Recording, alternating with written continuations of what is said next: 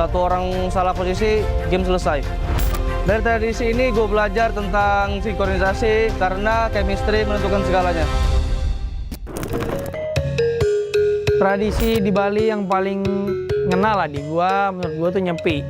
Karena nyepi tuh ngajarin kayak diam itu kuat. Jadi selama 24 jam gak ada aktivitas, lebih ke introspeksi diri lah. Di momen itu kita jadi lebih jujur sih sama diri sendiri. Kenapa kita kalah, apa yang salah. Di e-sport banyak orang berhenti karena kekalahan, tapi gua enggak. Karena nyepi ngajarin gua bukan buat berhenti, tapi buat memahami. Hingga sekarang gua masih berjuang di liga ini.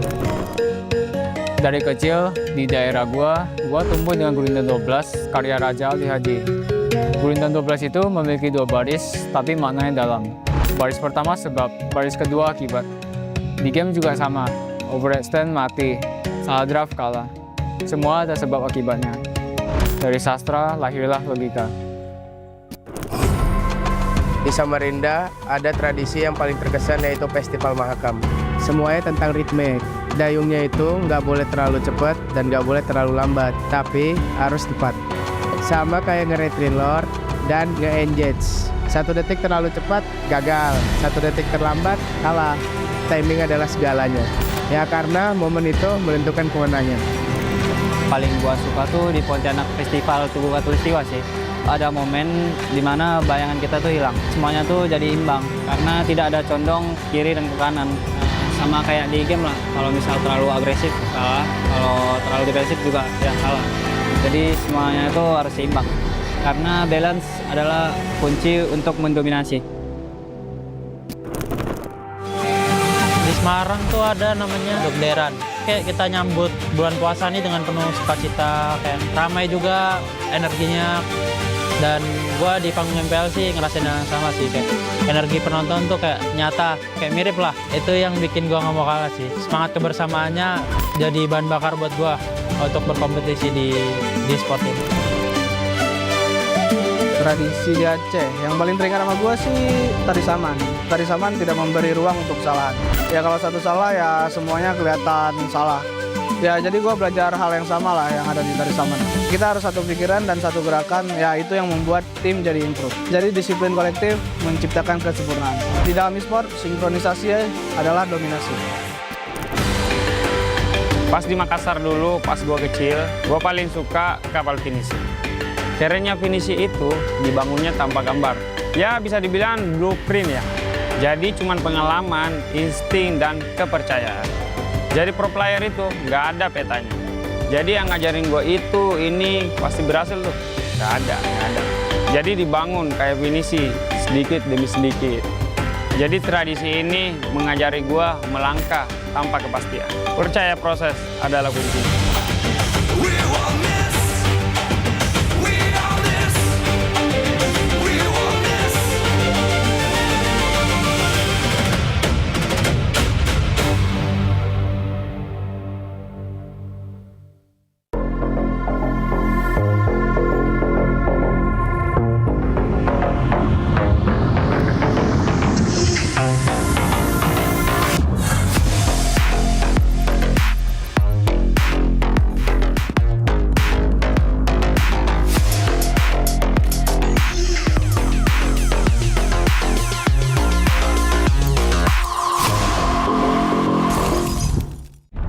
Semua hal terus berubah.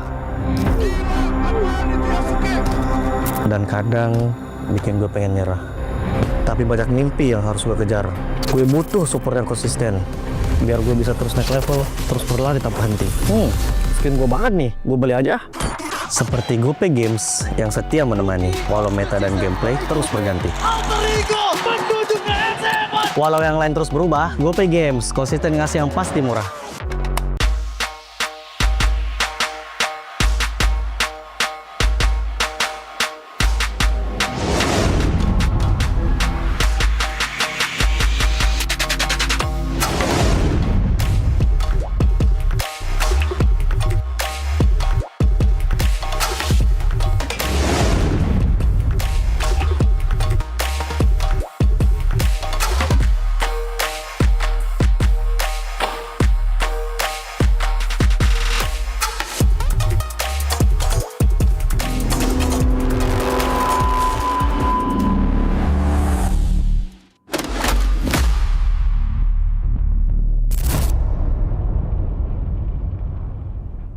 Garnier Men.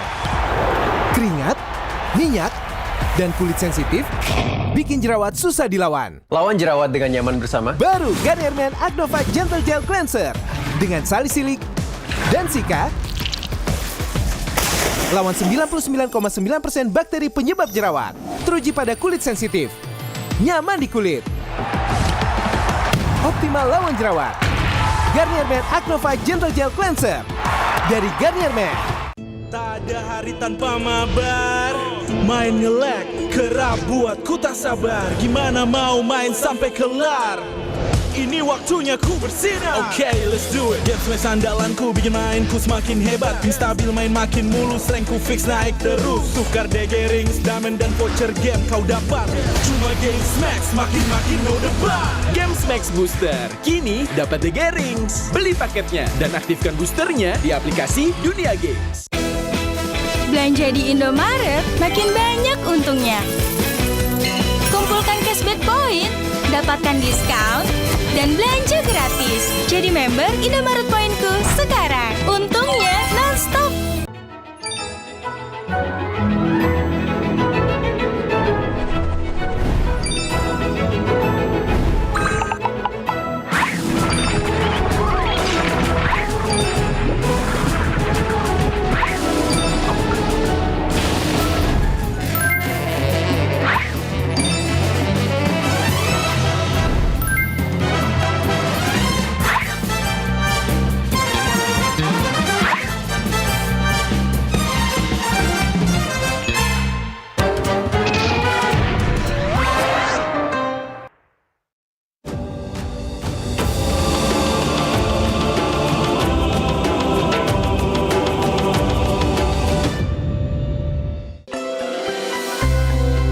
Di Sukabumi, di Tanah Sunda, ada tradisi yang gue suka, namanya Serentahun.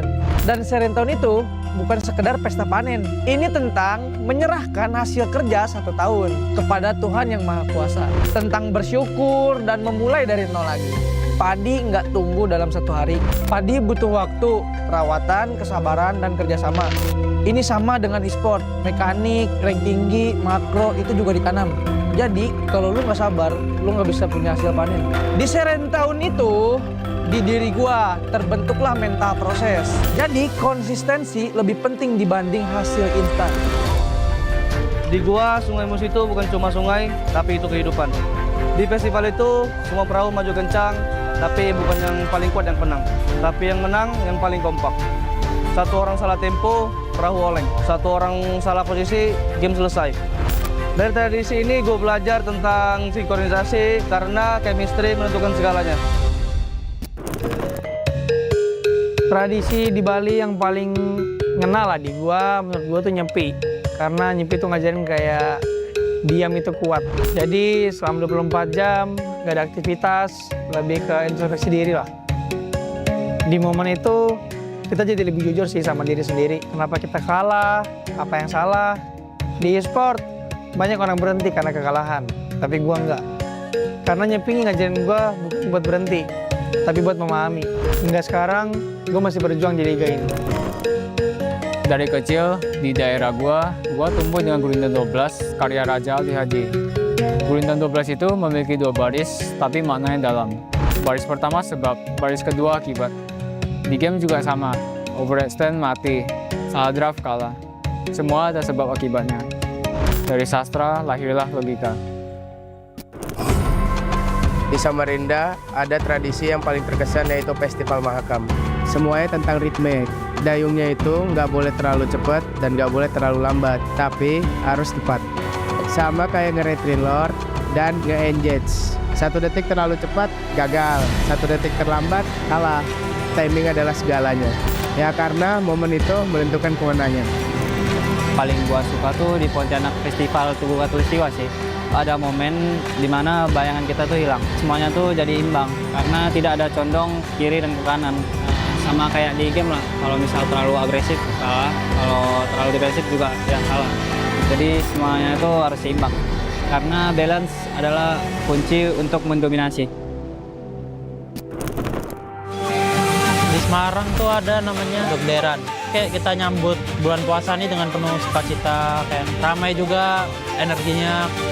Dan gue di panggung MPL sih ngerasain yang sama sih, kayak energi penonton tuh kayak nyata, kayak mirip lah. Itu yang bikin gue nggak mau kalah sih. Semangat kebersamaannya jadi bahan bakar buat gue untuk berkompetisi di sport ini.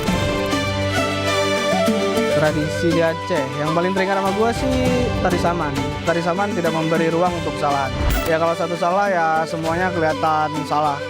Ya jadi gue belajar hal yang sama lah yang ada di tari saman. Kita harus satu pikiran dan satu gerakan, ya itu yang membuat tim jadi improve. Jadi disiplin kolektif menciptakan kesempurnaan. Di dalam e-sport, sinkronisasi adalah dominasi. Pas di Makassar dulu, pas gue kecil, gue paling suka kapal finisi. Kerennya finisi itu dibangunnya tanpa gambar. Ya bisa dibilang blueprint ya. Jadi cuman pengalaman, insting, dan kepercayaan. Jadi pro player itu nggak ada petanya. Jadi yang ngajarin gue itu, ini pasti berhasil tuh. Nggak ada. Jadi dibangun kayak finisi, sedikit demi sedikit. Jadi tradisi ini mengajari gue melangkah tanpa kepastian. Percaya proses adalah kuncinya.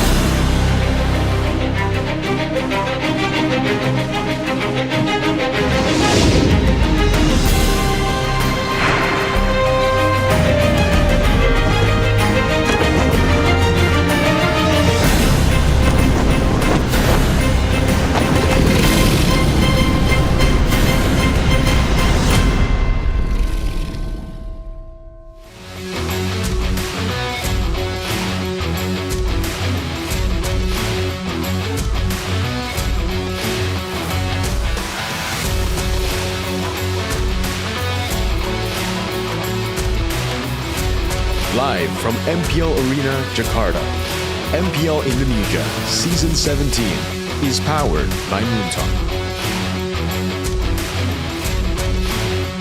Supported by Esports Federation of Indonesia. Presented by official gaming phone, Infinix. Official e-wallet, GoPay. Official gaming chair, Toda. We own this.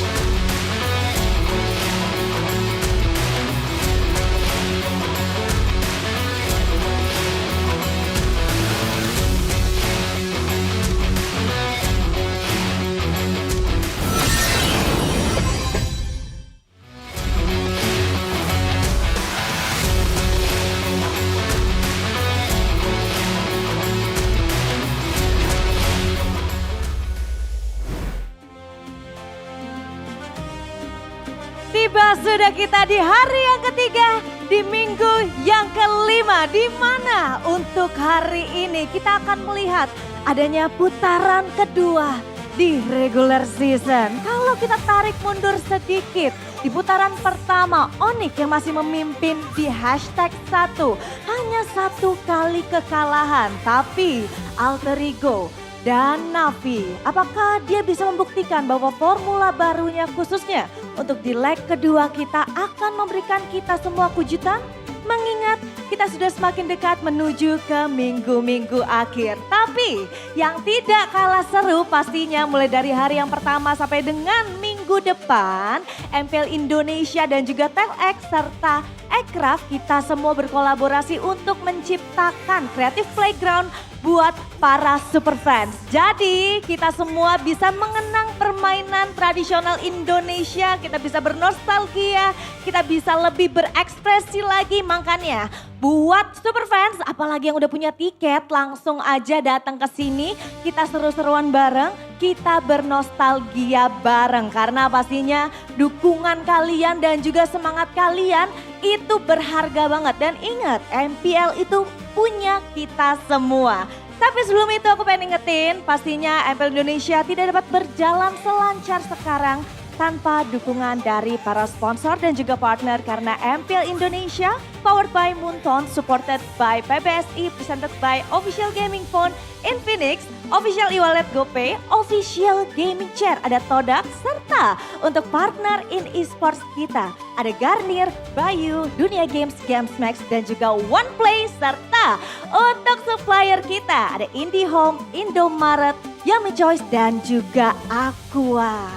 Dan ada info yang tidak kalah luar biasa lagi, pastinya Sabila pengen ingetin untuk teman-teman yang ada di rumah, untuk super fans yang ada di rumah maupun yang sudah datang ke MPL Arena, jangan lupa tanggal 2 Mei, tepatnya di jam 2 siang, tiket playoff dari MPL Indonesia Season 17 kalian sudah bisa untuk membelinya. Di mana untuk venue kita adalah Velodrome yang ada di Jakarta Timur. Jadi pastikan ya, pastikan kalian sudah mengamankan tiket kalian. Karena ini kurang lebih di 144 jam lagi sudah bisa dibuka, sudah bisa dibeli. Langsung aja beli dan ajak teman-teman kalian untuk menyaksikan dan juga menjadi saksi dari perjalanan tim-tim yang akan berjuang dan memperebutkan title dari King Phoenix. Baiklah, sepertinya sebelum kita memulai match pembuka kita pada hari ini, aku pengen dengar dulu semangatnya di sini, di MPL Arena. Mana suaranya? Wow, semangat sudah terdengar. Dan untuk super fans yang ada di rumah, jangan lupa langsung saja ramaikan kolom live chat. Berikan dukungan kalian kepada kedua tim yang akan bertanding. Ada Alter Ego dan juga tim Navi. Kalau begitu tanpa menunggu lebih lama lagi, langsung saja kita panaskan stage kita pada hari ini. So casters, silakan.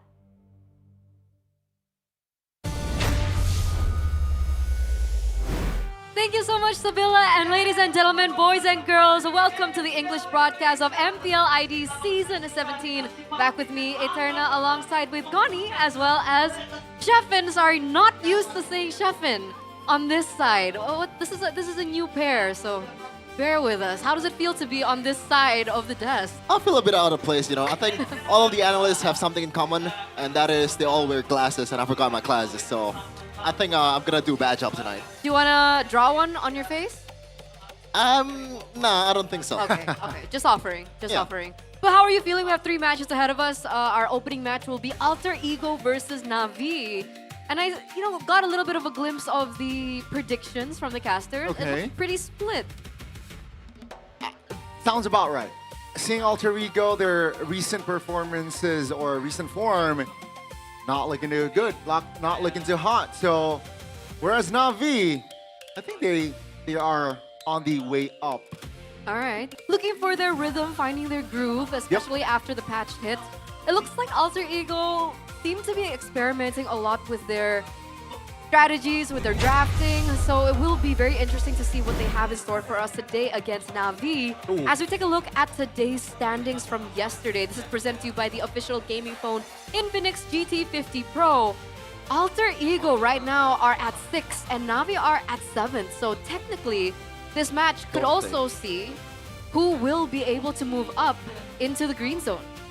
Yeah, I don't think, if you're looking at it, that game win is literally divided by only -1, right? So if Navi wins this one, 2-0, they're gonna move on towards the green zone instead of Alter Ego, and Alter Ego will drop to the no playoff zone. So it's gonna be interesting to see what will the approach here from both teams. As Gani mentioned earlier, Navi is trending on the way up, meanwhile Alter Ego is still kind of figuring out the rhythm just a little bit, you know, just trying something new. And I think at this time, this is no time to experiment. Absolutely. We're already in the second leg of MPL ID Season 17, ladies and gentlemen. I think the border was yesterday, I believe. So we've seen Alter Ego and Navi face one another already in leg number 1. It was Alter Ego that won it 2-1. So will this be a revenge play by Navi, considering that their form is a little bit better right now compared to when we saw them before?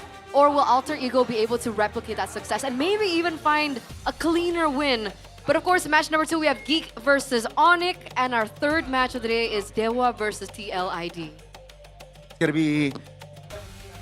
I feel like that today we are going to see a lot of action here. And Dewa TLID, Eterna, you're nervous about that one, I'm sure. As for the second match, I'm not nervous at all. Okay. Thank you for the reminder. Yeah, thank you for the input. Thank you so much, brother. Is Sheffin nervous, maybe? No, not really. For a second match? When you're up against Onyx, you can only hope for, well, actually, on the contrary, you just don't hope for anything, you know? So you don't get let down. That's it. And that's not bias. Huh? That's not bias. Definitely not biased. That's fact. Not biased, for sure. Considering how amazing Onyx have been looking this season, they've only dropped 1 match, so I don't think that's bias. I think that's legit us stating facts. That is definitely not bias. But yeah, I mean, again, guys, just watch today's stream, and we can see a lot of dynamics perhaps on the standings, right? Dynamics on the standings. Maybe not the second match, but maybe the first and the third. Keep an eye out for that. Hey, who knows? I mean, casters have been wrong once, twice, 3 times, 4 times, especially this season. Who knows? Maybe Geek will be the second team to be able to take down Onyx. We never know. We never know. But of course, ladies and gentlemen, we do want to announce that from this week and next week, we do have a collaboration, a special collaboration with, of course, very cool and local IPs. We have MPL ID X Ekraf X Tail. So we'll be seeing a lot more stories and unique characters that come from Indonesia. And that's why we're also rocking the local drip. The batik perang. I don't know if mine's batik or not. I'm not sure. But yeah, I mean, on Friday we saw Soleil, the little chick with the big journey, and yesterday we saw Kuga Verse. And maybe we'll see more characters like today later on, you know? When you said chick, I thought you're talking about other chicks, Gani, but no, Soleil is literally a little like a baby chicken. A little chick with a big journey. I was a bit worried, but yeah. That's her tagline. I'm locked into the screen here. Like, locked in? Who's the girl on the right? I'm like her? interested to know. You like her? Waifu alert. Waifu alert. Is that your type? Maybe. Who knows? Is that what happens when you sit here? You just instantly become like a weeb? Maybe. Oh, you know what? I kind of feel like that, to be honest. Maybe. Maybe, yeah. Maybe. Man, I love that. Gotta ask Aldo that. We will. We will ask Aldo once we see him. But of course, I'm also really excited to see, you know, the player interviews, the player walk-ins as well have been very special. I wonder what Alter Ego and Navi are going to do today. Will they be playing something else? What's a traditional game that you used to play as a kid? I mean, at this point, Mobile Legends is the traditional game of Indonesia. Okay, accepted. I agree. But ladies and gentlemen, we want to know what you guys think back at home. What does Navi need to do to win against Alter Ego? This is the audience top pick voting by Infinix GT50 Pro. Do you think A, they need to use the blueprint versus Geek? Do you think B, they need to shut down Arfi's movement? Or C, match Alter Ego's early pressure? What do you think, Chef? I think it's a mix of number A and number C. Shout out Number AC A and C. and MPLMY. But use the blueprint against Geek. There's a bit of brilliance in Navi's gameplay from the drafts. It's one of the very few times when I see the Falir pick in the mid lane, and I see like, you know what? Why not this cooking something special? You know, when I see the Valir pick on Geek Fam, usually I always crash out. Like, what are we doing? Like, they're cooking with too much fire right now, and it's overcooked. But the C option, I forgot the C option. What was it earlier? RP. Oh, match the early pressure of Alter Ego. I think that's what TLID did, especially in the first game and the third game earlier yesterday, I believe. And they took away some of the heroes that really elevates Alter Ego's gameplay. For example, the Leomord, the Phobios, these kind of heroes that can sustain in the team fight and elevate Alter Ego's gameplay that they've shown in M7. Yeah. We're going to see if that actually comes through, because this is not really specific to our first match of the day, but rather in general. We're looking at the Sky Kings domination right now and wondering who on the standings or who in MPL ID will be able to challenge that. We saw them fall to BTR leg number 1, but here coming into leg number 2, I mean, we have Few, we have Evos, we have Dewa, we have TLID who are also at number 4 on the standings. If there's anyone else aside from BTR that can take Onyx down, who do you think it would be? I mean, I gotta be honest with you. I think so far, I don't see anyone beating Onyx aside from BTR in their prime form. Maybe Evos or Dewa if it's a really, really good day. TLID, no shot. You know, the first game or the first match that they played against Onyx, it was not even close. I believe it was like 12k gold lead or something. Yeah. But Dewa, I think there's still a long way to go. They've shown a lot of promises. Ken, Coach Wright, and especially the rising star in Dolan. I think one of the top three junglers so far in MPL Indonesia, aside from Albert and Kyrie, that can bring a lot of flavor to Dewa's gameplay. But if we're talking about Onyx, they're called Sky Kings for a reason. They reside to the sky. It's always unbeatable. Shut up, but I mean, you did shut up, but I don't like how you're glazing my team. You know, smirk. You're glazing my team. I hate you. And I like it. You know. Okay. But we do have some quotes from Arashi as well as KB who are not here with us right now. I mean, they're not working. That's yeah. You get what I mean, right? I mean, Arashi, right? Alter Ego still seems to be an experimental phase, for example, by letting go of crucial heroes like the Leomord and Marcel in their match against TLID. They might try a different game plan since other teams will heavily focus on targeting their gold lane. Do you agree with Arashi? It seems like the trend for Alter Ego is either RFE dominates the game and they snowball the hell out of it, or they don't do that at all. And that's kind of bad, you know? Usually when you see Alter Ego, Yasuke is the main power in the early game with that Leomord, with those heroes that can be super, super aggressive. Yep.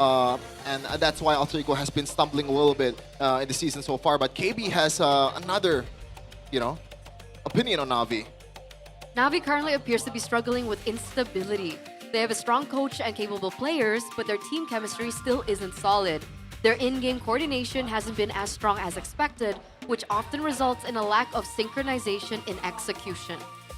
Yeah, I kind of agree with that, especially on Doryu. Yes, there's been a lot of fixes that Doryu made in the match against Geek. You can also say that, oh, it's just Geek, you know? Like, at this point, I can concede that point, even as a Geek fan fan. But yeah, Navi, when they're really playing really good, they're really playing really good, especially the draft as well. There's a reason why Not was a world champion, and he's bringing that experience to Navi. And Definitely. so far, it's been working pretty well. The why not effect. Hopefully, it pays dividends today for their next match, because like Papulung mentioned, he might change his name. It's not why not anymore, but why am I here? That's what his joke was. But it looks like the main 5 is going to be preparing to enter, and we'll see exactly what game they're going to be playing. All right. It's a paper airplane. Andoryu has the paper plane. Is he going to be throwing it over to his friends? Oh, what is this called again? Jack in the Box? Upper bracket! Hold on a second. Upper brackets! I don't know about that. What else are they doing now? They're playing chips. They're looking for that formula. And let's welcome Navi up on stage. It's still their main 5 for this season. Ladies and gentlemen, let's welcome it's Team Navi. Natus Vincer here, a new team, but a lot of seasoned, a lot of veterans in their team. Andorio here coming all the way from Philippines, and also Coach Why Not is bringing that championship DNA to Navi. They are promising, or at least from the looks of it, upper bracket, but let's see if they can actually fulfill that. Well, if they want to get to upper brackets, they need to win this game, especially against Alter Ego today. Let's take a look at their official team lineup. Wait a second. Another swap. Hijume yesterday. And now we're going to be seeing Cyrus. Alter Ego, they're shaking things up almost every single time that they play. Is this the wisest of choices? Is this the wisest of decisions? Considering we're already heading into leg number 2.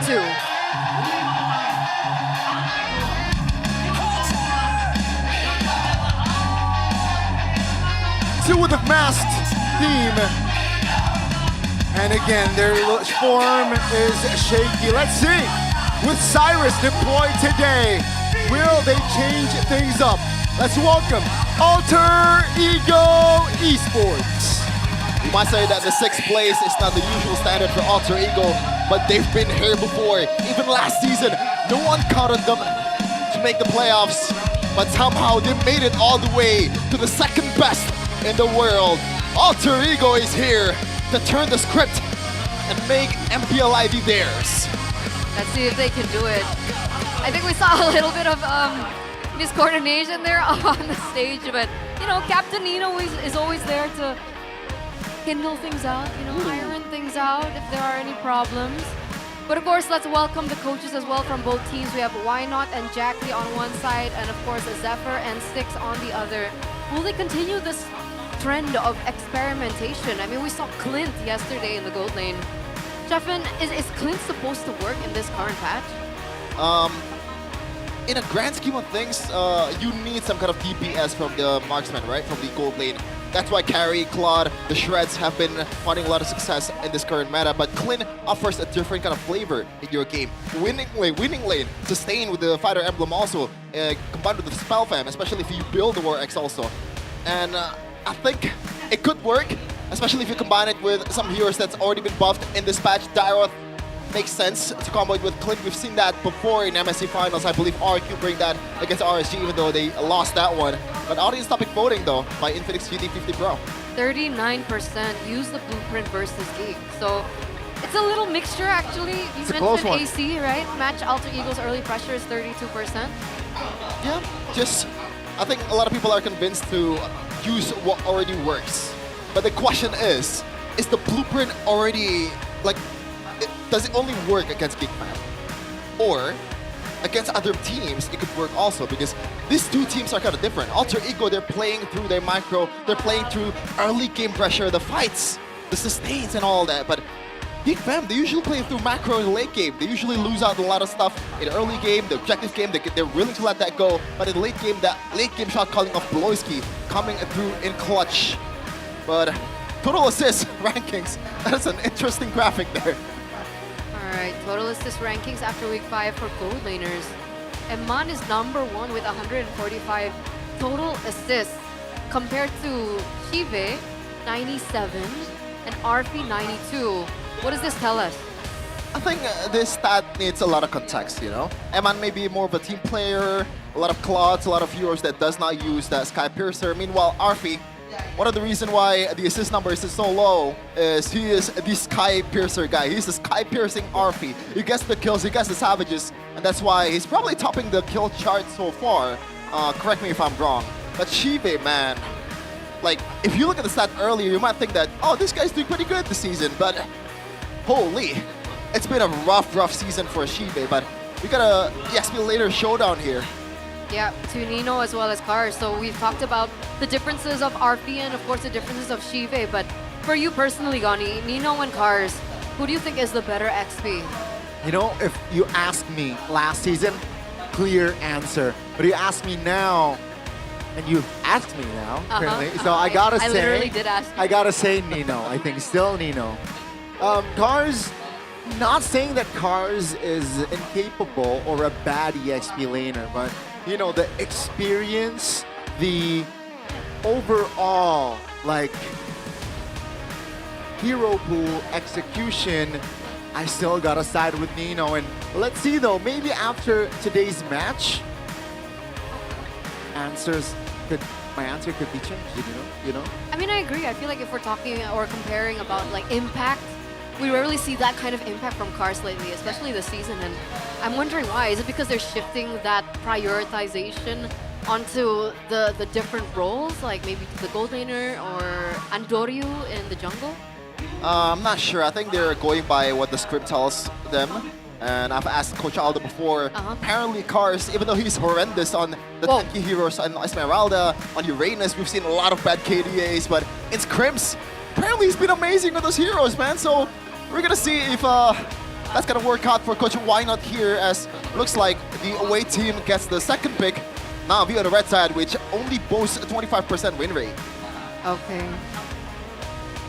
I wonder why. So essentially, Navi are doing really great in scrims, but they're not doing as well up on stage. And like RRQ.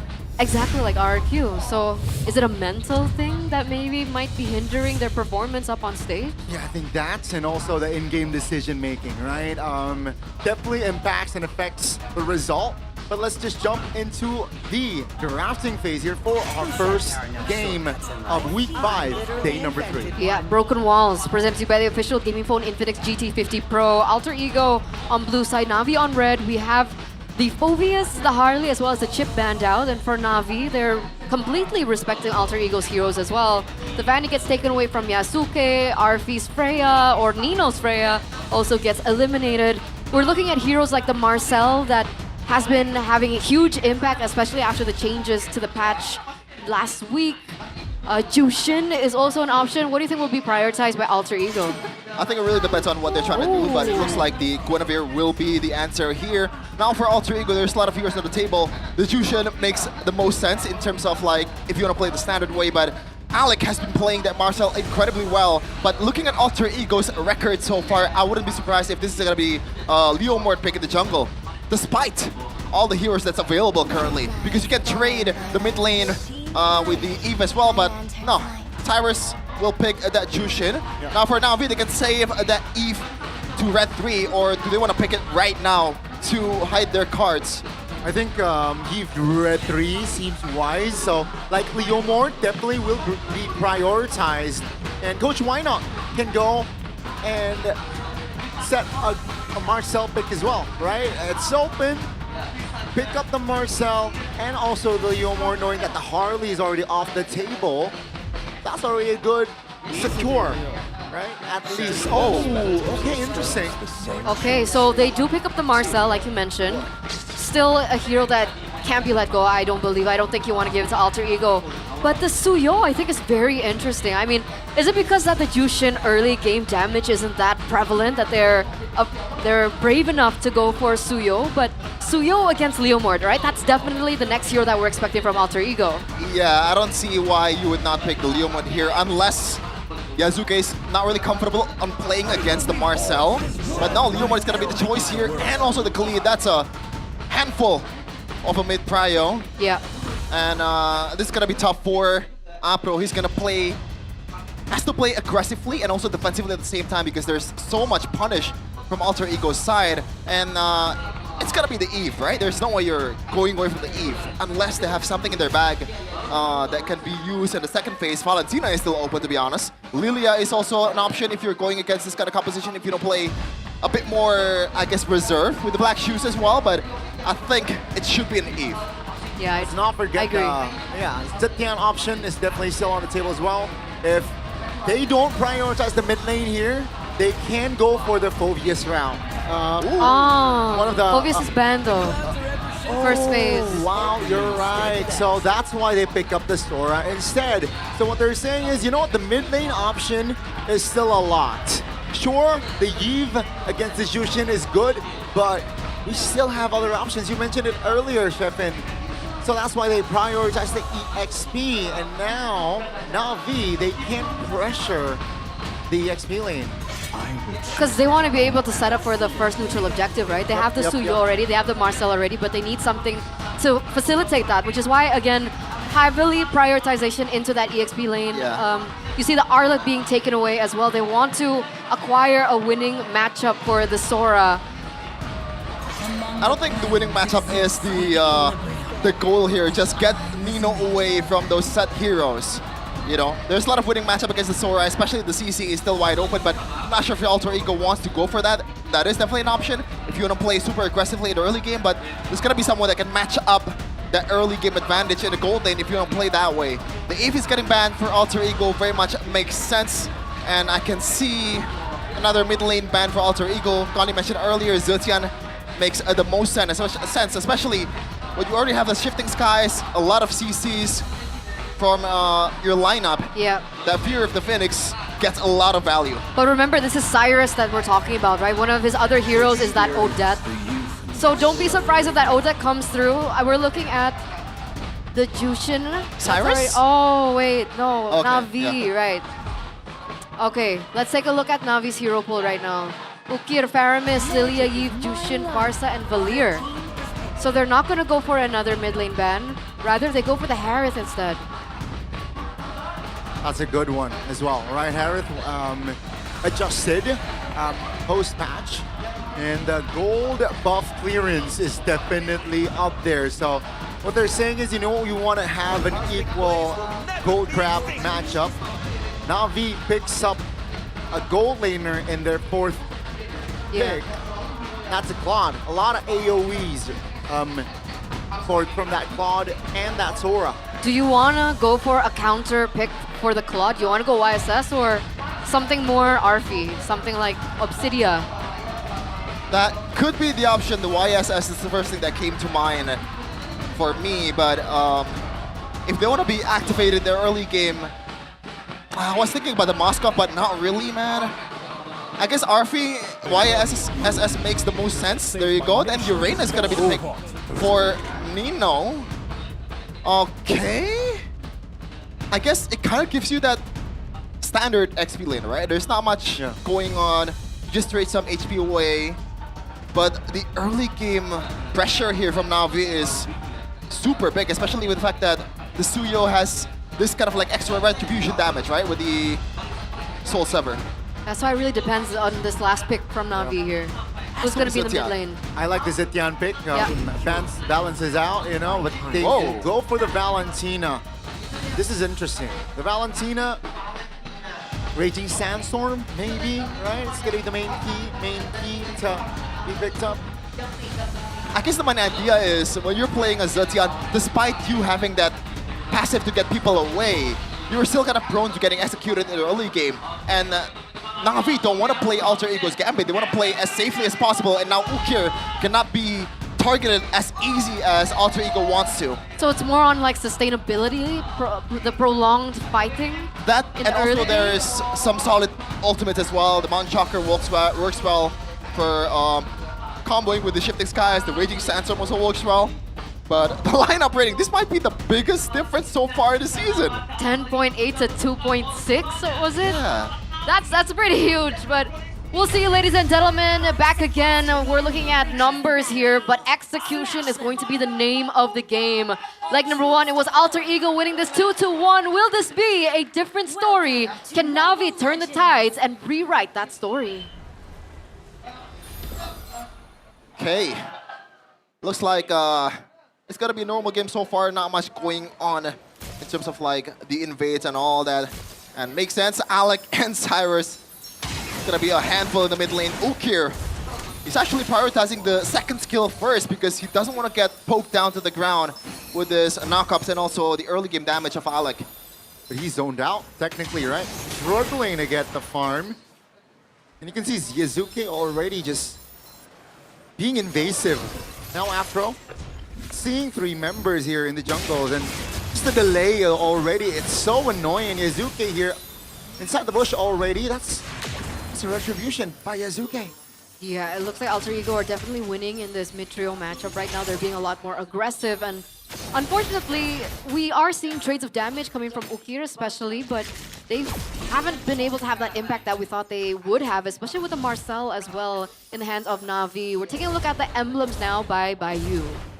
Okay, some aggressive, actually going for weapon mastery for RP, so he's not really worried about the blade matchup. He thinks he's already good enough to go up against the Claude, so he wants to be a bit more of a difference in a team fight. But I see Cyrus with that tenacity, so expect Cars and pretty much the whole team of Na'Vi gunning him down to the ground in the early game, and that's why he's going for a bit more reserve kind of atomization or emblem. So that kind of makes sense, right? Why Cyrus seems to be playing a lot more aggressively compared to Ukir. Definitely eyeing out not just that, but even in the trades in the 1v1s against Ukir, he's going to be able to survive a little bit longer.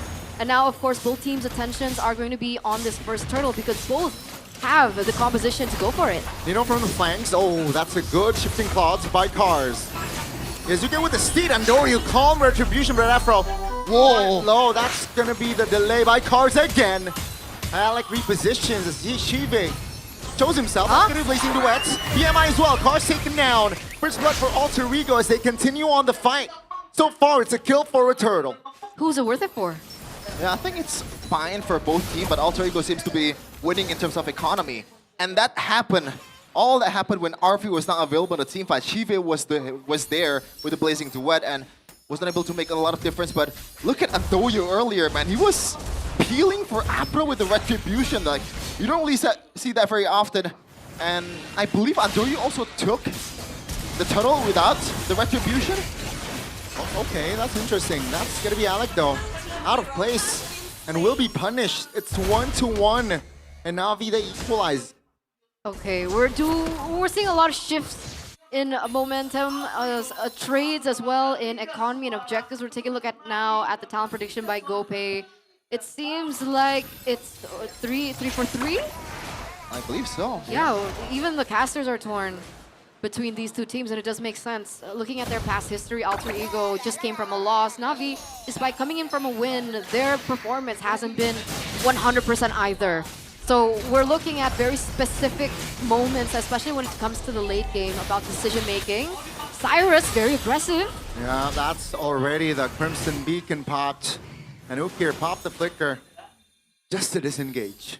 Yeah, this is what I expected from Na'Vi from the early game. Just want to be as aggressive as possible with Afro, but at the same time, if Yasuke pull out that Phantom Steed, it's just time to back off. There's no way you're fighting that because Alter Ego knows when to use that, but Alec is in trouble. Great setup there, Andoryu with the setup kill. Just isolating in the mid lane, isolating Alec in the mid lane, and that's another kill on the roamer.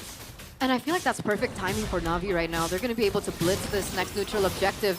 Yasuke is actually behind, so Na'Vi complete control over the objectives. Yeah, that's a golden hour just to freeze Yasuke and let Andoryu calmly get the retribution on point. So that's just a turtle for Na'Vi. No compensation so far for AE.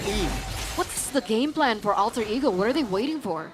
I think they're actually waiting for Na'Vi to actually fight them. Alter Ego so far, they want to fight with the Phantom Steed, but Na'Vi just said, nah, I'm good. I'm just going to play passively and just going to take anything that I can take without really losing a lot of members. And so far, it's been working really well. 2 turtles in the early game in 5 minutes. Na'Vi knows when to back off, especially with the fact that they have the golden hour. They have a lot of kites as well. And Afro is just being such a nuisance in the jungle as well. And the fight earlier, the kill before the team fight in the turtle pit from Ukir was big because he was able to secure a glowing one, and that way Alter Ego would not be able to find a lot of value. Oh, that's going to be the fight that Alter Ego wants, but Na'Vi quick to disengage. Ukir, no flicker this time. That's going to be the stun connecting, and Yasuke picking up the kill. I guess you're right. Alter Ego, they're looking for lots of team fights, lots of skirmishes. Na'Vi seem to not want to bother Alter Ego on that front. They always go for that disengage. But this time, they lose Ukir in the process. When this gets to the later stages of the game, who is it actually worth it for? I mean, technically, Arfi's on the YSS. Yeah, I think in terms of scaling, pure scaling, I would go for Na'Vi here with the fact that they have a pure damage dealer in Shive. It's more of a I mean, I guess RP can be a lot of a difference maker with the Tucker as well, but Chive gotta watch out a little here. Don't want to fight Alter Ego in the early game with this kind of mid-prio. But yeah, I think the main trouble for Na'Vi. What's going on? Chive! Top lane in a 2v1 situation, Chive will not be able to get out. And I guess Na'Vi needs to pull the trigger right now on this turtle. Let's see, Yazuki now. Stunned up, TCC taken down by Andorio. The turtle will fall to the side of Na'Vi. The golden hour finds Gino and Alec stuck. That's gonna be RP now all alone, very low! Still able to find an escape route. Cars. But that's Cars executing the kill. Now Cars all alone, still able to dash in and dash out. But that's a traitor, right? RP and Afro. And Cars now all alone will be taken down as well. But that leaves the mid vulnerable. Yeah, there's a lot of trades there. Both teams, they know what to do. Alter Ego seems to notice that Na'Vi, when they're grouped up together, they seem to communicate with each other really, really well. And that's why they isolated Chive on the top side and they were able to get the kill with 2 people. And Na'Vi, that was a really brave turtle take, despite them down 1 hero, and also the fact that they know RP and Alec is coming from the top lane to back up all the members of Na'Vi. Overall, they were really darn good, and they managed to get RP out of it as well. Yeah, in the grand scheme of things, I feel like it's Na'Vi that found more of an upper hand or an advantage in that particular team fight, just because when we're looking at the composition that Alter Ego have brought, I feel like everything at the end of the day is going to circle around RP and the Skypiercer stack. So the fact that RP already had that Skypiercer and he got taken down earlier will reduce that stack. And Alter Ego have played like this for quite some time, right? They look for a moment where they can get like this groundbreaking team fight. They utilize RP in the process to turn things around, and Na'Vi are doing a really great job at trying to make sure that that doesn't happen. Yeah, you can see it in the way they took the purple buff as well, right? They're not going for a full-on let's battle the retry right away with Andorio and also Yazuki. They waited for Apro because they know you already got a really good position in the back line or in the flank to kind of hinder Alter Ego's movement in the jungle and get them away from that retry battle. And now, I don't think they want to gank Cars here, but we'll see. It's Alter Ego, so you can never really rule it out. As Na'Vi is actually going for that Lord. Okay, and Alter Ego actually pick up that turret in the bottom side, so both of the outer turrets have been taken by Alter Ego. So if we're talking about macro gameplay, Alter Ego are also thinking about it for sure. They actually force a reset there from Na'Vi on that next Lord as well, considering Yasuke at level 11 and Andorio's level 13. So Yasuke is 2 levels behind of Andorio. If they go 50-50, they're gonna lose this first Lord. Yeah, but it's a bit misleading, the Yazuke level difference. In terms of team fighting potential, I would argue that Yazuke is as good as Andorio, but look at that, the damage towards Cyrus. Yeah, oh, that's already a flicker from Afro. And that's a recall from Cyrus. Na'Vi should be able to signal, or at least has an idea on, yeah, maybe Cyrus is recalling. And now they pull the trigger. Let's see, though. That's going to be the steed. Oh, cancelled by Cars! No horse for Yazuke, and he will be taken down. And there you get the Lord, and Cars picks up the double. And Na'Vi, they have found an angle to take RP down. That's going to be RP out the board, and Nino will be taken down as well. It's a big wipeout for Na'Vi. So well executed by Na'Vi. The way that they're forcing Cyrus to recall early. A recall essentially means you're gone out of that team fight. You're gone out of that neutral objective fight. So Na'Vi utilized that in order to punish Alter Ego. They were able to take that as well. We're going to take a look at everything during the replay. And the fact that Ukin was able to dive back and force RP out of the team fight, that was also beautiful. Yeah, this is like, wow. Na'Vi, when they're really good, they are really good, man. But unfortunate, I don't know if that was a mistake or that was just a happenstance, but the steed did not get the Leo Mord and the horse ran out of the stable. Yazuki getting a lot of heat coming in from Na'Vi, and they were able to get literally everything from Alter Ego. They know their capabilities really, really well, and they know when to pull the trigger. That's Na'Vi's strength currently. Absolutely. 4,000 gold lead now, ladies and gentlemen. And Shive, unfortunately for Alter Ego, has hit the power spike. Yeah. Their window is, Opportunity. yeah. And I think it should be a win of nature after this. I'm not expecting a full-on commitment towards that Maleficent just yet because he's up against RP, he's up against Yasuke. Oh, Alter Ego. Wow, what a call by Alter Ego. They get one with the golden hour though. Take a look at Chive now jumping in. Cyrus taking out the blazing way. Popped! The recovery from Na'Vi is just better. And they take down 2, soon to be 3 as Hino has nowhere to run. A triple kill for Andoryu in that previous escapade that was actually triggered in by Alter Ego. Afro, he's actually going to be able to take that turret as well. So all in all, it looks like against a team that wants to fight, disengage has been the beautiful answer. Marcel, so expensive against Alter Ego. Yeah, this is what elite teams do, right? Because yes, you lose out a member, yes, you lose out an important fighting player there, but Cars with a beautiful recovery with the shifting skies and gets all the Alter Ego members in the same place. The follow-up from Navi's member was beautiful as well, because they know that Alter Ego did not have any resource whatsoever because they already poured that one out against Okir in earlier team fights. But look at that Sky Piercer stack from Andoryu, 60 and counting from now on. He hasn't died just yet, and he has that Wings of Apocalypse, so a lot harder to get down or a lot harder to kill from now on. Yeah, especially Alter Ego, they don't have as much magic damage as well, so they weren't able to punish him from the early game. Andoryu is already at level 15, Yasuke is catching up. But Na'Vi, do they want to go for that 50-50? No, they will take the Lord here. Golden Hour again finds Yasuke.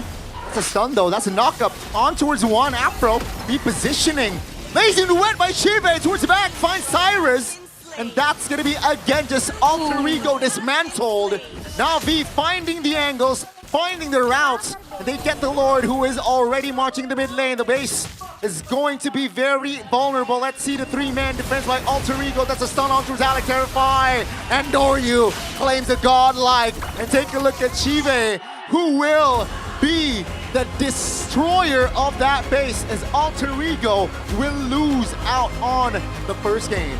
Amazing, amazing execution from Na'Vi. One of the most talked about things or discussed things by everyone on the internet, casters, influencers, streamers, is the decision-making of Na'Vi that have been very lackluster.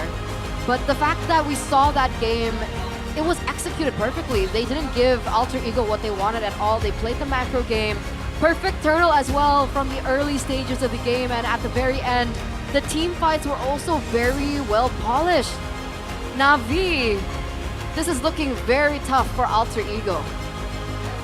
Yeah, this is Na'Vi that we kind of expected just a little bit once Why Not comes into that coaching staff. You can see the improvement, right? It always starts with knowing the win con. When you already establish a good game plan here from Coach Why Not, just instill that principles. Like, don't fight when Alter Ego wants to fight. Fight on your own accord. And it worked perfectly. And this team fight, man, it was pretty bad for Na'Vi. They were missing a lot of skills. That was a full-on blazing duet for Nino, by the way. So the goal line is just way too much at that point for Na'Vi, and that's why they were able to get that win quite comfortably. But Alter Ego in that last team fight, I believe they were going for a Hail Mary because knowing that they have a bit of a early game composition, you know, the Jushin, the Khalid, even Yusin, we can really count him as a late game hero. So you want to go for that Hail Mary play, maybe you get the load out of it, but they were just a little bit too late for Na'Vi. That's why if they really wanted to play the early game, I was wondering why they picked up the Uranus. Like, did they require someone to zone out the backline? Did they need more someone more tanky? But because like it really didn't work for them, especially Turtle 1.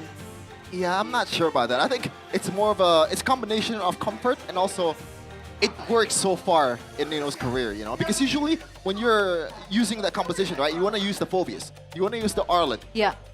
And both of them are not available. Right. So this is just the consolation. I guess this is like, I guess I'll play the Uranus because it's not gonna be able to get killed early game. And if I play the Kaide game well enough, then I get a lot of value out of it. Because, I mean, technically he did win the lane, right? Or was Sora roaming around a lot? Because at some point in the early game, we saw that Nino was taking the gold plating, right, of the XP lane. Yeah, I think the Uranus, the idea was, let's leave the EXP lane so that the trio mid can rotate around towards the mid lane, the jungles, and towards the gold lane. But we didn't see that applied in that game. The pressure towards RP and as well as maybe wasn't really, I think it was quite free farm. So yeah, I think Nino on the Uranus, very, very, different. Was Lapu Lapu banned? No, Lapu was not it was banned. open. That's why. Yeah. I was like, why not Lapu Lapu? But I also know, but please also also know that that's why Cars picked up the Sora in that first phase, right? To get him on a playmaker hero.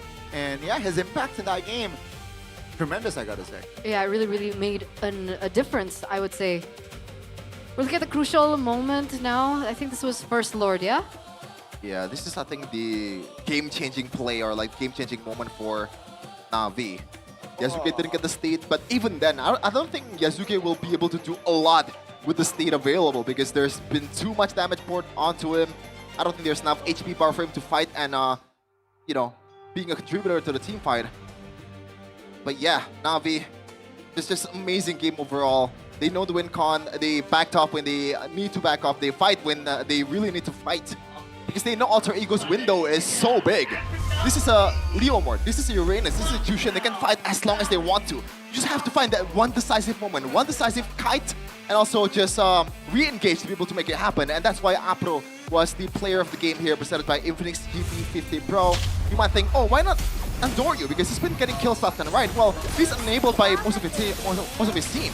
And shout out to Cars as well. I think he played a beautiful game of Sora here. A lot of great moments with the shifting skies as well. The flickers to secure a kill towards RP. He knows that the trade is worth it.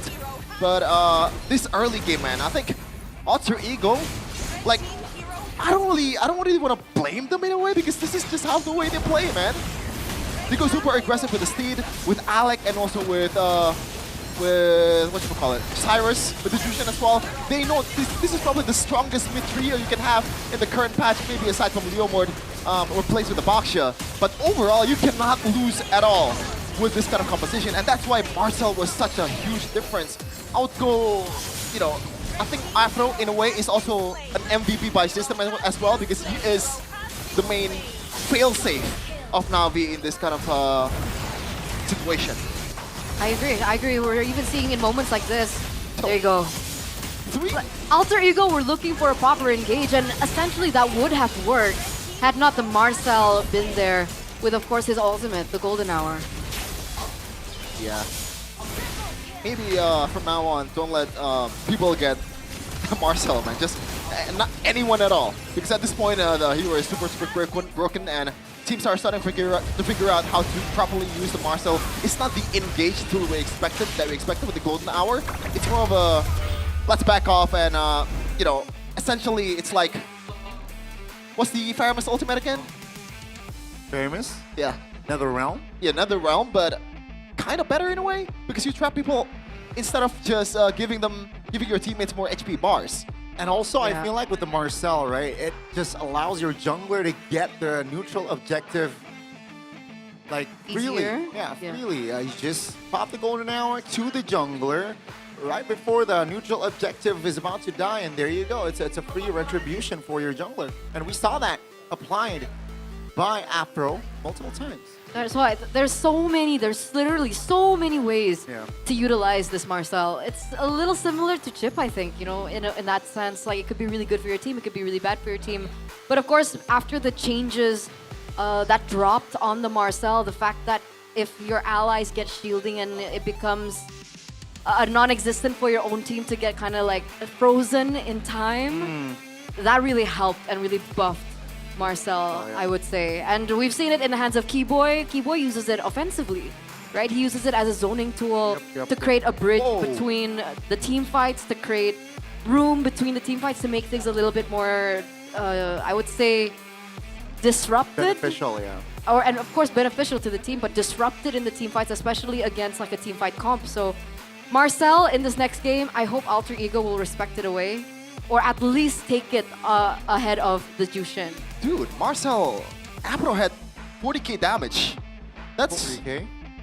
double the amount of Khalid. Like, you'd think that Khalid boasts a lot more damage in the early game, especially with the Thunderbolt stacks just stacking up for Afro over and over again. The pokes and all. Like, it's ridiculous the amount of damage that this hero can output despite being more of a utility, a tanky hero. And Ukir, by the way, he's the one that's topping up the damage chart for Na'Vi. I didn't expect that.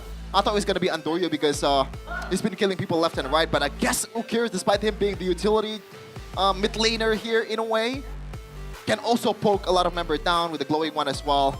Bro, he went glowing wand, divine glaive, and then lightning truncheon. So this was a very aggressive Valentina, I believe. And even if we, when we saw the, what was it called? Critical moment, I think? Crucial? The crucial moment, we saw it was Ukir that was the one that was damaging the backline of Alter Ego. I don't think I saw a single Raging Sandstorm or a Mount Chakra Steel. He always stole the Phantom Steed from Yazuki, so I guess he knows the limits of that hero as well. There's a bit of a, you know, what you call it, knockback to your team when you pop the Steed. Yeah. You know, you can still roam around and deal damage with the basic attack as well because it's more of a AoE kind of deal with the basic attack. So I guess it works. Absolutely. That was really interesting to see. It was. But of course, ladies and gentlemen, we do want to remind you once again that we do have that collaboration in store for us. Hey. And this time, it will be with Hello Miu. Hello Miu. Hello Miu. Looks What is cute. this about? It might be my favorite so far, right? Oh, yeah?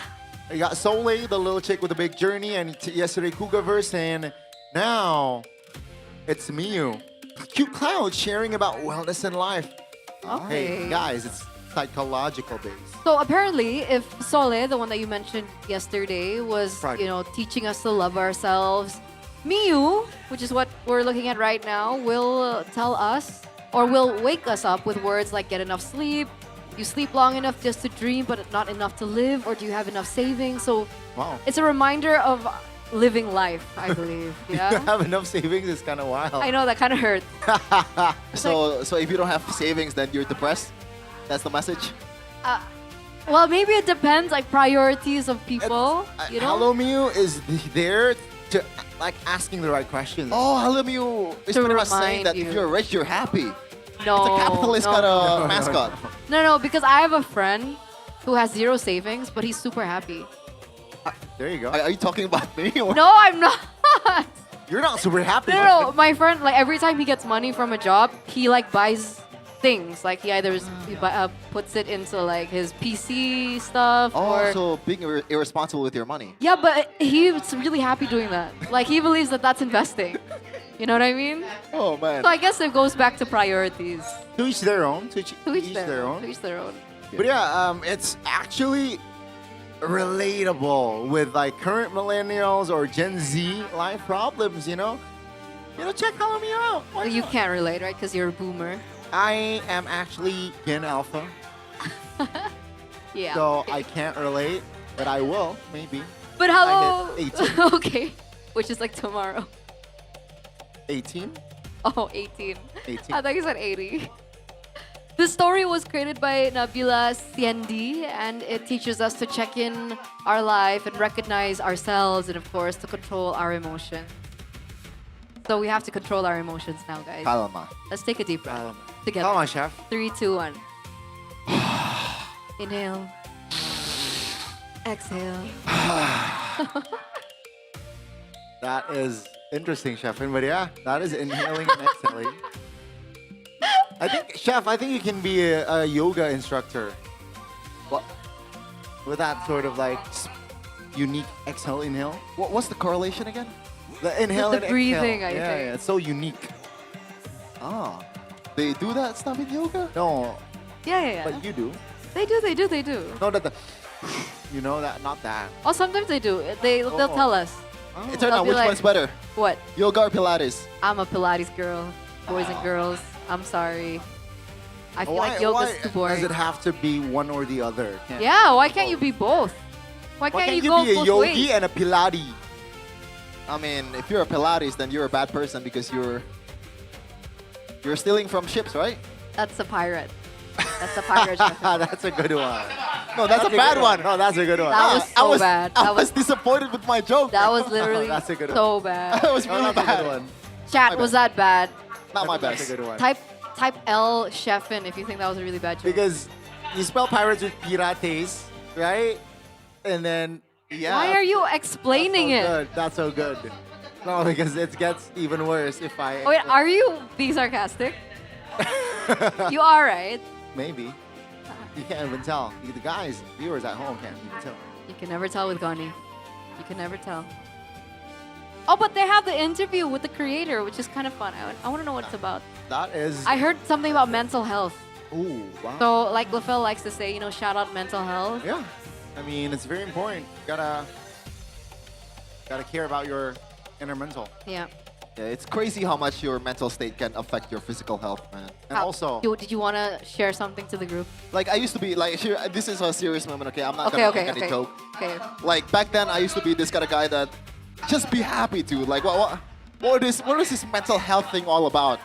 Like, all people are just soft. Like, these people are just like, they don't really know what is actually real life struggle. But once I actually have that kind of like mental health block, mental health problems, I thought I had a panic attack once. No, actually twice.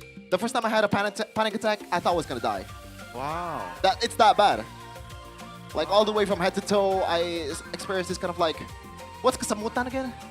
Like pins and needles. Okay, not tremor. Kesemutan is pins and needles in English. Okay, those kind of stuff from head to toe. Like I've never experienced that before. My whole body went cold. Like I thought that was it. And after like a big trauma. Yeah, it's a culmination of a lot of stuff. Okay.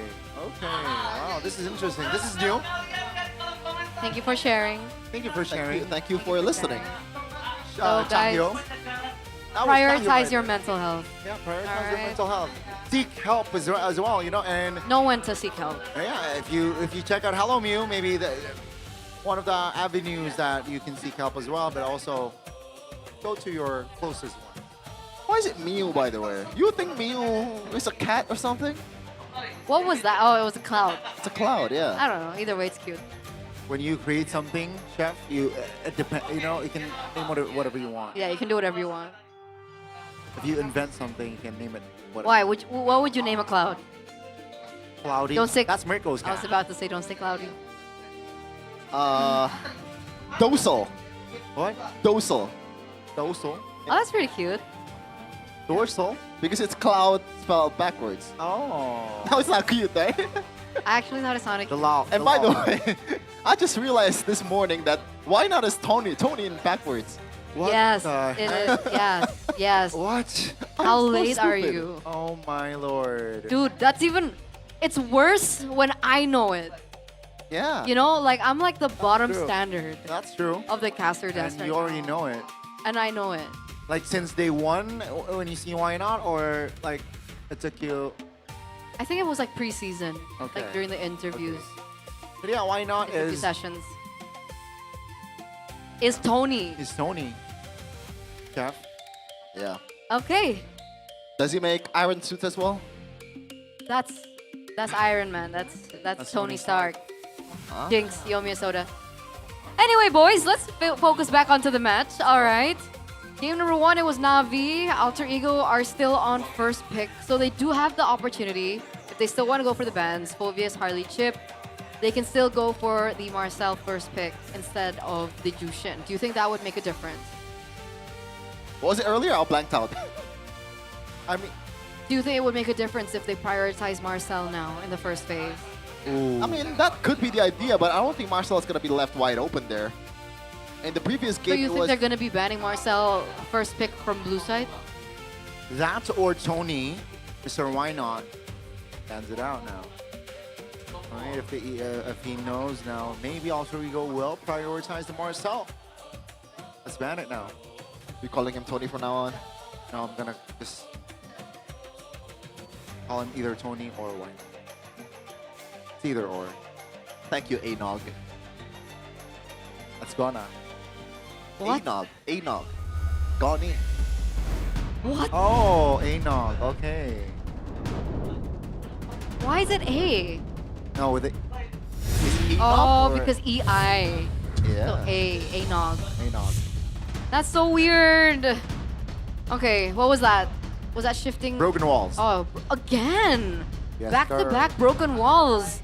Drafting phase, game number 2, presented to you by the official gaming phone Infinix GT50 Pro. Wow. So they don't want to pick it up for themselves. They want to ban it instead. Like it's not comfortable in, yeah?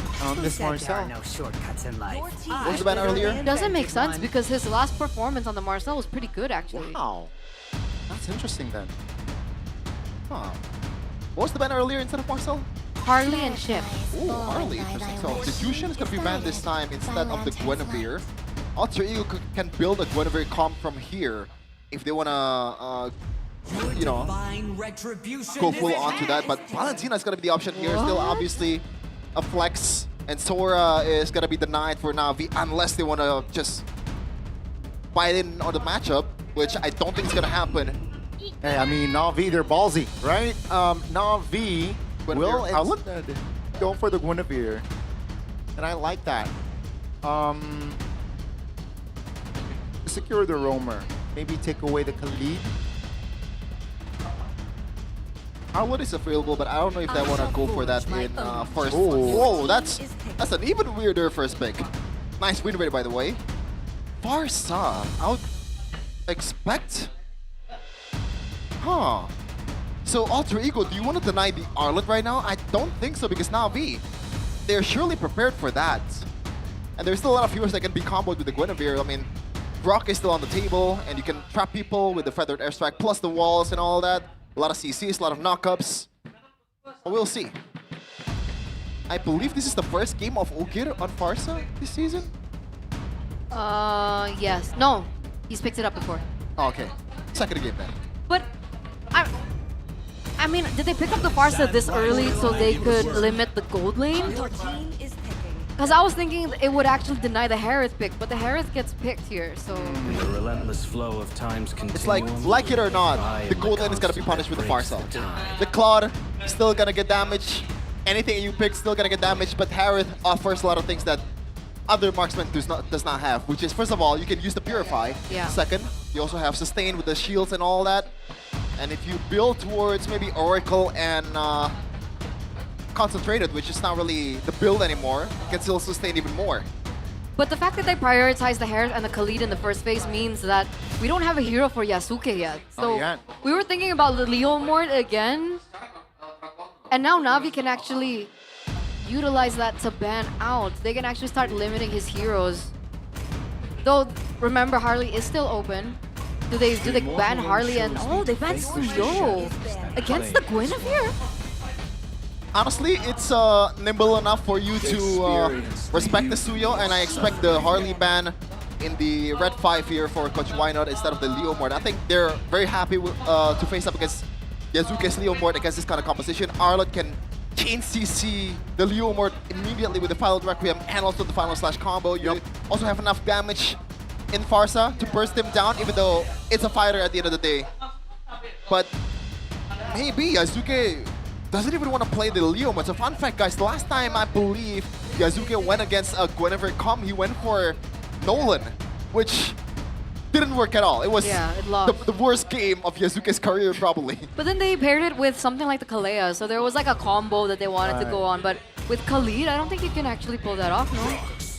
It's gonna be tougher indeed, but they neglect the Harley. Instead, they go for the Baksha. Why? Because I feel like with Alter Ego, with the Khalid pick already, the mobility from that, plus the Baksha, you know, it's going to be very, very nasty. That's why they banned it out. But Alter Ego, good ban as well. I like that ban. Hylos denying it away again, just force Afro on a more calmer hero, maybe. What's the plan? What is Alter Ego planning here? Oh man,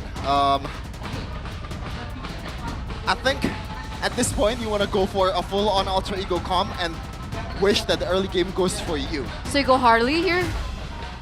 I don't know, man. I don't think Harley will do the job here, but I guess it's nimble enough to get away from some of the CCs. Other options in the jungle, I think that's a good answer. You don't only get bursted down with the Alice, and it gives you a lot more room for the jungle to make things work. Still the Leomord. Huh. Because I thought they wanted to go for more pickoffs, right? They have the Khalid. I thought they were going to pair it with someone that, well, technically Alice does that job as well, and they pair it with a Harley to go for the pickoffs, but I think they're looking for more team fight now. Na'Vi though, last pick. Wow. They needed someone that can tank. What, so Grok? Do they go Grok here? Glue's not available. Grok? Marcel's not available. Wait, Guinevere Rome, the flex. Coach Tony, is this overcooking or is this al dente? Honestly, I like that because when you play a Guinevere jungle, you kind of lack the damage, and now you already have the Farsa, right? You can chain CC pretty much anyone in the mid lane with a Fredrin, with a Guinevere, with a Farsa, and that forces a lot of flickers. That forces a lot of disengage from Alter Ego's side, especially on Alec, on a Khalid. This is a really, really hard game for the Khalid, I feel like. And if it's gonna be fast, I just predict that this is gonna be a fast game, either for Na'Vi or Alter Ego. Earlier lineup rating favored Alter Ego, but Na'Vi were the ones to win it. Now the lineup rating favors Na'Vi. So I don't know what that entails. Again, numbers are just numbers. Statistics are statistics. But at the end of the day, it's going to be the teams and the players to execute it into the game. Ladies and gentlemen, Fredrin in the jungle, Gwyn in the roam. Will this be the answer for Na'Vi to close things out clean, 2-0 against Alter Ego? Here we go, and this makes things a lot more interesting. Nino and Alec is gonna have a hard time just opening up the map and also being available in most team fights because that combo is immediate, man. Once you get level 2 on the Arlet, anyone is pretty much available, especially with Fredrin just roaming around the map and Yazuke with the usual pathing here, trying to get some of the camps away from Na'Vi, and Na'Vi was willingly gonna concede this one towards Alter Ego, but Apro is doing a really good job of dragging that one to their advantage. So this feels like the exact same story of game number 1, no, right? Alter Ego were very aggressive. They took the camp as well. Afro, did he get it? I don't think he did. Yasuke is still going to be able to get it. So again, still a very similar story. Ukir getting poked down. Cyrus trying to do his best as well. But things changed when we hit Turtle 1. So pay attention to what happens between now and Turtle 1. Okay, looking at the emblem here, it looks like Andoryu is going for a bit more conservative emblem here with the tank emblem. Sometimes you want to go for support and also that Inspire as well, but flicker by Alec. Ukir with a good read there. Apro with a knock-up. Still not much going on, and both teams just kind of secure the waves for themselves. Level 4 for Andoryu. So Marksman Yasuke emblem, that's a thing now, yeah? For the Leomord? For Leomord. Because like when we interviewed him yesterday, Yasuke said it was just a mistake. Like it was... Kevin said that. Oh, Kevin said that. Like, yeah, Kevin said it was a mistake. Okay, so that's the new meta, I believe, from the changes. Yeah, doesn't want to reveal the secret here, but Alec is doing a good job of droning everyone away. Ukir is still level 3, so I guess Na'Vi cannot go for this one unless Cars wants to flicker.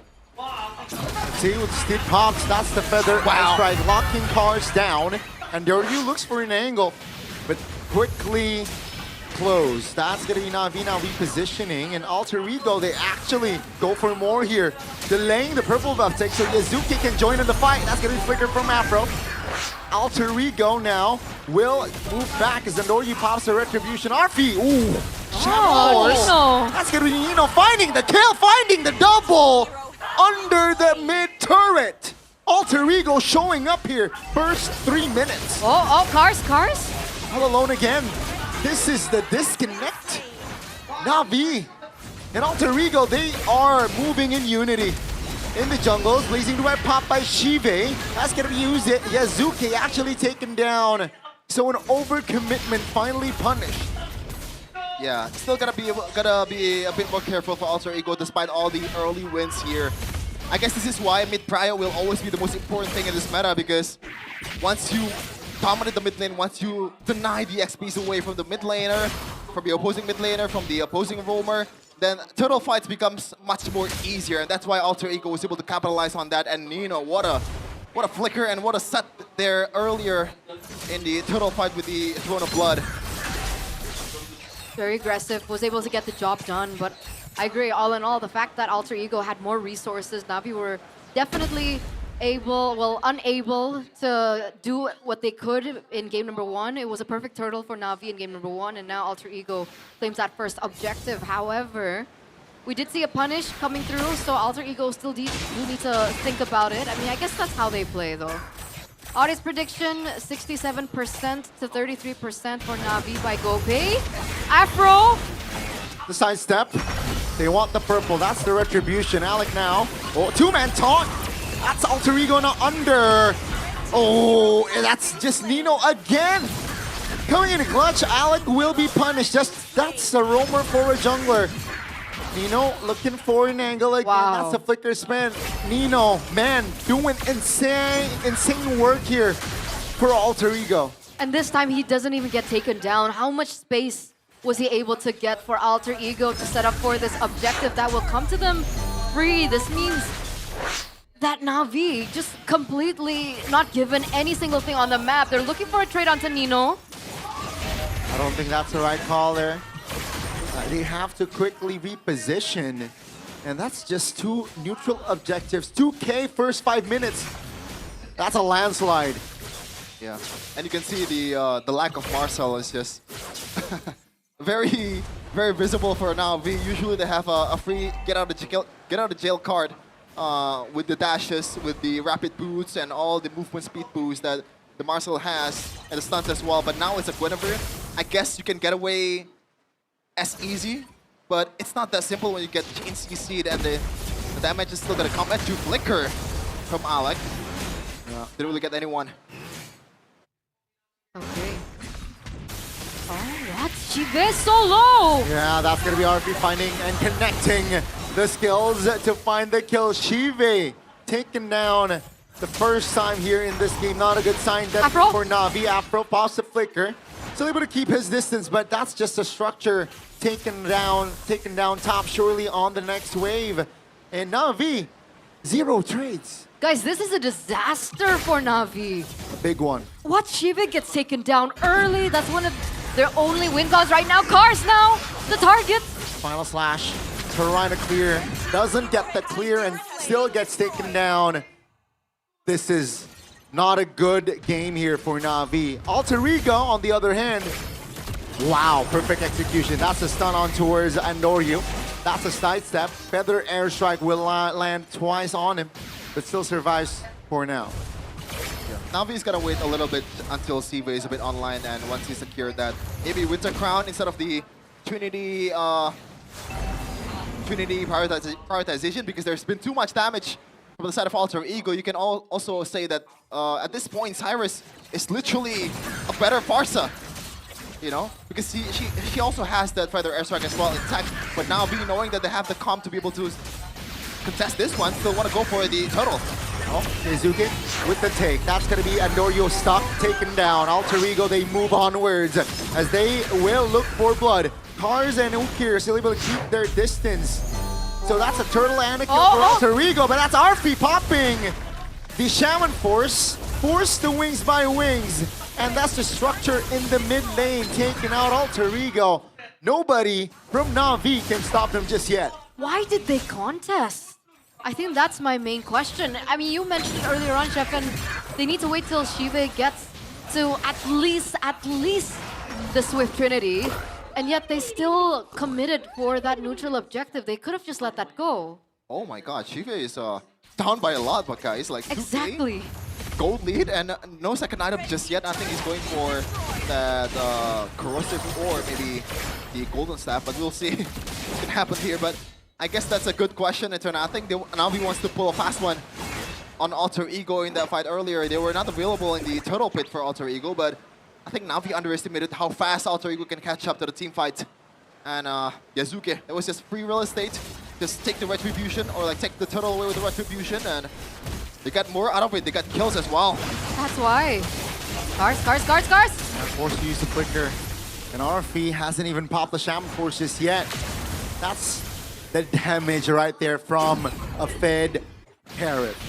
It feels like Na'Vi is still playing with the same blueprint and principles as they did in game number 1, you know? But the difference is, once again, they have a Mars at a time. There's a Golden Hour. There's a lot of things that you can do to get away from team fights. But Alter Ego, once they get that, you know, variable away, the equation is leaning much more towards Alter Ego. That ban just tips the balance by a lot for Alter Ego. Now, every time Yasuke goes for an engage with the Steed, like obviously there's punish, but it's easier said than done, at least at this point of the game. There's not much shred from Shive so far. There you go, that helps a lot with the Golden Staff, but I don't think it's enough by now. As a Sun, that's a flicker from Shive. The purple buff will be taken away. Yeah, Afro here. Stump to engage. That's a stun! Finally, a good final slash under the turret. That's gonna be Alec taking down just the roamer. And Alter Ego, will they care?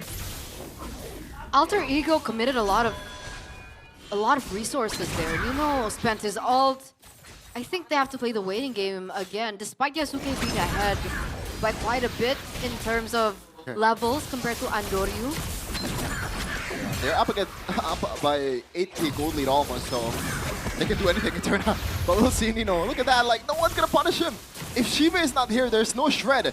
Ukir is not strong enough to be able to get any damage on the Alice. The window of bursting Alice was in the early game. Once you hit level 4, once you hit level 2 for the whatchamacallit? What's the hero again? Arlet. But that window is nowhere here right now, as Shiva might be going down. Uh-oh, Blazing Duet, that's a flag! Alec though, the cover from Na'Vi! Oh wow! 2 members off the board, surely!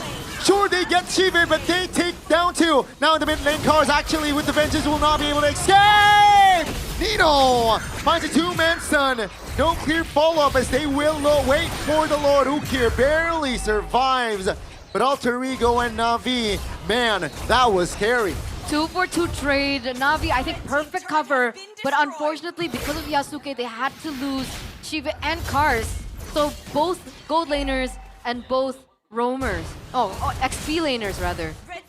I guess for Na'Vi, you kind of want to take that. Yes, there's a lot of turrets going down, but at the same time, this Lord will not be able to be utilized as full. Yeah. But all the Alter Ego members are up right now. All the holy shields will go down. At least Na'Vi prolongs some of the economic advantage that Alter Ego has, but in terms of map advantage, Alter Ego gets a lot. The gold lead stays at 7k. I think that's good enough for Na'Vi. It goes down by a little bit, right? It was 8k, I think. Yeah. It's like 200 difference. Oh man, what did Na'Vi do? I mean, Shiva is already on the Swift Trinity, but will it be enough? Like, the damage coming from Alter Ego has been like really huge. Arfi now is piling up on damage as well, so if he gets to that back line, that Swift Trinity is not going to save Shiva. Good steal from Alec. That's what Cars being the recipient of that Raging Sandstorm. Nino misses the ult!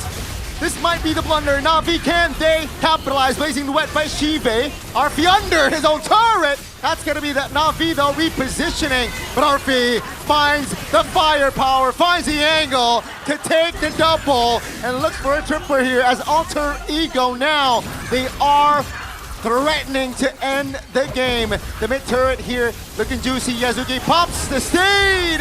Cars will not be able to withstand the magic damage. And ladies and gentlemen, that's a wipeout and a base wipe. Alter Ego will force a game 3. Alter Ego fight back in game number 2, guns blazing. Their first trick up their sleeve didn't work. They used their second, and this time it was complete dominance from Alter Ego from the early stage of the game up until the final stage of the game, just by capitalizing over Na'Vi's little mistakes. We're going to game number 3. We're back to a best of 1 between both of these teams.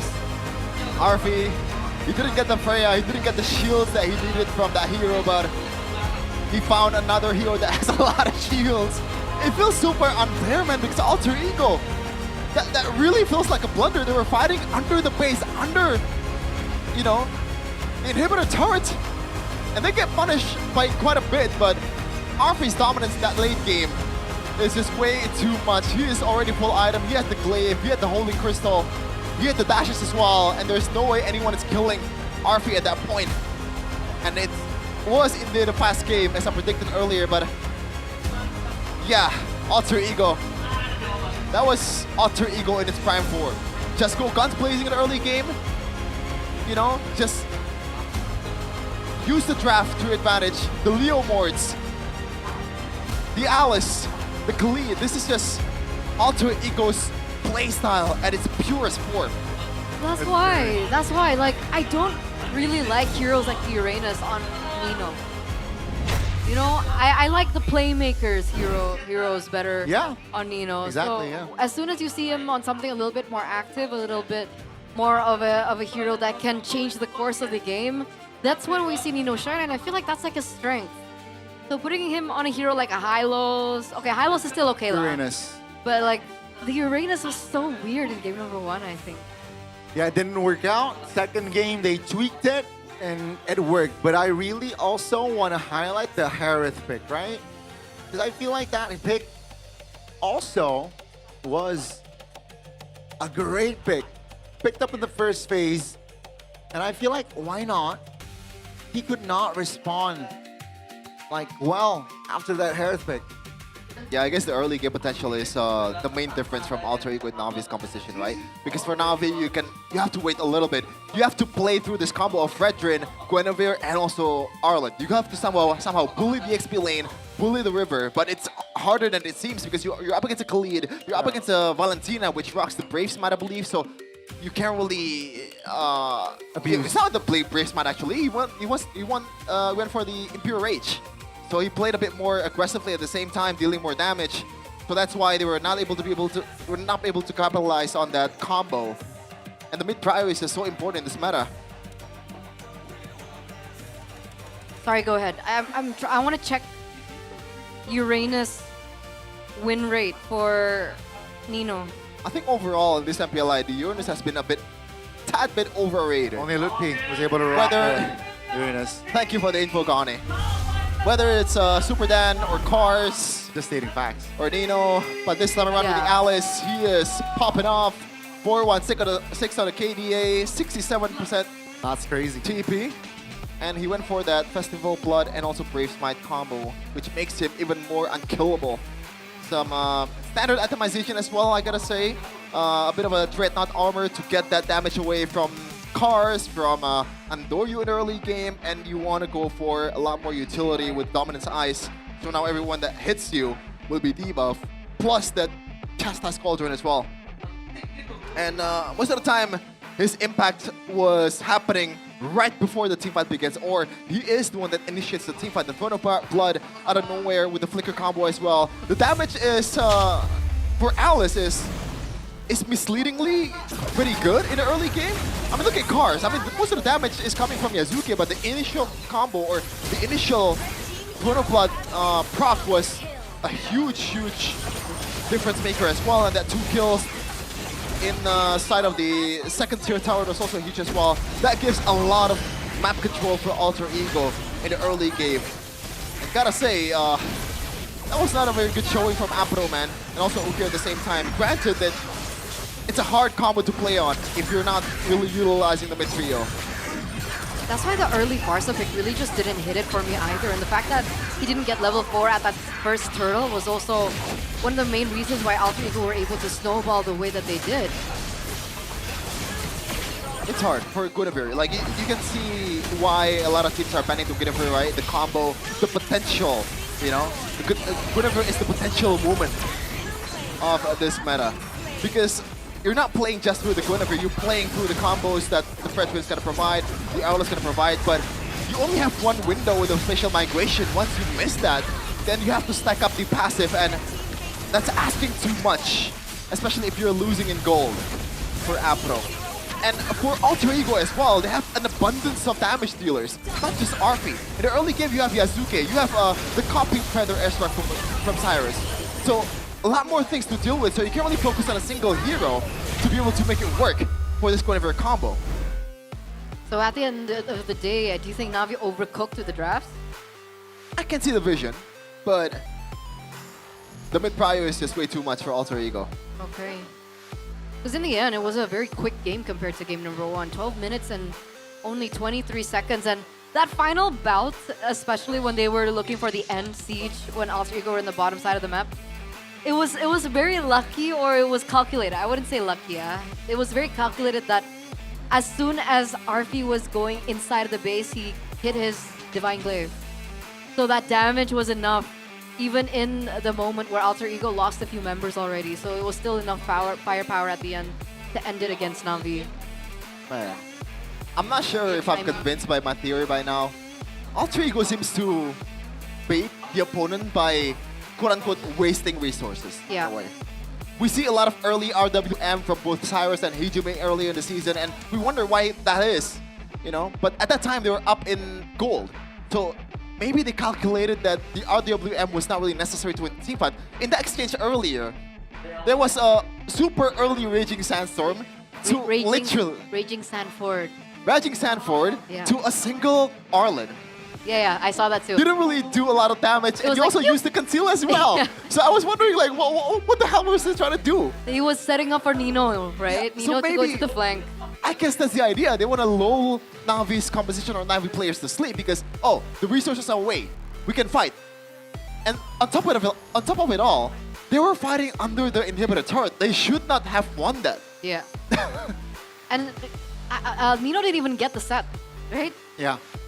He missed. Players, but yeah, I think, again, just the in-game reactions, responses after that miss.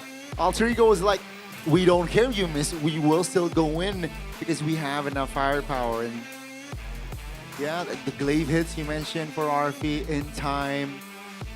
The inhibitor eventually falls, so that really opens things up for Alter Ego.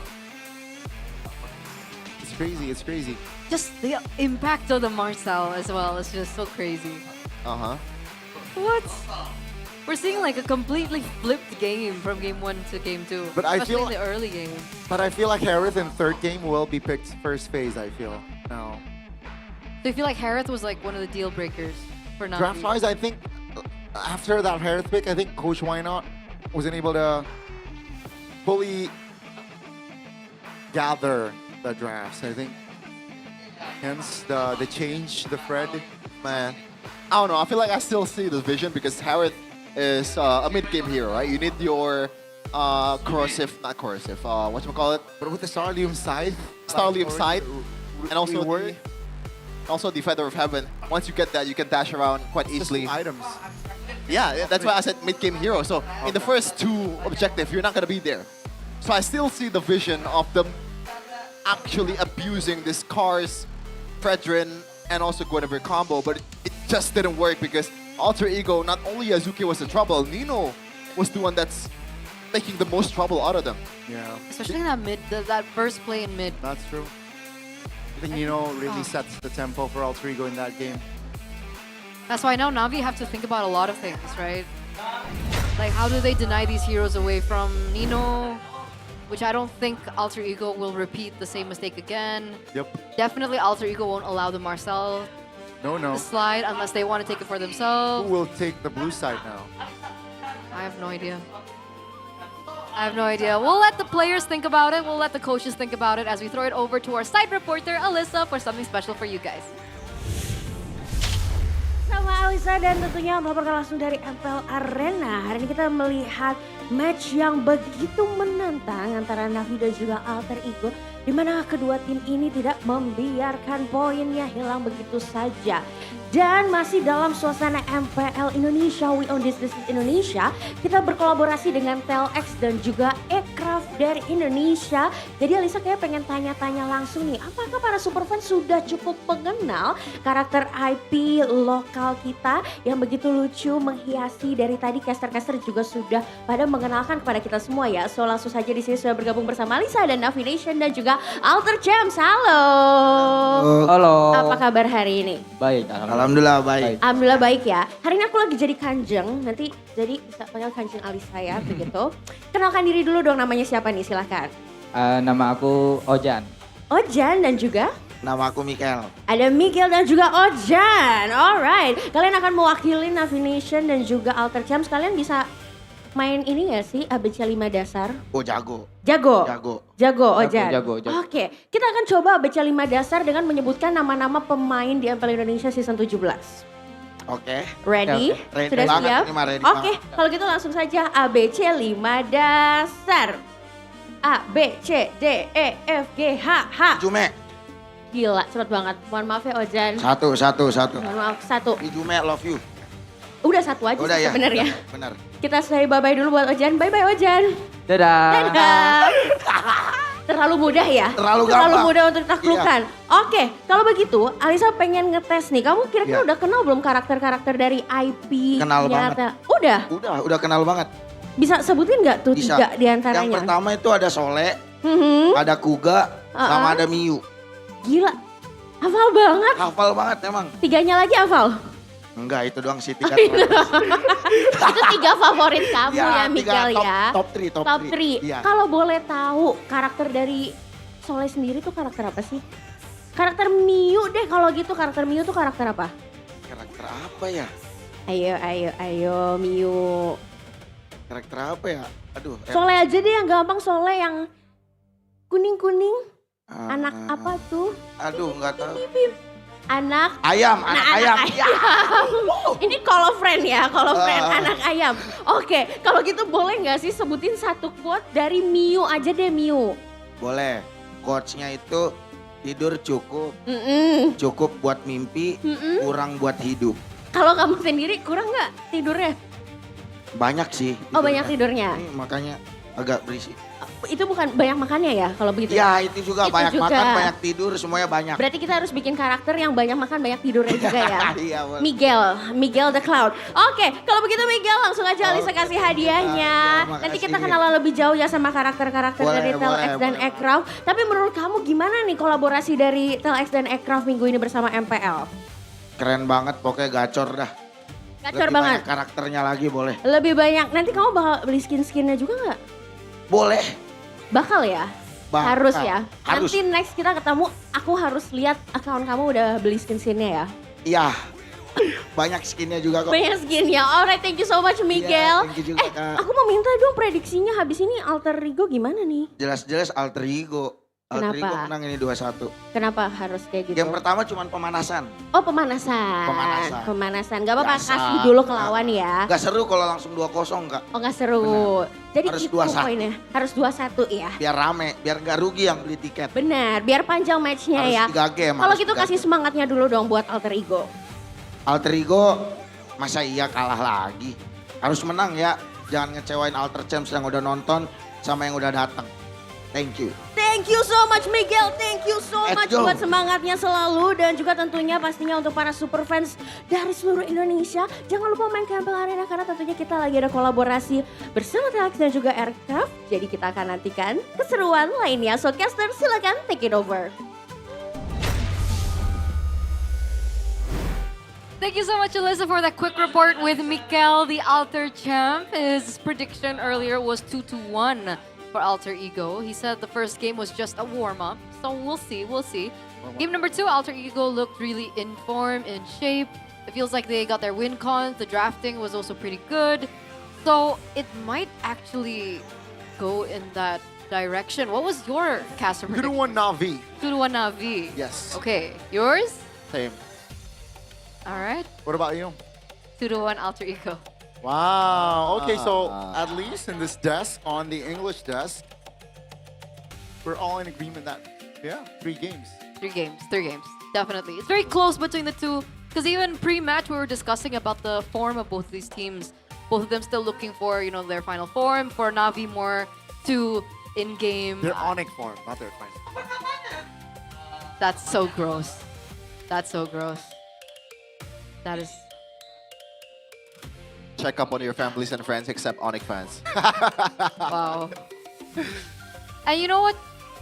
Check on them as well and make sure that they've already downloaded the GoPay app. Hey. Because, ladies and gentlemen, with this new GoPay app, It is our go-to wallet for gamers, and of course, you guys stand a chance to win a 17 GoPay Gold Rings by Fairy, Yes. 20 Todak Throne gaming chairs, 20 smartphones, and of course, many more prizes that you can win every day on the GoPay app. Whoa. And I'm pretty sure you guys already know what to do. All you have to do is simply vote for your favorite MPL team before each match. And of course, other than that, you guys can create a party with your friends, you guys can play snakes and ladders, and you can also complete solo missions or party missions to earn profits every day, and you can only do that on the GoPay app. So what are you waiting for? Go ahead, scan the QR code to play the games. Go on either the App Store or the Play Store and download GoPay. I have GoPay, but unfortunately my GoPay account got blocked, I think. So I Why? can't get the GoPay. Wow. Oh, okay. GoPay I thought, prizes. why is it blocked? I don't know. Like- I think they found out I'm a talent or something. Oh, yeah, guys. I mean, again, just download, go for it. You know, the bike, yeah, just go, okay? I'm pretty Okay? sad. And also, you know, guys, we also would like to remind you that you can top up MLBB Diamonds there. GoPay.co.id/games. Check it out, free WDP. You scan the banner right below us, right there. And they might give you a free weekly diamond pass. And you guys really need to do this, right? Because every time we get into a game that has a 10K gold difference, 10K. you guys can buy diamonds for only 100 rupiah, which is basically like nothing, Yeah. essentially. Back then, 100 rupiah can get you a candy. But Yeah, now no way. Back in your old days, maybe. Excuse I don't me. think even in my time you could get it for 100 rupiah. I Yeah, think you like know. 500. In my time. You were there when Indonesian Proclamation went. I was actually. I'm very proud of that. I got to meet and greet with Sukarno as he was doing the proclamation. Wow. With Bro Hatta. Okay, Granny. Bro Hatta. Bro Hatta, we're so close. I don't know about that, man. Okay, Granny. I think that's a bit too far. Why? He's super cool. I guess. There's something else that's super cool because we're calling out all the fans for you guys back at home, or maybe for those of you guys who are actually in the arena, that there is an exclusive collaboration between OnePlay and of course the MPL official virtual card, which is about to drop. So if you guys are collectors, you like the, I think right now we're in an era or a meta where everybody loves trading cards. So we have one of our own as well by OnePlay. So go ahead and collect your favorite player. Get the SSSS. Can you play the cards like Yu-Gi-Oh? Yeah? Kyrie, I choose you. Yeah. Toro, Monster Caro. It's all up to our imagination. Eterna, do you believe in the heart of the cards? What? The heart of the cards. No. What do I say? Do I say Just yes say or no? yes. Yes. Great. I do. Great. I do. Okay. But of course, push your rank at some mythic, and ladies and gentlemen, you guys can do that with the discounts that you can get through Click Indomart. So from your daily needs, you guys want some snacks or you want something to drink between games, and even to game vouchers, you can get everything you need directly from the Click Indomart app without going to the store. So this is something that I just found out. Wow, Right? that's so convenient. Exactly. I didn't know you could do it on an app. Thought you had to Wow. like walk to the Let's make Indomart. more apps that not make us leave the house more. What did you say? Yeah. Let's make more apps so that just we don't leave the house more. So we don't hit our 10K steps a day. No. Absolutely. More. I agree. And let's invent more apps so that we just don't leave our bedroom. I agree. Right? Not just the house. I don't know about that. I don't know about that. You like leaving your bedroom? I don't. Yeah. You do you. I love my bedroom. I mean, I kind of love my bedroom as well, but like, go touch some grass, man. Not just the in-game grass. Grow some grass in your room. Exactly. Hacks. That could be the case. I have grass in my room. How? My dog touches grass and Right. she brings the grass into my room. What's your dog's name? Nali. Nali? Yeah. That's a turban. What? Is it Well, I because, didn't give her the name. Nali Because I adopted her. Nali Nala. No, it's actually a coincidence. Oh. So I got her from an adoption center, and her name was already Nali. So I decided not to change it. What's the breed? Mixed breed. What's the mix? I don't know. You're the owner. What the heck? I don't know. Yeah, I mean it's. How do you explain it? Yeah, it's a mix. She's a mutt, It's right? Is that the English it's a word? Kintamani X something, right? Yeah. I think when you go to adoption center, like They don't know. They just say it's like a mixed breed. Oh, yeah. They I mean, call I her- know what kind of breed I am. What? Yeah. Well, you're pure solo, no? No, I have some Arabic as well. Oh yeah, I By the forgot. way, unity Arabic. diversity is our motto here. In Is that your breed or 5. your race, though? Same. I don't know. I think we use race. Yeah, we are a For pretty human. diverse English casting test, by the way. I mean, He's Manado. You come from Manado. diversity and unity, right? You're not Indonesian, you're Australian. I have absolutely no idea what I am, to be honest. Sure. You might want to check that? Huh? You might want to check that? Yeah, you can check, no. Oh, can we? Like the DNA check thing? Yeah. I think that'd be cool actually. Can you ask the adoption center for that? Well, I wasn't adopted from a Oh. center. My dog was, remember? Okay. Yeah, so I guess that's a difference. But I might go ahead and check Yeah. the adoption center Then and you know ask for what I sure. am. Then you know for Right? sure. Okay. Okay. But guys, on a serious note, we're heading to game number 3. This is very intense. Alter Ego remain on blue side. Oh. So All 3 games, same sides, yeah? yeah. Feels like they don't want to change just yet. I think they're comfortable.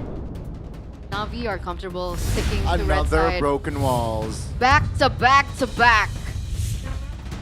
Who would have guessed?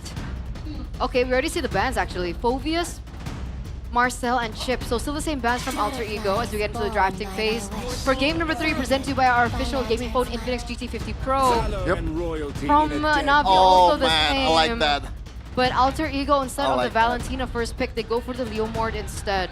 I think Alter Ego knows. I was gonna say that this might be a Valentina, but the adjustment from Coach Wynot will be the Leo Mode first pick for Na'Vi. Because what enables Alter Ego to play super aggressively in the early game was the Phantom Steeds from Yazuki. That's been the idea ever since M7. You know? But now, Alter Ego adjusted. They want to play still with the same idea, with the Leo Mode as well. Now, it's just how to complement that idea with heroes like Khalid, like those kind of heroes again in the mid lane. But we'll see though. Harith, that's an early Harith, by the way. Yeah, that's what we talked about earlier. I think the Harith will be prioritized. Because if Na'Vi doesn't pick up the Harith, Alter Ego will get the Harith, and that's just like a redraft from side of Alter Ego for game 2. And they wrecked Na'Vi with that sort of composition. So Na'Vi here, I think this is, again, just an adaptation here from game 2. Alter Ego, what did they go for here? Khalid again, definitely for Alec. But what's gonna be the mid lane? And then EXP, I feel like. But yeah, you're right. Cyrus maybe will be prioritized here for the first phase. Huh. What mid laner do you go for though? I guess you can also pick the XP lane first, knowing the fact. Oh my god. That's really. I mean, you could early. You could pick up Odette second phase. That's the thing, man. Like I don't understand why they want to go for this super early in the drafting phase. But I guess it's also a way to punish the Harith at the same time, because Harith will be there in the vicinity when you pop the Swan Song. And also the Suyo. So even seeing the Odette, Na'Vi still want to go for the Suyo. That's a risk. The only time that Odette worked was when they picked it up against a dive composition. So technically Na'Vi's second phase, can they work around it? I mean, they already have their cores in, and all their cores are actually quote-unquote dive. Interesting approach here from Zephyr. But yeah, second phase here, Stefan. Focus. What do you see? I see stuff that I like. The Sora ban coming in from Alter Ego. They want to get the picks that can elevate Na'Vi's early game potential, I feel like. Because at this point, Na'Vi, for me, alright, if you don't get the picks in the XP lane that can elevate that, might as well go for a full-on defensive composition, late game comp, something that has a lot of appeal. For example, back then, I believe why not pulled off the Belleric. And against this kind of composition, I think it's decent. Bro, that's so gross. if they do something like that, because the combination is actually pretty difficult, no? It is difficult. Especially, you don't really get the mid-prio, but the fact that they use the Odette, which is not really the strongest mid-prio hero, it does deal a lot of damage if you know how to stack it properly, especially with the Hilda as well. But I guess you can weather the storm in the early game, and Balearic does have a lot of uses in the objective fight, but we'll see though. I think that's a low possibility. Terizla is also one of those heroes that can elevate the early game for Na'Vi, and I like that ban from Sever. Great bans, right? Two heroes that definitely can be pulled off by cars. You know, the playmaking heroes. So what other playmaking heroes here are available for cars? I'm thinking about Afro, yeah. And Afro as well. I mean, Afro in the past, he's used the Kufra. They go for the Arlet. I think Cho could be an option. Does the Arlet cancel the Swan Song? I'm not really sure the interaction, but I guess the idea is not even about canceling it. It's just like how to get the Odette away before the team fight begins. We'll see if that's gonna be the case. If the final slash can actually cancel that. Okay, well, we'll see the next two picks from Alter Ego first. We're waiting on a gold laner and an EXP laner for Nino. So Lapu Lapu is on the board. I'm thinking, what do they use? I like the Lapu Lapu. Do they go Claude here? I think it doesn't really matter much what the pick here for RP. Whoa. But it's gotta be the Granger. They want to play super safely in the gold lane. They want to get someone that can clear the lane, doesn't really get ganked a lot, and be safe once at a time. Can be a weak line, gold side. But Yujong just also elevates the early game potential from Alter Ego. They want to go the same way they always go in their approach. But for Na'Vi right now, it is gonna be the Kalea. I don't know. Alter Ego's draft is so early game to me. It is, but it's in line on what they're trying to do. And the Leo mode is the one that unlocks it all. Okay, we'll see if it works. What do you think about the Kalea last pick for Na'Vi? I thought about it actually.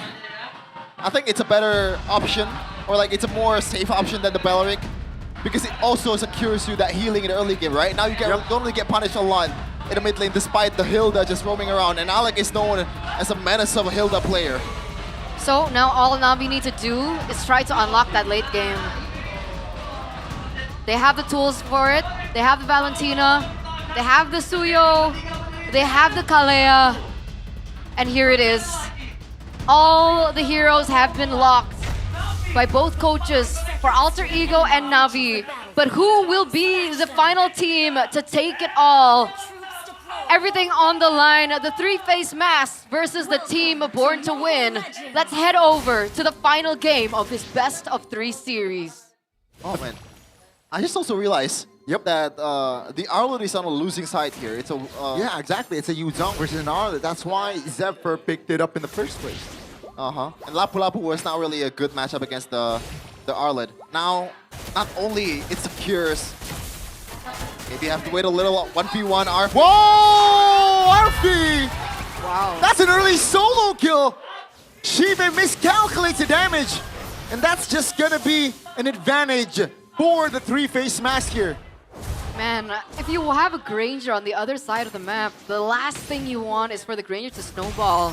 Luckily, there's no Sky Piercer yet, so it doesn't include as a stack, but in the mid lane, there is some damage being brought onto the side of Alter Ego, and it looks like Na'Vi will be the ones to be able to rotate around first. Man, you hate to see it as a Na'Vi nation, because add that to a lot of resume of the lowlights that Shive has been making this season. That boosts RF's potential by a lot. Not only that, Shive will be late to the party. Shive will be late to his item power spike because he missed out on, I believe, 2 minion and 1 gold card as well. Emblem though by Bayou, so far nothing too crazy. The marksman emblem still for Yazuki, and look at this! Oh my lord. The collapse is beautiful, the setup is beautiful. Alec, no time. I mean, Afro, no time to respond there. And that's just 2 kills already on the board here. We're not even 2 minutes in. That's why I said the Balearic makes a bit more not a bit more sense, makes sense just a little bit. Because at this point, oh my god. Oh my god, they got a away. solo kill in the gold lane, they got a kill in the mid lane, and they got a kill in the top lane as well. Alter Ego all across the boards here, just doing crazy stuff. Oh man, yeah, back to my point earlier, because the early game seems like a lost cause for Na'Vi. They have the Leomord, they have the Hilda, they have Yuzhong, they have too much early game potential and damage. So at that point, do you want to just concede it and play for the late game? But no, they still want to go. They still want to go, and it's 4 kills already, plus the turtle. And they will go for Shive now. Shive under the turret, Shaman Force. No waves to clear, that's a flicker. Oh my goodness. 2 kills already, 4 on him. 2,200 gold lead for Alter Ego now.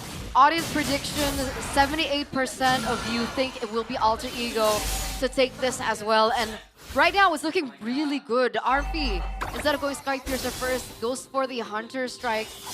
And even then, everything is going according to plan for Alter Ego. I mean, we talked about the drafts, we talked about how everything really banked on the early game. Yasuke getting things done, he has a kill under his belt. Even the Odette is working. Not the best of clears from the Odette, but the passive is actually working quite well. Really good at zoning away, poking Ukir, and allowing and facilitating that death, I believe, earlier on for Ukir. This is just a full-on recipe to a nightmare of a game for Na'Vi. Not only they lose out on the gold lane and also EXP lane matchup at the same time, the mid prio is handled by Alter Ego by a landslide, and this is Odette we're talking about. Usually you get kills in a clumped up team fight in a turtle battle, but no. So far the Odette has been literally everywhere, punishing Na'Vi all over the place. 2k gold lead already in 4 minutes. Not looking very good, and Yasuke is still as aggressive as ever. He's not gonna pump up the brakes just a little bit.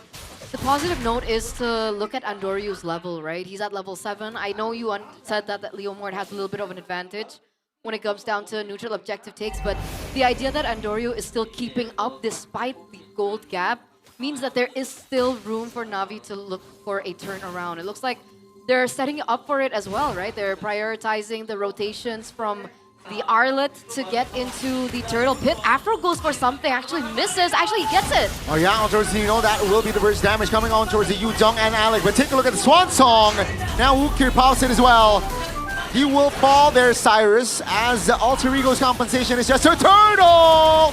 But Arfi finds a kill. And Avi, they will look for something, but finally, something on the board for Na'Vi. 3 important kills, and they are eyeing on the mid lane. Oh, Alter Ego. Did they fumble the early lead? That might be the case, but I gotta say, I don't blame Nino at all. That was as good as a play, as good of a micro mechanic that you can execute on the Yuzhong. First of all, you evade the initial knockup, and not only that, you are playing it super safe by popping the Black Dragon immediately. But Apro, if you were late just a tad of like 1 millisecond, that could have gone south for Na'Vi. So I gotta commend the braveness from Apro at the time. Seems like even though Alter Ego got wrecked from that last team fight, but their pressure is still evident. Yeah, he's also still staying very active as well. If we're scrolling back to Afro, looked for another play, unfortunately unable to go for the execute just yet. God. Damage not quite there, but are you oh my godding the gold lead? Yeah. It's been 6 minutes, my dude. You shouldn't have this kind of advantage. Wait, so the entire gold lead is on RP? On RP. And Afro now all alone, isolated, should be taken down here, no problem from the side of Alter Ego. But I mean, yeah, that was a solo and he got taken down again. So that 2K, right? Definitely on RP's back. He has a Sky Piercer now. So he can work with that. Oh, he definitely can work with that. And that gold lead is definitely making him almost invincible at this point. And some of the criticism that Alter Ego has been given is they're RP merchants. If RP does good, the whole team does good. But at this point, you gotta embrace the RP merchant, man. He is Alter Ego. He is. Speed popped by Yazuke. 2 members from the side of Na'Vi deleted. And that's just Cyrus taking the kill. Yazuki claims the new, and they will respond with the mid-tier siege. Yazuki pops, no, Ukir pops the steed. Alec was A-okay, and that's just the structure taken down, and Yazuki clears the clank camps. I personally think that they can't play like that, right? Alter Ego's AoE damage is brutal because of Cyrus. And the fact that you have RP from behind being able to be the shutdown, the killer, the executioner, or whatever you want to call it, as he also gets actually a stack for that Sky Piercer as well. Na'Vi needs to find a way to go for pickoffs maybe before they go for full 5v5 team fights if they want the neutral objective. I think that was the idea, Eterna. They want to go for a single Tsunami Slam on towards one, but at the same time, Alter Ego. That's why I said, man, this Leomord just enables Alter Ego so much. Yazuki is one with Leomord. He is the Leomord. Because the punish is immediate. The Phantom Steed using the Black Dragon form. Also, the way that Alter Ego gap close to these team fights are ridiculously fast. So right now, Na'Vi just don't have the damage to burst anyone fast enough. They gotta play with the turret aggro, I think, and hoping for someone that's overextending. Ideally, Yazuki, you know, once you get a bit too overheated with the Phantom Steed, and that's an easy Tsunami Slam for Apro. And once you get that guy to the turret aggro, you can chain CC him with a lot of the stuff that Na'Vi has, but obviously easier said than done. This is building up towards another fast Alter Ego game, already 6k gold lead, and I gotta say, man, we're not really ruling out another Arfi Savage at this point. That's true. That's true. He already has one stack under his belt. Who's to say that he will get another? The difference is Alec not really a scepter type of hero, right? Neither is Nino, so they are maybe looking for more counter engage compared to Na'Vi, who wants to look for more opening to these team fights. So I don't know if Na'Vi can play patient enough. I think Na'Vi still have a chance though. Chance, definitely, but I think Alter Ego, if they play it, you know, correctly, no overzealousness, no overextension, this should be their game to lose. There's no way they're fumbling this lead unless they're not checking the bush, which Andoryu get away from Alec. Good housekeeping from Alec. Free Lord. Free Lord indeed. And with almost 10 minutes of game time here, Na'Vi, their space is definitely getting smaller and smaller here. Alter Ego, they're suffocating Na'Vi right now. And you can see the desperation of Harm and Doryu and stuff. And yeah, 3k gold lead is a lot. Dog, he's probably like 2 minutes away from a BOD, and that's a gap. Malefic Core is a huge power spike for greater users, by the way. Like, once you get that, literally everything in the front line is available, and when you get this lead, compared and also combined with the potential BOD that's gonna be secured for RP, Alter Ego can once again just brute force their way to inhibitor turrets, and there you go. Not even 2 minutes. It's been 30 seconds since I said that. There's no defense as well from Na'Vi to even prevent that from going through, penetrating through. You're right. There's no big body from Na'Vi. There's no Hylos. There's no Gatot Kacha. These two are just setters. Yes, there's some healing from Kalea, but mostly this is just initiators. And you don't want to get the initiators as low as possible before the team fight even begins. And at this point, like, a trade of RP kill towards a roamer is still, you know, maybe like, for example, Nino gets killed, but RP gets a kill towards Apro. You'd think that it's a winning trade for Na'Vi, but the Sky Piercer, you gotta account to that either. That's why, that's the problem. Oh? That's a concealment for an attempt. They will siege though, as the turret in the bottom side should be taken down. Na'Vi will clear the mid. They get the far lane here, but it's still just a 10k gold lead. They're just zoning. They're just utilizing those resources to zone, because even if they don't want to commit under turret or for the siege, they know that they have the far lane anyway to play with. Na'Vi, they're going to be playing this Lord on the back foot even worse than they were before. So if 10k gold was not enough for Alter Ego, they're going to make it a little bit harder for Na'Vi to control that far lane. And essentially, they don't have a lineup that can really control the far lane either. They have, remember, Alter Ego have the Hilda. Someone that can roam very quickly around the map, so they're going to be able to take control of the far lane quite easily. Meanwhile, for Navi, who do they have? Who do they send? It has to be a combination of people, man. I don't think 2 is enough either for Navi. At this point, they are trapped in an Iron Maiden, Navi. A single move outside of the second tier turret, which they don't really have anymore, is gonna kill you. And I like the itemization from RP because he knows that he is gonna be the main target for Apro most of the time, and he's rocking a Purify. Push comes to shove, he still has that get out of jail free card with that Winter Crown, and no one's gonna be able to lock him down. 10k gold lead already, and Navi will not be able to get even close. There's not a single brain cells that thinks that they should contest for that Lord. And that's the right call. Can they clear? They have a Valentina, very close combat type of hero, not long range at all. I guess they have Shive. But even on Doryu as well, if they want to go for the clear, they have to get a little close and personal. Very, very, very close. And that actually facilitates Alter Ego to look for a set, especially for Cyrus. Yeah. And look at the goal lead all over the place. Nino, Black Dragon form. To seek information and to potentially siege members. Navi defended their top lane. That's going to be Lord already jumping. Oh, that's an engage. The firepower is just too much, and Doryu though finds Alec. So with the 5v4 here, Alter Ego, they will shift their focus towards destroying the mid lane turret. Navi defense finds a two-man final slash. That's Nino caught. Navi, they can fight for another day. Yeah, they live to fight for another day. The fact that Kars was able to look for that opening allowed Alter Ego to think, all right, 4v5, we might be able to do it with this lead. But 3v5, maybe it's a little too much. We don't want to overextend. We don't want to give the opening over to Navi.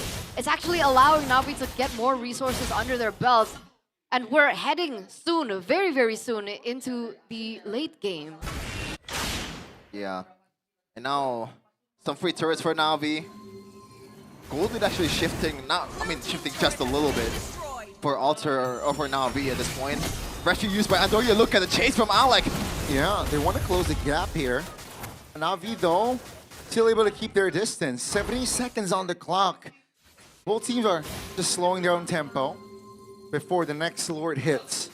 But Andoria, man, props, you know, still deathless this game. Yeah, that's something that Navi can definitely build upon, but I don't know if it's... I think it's a bit too late for that. The next Lord is about to come up, and even though the far lane switches from bottom lane to top lane, Alter Ego still has a lot of advantage in terms of map. As we're going to look at the items here from both sides, it looks like Cyrus is going for a bit more conservative build with the Winter Crown as well, because he knows that it's going to be up close and personal with the members of Navi. And we saw it earlier, Eterna, the interaction between Final Slash and also the Swan Song. It definitely canceled it, but Alec, beautiful flank. Now that's a stun. Ukir bursts it down! That's getting Ukir off the board! And Doryu now repositioned as Izuke is eyeing on the jungler of Navi. Is able to get out. For now, it's a 5v4 before the Lord spawns. So Alter Ego just always able to pull the trigger before the neutral objective spawns. Yeah, perfectly timed. 22 seconds for Ukir to spawn back into the Land of Dawn. And I think at that point, it will be too late. Alter Ego should be able to blitz this Lord uncontested from Navi. And even Alec is still in the area to give information over to Navi, or Alter Ego rather. Yeah, Apro at that time he was just standing still in the bush because I think he knows that it's unsalvageable, the kill towards Ukir, and he's just trying to damage control. Doesn't want to add another Sky Piercer stack potentially for RP, which is not really that much currently. So Savage is still in the table for RP, but it's gonna be even harder from now on because he does not have that snowball in terms of kill. Does he really want more? He's already the ¡1 player in MPL Indonesia all time that holds the most Savages. Yeah, he has it's 5 been 2 Savages. years. Exactly. He's not a new player. He is called the Executioner for a reason, Eterna. Sky Piercer, like, I think... He's a spa. He's a spa? Yeah. Sky Piercer abuser. Yeah. Oh. The spa. I don't like that. 8,000 gold earlier, now back up to 9,000, almost hitting that 10,000 mark. We're talking about Sky Pierce. It looks like Andoryu has some stacks of his own, but still very low, only 20. Just a couple, right? Just a couple in the 10s. That's the Black Dragon for pops. That's a Petrify on towards cars. Will reposition. That's a Terrify under the turret. Alec taking a lot of heat. Has a Mortality Final Slash, but the base is threatened. That's going to be Sun Cars giving his life up. That's going to be the clear. That should be the clear for Na'Vi. The reposition from Afro was a little bit too late, as he will also be taken down. Alter Ego, they have another wave they can use to end this series. Let's see Na'Vi. The spawn of minions actually helped. Yazuki pops a steed. They're taking it slow here as Na'Vi keeping it tight. And Andoryu finds a kill, but that's a shutdown. And ladies and gentlemen, Shive finds a kill. One more minion just to delay. Alter Ego should be able to end in this wave. And Alter Ego has successfully found the formula to reverse sweep Na'Vi. That was a reverse sweep. Imagine that. The three face masks after losing against TLID yesterday in a 2-1 fashion. They find their redemption, they refine their form, and they adapted very quick from game 1 to game number 2 to finally look for this reverse sweep. What a game from Alter Ego.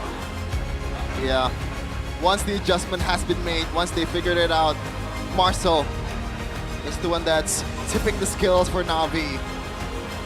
They just removed that from the equation. And Alter Ego with their prime form gameplay here, super aggressive right from the get-go in the early game with the Leo Mord, was able to capitalize the lack of aggressiveness, the lack of fighting power in the early game for Na'Vi. This is the M7 Alter Ego we're used to seeing. Wow, I'm still in shock. So finally, Zephyr has opened his eyes to the fact that Nino needs a hero that can play main, right? Game number 2, it was the Alice. Game number 3, it was the Yuzong. And it did them justice. It did him justice. You can see him opening up the map multiple times with the Black Dragon form, facilitating the kills over to the rest of the members for RFP as well, and get those stacks down, facilitate Cyrus's damage too. This is the formula that we know and love, and hopefully they can look for more adjustments in the coming future, because of course, heading into leg number 2, the job is definitely not over.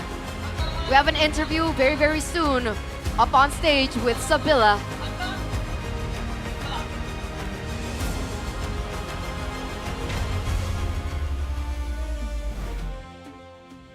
Kembalinya meta tabrak dari Alter Ego membawa kemenangan untuk tim Alter Ego. Alter Ego with their victory. Luar biasa sekali, akhirnya kita melihat Amazing, juga finally. meta tabrak menabrak Nino. We saw the super aggressive gameplay of Alter Ego. Seru banget. Nino, it's really fun. Kalau ditabrak enggak. Kalau ditabrak If we're being aggressive, it's fine, but if the enemy aku team is the aggressive one, it's not really so fun. di live streaming dari Kodelwin. But in Katanya, Kodelwin's Kodelwin, live ya, stream, he said, Nino, sang penggendong handal katanya. Gimana Nino menurut is kamu, the Dibilang great gendong sih, carrier of Alter soalnya Ego. Kita main bareng-bareng juga kan bersama tim. Aku Not really, nggak because we bakal play as a gitu kalau team. misalkan tim aku nggak support aku. I wouldn't be able to play like this if my team is not supporting me. Sekali. W Kodelwin, Nino. tolong didengar So ya. inspirational. Betul. Jadi memang ada andil tim yang lain juga lah ya. So it seems like the team also did their Kalau part. misalnya dari Nino sendiri. But for melihat Nino, di game yourself? Yang pertama kalian cukup From game number 1, it was pretty hard for you guys. Why is that? Mungkin gara-gara Maybe because disiplinan dari kita aja sih. the lack of discipline from us. Ya, Navi juga bermain At the same time, Navi played really good in game number 1. karena kurang disiplin itu ya. So it looks like the lack of discipline was the cause. Is there anything else? Ya, Navi mainnya lebih bagus aja sih dibanding kita. It's just Navi playing better than us. Ini tuh fun fact dari Alter Ego mungkin ya. Dia tuh selalu mengakui kesalahannya pada saat sesi interview. Alter Ego gitu ya. always concede. Like Tapi, always kalau misalnya kita ngelihat ini poinnya tuh concede with the fact that they made sama loh. mistakes in Di interviews. leg yang pertama juga 2-1 juga kan lawan Navi kan. In leg number 1, you guys were winning 2-1 against Navi. Akhirnya kita melihat adanya Odette lagi. And we finally see another Odette. Aku klarifikasi dulu ya, Ya, soalnya oke, dia boleh. kayak shadow pick gitu. It's because Odet. Odet Terus dia ketawa-tawa kan. Akhirnya is kita, our ya shadow udahlah, pick. Dia shadow pick mulu, kita pick aja Odetnya. Oh, Setuju nggak lu, Lim? it's just a shadow pick at first, but we just laughed together at the pick. Eventually, Soalnya di shadow pick mulu sama Navinya. we pick it jadi ya anyway. udahlah, kita pakai aja. Oh jadi kalau misalnya Because we daripada thought it kode-kode was pretty langsung fun. aja kita kasih gitu ya. Betul. Oke, langsung dibuat bergoyang lagi nih. Bergoyang lagi. Tapi menang lagi juga pakai Odet. Kemarin menang. But you guys won again with the Odet. Iya, Menang juga kan? Menang juga, menang. Yes, we won the earlier match with Odet too. Alek. Oh, Alek. Alek. Alek. Akhirnya kita melihat lagi Finally we saw. gimana di match sebelumnya, di match In kemarin the berarti. previous match. Kamu pakai Hilda dan Use akhirnya Hilda. Hilda keluar lagi. Gimana? And now use Hilda today. Mungkin emang bagus aja sih hero-nya. I think it's a pretty good hero at the time. Match aja satu sama lain ya. It's a pretty good matchup. Juga ke aku sendiri juga sih. Tapi kalau misalnya dari Alex sendiri nih, kita balik lagi ke game yang pertama. But Gimana let's sih Lex? take a look at game number Seberapa one. susah untuk dirimu di game But yang it was pretty pertama? hard for you in game number one. Mungkin For G1, maybe. Gimana tuh? Belum panas aja sih. Jadi ya mungkin We're belum lock in banget. we're not hot just yet. Salah gitu. Oke. So that's why jadi we lost the langsung game. dibalas di game kedua, game 3, langsung ditabrak aja gitu ya. Benar. Udah ditampar juga sama Bang Kenny. Oh, I got slapped itu in the locker room by Coach Kenny. Tapi kalau misalnya That's a joke, by the way, guys. Ini I don't aku think he dengar actually dari slapped him. teman-teman di luar sana, teman-teman fans tuh pada bilang katanya di leg 1 tuh Alter Ego masih suka bereksperimen. Gimana sih menurut kalian? Alter Ego seems to like to experiment, Oke, as oh iya. people would Ini like to udah ada say. yang ingin disampaikan soalnya. What's your thought about that? Gimana ya? Ya walaupun Actually, kasarnya kita nyoba-nyoba maybe- juga, ibaratnya kita juga punya kekuatannya sendiri gitu dari setiap player. We Dari kind of kayak try things a little bit, pergantiannya but Yuke ke Rey, pergantian deep in our hearts, Yume we ke actually try our best. Cyrus. Kita juga punya kekuatannya masing-masing, cuman ya We just try to use namanya our own liga advantage, mungkin our ya, own powers. Dari pemikiran Bang ini ya kita coba-coba dulu aja. Cuman ya jangan terlalu coba-coba, ntar iya lagi. We ya. experiment just a little bit, Iya but lagi not ya. too, Cuman yang pasti ya kita juga not too, berkontribusi walaupun ibaratnya too big kita on the pergantian experiment roster part. banyak banget ya kita juga bakal maksimalin di situ dulu. Oke, baik. Jadi secara nggak langsung berarti setuju dong kalau dibilang di So leg you guys 1 agree agak that in leg number one, there is some kind of like Ya faktanya gitu sih penilaian orang-orang. Try and kan choose. Kita coba-coba kan. Experiment. Cuman ya kita juga cobanya But yeah, kayak mainnya bagus, mainnya bener. Cuman I kan think so. We katanya try banyak a lot of problem stuff a dari little, tim kalah, banyak problem dari but we actually play kan pretty kita good with them coping too. gitu kan. Oke, baik. Jadi coba-coba nggak apa-apa, yang penting hasilnya bagus. Gitu. Iya, betul. Oke, kalau di leg yang kedua kali ini, apakah mungkin masih ingin coba-coba? Mungkin In leg yang number lain boleh 2, will jawab there dari be Yasuke other experiments? mungkin. Yazuke, what's your thoughts? Oh Cyrus, boleh. Oh, Cyrus boleh. wants to Coba, answer. Boleh. Masih pengen coba-coba lagi kah mungkin? di Any leg yang experiments kedua? in leg number 2? Tergantung keputusan Bang Kenny. Kalau It's up to Mr. Kenny. But terima aja. Kalau semalam kan we'll just accept it. tiba-tiba di chat aja disuruh main. Oh, Last night I got DM. He told me to play. Mau nggak mau harus siap. Like it or not, I have to be ready. Kita dikasihnya menang. Alhamdulillah. Thank dikasih God, menang. I was Oke, given the baik. win. Tapi kalau misalnya dari Cyrus sendiri, apa sih yang pengen But for you, disampaikan Cyrus, nih buat tim Navi? Any kind of Khususnya message untuk for di game yang Navi, pertama. especially for game number 1? Game yang pertama. Game 1? Mereka jago sih. They're really good. Mereka jago game 1. Ada lagi? Anything else?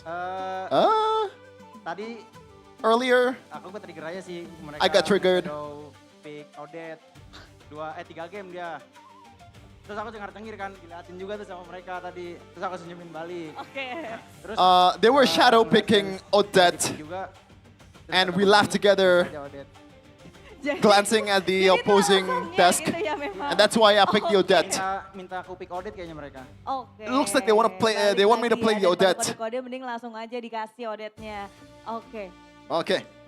Tapi kalau misalnya dari Cyrus sendiri semenjak nge-pick Odet belum pernah kalah berarti ya? Ever since you picked the Odette, you never lost, right? 100%? Ya, alhamdulillah. Yeah, thank God. Juga sih. Tapi gak pernah kalah juga berarti kan kamu? Iya. Belum pernah kalah kan pas Yep. kamu main, kalau kamu masuk ke roster? You haven't lost yet when you play for Alter Ego? Yes, thank God. Tapi aku pengen nanya mungkin di sini. But I want to sama ask Arfi. Arfi. Arfi, Arfi kalau menurut kamu kira-kira Arfi, Mendingan For you. Hijume atau Cyrus yang main? Waduh. Is it better for Hijume or Sama Cyrus aja that's kah atau gimana? that's playing? Ada mending-mendingannya. Oh no. Sama aja. It's the same Sama-sama thing bagus basically. Jago. Jago. Perbedaan Hijume dan Both of them are really good. Cyrus. What's the difference between the two? Game ya? Kalau si Cyrus suka For Cyrus? Odette, kalau si He likes to Hijume Odette. Jushin. Iya, But Hijume terima likes the kasih. Jushin. Terima kasih banyak. Thank Kita you. lebih ke Thank you for the fact. favoritnya mungkin ya. Ada yang lain mungkin? Anything else in terms of the difference? Sama aja. Nah, it's sama-sama the aja. exact same Tapi thing. kalau dari komunikasi gimana sih? But in terms of comms, is there any difference? Tentang Misalnya kalau misalnya sama Hijume, gimana komunikasinya? Ataupun sama Cyrus, The gimana difference between the two, Cyrus and Hijume. Mungkin yang aku rasain kali ya dari sudut Maybe pandang from my SP part, Mitten yang mungkin Jume from itu my perspective, dia tipikal orang yang as an XP laner, Hijume ya, is bisa dibilang agak is a bit bersuara more lah. Kalau Jume, communicative. Kalau Halim nih tipikalnya For Cyrus, for Halim, suara kadang iya gitu misalkan. Kayak gitu. the communication sometimes he wants to communicate, sometimes he just stays quiet. Style masing-masing. But Oke, they both have luar their own biasa style. Sekali hasilnya, tapi ya naik turun lah ya namanya. But the juga result liga ya, is up Nino and ya. down. Ya, betul. But it's just how it is. Nino kayaknya beda banget loh. But Nino, tuh today lebih, you feel apa a bit ya, different. Lebih berenergi. You look like lebih on a bit more fire. energized today, a bit more on fire. What's the cause? Malam dadanya sakit Budi. Sakit aku. Oh kamu sakit? Ya, Last night I was sick. Sama Bang Kenny kan, kayak ya masa main mau gitu-gitu aja gitu. Kayak lumayan agak sakit ya. Dek. Langsung menusuk ke hati I was gitu told ya. told by Mr. Kenny, are you gonna be sick every time we play? Kata-kata mungkin itu So bisa dibilang it struck my heart. buat aku lebih kerja keras lagi aja. That's why I worked a little bit Baiklah, harder jadi this game. tamparannya langsung ke hati. Tapi Arfi, kita menanti nih. But Kamu kan Arfi, benar-benar langganan banget. Savage, kalau nggak Mania. you are the langganan. savage Mana merchant, nih the ke maniac depannya? merchant. Apakah mungkin akan ada maniak-maniak ataupun savage? In the next games, next matches, will there be other savage? Rencananya There are no plans for savages just yet. soalnya lagi ngejar playoff juga. I just want to win because I want to chase the Jadi playoff fokusnya spot. ngejar playoff. Ditambah lagi biasanya kalau misalnya udah maniak tiba-tiba digagalin savage-nya gitu ya. Especially when I got when you got the maniac, Adalah dia you got ya. KS'd Gitu. to Oke, delay baiklah. or Last question mungkin. deny the Di savage, next right? match Yes. Kalian akan bertemu dengan tim Next dari match? Geek Fam. Ya, you guys are gonna be up against Geek Fam. apa yang Oh ingin man. disampaikan Any message for oleh Geek Fam? kamu untuk Geek Fam? Paling kalau maybe untuk gua for me, good luck aja sih sama roster barunya. just good luck Jangan sampai nyesel. with the new roster. Don't Katanya soalnya my kids-nya jago banget. Oke, Ya, jadi kaget. don't I don't know how to translate that. jadi I blanked dengan out, roster but baru jangan sampai shock. Nino was translating for Jangan sampai menyesali Arfi keputusannya sih. Oke, jangan sampai because menyesali make it keputusannya. is Karena really good. Don't whatchamacallit, regret the decision of benching Make It. Ya karena aku juga dekat sama si Make It kan. It's because I'm also close with Make It and he's really good too. Keputusan kemarin tuh jujur shock. And that's why the decision to bench Make It yesterday was a shocker. Insya Allah menang. Insya Allah menang. Hopefully we'll win. Baiklah kalau begitu, sepertinya ini dia Alter Champs. And Alter Champs, give it up Ini dia Alter.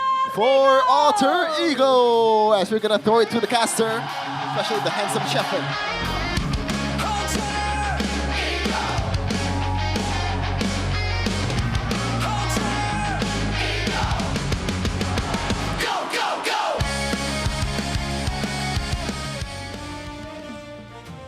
Baiklah, tadi kita sudah menyaksikan match pertama untuk hari ini yang berjalan cukup sengit sekali pertandingan antara Alter Ego melawan tim Navi. Tapi sekarang kita akan lanjut dulu bagi-bagi hadiah karena kita akan masuk ke sesi dari GoPay Hadiah GG.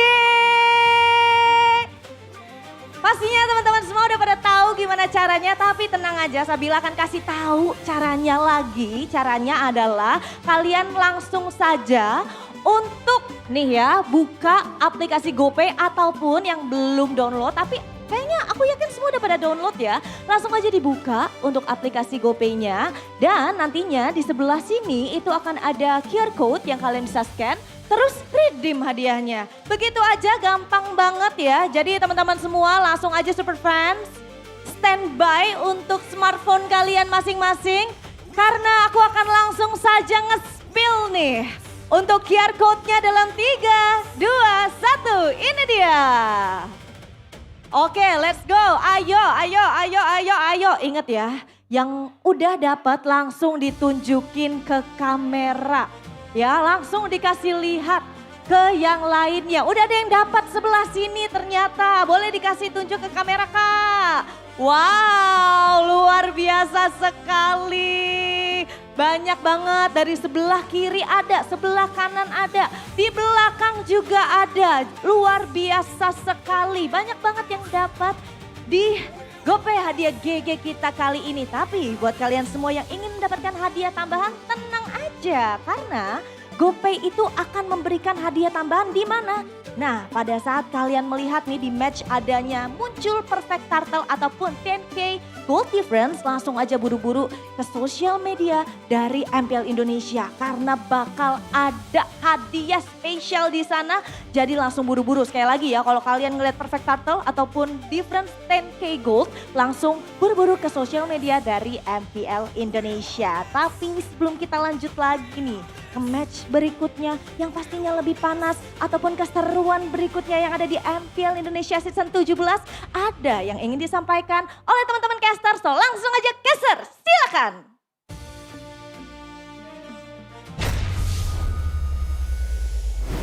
Thank you so much, Sabila, and once again, congratulations to Alter Ego for winning their second leg match against Navi. So they won their first leg, won their second leg. 2-1. As well. So, looking good, looking good. I think Alter Ego are now, oh no, they lost their last match. I was gonna say like back to back. Oh. Well, this will be them at 5 match point, right? 5-3, 5-4. Yeah. Plus, yeah. +1 net game win. Yeah, exactly. This is a crucial moment from earlier. I feel like the crucial moment like really started. I feel like it was like a morale thing in the gold lane. As soon as Shive was taken down on that solo kill and then the top lane as well, Nino, and then the Ukir also gets taken down in the mid lane. It looked really, really difficult after that for Navi to look for a comeback. The momentum really did not favor them. And one of the reasons why the momentum didn't favor them was because of Nino. Captain Nino, presented to you by the official gaming phone Infinix GT50 Pro. He deserves the player of the match, game number 2 on the Alice, and on third game, his Yuzong.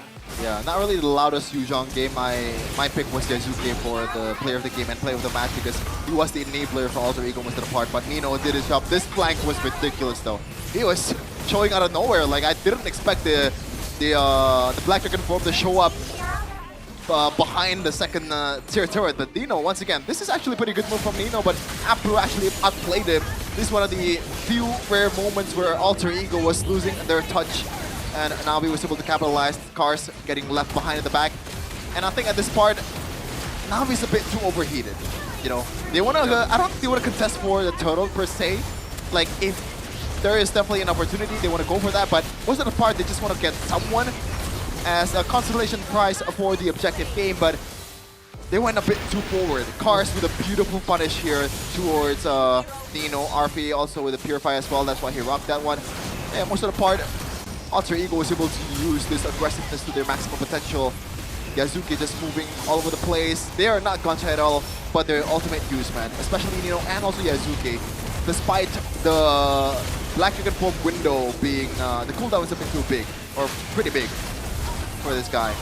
This is actually pretty good defense by Navi, but I feel like Napro was overextending just a little bit, and that's why Alter Ego was, you know what? Let's just go back and try to take the game immediately right now. I feel like if Napro didn't overextend at the time, they could have prolonged the game much more, especially with the fact that Shive is fully online. You can see the damage procced a lot, and he was a bigger difference maker at that time over Arfi. They should be able to somehow turn the games or delay the loss even further, or maybe win the game if opportunities are presented, and that's why Alter Ego was able to take that one at that point of time. Also, huge props to Arfi, right? Because he already had the Skypiercer stacks, he already had the BOD and the Malefic Roar, so he was like, okay, maybe I play a little bit more defensively when it comes down to itemization. It was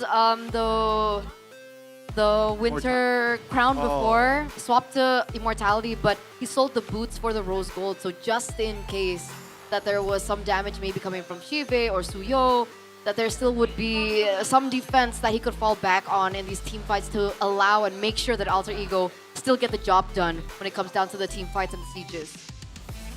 Was just overall a very steady game for Alter Ego, both the second and the third, I gotta say. So the recovery after the first game loss was incredible, and you can see it already from the damage dealt here for the third game. It's quite spread out, apart from RP and of course the mid laner, Cyrus. Props to the Odette, man. Yeah. It worked. Really worked. And I feel like they missed out on a lot of like value of this Kalea, man. The Kalea feels like a pick where, you know what? It was last pick too. Yeah, it's a bit lackluster in a way. I get why they want to go for the Kalea. It's the most standard pick out of all of them. It gives them a bit of a mid-prio boost with the healing and also initial early game damage as well. You can tank up some Hilda damage, but at the end of the day, these heroes are not built to combo with Kalea, right? Maybe Suyo in the early game, when all these heroes does not have the early game items yet to weather the storm or like weather the Suyo damage, but you gotta wait for the Harith to be able to actually use the Tsunami Slam combo to the utmost potential, but they were a bit too late for that. Yeah, and you mentioned, right, even the Harith needs a little bit more time to get to that power spike in order for the burst to come through. So especially after the early game path. Exactly. So it got prolonged, it got delayed even worse, and yeah, there was no opening, there was no combo for the Kalea, and in hindsight, we thought that the Odette pick was early, but technically we already saw the 2 cores from Na'Vi come out already. So that's why Zephyr was like, all right, okay, I think this might be a good call to go for the Odette because both of them were dive. But if you guys want to relax your brain just a little bit, you're tired of playing the ranks, you keep losing, solo queuing, it's fine because Mobile Legends has a option for you. You guys can check out Mobile Legends Adventure, which is a relaxing idle RPG. You guys can collect over 100 heroes, level up with ease, and of course enjoy idle rewards anytime, any place, anywhere. You can build your strategy in the auto battles as well. You can explore endless game modes and of course fight players worldwide in global PvP. So if you want something a little bit more grindy, more relaxing, less brain power needed, and maybe a little less time required. Like you can even play it while you're doing work, essentially, you know? That's you guys crazy. can check out Mobile Legends Adventure. Check it out. It's a good game when you're on a lose streak. But also check out Ekraf, right? Yep. Acecraft. It reminds me of that old game. Like the old arcade Tom game. and Jerry. Yeah, no, the Cuphead? no. I mean, it's a new game, but it's literally the exact same art style. The old one, the really, really old one. There's like an old one, like an arcade game. Looney Tunes? That's like you control a ship and then the ship gets power-ups and Oh. stuff. It's basically the Interesting. same game. That's interesting. But like now it has better and cuter graphics. Oh, like Metal Slug or something? Yeah, but like the ship version. I forgot what it's called. I remember. There you I go. think Coach Aldo remembers the name. Maybe. Maybe. Ace The Combat? oldies. The oldies remember The oldies, remember? StarCraft? No, it's not StarCraft. But we are going on a short break before we get into game number 2, or rather match number 2. So it's been me, Eterna, alongside with Gani and Shefin. We'll see you after this break.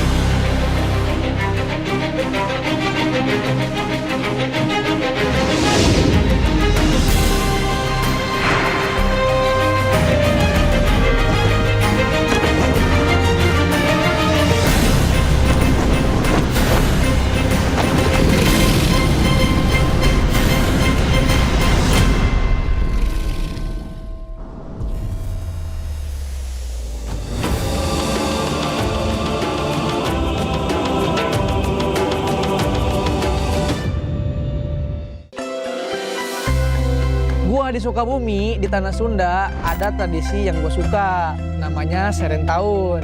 Dan Serentahun itu bukan sekedar pesta panen. Ini tentang menyerahkan hasil kerja 1 tahun kepada Tuhan Yang Maha Kuasa. Tentang bersyukur dan memulai dari nol lagi. Padi nggak tumbuh dalam 1 hari. Padi butuh waktu, perawatan, kesabaran, dan kerjasama. Ini sama dengan e-sport, mekanik, rank tinggi, makro itu juga ditanam. Jadi kalau lu nggak sabar, lu nggak bisa punya hasil panen. Di seren tahun itu, di diri gua terbentuklah mental proses. Jadi konsistensi lebih penting dibanding hasil instan.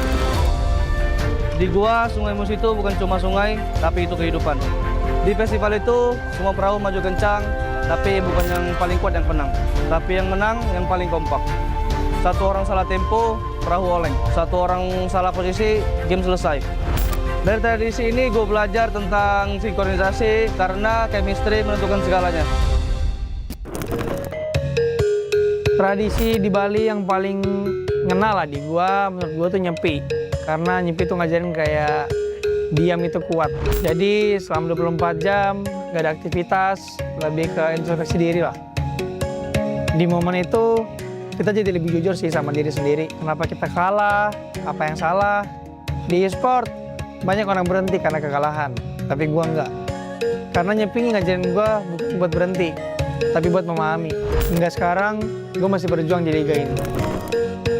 Dari kecil di daerah gua tumbuh dengan Gurindam 12 karya Raja Ali Hadi. Gurindam 12 itu memiliki 2 baris, tapi maknanya dalam.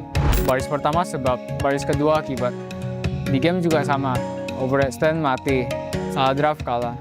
Semua ada sebab akibatnya. Dari sastra lahirlah logika. Di Samarinda ada tradisi yang paling terkesan yaitu Festival Mahakam. Semuanya tentang ritme. Dayungnya itu nggak boleh terlalu cepat dan nggak boleh terlalu lambat, tapi harus tepat.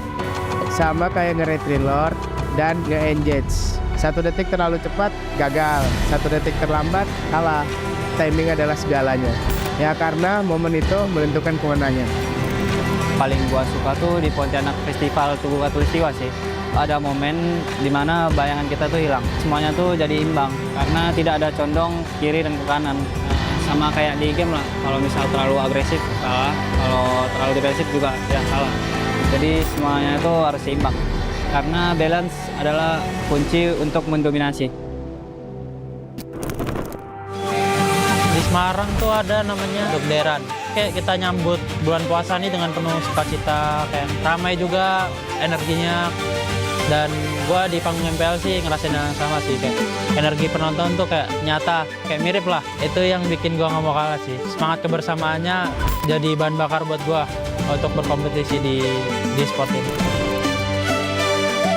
Tradisi di Aceh, yang paling teringat sama gue sih tari saman. Tari saman tidak memberi ruang untuk kesalahan. Ya kalau satu salah ya semuanya kelihatan salah. Ya jadi gue belajar hal yang sama lah yang ada di tari saman. Kita harus satu pikiran dan satu gerakan, ya itu yang membuat tim jadi improve. Jadi disiplin kolektif menciptakan kesempurnaan. Di dalam e-sport, sinkronisasi adalah dominasi. Pas di Makassar dulu, pas gue kecil, gue paling suka kapal finishing. Kerennya finishing itu dibangunnya tanpa gambar. Ya bisa dibilang blueprint ya. Jadi cuman pengalaman, insting, dan kepercayaan. Jadi pro player itu nggak ada petanya. Jadi yang ngajarin gue itu, ini pasti berhasil tuh. Nggak ada. Jadi dibangun kayak finishing, sedikit demi sedikit. Jadi tradisi ini mengajari gue melangkah tanpa kepastian. Percaya proses adalah kunci.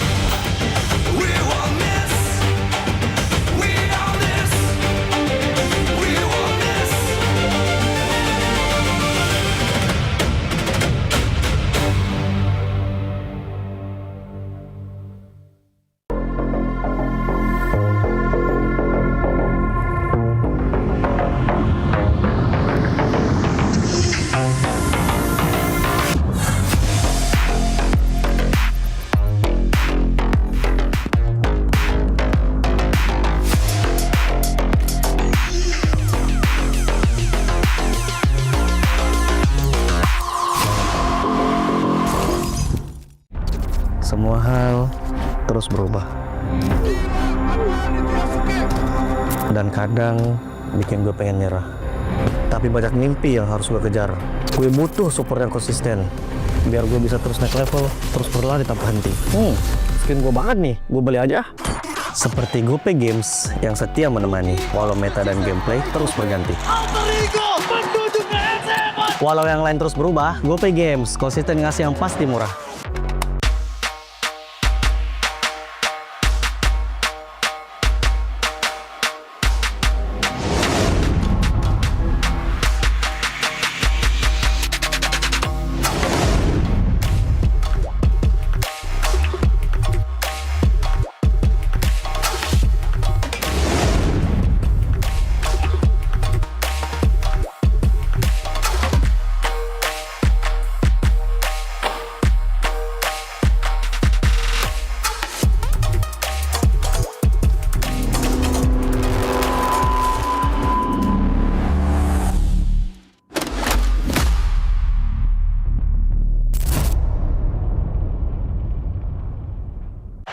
treatment. Keringat, minyak, dan kulit sensitif bikin jerawat susah dilawan. Lawan jerawat dengan nyaman bersama. Baru Garnier Men Acno 5 Gentle Gel Cleanser dengan salisilik dan sika. Lawan 99,9% bakteri penyebab jerawat. Teruji pada kulit sensitif. Nyaman di kulit. Optimal lawan jerawat. Garnier Men Acno 5 Gentle Gel Cleanser dari Garnier Men. Tak ada hari tanpa mabar. Main nge-lag, kerap buatku tak sabar. Gimana mau main sampai kelar? Ini waktunya ku bersinar. Okay, let's do it. Game smash andalanku bikin mainku semakin hebat. Pin stabil main makin mulus, rankku fix naik terus. Tukar DG rings, diamond dan voucher game kau dapat.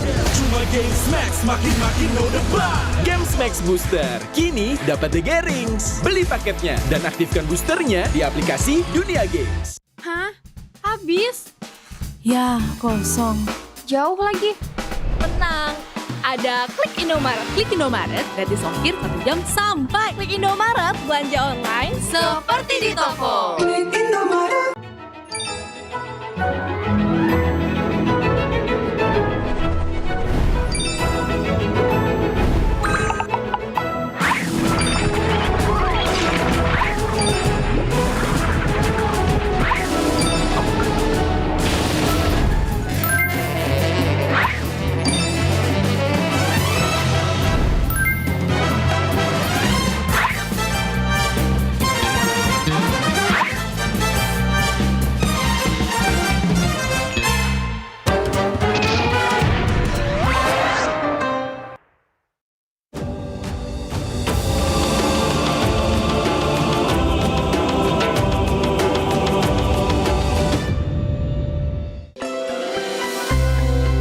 Di Sukabumi, di Tanah Sunda, ada tradisi yang gue suka, namanya Serentahun.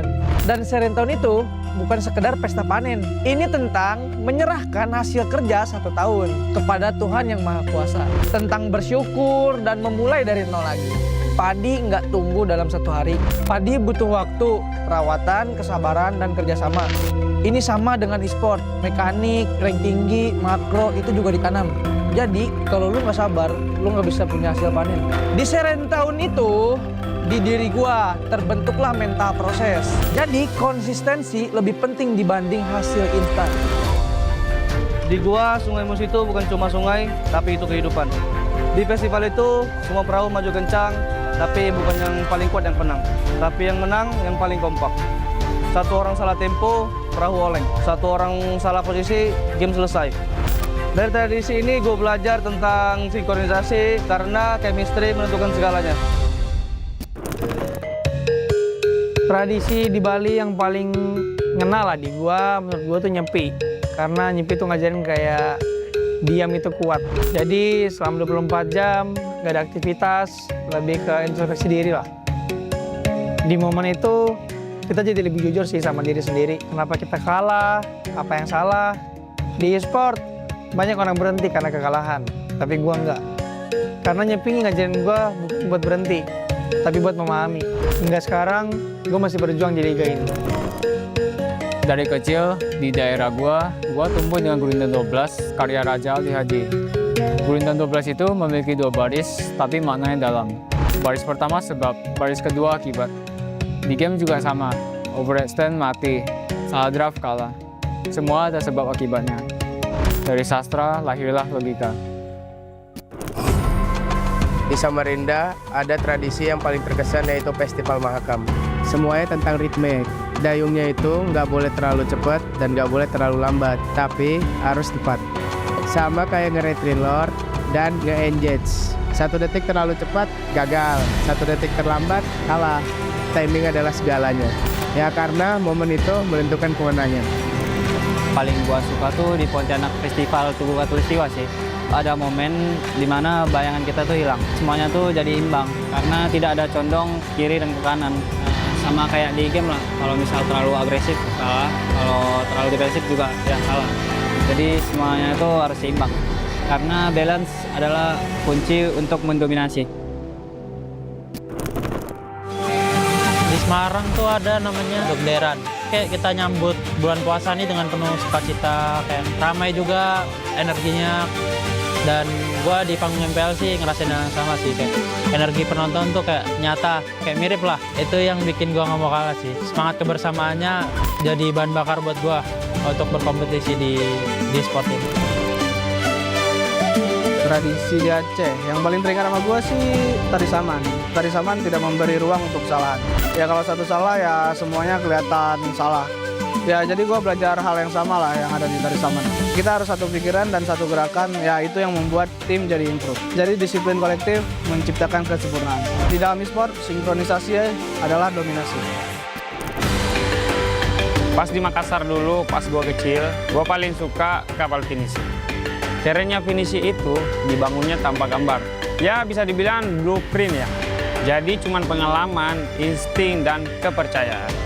Jadi pro player itu nggak ada petanya. Jadi yang ngajarin gue itu, ini pasti berhasil tuh. Nggak ada. Jadi dibangun kayak finisi, sedikit demi sedikit. Jadi tradisi ini mengajari gue melangkah tanpa kepastian. Percaya proses adalah kunci.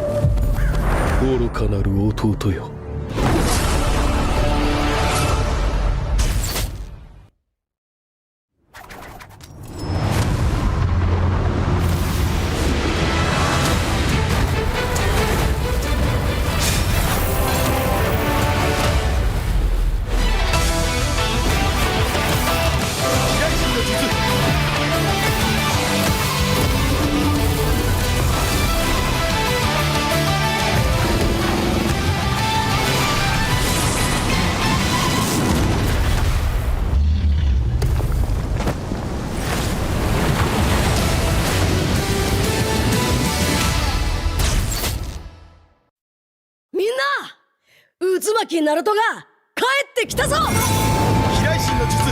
俺ってば父ちゃんを越す火影になる。愚かな子供騙しがアマテラス。行くぜ。これが俺たちの力だってばよ。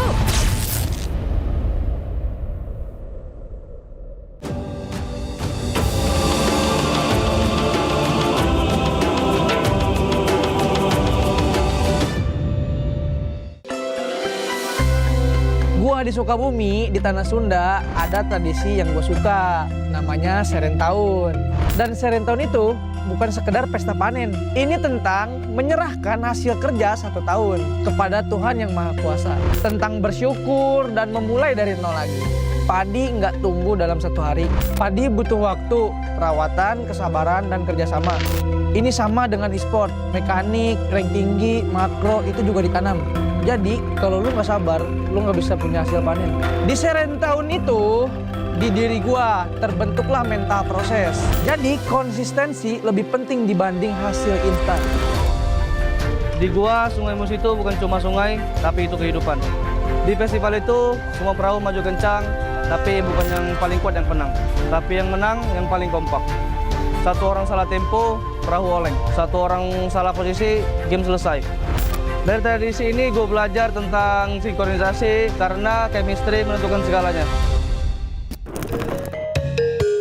Tradisi di Bali yang paling ngena lah di gua, menurut gua tuh nyepi. Karena nyepi tuh ngajarin kayak diam itu kuat. Jadi selama 24 jam gak ada aktivitas, lebih ke introspeksi diri lah. Di momen itu kita jadi lebih jujur sih sama diri sendiri. Kenapa kita kalah, apa yang salah. Di e-sport banyak orang berhenti karena kekalahan, tapi gua enggak. Karena nyepi ngajarin gua bukan buat berhenti, tapi buat memahami. Hingga sekarang, gua masih berjuang di liga ini. Dari kecil, di daerah gua tumbuh dengan Gurindam 12, karya Raja Ali Haji. Gurindam 12 itu memiliki 2 baris, tapi maknanya dalam. Baris pertama sebab, baris kedua akibat. Di game juga sama, overextend mati, salah draft kalah. Semua ada sebab akibatnya. Dari sastra lahirlah logika. Di Samarinda ada tradisi yang paling terkesan yaitu Festival Mahakam. Semuanya tentang ritme. Dayungnya itu nggak boleh terlalu cepat dan nggak boleh terlalu lambat, tapi harus tepat. Sama kayak nge-retry lord dan nge-engage. 1 detik terlalu cepat, gagal. 1 detik terlambat, kalah. Timing adalah segalanya. Ya karena momen itu menentukan kemenangan. Paling gua suka tuh di Pontianak Festival Tugu Katulistiwa sih. Ada momen dimana bayangan kita tuh hilang. Semuanya tuh jadi imbang karena tidak ada condong kiri dan ke kanan.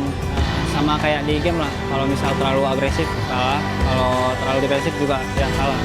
Jadi semuanya itu harus seimbang. Karena balance adalah kunci untuk mendominasi. Di Semarang tuh ada namanya Dekderan. Kayak kita nyambut bulan puasa nih dengan penuh sukacita, kayak ramai juga energinya. Dan gua di panggung MPL sih ngerasain yang sama sih, kayak energi penonton tuh kayak nyata, kayak mirip lah. Itu yang bikin gua nggak mau kalah sih. Semangat kebersamaannya jadi bahan bakar buat gua untuk berkompetisi di sport ini. Tradisi di Aceh, yang paling teringat sama gue sih tari saman. Tari saman tidak memberi ruang untuk kesalahan. Ya kalau satu salah ya semuanya kelihatan salah. Ya jadi gue belajar hal yang sama lah yang ada di tari saman. Kita harus satu pikiran dan satu gerakan, ya itu yang membuat tim jadi improve. Jadi disiplin kolektif menciptakan kesempurnaan. Di dalam e-sport, sinkronisasi adalah dominasi. Pas di Makassar dulu, pas gue kecil, gue paling suka kapal finishing. Kerennya finishing itu dibangunnya tanpa gambar. Ya bisa dibilang blueprint ya. Jadi cuman pengalaman, insting, dan kepercayaan. Jadi pro player itu nggak ada petanya. Jadi yang ngajarin gue itu, ini pasti berhasil tuh. Nggak ada. Jadi dibangun kayak finishing, sedikit demi sedikit.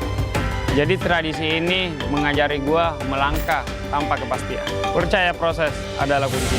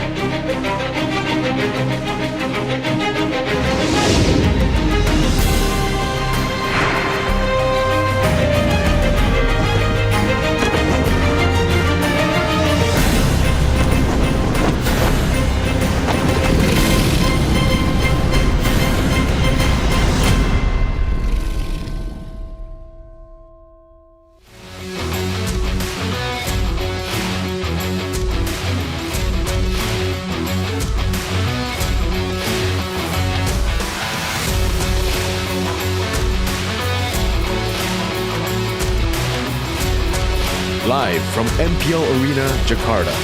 MPL Indonesia Season 17 is powered by Moonton. Supported by Esports Federation of Indonesia. Presented by official gaming phone, Infinix.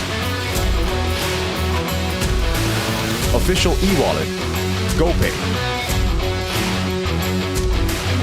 Official gaming chair, Toda. We own this.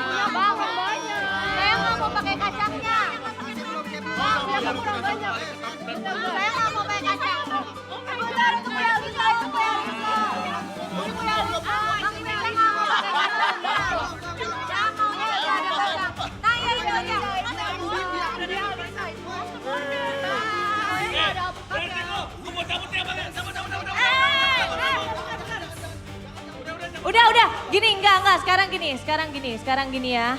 Yang udah dapet, kalian kembali, cepetan kembali ke meja caster. Udah 2 Oji. Ranger Mas udah pergi semua pergi. Nah, diambil lagi 3 bahkan Ranger Mas ya, luar biasa sekali memang. Jadi ini adalah jajanan favorit dari para talent, dari super fans di MPL Arena ya. Dan ini juga adalah salah satu nih makanan tradisional dari Indonesia. Jadi memang luar biasa banget, rasanya tuh bener-bener enak banget, manis, dan aku yakin tadi Oji aja sampai ngambil kalau nggak 2, 3, dia itu lebih kedoyan aja kayaknya ya. Memang luar biasa sekali. Makanya Bapak maaf ya Pak, tadi pada rusuh ya Pak ya? Oke. Tapi sesaat lagi kita akan melihat, kita akan memasuki untuk match selanjutnya, match kedua di mana Onyx semakin dekat untuk mengantongi tiket menuju ke playoff, dan pastinya dia juga memantaskan diri untuk dapat bermain di velodrome di mana mereka sudah bermain untuk ketiga kalinya, dan itu tempat velodrome itu bisa dibilang adalah tempat yang mempunyai kenangan manis nih untuk teman-teman dari tim Onyx. Sementara itu kalau kita melihat dari sisi Geek Fam dengan adanya roster barunya, akankah itu menjadi formula baru yang dapat melengkapi dari teman-teman Geek Fam atau bahkan sebaliknya? Sesaat lagi kita akan menjadi saksi, kita akan bersama-sama menyaksikan bagaimana keseruan dari match kedua kita kali ini. Tapi sebelum itu pastinya sambil pengen ingetin bahwa MPL Indonesia powered by Moonton, supported by PBSI, presented by Official Gaming Phone Infinix, Official e-wallet ada GoPay, Official Gaming Share ada Toda, serta untuk partner in the sports kita ada Bayu, Garnier, Dunia Games, Games Max, dan juga OnePlay. Dan untuk suppliers kita pastinya ada IndiHome, Indomaret, terus ada Yummy Choice, serta ada Aqua. Itu dia. Tapi di sini aku sudah melihat sudah banyak sekali super fans yang hadir di hari Minggu ini. Aku pengen dengar dulu dong, mana suaranya super fans? Luar biasa sekali semangat yang diberikan oleh teman-teman yang hadir di MPL Arena maupun yang lagi nonton di rumah. Tapi pastinya kalau misalnya kita ngebahas soal match ini nih, dimana seperti yang kita tahu Kairi adalah salah satu ambasador season di kali ini. Nah, buat kalian nih yang lagi main ataupun main tapi bintangnya bukan naik malah turun. Nah, Ini ada sebuah tips and trick dari Kairi dan juga Just No Limit. Apakah itu? Langsung saja kita lihat bersama-sama. Silahkan.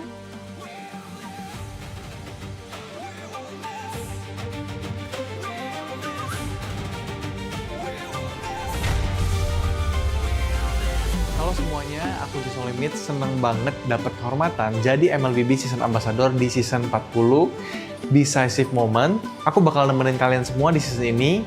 Ayo semangat buat win streak terus. Biar kalian menang jadi solo player, tipsnya yang pertama, kalian bisa main role jungle. Tapi jungle damage ya, supaya kalian bisa solo lord. Nah yang kedua, kalian bisa juga main role-nya itu gold 10, supaya bisa solo lord juga. Nah yang ketiga, kalau kalian main solo, kalau bisa hindari main roamer yang non-damage ya. Jadi yang roamer yang gak ada damage, contoh kayak Tigreal, nah itu hindari kalau main solo rank. Kenapa? Karena kalau misalkan kalian mainnya bagus, misalkan kalian combo nih, kena 5 orang, belum tentu teman kalian bisa follow up juga. Nah itu kalau main solo seperti itu kalau jadi roamer. Terakhir, aku mau kasih semangat buat seluruh tim yang bertanding di MPL Season 17. Full power! Hai guys, nama aku Kairi, aku orang Filipina dan aku main jungler buat tim Onyx Indonesia. Dan aku senang banget bisa jadi seasonal brand ambassador buat MLBB. Nah, di sini aku mau kasih tips buat pemain solo rank. Dan kalau kalian main solo, kalian harus ikutin meta hero. Ada Fanny, Fredrin, Baksha, Julian, dan Lancelot. Mau ganteng dan jago kayak gua? Ayo mainkan Mobile Legends bareng gua sekarang juga. Wow. Huh? Apparently I'm the one who's opening the stream, huh? Hey, yeah, welcome to the stream. We're gonna watch Onyx versus Geekfam with me, It's good. Eterna and Goni. They're still demolishing their esporting. It's a traditional Indonesian food, or traditional Indonesian dessert. It's an ice cream combined with a lot of stuff. Avocado, some bread, some peanuts, jelly, a lot of stuff, and chocolate sauce. it's the good stuff. I've already demolished it. You know, it's already disappeared from this earth. Thank you, Pak. What's a pot? Thank you, Pak. Thank you, sir. Okay. It's good. Bro, that really hit the spot. You know, after match number 1, going all the way best of 3s. Yeah. Very refreshing. It's very refreshing. Very sweet as well. I hope I get a sugar rush after that because I definitely need the energy. But yes, thank you, Shefin. Welcome back, ladies and gentlemen, to the English broadcast. Still with us 3 as we break down the next game, which will be Geek versus Onyx. And if we take a flashback into leg number 1, it was Onyx that were able to win it 2-0, very clean. So will they be able to do the same thing? I think a lot of people are thinking that it will be an Onyx game once again. Onyx match, Onyx right? match, You're right. rather. What does Geek need to do to win against Onyx? Let's ask the audience, right? Do you think that A, they need to win the mid-trio matchup? Do you think B, they need to give Beloyski his power heroes? Or do you think C, shut down Sans' movement? See, What do you think? the B point is a bit vague, I gotta say. Because Beloyski so far, I gotta be honest with you, man, you're my GOAT, but so far he's been one of the... Oh, Marcel is not feeling pretty good, it looks like. Whoa. He's on his bye-bye fever patch. I thought that was his style. What now? I thought that was his style. Maybe that's the case. But Beloyski, man, so far this season has not looked like the old Beloyski. Yes, there's some brilliance of macro decision in the late game, but it didn't really happen so often. And I gotta say, the Onyx boys, they gotta have their... Whoa! It's Raja Yeba! That's a boss right there. That's They're all Boy sleeping. I feel disrespected, even as a Geekfam fan. They're so chill. They're so chill. And of course, they're so chill for a reason. Because right now, Onyx are diperkuat. What is that? They are made stronger because of the mastermind behind them. Back in Season 13, they had Yeb and Adi. And it was Yeb and Adi for the longest of times. And that's when we really saw and really witnessed the start of the domination of Onyx as they were able to get that 4P championship. back in season 13, and then we finally saw some shake-up, right, in season 14, but it's been Coach Yeb for the longest of times, and it's been Coach Yeb as well who coached CW to finally step up, first as assistant coach with Coach Adi in season 16, and finally here in season 17, CW stepping up as head coach with Coach Paddington behind him to assist him. So the big question is, can CW continue this really great streak for Onyx? I just want to say for the production, please abbreviate assistant with ASD, not ASS. Now it looks like Audi is that kind of coach, but yeah, back to the point. Oh yeah. You know, CW, he's been doing really great, man.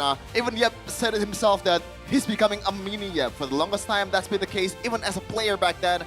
Now he has his boys to coach, and at the same time, when you are, you know, you're as an ex-player, also as an ex-teammate, it feels like you communicate better with them. You know, because you've communicated with them in game, outside of the game also, and you know them on a personal level. It's like the bonding. The bonding. The bonding that you naturally already have once you were teammates, and now as you step up as a head coach. Because I had some moments to talk to CW actually backstage before the one of the interviews after the match, and I asked him like, how was your transition to head coach? Was it difficult? How was it talking with the members of Onyx? And he was like, yeah, of course it's different, but honestly, if I could choose, I would still be a player. That's what he said. Because when you're the coach, it feels like you're responsible for everything. So there's more pressure, there's that to add to. But in the way that they communicate, he says they communicate as usual, like they used to communicate. So I guess even back in the day when CW was still a player, they already had that going for them, right? They already had CW and his brilliant mind and his intelligence and his way of viewing and the way of how he perceived the game as something that they really rolled onto. So when he transitioned to assistant coach, it wasn't that big of a gap. Very interesting and very, very organic, I guess, journey from the side of CW indeed. And let's see, right? Season 16. Wonderful job as an assistant. Now, technically, his responsibility this season is much bigger. And so far, so good, though, right? Only losing to BTR. A lot of 2-0 wins, you know, a convincing win as well. So far, so smooth for Onyx.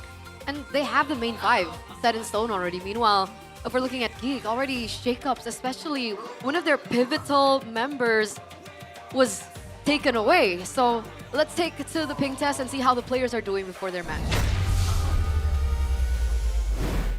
Ambassador ya? Ya, seasonal ambassador. Gua senang banget sih bisa pilih jadi seasonal ambassador. Ya. Keren. Berarti lu sekarang jadi rich guy dong. Hey. Kayak gitu, boy. Gua pokoknya masih pengen main MPL terus biar bisa jadi juara terus sama kalian. Menurut lu seasonal ambassador tuh apa, guys? Sebenarnya buat jadi icon aja sih, boy, buat ML. Cuman gua tuh masih mau berkompetisi biar bisa diakui jangka terbaik juga nanti. Semoga bisa. Ngerti. Wih, keren lu ya, jadi rich guy banget sekarang. Ya guys, semangat guys. Pokoknya bisa jadi jungler terbaik di dunia sama di Mars. Amin. Di Mars. Jadi gimana Boy hari ini lawan Valoy, Boy? Siap lawan Wildcard Valoy? Wah, gua sih excited banget karena AC gua sangatlah optimal ya. Ya sih, mirip sih AC-nya, Boy. Banyak mati sama-sama. Intinya gua semangat karena dia salah satu player yang veteran. Veterannya. Iya, yang udah lama juga. Gua pernah setim juga kan sama Valoy. Iya, emang orangnya suka banyak gerakan aneh lah pokoknya. Iya. All right. Apparently, totally not scripted. I think that was really organic. That was, yeah. It was really cool. You think it was? I don't.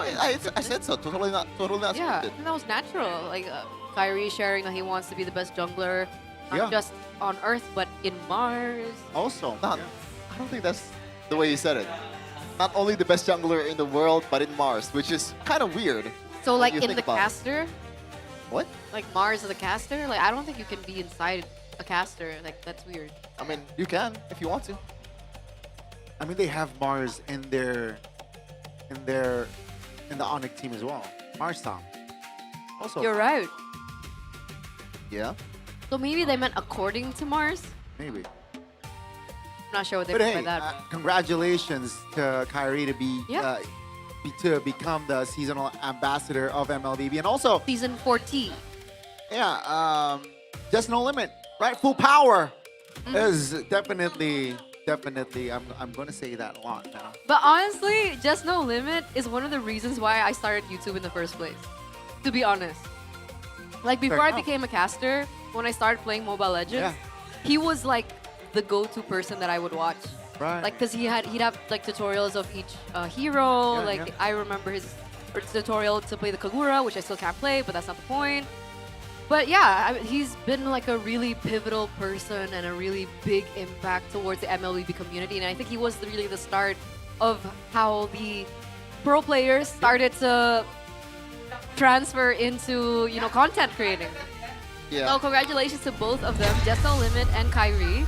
But Kyrie needs more than to be just the seasonal ambassador. He wants something more. So let's see with the main five. Still no shakeup so far. Number one on the standings, uncontested.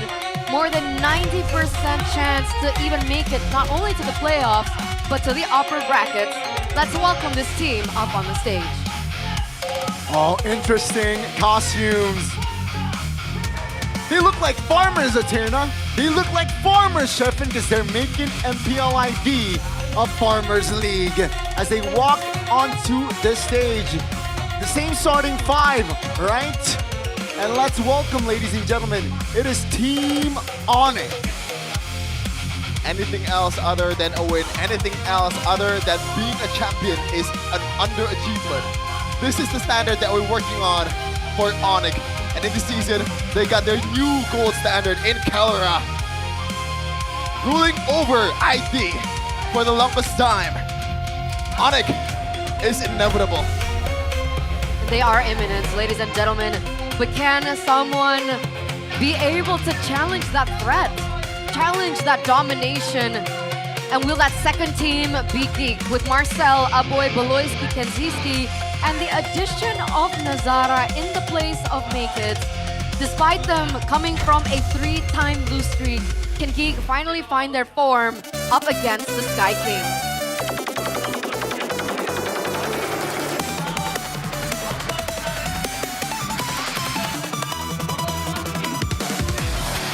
Hey, Marcel made it. Nazara, the rookie, made it. That's the gold laner that will face Kelra. Okay. Composed authority as they welcome and walk on towards the stage. This is Geek Fam! A clear underdogs of this matchup, but it would be the most Geek Fam way to get back on track to win against Onyx. It is almost impossible, but nothing is impossible when you have Beloy in your team. Absolutely, the mastermind behind everything, the triple B, the big brain Beloy, always finds a solution, always finds a loophole to anyone who stands in their way. I mean, they were crowned King Slayers for a reason, right? So, will the Sky Kings be the next king that they slay? Coming into leg number 2, we're welcoming both the coaches. It looks like Onyx are very farmer-esque today. Farming wins, maybe. I mean, they are calling MPL Indonesia Liga Tani Onyx, which means, what does that mean? Farmers League. Farmers League for Onyx. Yeah. Is that the direct translation? Farmers League for Onyx? Yes. Okay. Well, yeah. So it makes sense. They are wearing, what are these called, Shippin? I don't know what's the... I don't know the English It's a finger term. patch, no? Maybe? Yeah. So maybe they're not feeling well. Suggesting that they aren't well, yeah. And 2 of them as well. I thought it was only Marcel, but a boy as well, so maybe there is a bit of a, gaming house disease. I think it's in the air. I mean, we're not well either, right? Yeah. I mean, speak for yourself and Shippin. I was looking at Chef anyway. You weren't included in this conversation. Okay. But yeah. Yeah, you're a jerk, man. Well, we asked you earlier, ladies and gentlemen, what does Geek need to do to win against Onyx? And 60% of you believe that they need to win the mid-trio matchup. And I'm concerned if that's the case, because looking at, of course, the new jungler, Nazara, he's okay, he's good, but do they really have that mid-trio chemistry going on for them the way that Kyrie, Sans, and Keyboy does? Yeah, I think at least, right, if you can really match up with the chemistry of Sans, Keyboy, and Kyrie, you gotta be able to win it in a draft. Pick the Jushin, pick the Cleat, pick the heroes that win you the mid-trio. And that way, you at least have a good foundation to build on to match against Onyx. Otherwise, you're gonna be lost. But total assist rankings after week number 4, Moreno is still topping the chart. And I would argue that so far Moreno has been a more pivotal member to the team compared to Sans. Do you second that, Gono? I mean, pivotal? Yes. Sure, I'll give you that, right? And it shows also in the assists, on the assists, 169. That's a lot, you know? And Sans not really far below, though. But if you look at a boy, actually, right, the number there, there's a gap indeed between the second and the third and below. Yeah, pretty much. We saw that from the statistics earlier. And there's also a big difference, I think, between both of these mid laners. I'm not sure, it could be Geek just not showing all their cards yet, but for the most part, a boy has only picked up 5 heroes. 5? Compared to Sans, who's picked up more than that. So, very interesting. But when we're talking about like the roamers, now, Beloyski has flexed so many more heroes compared to Keyboy. Is that an advantage that he has over Onyx?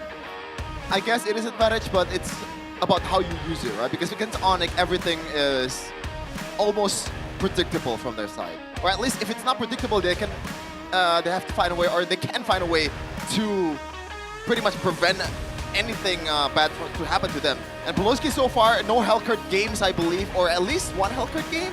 Most of the time, it's already been banned in the first phase from the opposing team, so he didn't really get a chance to make his signature heroes shine currently in MPL Season 17. And so far, on other heroes as well, he's not been the most calculative roamer, you know? We know the memes, 0-6 Beloy is the power spike, but in this season, it feels like it's not there. Yeah, it doesn't have the same impact, yeah? Yeah. Like it once did, like that gravity really isn't there, but I understand, right? There's a reason why maybe he has one of the most deaths in the league, because he has to shot call for the team as well. Yep. He's thinking about the drafts, he's thinking about the execution of the drafts, he's thinking about the keys to victory as well. So let's get some insight onto that, as these are the K2V by Infinix GT50 Pro. Let's start with Geek. Yeah, win the gauntlet matchup, obviously, it's easier said than done. I don't think there's any way for you to win the matchup against Kelra in a lane just on your own. That's why you gotta be able to draft a better mid-trio for Beloyski, for a boy, and also for Nazara.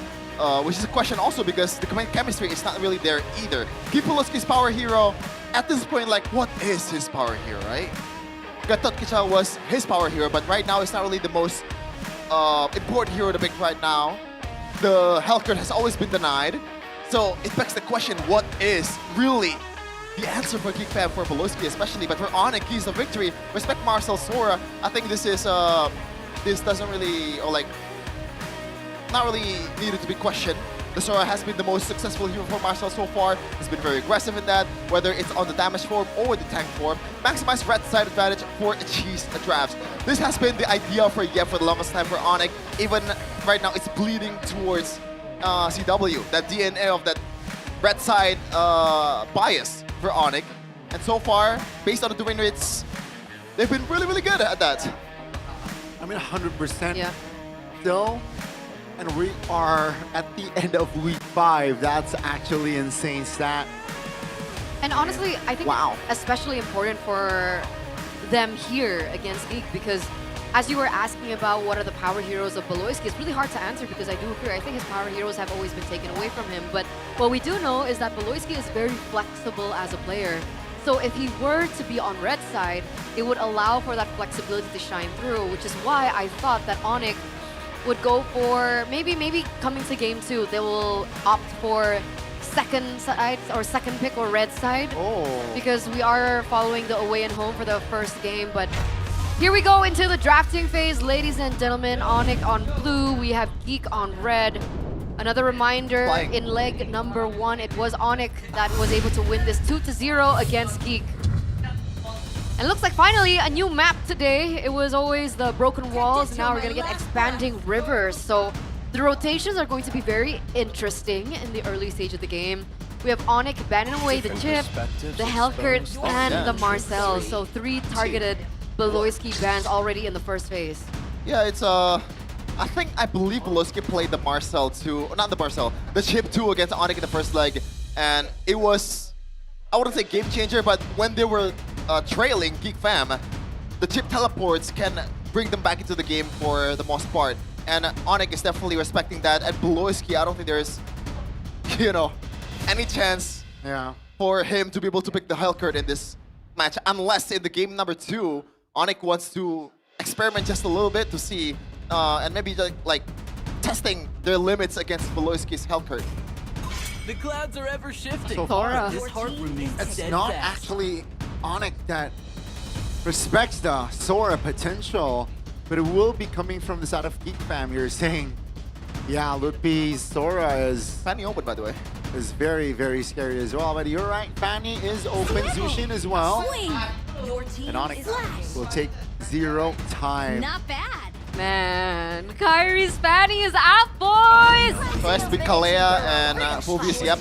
Kalea and Phobius very on brand if you want to play against the Fanny. It's out to play. It's a matter of how you complement the Kalea combo, which is not really the most important thing for a lot of teams by now. We see in the earlier match also, there's not really a real combo. There's no shred, there's no burst damage that's complemented with the Kalea combo. They want to play just through the lockdown and be together most of the time.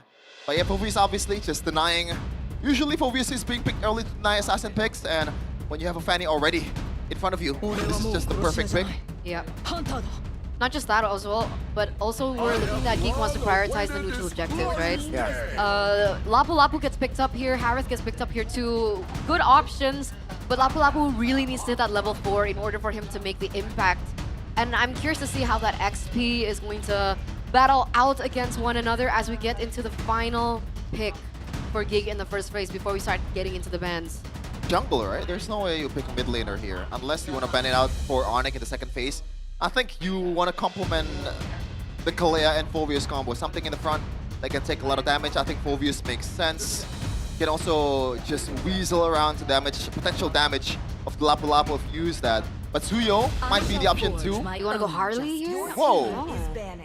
Okay. Okay, so early game damage, early burst, fast rotations were in expanding rivers as well. Zetian gets banned out, so San's gotta dig deep into that hero pool.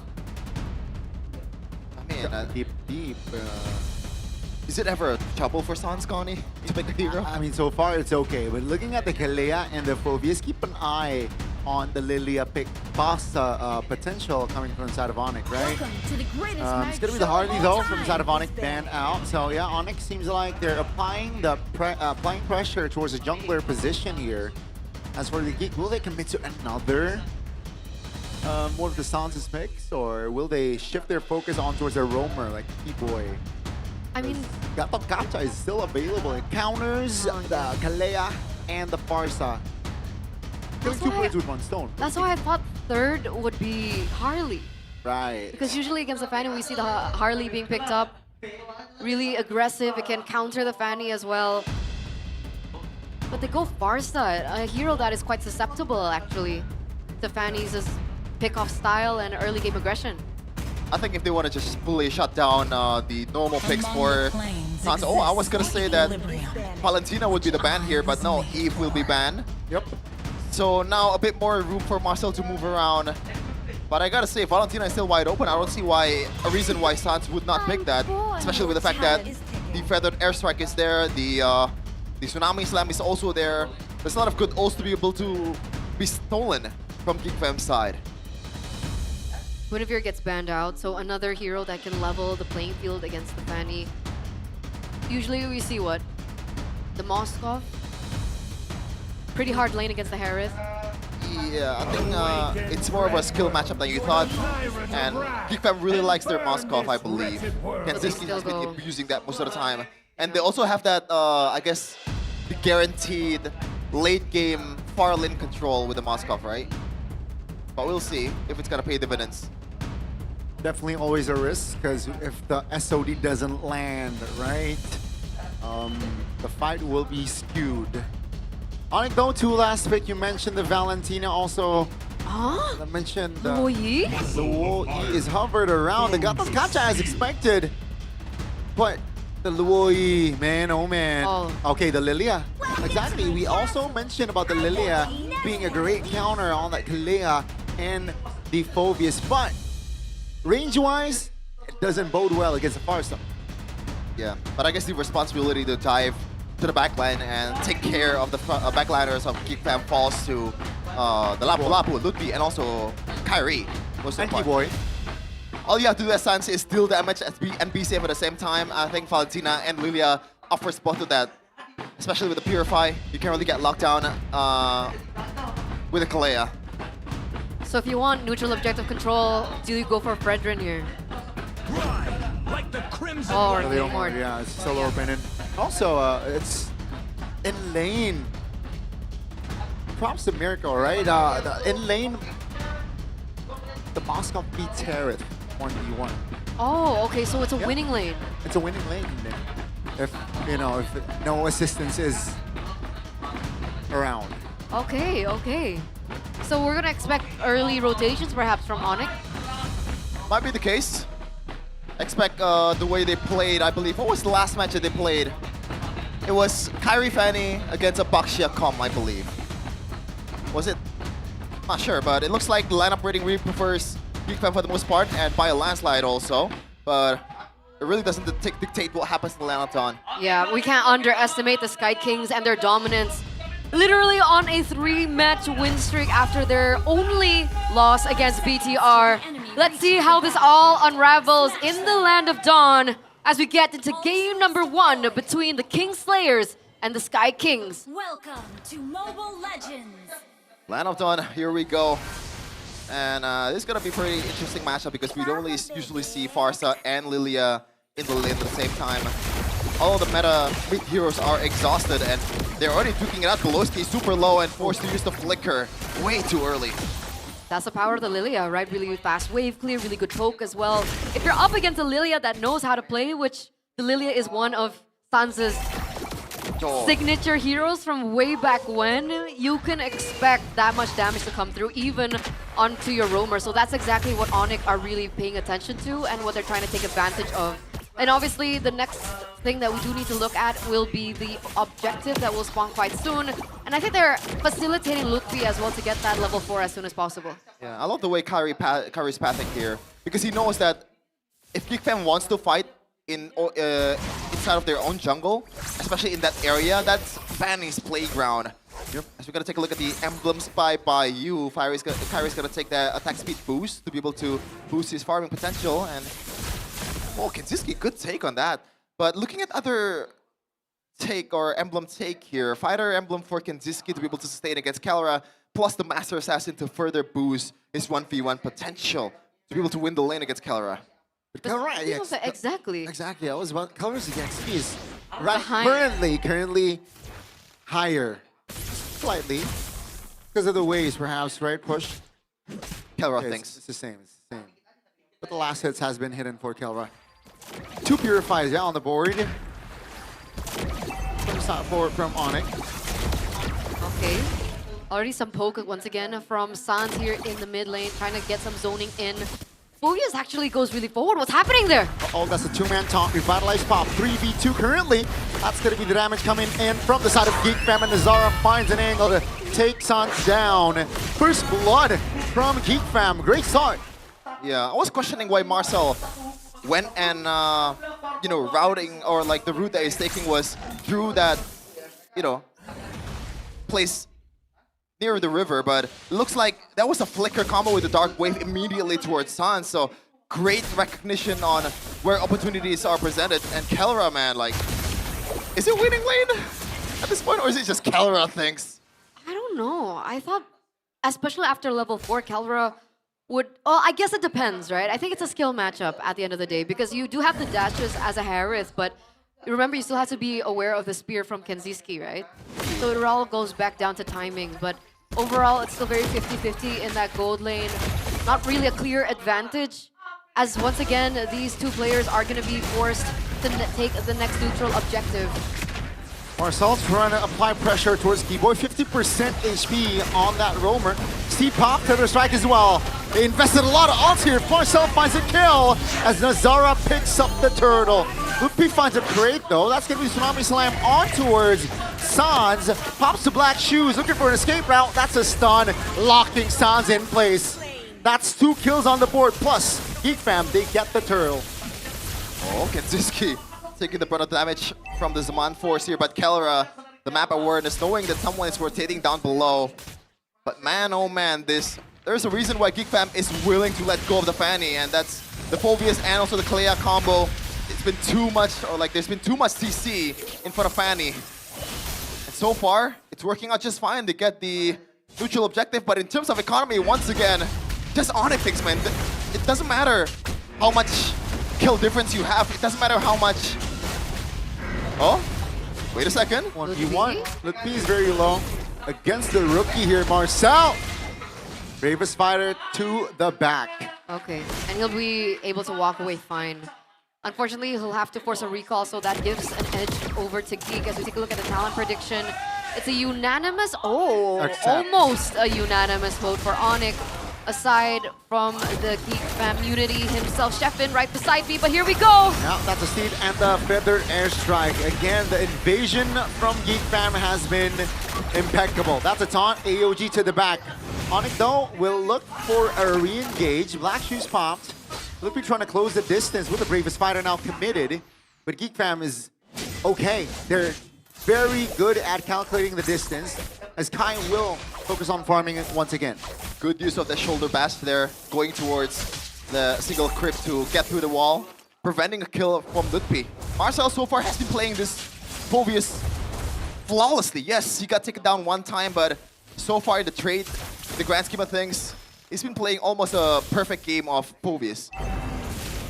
I also do want to applaud a boy here, because I thought maybe Farsa early into the Fanny would have been not the most wise of choices, but so far he hasn't been taken down. Feather Airstrike, wait a second! Yeah, that's gonna be Lutpi. Even with the flicker, right? He will fall, but that's enough time for Onyx members to commit on towards the turtle, and they will trade that kill or that death for that turtle. They went all in onto Lutpi. Literally all resources were spent just to take Lutpi down, and meanwhile Onyx, they were able to get the turtle. So was that wise of Geek? I guess at that point, you're a bit too late to the party, so Geek is just gonna salvage on what's available. Kenziski though, has to use the flicker. Folks, Geek Fam, they have 1 turtle. Onyx have 1 turtle. Geek Fam 4 kills. And Onyx is leading in gold. Make it make sense. I mean, that's what we've been seeing multiple times. I hope the items come out soon so we get to see where the economy is going. But like we were looking at in the bottom side of the map, the gold lane matchup was kind of skewed, right? Kelra seemed to be doing just fine. And then Kyrie, despite not being able to get any kills so far, is also doing okay. He's on par with Nazara as a Leo Mord, both at level 10, despite the 000 KDA. And when you think about it, who is Kyrie supposed to target anyway? Does he go for a boy? Does he go for Kenziski? Both options aren't as straightforward, especially with that backup. Oh, a 2-man stun and the taunt! My goodness, the collapse is beautiful from Onyx. They find Beloyski, now they move more! Lutpi finds a kill on towards the Leomord. The Dark Wave misses, and Onyx, my oh my, when they pull the trigger, they rarely miss. The layering of skills from Onyx in that engage was beautiful. Lutpi being the one to really just burn the resources out, and then Keyboy comes in after that with the AOG. I'm not sure what happened with the boy there. I think, did he not see the animation of the Avatar of the Guardian? Because he has the flicker to get away. He should have been able to cancel the Feathered Airstrike, but I guess he's a bit too late and he got stunned up And you're right, Gunny. I don't know why you would take this 1v1, Kenzie. Oh! What's Kyrie! That's horrible. That is a horrible trade indeed. In the top side of the map, though, Feather Airstrike is no longer in Geek Fam's power for the moment of time, which allows Zonic to just regain or gain control of this turtle. Why? Why you would take that? You see the level difference, right? 12 and 8. Just back off, dude. That's insane. Was he stuck? I don't think so, right? No, like I don't think Kyrie knows at that point. Or maybe he wants to defend the lane. That's how it is. But he didn't have to go too deep for that. Another AOG by Keyboy will be able to zone Geek Fam away. But right now, Geek Fam, they're working from behind now. It's a 3,300 gold lead for Onyx just behind of that skirmish in the mid lane alone. And then everything that really dominoed afterwards. Kenzie's keep getting taken down by Kyrie, which will also prolong that power spike. Raw testing his damage there, and also forcing a boy to pop the flicker. Oh, that's a Purify predicted. That's getting Marcel with the taunt. Oh my goodness. Not enough damage right there. And the cover from Onyx is just amazing. Kai picks up a double. And take a look at the KK combo. That's 3 members of Geek Fam on the floor. It feels... Sometimes when I see Geek Fam play, it feels a bit naive. Like, this is not the Geek Fam that I'm used to seeing. But I guess this is the position that they're really... There you go, another one! Ooh, my goodness, that's a solo practically, right? Against the Forza, man. Kelra gets taken down, but luckily no shutdown bounty for the side of, from the side of Kelra. Geek Fam, though, will happily take that kill. Kelra went so deep for a boy, and a boy once again pays the price. I thought in the drafting phase that the #1 culprit for a boy's death would be Kyrie. I didn't expect it to be Kelra. He trades his life for it, so is that okay for him to do?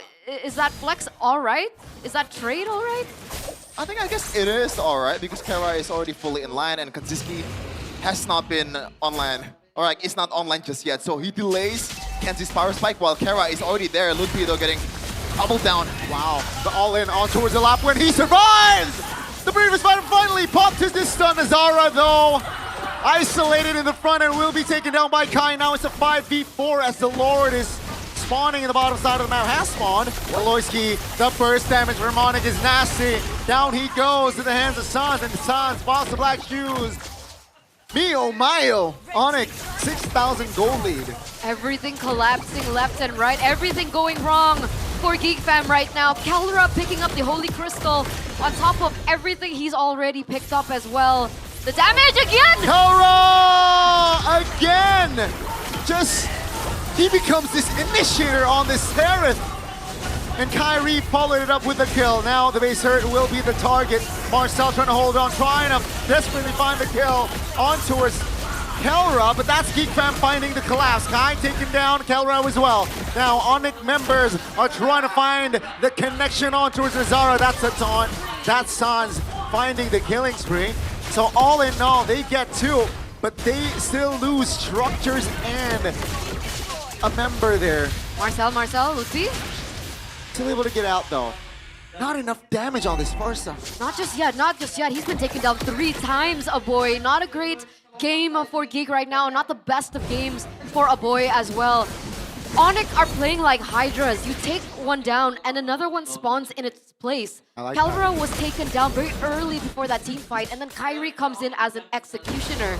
Kyrie gets taken down after that, and then Lutpi and Sans comes in as well to take members down. And remember, Onyx were able to take down that far side of the map turret, which means they're going to be able to utilize that in their favor as this Lord comes to play.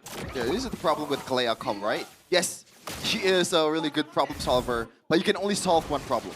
It's either Kyrie or Kelra. But if you use it early in a team fight against a Lapu Lapu that already has that wings to be able to have that damage reduction when you're low, then what else is there to save them? Marcel cannot do everything. You know, they gotta be able to play a bit more conservatively, play it a bit more safely. They have a lot of good high ground potential here. Moskov and Farsan, nothing is over just yet. Don't pull the trigger every time you want to. It's not looking good though, Chef, and real-time victory rate also favors Onyx right now. I feel Is like it that possible? was just being generous as well. Exactly, is this a possible endgame? Definitely, right? 6.6 has to conceal from T-Boy. Looks for a flank angle, finds Aloy. Marcel all alone in the front with Nazara this time. Kenzie finds Kelra. This might be it. They lose 2 members on it, and the Lord will be dealt. T-Boy with the sidestep, still able to get out, but they still lose Lutpi and Kelra. Nazara doing work in that defense. And Marcel. Props to Geek, Marcel as well. More on Nazara because he was able to create space. He was able to zone away the members of Onyx for Nazara, for rather Kenziski to be able to deal the damage. And considering that Kenziski's already reached his Swift Trinity. Yeah, by no means, this is not a bad draft from Geekfam. I would say, I'll go as far as to say this is a pretty good draft, especially against a Fanny comp.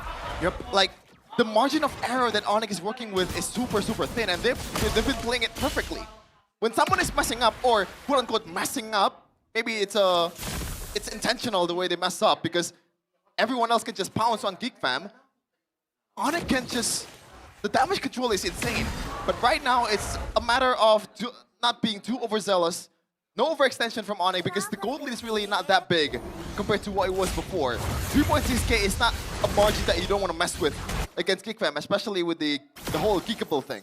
Hey, brute force for Fanny, is that normal? Normal, especially against this kind of composition. You need more tankiness, and also that CC duration will be lessened once you stack it up. All right, so a little bit more defensive, I would say, yeah, for Kai on the Fanny, especially seeing the latest item he bought was the Rose Gold. That's gonna be the item swap later on. Rose Gold to Immortality to Wither. Lucky or not, you're gonna use that at some point. Okay, calling for the storm right now as things quiet up by just a little bit. Kyrie in place for something, so is Keyboy, but he gets found out. Marcel is getting shredded. This is why you pick up the Lilia against the Phobias. The poke camp, the poke potential is tremendous. 20 seconds on the clock here for our next Lord. What is Sansa's items right now? Currently he's working with Glaive, the glowing one, also the... It hit! Oh, insane reactions there. Wait a second, Kelra is going in. That's gonna be Kelra with the Shaman Force pops. The flicker, Kenzie, nowhere to go. Down he goes as the Lord spawns. Zara though, in an unknown position, he showed a bit. That's gonna be the seed. Why did he show a bit? And Onyx will capitalize. That's gonna be Marcel now isolated in front, trying to hold on. No backup whatsoever. It looked good for a bit for Geekfam, but now they lose 3. This is a 5v2 situation. Will Aboy and Beloyski be able to defend this one? AOG under the main base, and ladies and gentlemen, same story. Onyx, they will take game 1 here in the second leg against Geekfam. All smiles for Kelra earlier on, as that was a smooth game. Really great backup as well from Kelra on the Harith earlier when Kenziski was trying to go for a Hail Mary play following that SOD onto Kyrie, and Kyrie was still able to escape. And Onyx took advantage of that push. They took advantage of that Hail Mary play, and unfortunately will have to concede this first game to Onyx. Man, at this point, why not should be the coach for Geekfam, because every time Geekfam is offered to make a mistake, they say, why not? What the hell was that? Like, it's a culmination of bad decisions, and bad decisions. They can... What, Yeah, that was the first play, yeah? I don't think that's the first play either. There's a lot of bad things that Geekfam did in this whole match. I don't think I can use my 2 hands to point them out. Why? Why? I'm not sure. Were they thinking that perhaps they couldn't go for the contest? Were they thinking that they couldn't go for the defense? But even if that was the case, I mean, like you mentioned, they do have a lot of high ground, right? They have a boy to work with. A feather airstrike was already starting to hurt like a truck as well, already with 3 items on the way to Holy Crystal, Yeah. I believe. And they also still had Kenziski, who also had the Swift Trinity plus the Malefic gun. So that should have been more range for them to utilize with the clear, but it is what it is, Chef. It is what it. He has a migraine now. It's within expectation. Migraine was already there to begin with. Now Okay. the other half is already developing another migraine. Okay. So it's not a So it's migraine. just a headache. Yeah. It's just a headache then. Full headache. I think double migraine would hurt more than a full headache, man. I would. Not a thing? I think I would agree. Yeah, because like for some reason migraines hurt more than a full headache. So if you had Yeah, but double both migraine. Oh my. Oh, I don't know, man. Eterna, you said it earlier. Like, do they want to go for the contest? I feel like they want to go for the content instead of the contest. Okay. What? That's a typo right there. Miscom. But a lot of questionable in-game decisions here made from side of Geekfam, I gotta say. It feels bad. It feels bad because I feel like at some point Yeah. in that mid game it could have turned around, especially with Kenziesi getting the items. We saw the defense as well from Geek as Onyx were looking for the siege. But Kenziesi again, I'm not sure. Is that a thing that you do as a Moskov? Like, I don't Which play one? Moskov. Which one? There's a lot of them. Well, There's a lot of them first Eterna. going by one with Fanny when you're behind. That's the first Well, one. I do that sometimes, Do you but win? not when I'm down 3 levels. There you go. That's insane. That's not normal. And what about the second one? The SOD Fanny purple buff. Nah, he's trusting his belief, man. Okay. Believe in me, who believes in you. He wants to somehow contest the buff while having a basic attack against Fanny. That's what he did. Yeah, that's gonna work. Was he trying to shut Kyrie down? Oh yeah, for sure. Everyone is trying to shut Kyrie down. And the highlights here, right? Kenzie's just, yeah. Yeah, this was the It's play. a lost cause there. Really good backup from Kellera, very quick. And then everyone, for some reason, goes in one by one. So very messy from Geek here in game number 1. But we do want to give our congratulations and our respects towards the player of the game. Presented to you by the official gaming phone Infinix GT50 Pro. It was Kellera on the Harith. Oh man, I don't know if it's unorthodox at this point to go for the concentrated energy instead of the glaive, but it worked out. A lot of times Kellera was going inside the turret, and those spell fams is working out wonders for them. Like, look at this, man. This is amazing. Marcel with the flicker dark wave, the camera didn't even catch it. Marcel planned that on its own, but you saw stuff like this. That's crazy. You see stuff like this.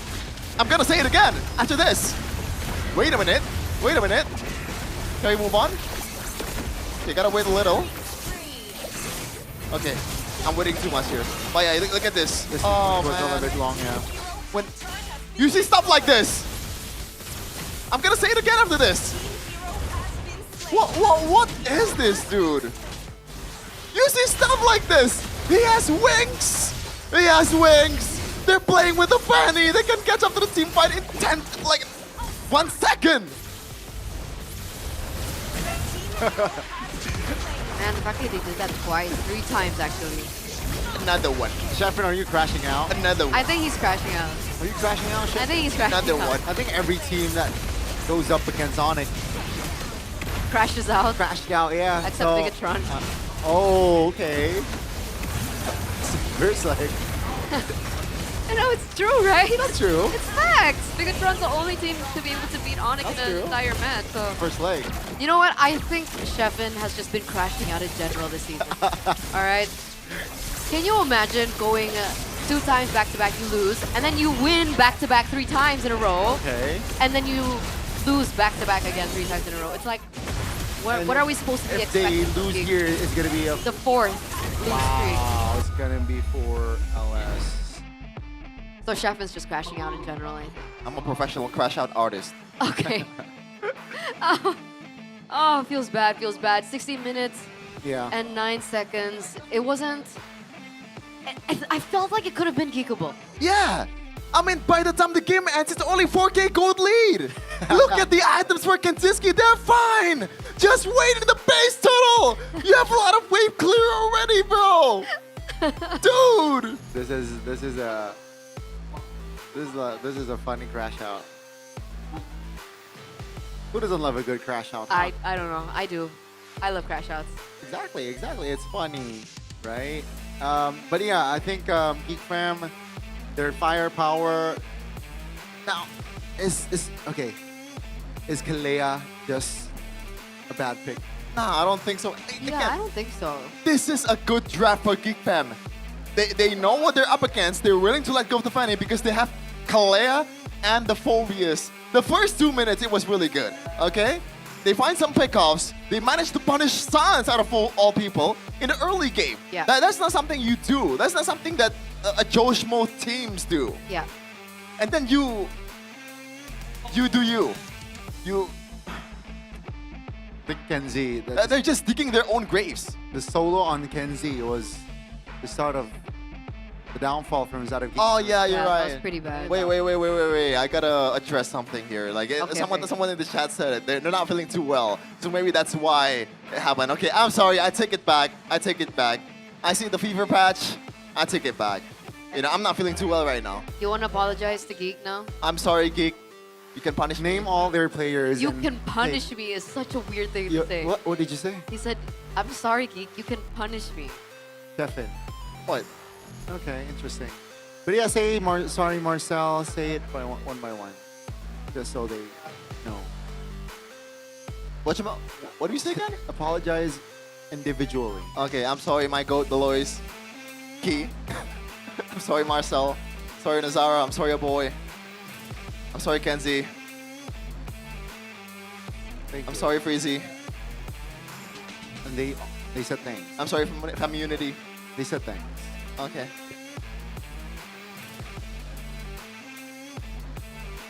Questioning the decision making. Do you think it's an effect with like a new jungle? But even that was, I don't know. I felt like Nazara played pretty good.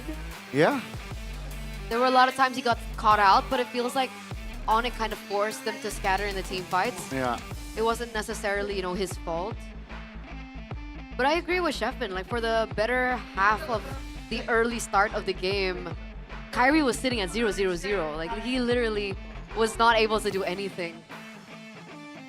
Like even the chat was like, useless Fanny. Wow. But it was the chat? Did you say the chat or you? Say Kyrie is useless? No. Eterna? I said useless Fanny is Whoa. Or you yourself? Wow. Chat, you can scroll back. You said the seasonal ambassador is useless? Didn't say Kyrie was useless. I can't believe you've done this. I can't believe you've done this. What is this, Eterna? What is this? Do you want me to go viral for the second time in season 17? God damn, guys. Oh my guys, I didn't say that.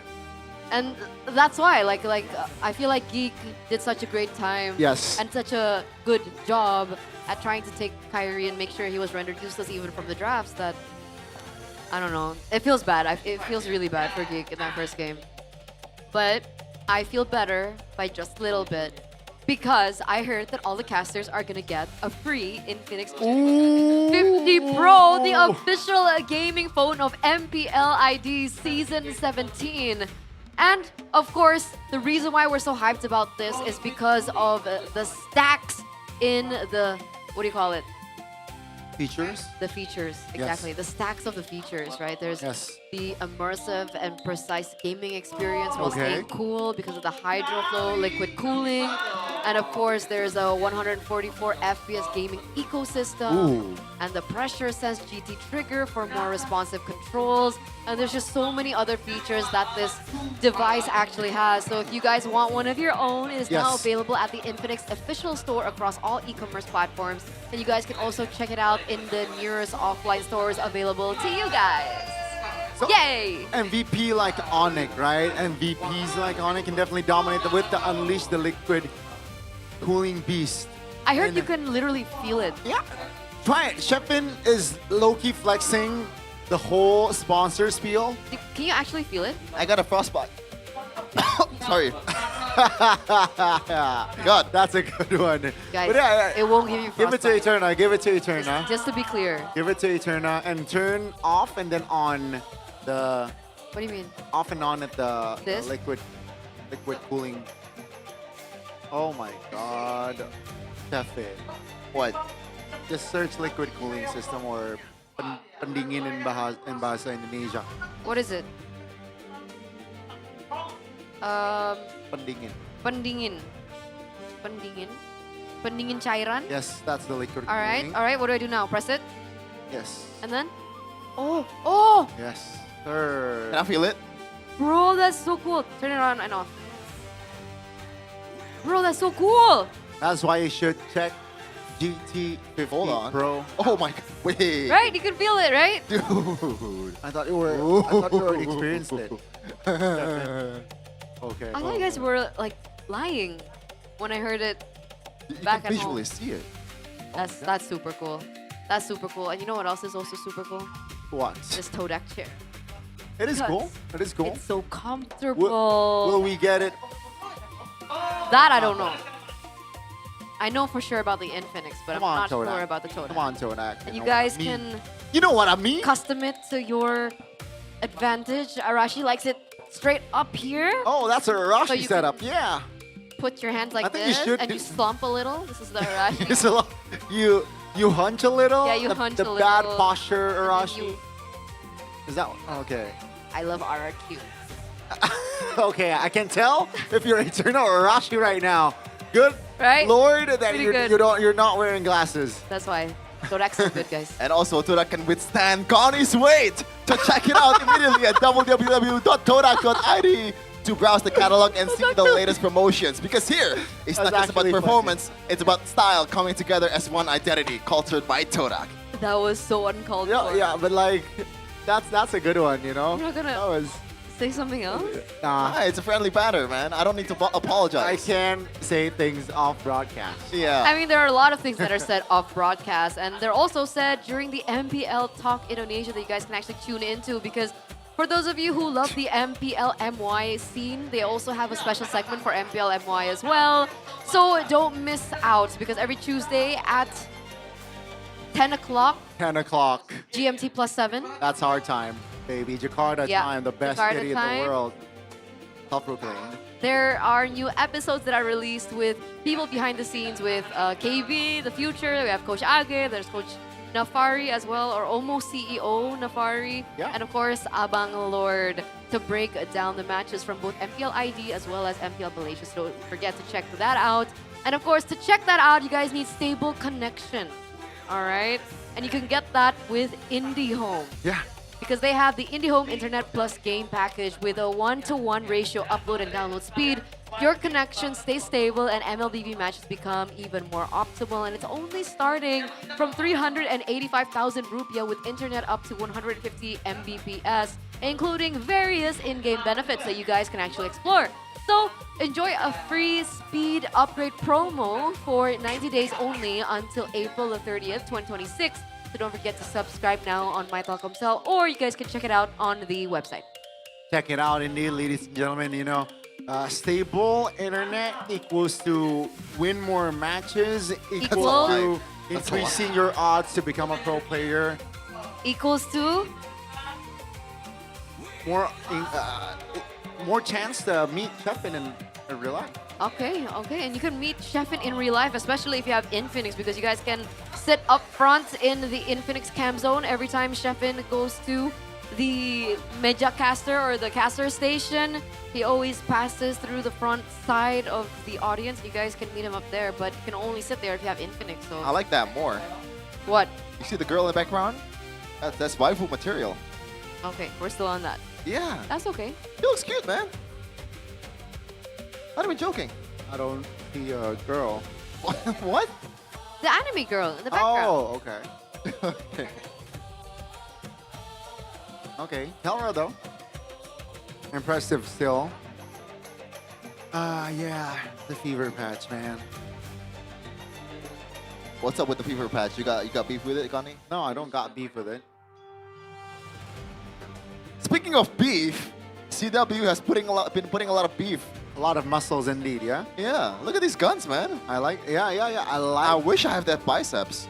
I like how the pro players are starting to work out more. Yeah, More is pro jacked. players, yeah. He's half as jacked as Connie, though. Wow. That's super overplaying Connie, but... Well, you've seen it in person? I mean, you can see it through the... Overplaying it. I can't really see it. Maybe like if you remove the clothes. You know what? Let's stick to our second game, okay? Once again, Onyx are on blue side and Geek are on red side. So no one's opted to swap sides, so Geek still won. Can we be expecting something crazy from Geek? Last pick? Like what? I don't know. Like a I think it's gonna be like a redraft till. I think it's gonna be a redraft up until the first phase. That's my guess. Broken walls. Yeah, Fanny is still, I mean, a viable one. Could be better if you know what to do, if you're familiar with the walls. Yeah, that's true. But I feel like a redraft is about to happen here. Huh? What do you mean, a redraft? No, I mean like the same as we get till the first phase though, right? So the Fanny first pick. Oh, never mind. Onyx ban out the Moscow. Yeah, already a difference here in the drafting phase for game number 2, presented to be the official gaming phone Infinix GT50 Pro. Moskov gets banned instead of the Marcel, so now Marcel is left open. Geek forced to ban out the Fanny instead of the Sora. Different perspectives expose the same Okay, they still prioritize the Marcel though. 2, 1. All right. Just want to say, guys, if Valir is picked Okay, yeah. for Geek Fam, you guys are dual casting. I don't care what you guys are saying. Okay. You guys are dual casting. Chances are it's not gonna happen. Oh, thank God. All right. So we have the Kalea, as well as the Harley pick. Okay. Which means Sora is still open if they still want to go for it. So Sora Valen, is that the idea? I mean, they can hold off on the Sora here. Oh, true. The Tsunami Slam is already a pretty good ultimate to work with, and Sans is not short of the trickery in his bag. Leomo is going to be picked. I like that idea. I mean, you can't really evade from the Tsunami Slam, but at the same time, you have enough survivability or sustain to be able to get away from the lockdown, and you have that failsafe in that golden hour. This land is our homeland, and it will soon be our burial ground. Gonna be the Phobius again for Marcel. And with the Lapu Lapu ban. Are they denying like the first turtle power from Onyx? Do they want to control the... You know... But if they do that... Experience the youth and the Something that falls in line after what we've seen in the first match was the Alice. Yep.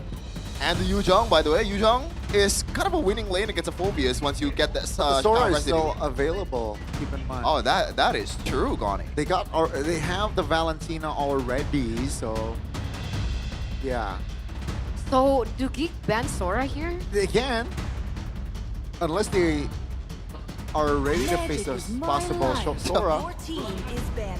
But yeah, the Harith is a little bit too expensive, yeah? So Harith, Granger, and Moskov are all banned out. Yep. And the Freya.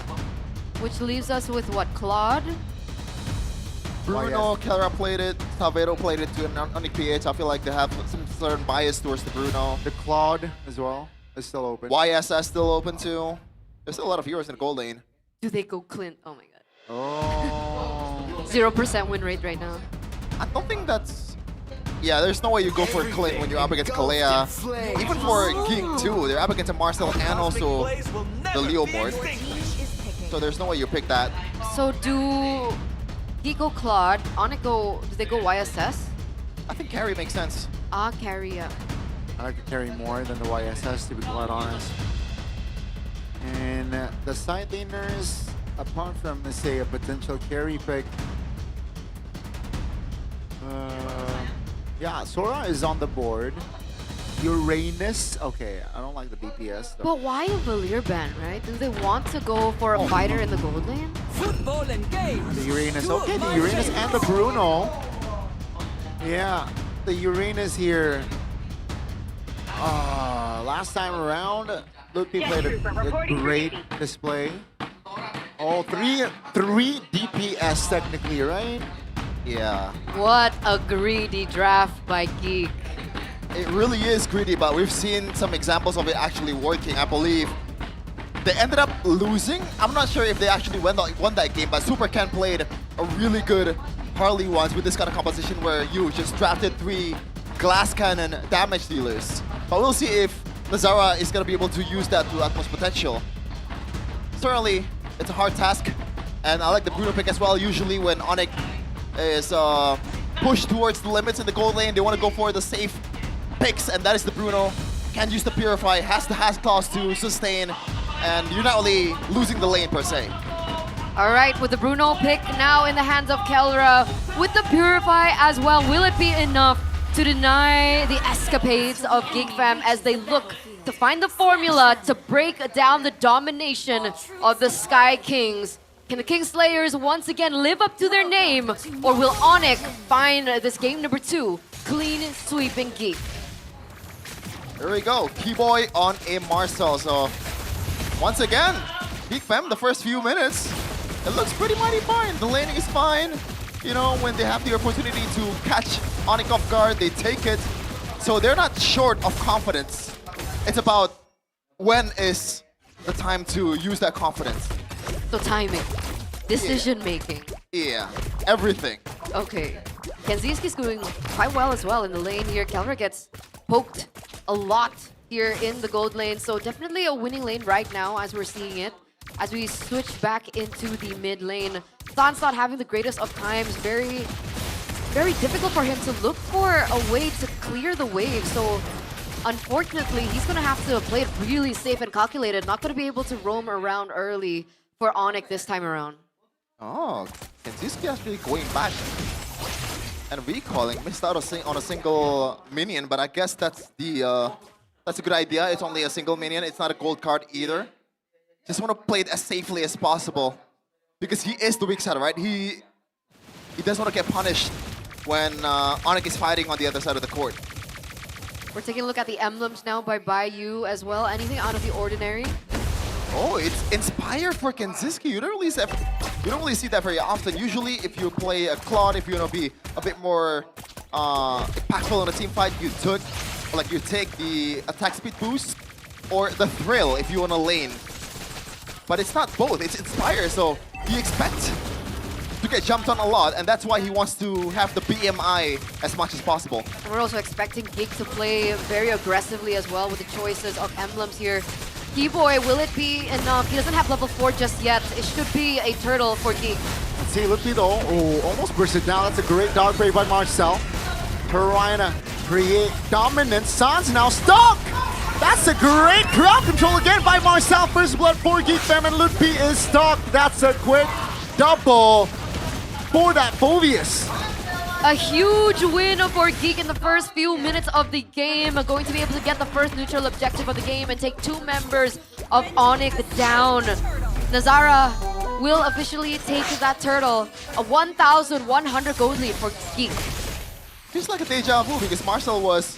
Whoa, look at the shoulder bash all the way to the jungle. It looks like Nazara wants to steal this one. Kyrie is not available, or he's on the other side of the map. This should be an easy one for Geek. But yeah, looks like it's a deja vu of what happened in the game before, at least in terms of like the Marcel brilliance in the first few minutes. That was all Marcel with Dark Wave combo, with how much he's dealing damage and sustaining at the same time with the Phoveus.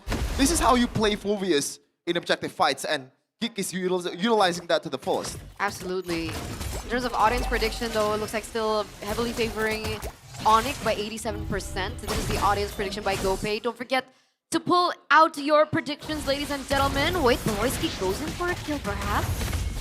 There's a screen. He will commit the Tsunami Slam, though. But now with the steed, Beloyski no flicker. Wow, great abuse there on that info. That's going to be the Blazing Duet from Kenzie. Not enough damage, but that's going to be the golden hour. Perfectly timed by Keyboy, just creating space for Onyx players. Great cover from Keyboy. I'm not really sure what the idea was for Beloyski. Was he there just to screen or not? If so, he went in quite deep. Because obviously if he wanted to go in for that kill, Kenziski would have used the ultimate earlier, the Blazing Duet earlier, but he also saved that for later on. So, I don't know. Feels like iffy. Do they want to go for this now? Uh-oh. It's going to be the BMI covered, but all 5 players are still up here. Yeah. It's all fine and dandy for Kera once he gets the Has Claws. Yeah. Even the Harley cannot just burst down through the Bruno just yet unless he gets the first few items or second item. But with the House Claws, you can just hit minions. No anti-Bane, no anti-hit at all from the Harley. And that way you can just sustain and makes yourself unavailable for GeekFam to burst. And now second objective fight, this should be going towards GeekFam again unless Keyboy makes a huge play with the Golden Hour. Will he be able to? Nazara is 2 levels ahead. It looks like Keyboy still screaming. Lutfi's also in the area. Keyboy actually goes for the ult. That's going to be the turtle for the side of GeekFam, no problem. As top side, Kyrie is in the top side area. That's going to be a structure though for Onyx. And as long as Kelra is untouched and deathless, all is good. Lutfi now heavily pressured, very low, with the amount of DPS and firepower that was thrown at him. Finally, he gets taken down. So that's a structure for a structure eventually, but GeekFam, they get the turtle and the kill. Yeah. It's a cheeky combo, the Kimi and also the Harley. You have a built-in Shred in your kit, and also the Genius one just elevates Kimi's potential by a lot. And the Kimi doesn't really need to build the Genius one because Harley's gonna be the one who's proccing the Shred. And that way, anyone in the front line, even Lutfi, is gonna be available. He flickered! Oh, that's gonna be the flicker coming in! Wow!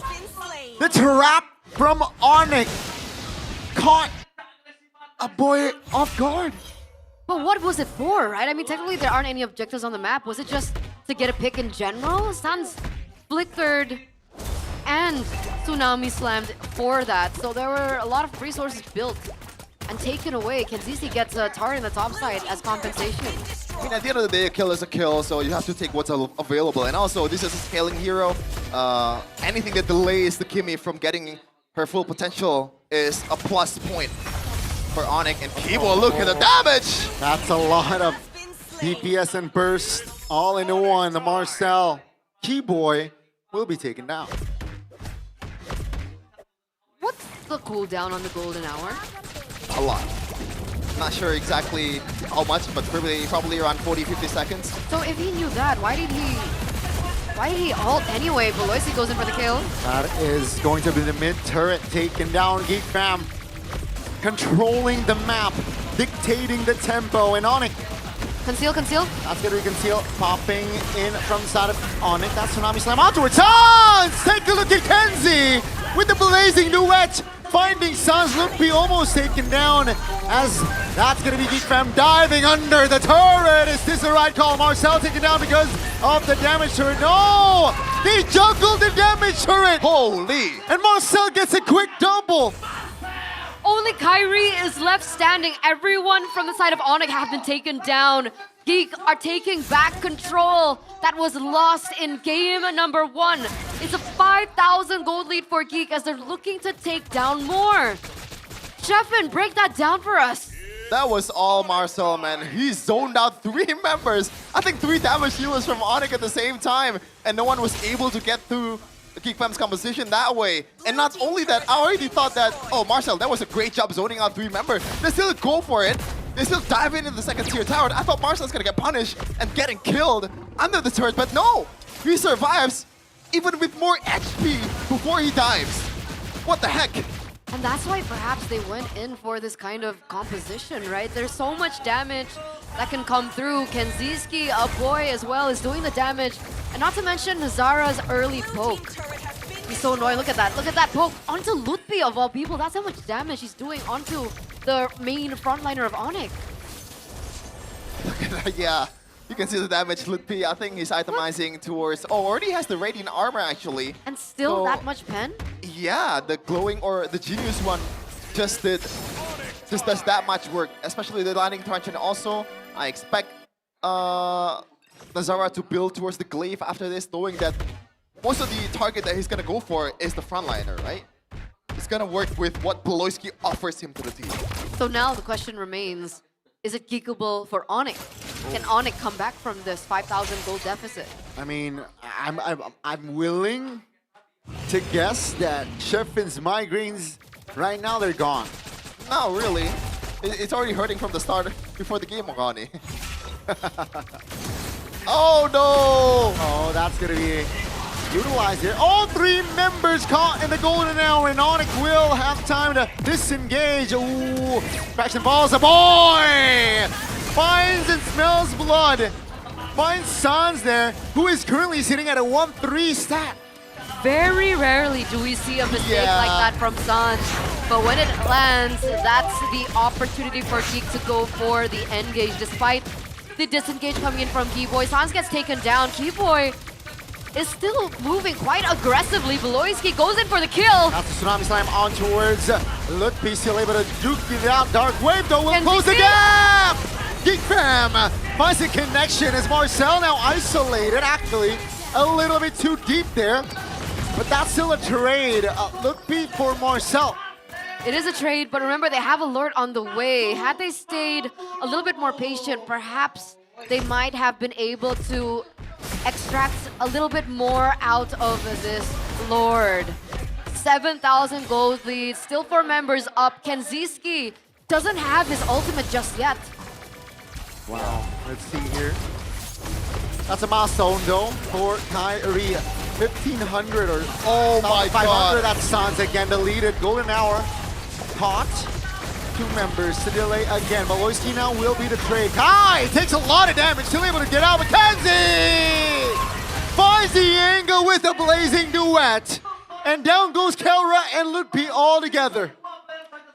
Is this Sans? I'm not sure. 2 times by now. 2 missed Tsunami Slam by Sans as he got punished immediately by Beloyski. Not the greatest game so far. Beloyski, or like Keyboy, look at that. Oh, the damage. Oh, perfectly timed. That's going to be the minion. Hold on. Trying to be cleared. Tauntauns Kai trying to be the duet that they are. Trying to defend. Marcel holding on his team together. But that's still a top turret taken out. That's the far lane, ladies and gentlemen. It's still super worth it for Geek. Yeah, especially the far lane is gone now. They still have their inhibitor and also the second tier turret intact. So the far lane control is easier for Geek, despite them not really having a single good lane clear that can be safe in the far lane. Maybe Beloyski has to play a chaperone for his teammates to be able to clear those. But we'll see. Fam is definitely on a pretty good situation, a really good situation by now. 8k gold lead, and Kenziski is starting to hit against Lutpi, and so far he only has that warrior boots and steel leg plates on his way towards the chastised cauldron. The perfect item. Oh, look at Beloyski! That's a flank. That's going to be 1 member taken out. Kenzie with the blazing duet immobilized for a bit, but that's Nazara finding the burst damage on towards Sans. Down goes the pairing. Now Geek Fam, they move on towards the mid lane. Kyrie trying to deal damage, but that's the structure will fall. Geek Fam, they move as a unit in game number 2, and take a look at the outcome. 1 by 1, members of Onyx falls, and Geek Fam, they manage to wipe Onyx out as they will take game 2. 1 step closer to living up to the Kingslayer's name. Geek come back in such a brute fashion for game number 2 and force a game number 3 out of Onyx. Not necessarily something we see too often, but like we mentioned even before the match, Beloyski always has tricks up his sleeve, and it turns out having the layers of damage was the answer. Harley, Claude, and the Kimmy, all 3 of them was a problem for Onyx, and they weren't able to control that mid-tempo and the early tempo that Onyx usually wins with. This team, man, like it really just makes you wonder, like, when it's bad, it's really, really bad, but when it's good, when it's all clicking together, this is the outcome. The mighty king, the mighty Onyx has to bow down in this game specifically, but obviously, job's not done, as the great Kobe Bryant once said. But we're talking about practice? We're talking about practice? That's not Kobe. That's not Kobe, that's Allen Iverson. Yes, sir. I was waiting for you to say that. Yeah. Thank you for the reference, Donnie, but yeah. Marcel, man, just carrying the early game for Onyx. Earlier, they banned the Moskov, and I can see why. Geek Fam has this some kind of bias towards Moskov. They really like to pick it, even in the first phase. But in this case, heroes banned for Onyx. But they forgot who was the most trouble out of all of them. I think at this point, game number 3, the Phobius is gonna be respected. Okay. Makes sense, makes sense. Respected or denied, right? Yeah. Maybe not denied because Phobius, I don't think it's a first pick worthy kind of hero, but maybe TW can surprise me. Who knows? That is an option. No one knows. Who knows? We will know later on. Later. Draft But right hit now, later. we don't know. We know Right this? now we don't know. We know this? Not right now. We don't know this right now. Oh, okay. But man, what a series we have. I initially thought this would be a 2-0 series, Same, man. same. I predicted 2-0 Onyx. I predicted 2-0. But technically, we're all wrong. Technically, you even, are wrong. Even that one. Even the anomaly. What was his prediction? Was it 2-1? Geek? I believe it was 2-1, yeah. Oh, so he still could be right. Yeah, he could still be right. You could still be right. Nah, I predicted 2-0. Oh, there you go. See? Okay, so we are all wrong. Dude, I am delusional, okay? It's okay to be delusional sometimes. Hopium I'm and an Arsenal copium fan. both in each nostrils. I'm an Arsenal fan, so... Oh yeah, you're gonna bottle the league again. Good thing you have Onyx for your mental health. We're number 1 right now. Both. Yeah. What happened to Arsenal? Check the leagues table. Is it really Young bad? lady? No.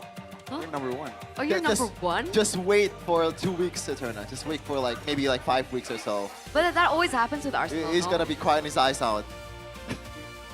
I'm calm, I'm composed. All right. Well, the players also need to be calm and composed because, boy, game number 2. In game number 1, Suns heavily punished a boy. Kelra and Suns, to be exact, Yep. heavily Yeah. punished a boy. In game number 2, it wasn't the best of games for Suns either. And it wasn't necessarily because he got caught, but also there were lots of weird moments for Suns. I mean, So what's going on with Suns? at the same time, I think they were thinking about like, let's stick to what works. And that pickoff earlier, the first one from Suns with the Tsunami Slam was brilliant with the flicker as well. Yeah, you mentioned it earlier, but it's a bit too much resource. Yeah, you still gotta find something, man. And Sans was trying to do that a second time, a third time, didn't really work. Just like me earlier, I think Sans is just saying to Geek Fam, please punish me. And punish they did, right? They punished the movements, they punished the small blunders or small mistakes that led. Oh! I don't think they're gonna eat that, bro. Don't eat it! Oh, he's dead. He's dead. It's Oh my okay. God. I mean, I finished mine as well. That's how good it is. So it's not the best if you're unwell, but I guess it depends. I mean, it's just a scoop. I mean, not the scoop. It's a bite.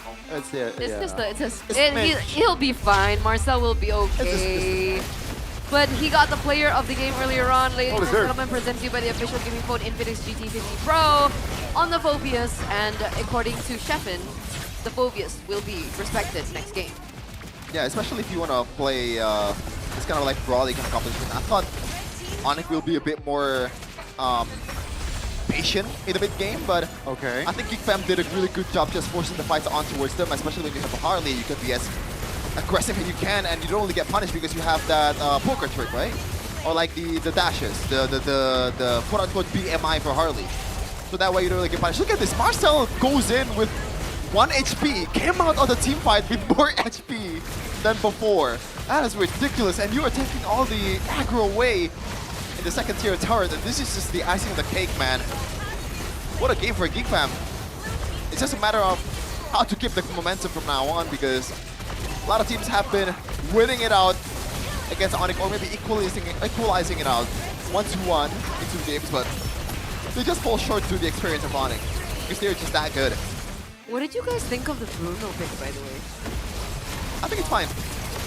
It's just, once again, they expect to play the weak side.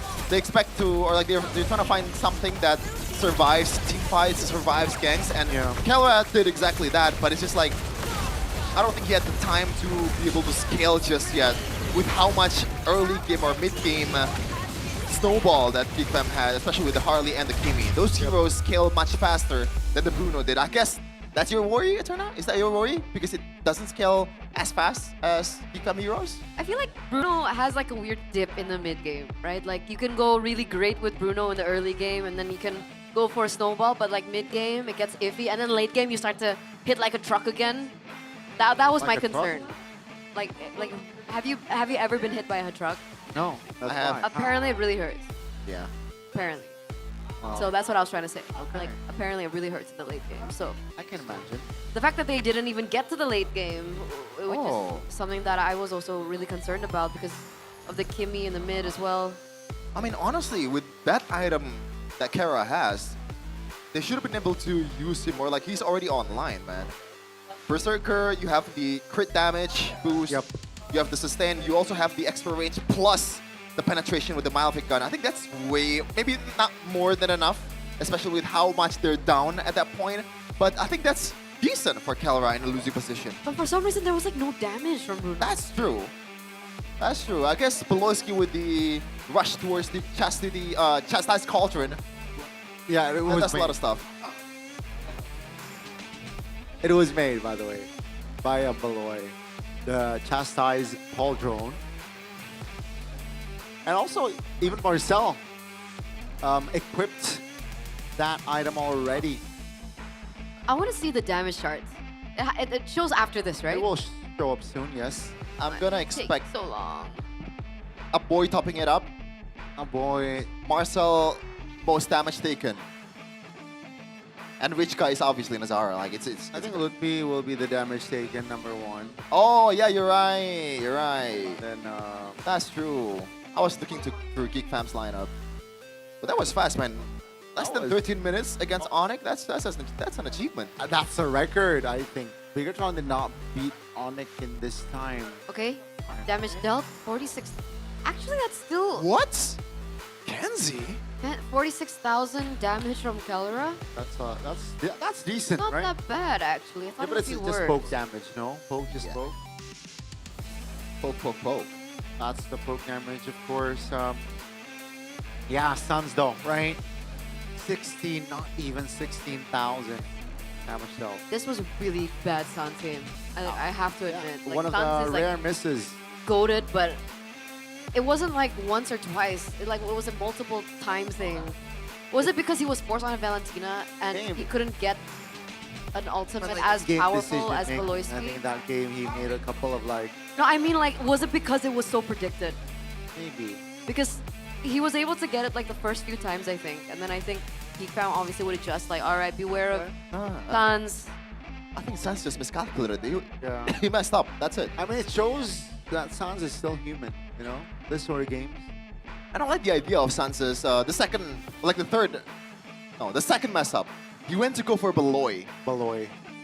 Which doesn't really make sense for a lot of people out there, but you're trying to erase the engage, or like the setter cooking from, right? That's the main trouble that Kyrie needs to deal if he wants to go just guns blazing in the front. So if Beloski is gone, then Onyx will have an easy way for them to be able to dominate the team fight, but it's just like a miscalculation. He was like 2 frames away. It's like 2 inches away, Gani, just like you. Yeah, that's even just being generous, right? If you want to save. So 18-6 is the total kills for both teams. But man, you know, it's a reset for Onyx, and I think they're definitely gonna change their approach here, drafting-wise, game number 3. I want to know what I just really honestly didn't expect the Kimmy, Claude, and the Harley to do that well. Kimmy, the Claude, and the Harley. Because we haven't seen Kimmy in a while. I think even the audience were also wondering, like, why is the Kimmy like not a go-to hero that we usually see, especially when like the Jushin is banned and like all the top-tier mid laners are banned out. Like, where's the Kimmy in this meta? And I also thought there was no place for the Kimmy in this meta because of how much dive there are in the common heroes that we usually see in the meta. So interesting that Kimmy worked. Well, we'll discuss behind the scenes as we take it to Alyssa for a quick report on the side. Wow, ramai sekali dan tentunya begitu panas karena kita bisa melihat bahwa Onyx hanya tinggal 1 game point saja dia bisa mengamankan tiket-tiket yang nantinya akan membawa Onyx untuk mengukir sejarah di tempat yang pastinya begitu historical untuk Onyx di Jakarta International Velodrome yang akan menjadi venue MPL Playoff Season 17. Tapi tentu saja di break game ini di mana kita melihat ada 1 sama poin. Kayaknya Alisa sudah melihat ada MPL date kita yang hadir di kursi pink ini. Tapi kok kayaknya mereka bukan orang Indonesia ya? Sorry, are you Indonesian? We're from the Philippines. Oh wow, all the way from the Philippines. Boleh berdiri gak sih? Boleh kita kasih tepuk tangan dulu nih teman-teman semua. Kita kehadiran super fans dari Philippines. So, what's your name? I'm Jace. You're Jace and you're bringing your partner with Shane. Wow, what a beautiful partner. And is this your first time coming to Indonesia? No. No? We're coming back and forth every 6 months. Oh, jadi mereka itu pulang pergi ke sini setiap 6 bulan ya dari Filipina ke Indonesia. And is this your first time coming to the MPL Arena? Like second time. Oh, second time. The first time is in season 16. Last 2 days ago. Oh, last 2 days ago. Okay, very interesting. Jadi mereka ternyata minggu ini sangat setia ya menonton. Are you supporting Onyx or Geek Fam? Actually both, but we support more Onyx. Oh, more Onyx. Is it because of Kelra, Kyrie? Yeah, and also Baloyski as well. Oh, and also Baloyski. Okay, Philippine Sprite ya. Dan, so, what's your impression about the MPL Arena from MPL Indonesia? I think the design is very good. Like the platform, it's very organized as well. I see. Yeah. And then, how about you? How do you like MPL Indonesia so far? It's really nice. I mean, we have been watching MPL ID since season 10. So, we have been supporting MPL ID and MPL PH. So, we're excited to see the matches every time we get to have a chance. Wow, super fans ini memang luar biasa sekali ya. Mereka mengikutinya sudah sejak lama dan begitu semangat ya mendukung juga para pemain-pemain dari Filipina. Dan I would like to ask, because you're in Indonesia, do you have any Indonesian favorite food? Martabak. Martabak! Wow, what a good choice! And how about you, Jace? I love betutu and... Oh, betutu! Oh, quite the next level. And then, anything else? And the satay. Sate. Yeah.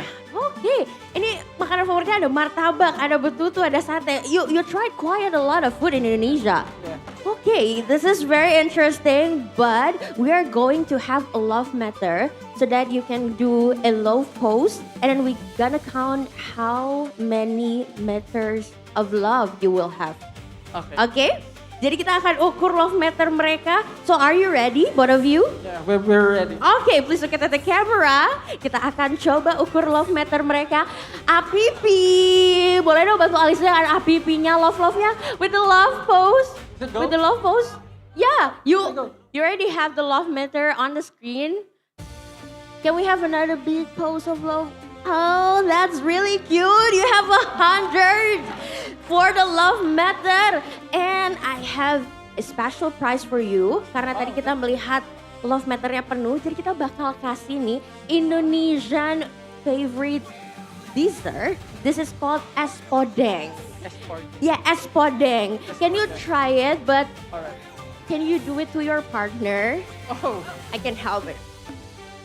Is this your first time trying this? Yeah, it's first time. Yeah, you can mix it. Mix it. It's contained of peanut and some ice, some bread, and we also have pacar Cina and ketan as well. Jadi ini kayaknya bakal jadi impresi mereka yang pertama. And we also have avocado in it. Nah, kita bakal suruh mereka coba ya. Karena ini kayak pertama kali mereka coba. Okay, for the first try. Yeah. Oh, that's really cute. Is it good? Yeah, it's good. How does it taste like? Like, what do you call that? Do you have something similar in the Philippines? Yeah, like it's called pinipig, and then it's like an ice cream also with chocolate and nuts. Okay, interesting. Ternyata di Filipina ada juga yang mirip-mirip. You can try, and you can give it to Jace. Okay, that's really cute. Is it similar? Ya, masarap. Ya, saya Philippines. Ya. Wow, oke. Dan kayaknya mereka kelihatannya suka sekali ya. Thank you very much. Hope you enjoy the Es Padang and hope you enjoy MPL Arena. Boleh dong kita kasih tepuk tangan sekali lagi to our favorite Philippine couples. You can sit back and relax to your love here. And then kita bakal bagi-bagi hadiah juga nih karena Alisa masih punya hadiah berikutnya. So ada yang mau join Alisa nggak sih main kuis bareng? Oh, oke. Kita ada kedua teman kita, boleh langsung di sini. Namanya siapa nih? Aku Nisha. Nisha dan juga Jojo. Jojo. Oke, ada Nisha dan juga Jojo nih. Kita bakal main kuis bareng. Tapi sebelumnya kalian nih game community atau Sonic nih? Kita Sonic. Oh, Sonic. Ya. Sonic sejati. Karena kenapa nih kamu mendukung sekali Onyx? Karena temen-temenku suka nonton Onyx jadi ikut ke bawah, suka nonton Onyx juga. Ikut ke bawah, kamu juga gitu? Aku mulai dari season 3 karena KG. Oh, dari season 3 ya, luar biasa. Kalian ada semangat-semangat yang mau disampaikan dulu gak nih ke Onyx? Gas terus. Gas terus. Ayo Onyx kita EWC. Ayo Onyx kita EWC ya, luar biasa sekali nih, kita tunggu hasilnya. Tapi Alisa mau kuis nih, seperti tadi yang Alisa bilang. Kalian udah tahu belum sih kalau MPL Indonesia kolaborasi dengan TLX dan Ekraf? Tahu dong. Oh, udah tahu. Jadi kalian udah familiar sama IP-IP lokal yang jadi karakter kolaborasi kita? Kalau gitu Alisa tes ya, tapi sebelum kita tes, kalian boleh gak sih main Pancasila 5 dasar dulu sama Alisa? Dengan menyebutkan nama roster-roster atau pemain MPL season 17. Oke? Siap? ABC 5 dasar. A, B, C, D, E, F, G, H, I, J, K, K. Kairi. Agak samaan ya ternyata mereka berdua ya. Karena it's very easy, satu kali lagi kalau gitu. A, B, C 5 dasar. A, B, C, D, E. Erlan. Apakah mereka chemistry-nya kuat banget ya? A, B, C, D 5 dasar.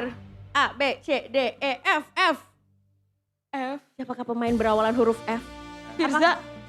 Firza? Firza. Ya, gak ada ya, gak ada di... Kalau enggak pemain nama hero juga boleh deh. F, F, F. Valentina. Itu V. Valentina with V. F, F, F. Franco. Betul, Franco. Kita udah dapet ya, congratulations. Maaf banget sayang, kamu harus kembali ke tempat dudukmu. Kita akan coba tes pengetahuan kamu soal kolaborasi kita dengan TLX ya. Oke. Kamu tahu nggak sih ada karakter yang bernama Sole? Tahu. Sole itu apa sih? Sole itu yang anak ayam itu kan? Oh, benar sekali kamu tahu. Tapi kamu tahu nggak quotes yang terkenal dari Sole? Kayaknya tahu satu deh. Coba.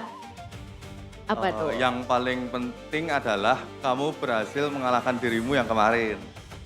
Betul banget dong, congratulations. Boleh dong kita kasih tepuk tangan para super fans. Kita langsung aja kasih hadiahnya ya. Ini dia, thank you so much. Nanti kamu terus ngikutin ya, karena kita punya skin-skin dari TLX juga. Pasti. Nanti beli juga. Ya. Dan kita akan melihat, jadi Onyx atau Geek Fan yang menang hari ini. Harus Onyx dong. Harus Onyx ya. Thank you so much ya sudah bergabung sama Alisa dan udah ikutan kuisnya. Dan kalau kalian mau hadiah menarik juga lainnya, langsung aja datang ke MPL Arena karena tentunya kita masih berkolaborasi dengan TLX. Jadi banyak sekali hal-hal menarik yang bisa kalian coba di sini. And caster, without any further ado, please take it over.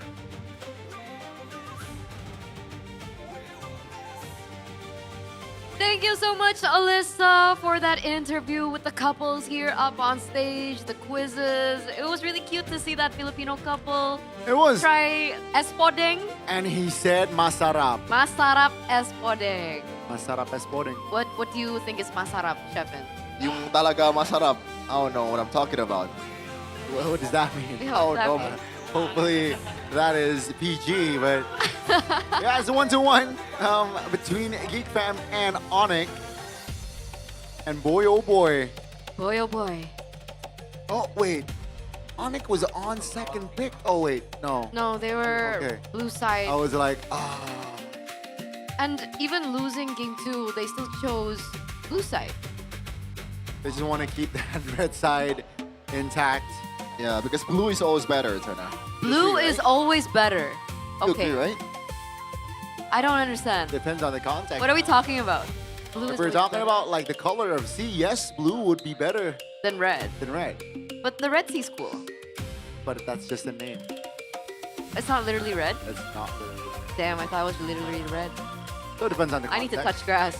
But if you say bleed blue, that's different. That's something is wrong. Oh, you're a blue blood. That's the same though.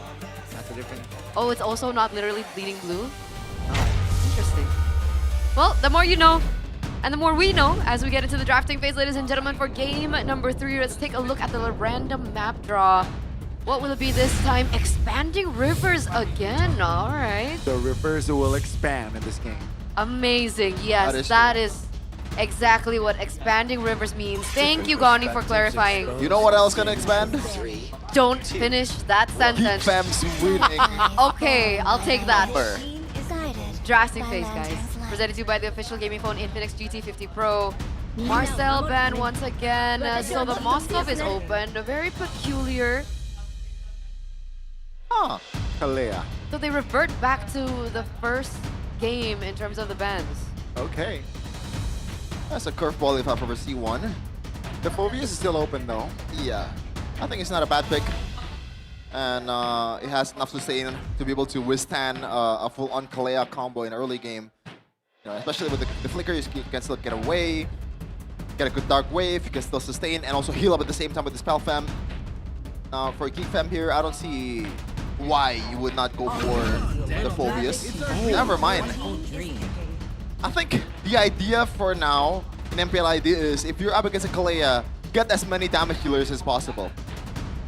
Because once one is down, you can still rely on the other one. Okay, so overwhelming damage is the way to go here then, yeah? Best defense is offense. Best is okay. Shines even brighter in the dark. It's gonna be Leonard pickup. Will they pair it with Phobius now that it's open for Onyx? Do they want to do that early, or? Yeah, at this point, I don't think Phobius is going to pay dividends for Onyx. Now, That's what I thought. like even for Geek Fam right now, Phobius is not the greatest either because Eve operates in so much of a long range. But yeah, I think that's a better pick. Lapu Lapu, you can punish the Leomord and the Eve at the same time. And it's a good way for Marcel to utilize his early game prowess and fight Onyx in the objective battle because that's been how they are beating Onyx in the first or in the second game. That's why I found it very interesting that they went for Eve of all, the heroes that they could actually go for in the first phase of the drafts, considering you're choosing the Eve into the Claude and allowing the Lapu Lapu as well to come through. So I don't think the Eve will be having that much of a great time. My legacy shall endure. Definitely will be pressured, right? Now with the Harith gone and the Sitian gone, what is Geek Fam trying to say here with the Harith? And also, will they commit to another marksman? Like, do they want to force the YSS? Like, YSS wins against the Claude, but it's really difficult because you're up against the Harley. And we saw what the Harley was able to do in that second game, right? It was punish over punish after punish after punish. So they banned the Sora here to deny that pick away from Onyx. What do Onyx need to do to alleviate the pressure that's already on them right now in the first phase of the drafts? Oh man.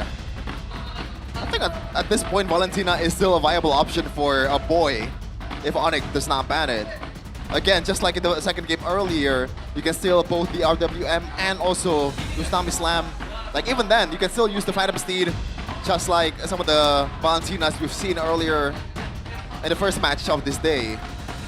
So you think it could be banned by Onyx? Could be banned by Onyx. If it's not banned, it could be picked by a boy, and a boy likes the Valentina too. But Atlas is gonna be debanned here. And fun fact, I believe Aurora just lost to TNC when they play with the Kalea against an Atlas. So it's a good way to... The interaction is interesting. Kalea cannot lift Atlas when he's using the ult, and Atlas cannot lift the Kalea when the Kalea is using the ult. So it's fair game. Yeah. It's a weird kind of interaction, but yeah. I think the Atlas is still sitting at a 0% win rate here. That's in the thing, you know. It's only one so far. It's BTR. Yeah. That's the thing. That's the thing. I don't know if they overthink. Sure, they have a sample size in the MPLPH, but again, it's just a small sample size, right? But it's gonna got the Gantot Kacha here locked in. Okay, the Phoebes and the Beatrix. Oh my god. Uh-oh. Beatrix Kelra. Uh-oh, he has his own skin for a reason. And it's technically buffed. And remember, Beatrix and Kalea combo, Beatrix technically got buffed. With the shotgun, right? Now, Wesker. Yeah, do you want to lock down the Beatrix with the Tsunami Slam, or do you want to just use the Farsa to hit him from outside the paint? But never mind, it's not going to be both Lilia. This is... I don't know, man. I don't like this. I don't like the Lilia. Yes, you can still purify out of the Tsunami Slam, but we've seen in the first game, Sansa's Lilia was getting punished in the first few minutes against the Leomord. Leomord is such a good pick against the Lilia. Yeah, I think the Lilia still needs that level 4 to be a lot safer. But technically, depending on how this early game goes, the Lilia should be able to clear a lot faster. But then there's also the spam ability of the Eve. So I guess we'll see how this all pans down. Remember, considering Nazara as well, we saw the pressure that they were able to have. Will it be able to assist the Lilia? There's so many questions right now. How will the Beatrix also fare after the patch hit last Wednesday? And will the Kingslayers finally be able to live up their name against the #1 Kings in MPL ID Indonesia Season 17 right now?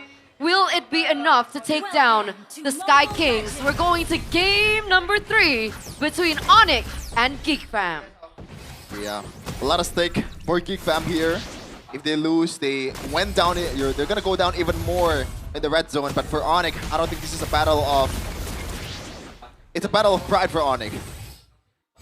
They want to send a statement to the Geek Fam that they are no more the Kingslayer. I will see. Absolutely. Emblem by Abayu. Nothing crazy so far. And once again, Hensiski is going for the Inspire to further boost the cooldown reduction on the BMI, so he can go in and get out quite easily. Yeah, so far it's been pretty much standard. How has the Beatrix been doing in lane? Especially now that we're looking that Kensiski's on the plot. I mean, Beatrix in lane is just fine.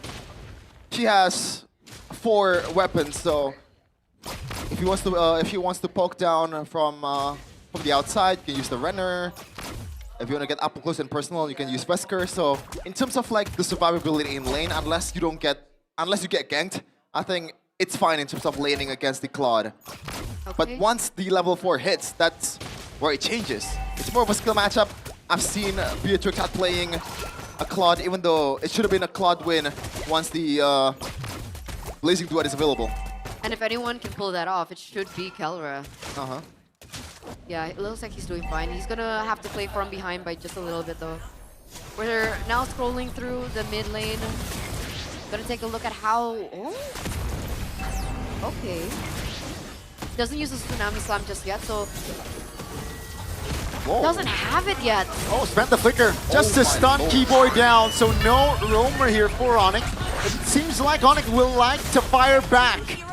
With the real-world manipulation spent, that's a kill on towards Marcel, so it's a 1-for-1 as Onyx, they regain control of this turtle pit. Valoisky though from the flanks, Kenzie with the Blazing Duet. Early one, no items, Blazing Duets, just to intimidate. Now Valoisky will go back and retreat, and the turtle is still up. It is. It looks like Onyx are going to be the ones holding over the control. 2 members from the side of Geek Fam are actually going to recall, so this should be a free turtle for Onyx. Yeah, and there's no conversion on the other side for Geek Fam as well, so I would call that an Onyx win. That was a good engage by Marcel, but the retaliation from Onyx was really good. And especially the fact that Keyboy was on level 3, both roamers still on level 3. And that way, Onyx got the better of Geek Fam in terms of the trade earlier, because they can control the initial objective with Sans much better. That makes sense. That's why they were able to hold control. Geek Fam also didn't really want to push anything. They didn't want to force an engage either or force a fight. So they decided to go back, disengage. Let's be charging right now. They're going for the taunt onto Keyboy. On towards Keyboy again. Will be able to jump towards the back. It's still controllable here from Onyx. It's probably the most aggressive gameplay against a Kalea comp. Geek Fam knows like this is their win con. They want to erase the Kalea as much as possible, as early as possible. Luke P is definitely a trouble. Might be arguably a more of a trouble than Keyboy, but once you get that numbers advantage, 5v4, it should be manageable, especially with a boy just dealing damage from long range. So that's what they're trying to do. They're going to be able to clear that mid lane. They're going to be able to rotate here. Keyboy knows exactly where they are. And an underrated thing that a boy has as a Lilia is the fact that he can check the bushes with the glooms. So Keyboy's not going to have that much of a straightforward way to engage in these fights. He needs to be aware of his positioning and figure out a way how to pick the members of Geek off. And whether or not they have Kelra, honestly, in the vicinity to back that up, because Sans can only do so much in the early game. No, a boy, that's a big power spike. Look at this. Yeah, that's going to Purify triggered. And I think Onyx with that spell info, they're happy, right? That's going to be, what, 80 seconds a timer. And they definitely can capitalize on that. Let's see, though, the turtle take. Very slow by both teams. Both teams don't want to go for too many fights. They're focusing on the objective. It's important to know that Kelra is still up top. Meanwhile, Kenziski's already in the vicinity. Both teams, they're charging. Ludwig maybe going for something here. It's 5v4, right? Geek Fam occupied with 5. That's going to be Nazara taking the turtle. They will pull the trigger to fight. That's going to be Keyboy taken down. Ludwig now quite stuck here. Flicker will be used. Take a look at the Beatrix, though. Free farming top lane. Kelra getting some consolation prize at the top lane, but I think Geek Fam definitely winning in that one. Getting 1 kill and also 1 turtle. Outer turret can be taken down later on, and they will take it down right now unless Kyrie uses ultimate to clear this one, but no, Kenziski will just try to take this one and BMI away. No, the retry is used. Oh, very early, all right. I mean, technically there's nothing to get right now. And I don't know, do you think that that Kelra, that the Beatrix didn't want to be involved into the fight until he got the BOD? I think it's a matter of you're not really able to catch up because you're a Beatrix, right? You can only dash once, and it's not really that far either. Marcel, super aggressive, look at that! That's a very aggressive maneuver there by Marcel. Oh. He doesn't land, will force Kelra to pop the flicker though. Keyboy taunted! That's gonna be the damage coming through to take Keyboy down. I think Sans also used the flicker to get out of that, yeah? Yes, Marcel is a dog, man. The fact that he pulled the trigger there was incredibly aggressive, but Kelra with a good damage control, but Bolowski too. This is chess match. Oh my goodness, real world relation already. Locking some players of Geek Fam, but that's just Kai 1v3 now. With the distance and the damage, Geek Fam still able to disengage for now. 20 seconds on the clock here for our last... the next Lord, the first Lord rather. Really good distraction. Very good distraction. While Onyx were busy up top trying to look for something, Kenziski also able to get that turret in the bottom side. So in macro play, Geek are doing their best right now. They're ahead, I would say. Yeah. And I just want to point out that Kelra was a genius there because he knows that the Wesker can punish. Gotta wait a little because Keyboy is getting pounced on. Tsunami Slam on towards Marcel. Nazara though from the flanks! Finds an angle on Kelra! Oh, he barely survives there with 1 HP! As Beloy and Marcel on the other side of the map there will be taken down. Only Keyboy is the trade. And that's just Onyx claiming the last turn. Oh no! You hate to see that. Sans got the purple on top of it too. And now Onyx, I think, takes control of the map currently. How did Kelra survive that? Taking at the replay right now. Like legit, how did he survive that? Wasn't he supposed to be taken down? I saw him ult. Does the ult give shielding or something? No, I think it's just the HP bar is almost barely visible. Like it's just a happenstance. Okay. It's literally 1 HP at its purest form. Okay, so that's how he was able to survive. Well, the fact that he survived made that a worth it trade for Onyx, right? Geek Fam looking for an engage, unfortunately wasn't able to get anything out of it. We do see, though, that Nazara is trying to clear that top side. Looking for that turret perhaps as another trade for them to play with, to work with. The macro control, definitely easier for Geek Fam because they have both the Harley and the Claude to control the side lane. Ooh. We got a game, folks. It's so close. 9 minutes in. Yeah, usually when you're 9 minutes in, you can see like 1k gold lead on the other side. Especially an Onyx game, right? Yeah, I don't think it's only 1k for Onyx either. Keyboy though, going for Beloski. Oh, that's gonna be Beloski. Revitalized pop. Blazing duet from Kenzie. With the help of Nazara is enough to take Keyboy down. That's Marcel though, going down as well. Take a look at Lutfi now. Taking a lot of heat there. 1 HP survive again. And that's just Onyx again, able to stabilize after that engage. XP laner for a roamer right as the first lord of the game spawns into the land of Dawn. Keyboy won't be able to open up vision faster than Nazara, so that's already an advantage that Geek Fam has at this point. Yeah, I think Marcel at this point has to realize that Kelra is not afraid of him at all. At least right now when he has 0 physical defense, he's going for the wings here. And that's why the Wesker just hits so much. It hits like a truck, even towards Lapu Lapu, which is supposed to be tanking all the damage. So he has to play it a bit more passively, at least towards Kelra. Maybe gotta wait for a set for Beloski first or Nazara. Yeah, I agree. Just poking down Kelra first before, but now Kyrie will be the target. Lutfi, does he have the flicker? No. Escape? Oh, that's a good engage there. That's gonna be the damage coming through still for Geek Fam. It looked good for a second for Onyx, but Geek Fam, they're too quick with it. Kai will not be able to get out from that damage as well as Geek Fam is able to find 3. Is this it? Is this the moment? Is this the second team to be able to take down the dynasty that is Onyx? That was so worth it for Geek. They take 3 members down, they get a Lord as well. A 2,300 gold lead. A boy, fortunately for him, had the black shoes, so he wasn't taken down in the exchange. Onyx losing on all fronts. I don't blame Onyx for pulling the trigger towards Nazara, but Beloski, what a peel, what a cover. And this is why he's called BBB for the longest time, because he has the biggest brain in the building. With the AOG, Nazara's somehow surviving, and he didn't die at all. No. 305, he has the shutdown, he has the gold that is stacked up for Onyx, but hopefully he can be a bit more safe from now on. I believe he played the Gatot before it was cool, right? Like this Yeah, is his he signature is pick. the originator of the Gatot Chrome, at least in ID. Real-time victory rate by Infinix GT50 Pro. Looks like it's all in favor of Geek at the moment. A Lord is on the way. You're seeing Onyx trying to clear in the top side of the map, but remember, 3 waves are still going to be crashing after this initial Lord push. Can Geek Fam utilize it? I think they have enough tool to be able to pull this off. But unfortunately, all of the sets that Geek Fam has, it is heavily telegraphed. Nazara has to be the main guy that's gonna dwindle some of the HP away first from Onyx.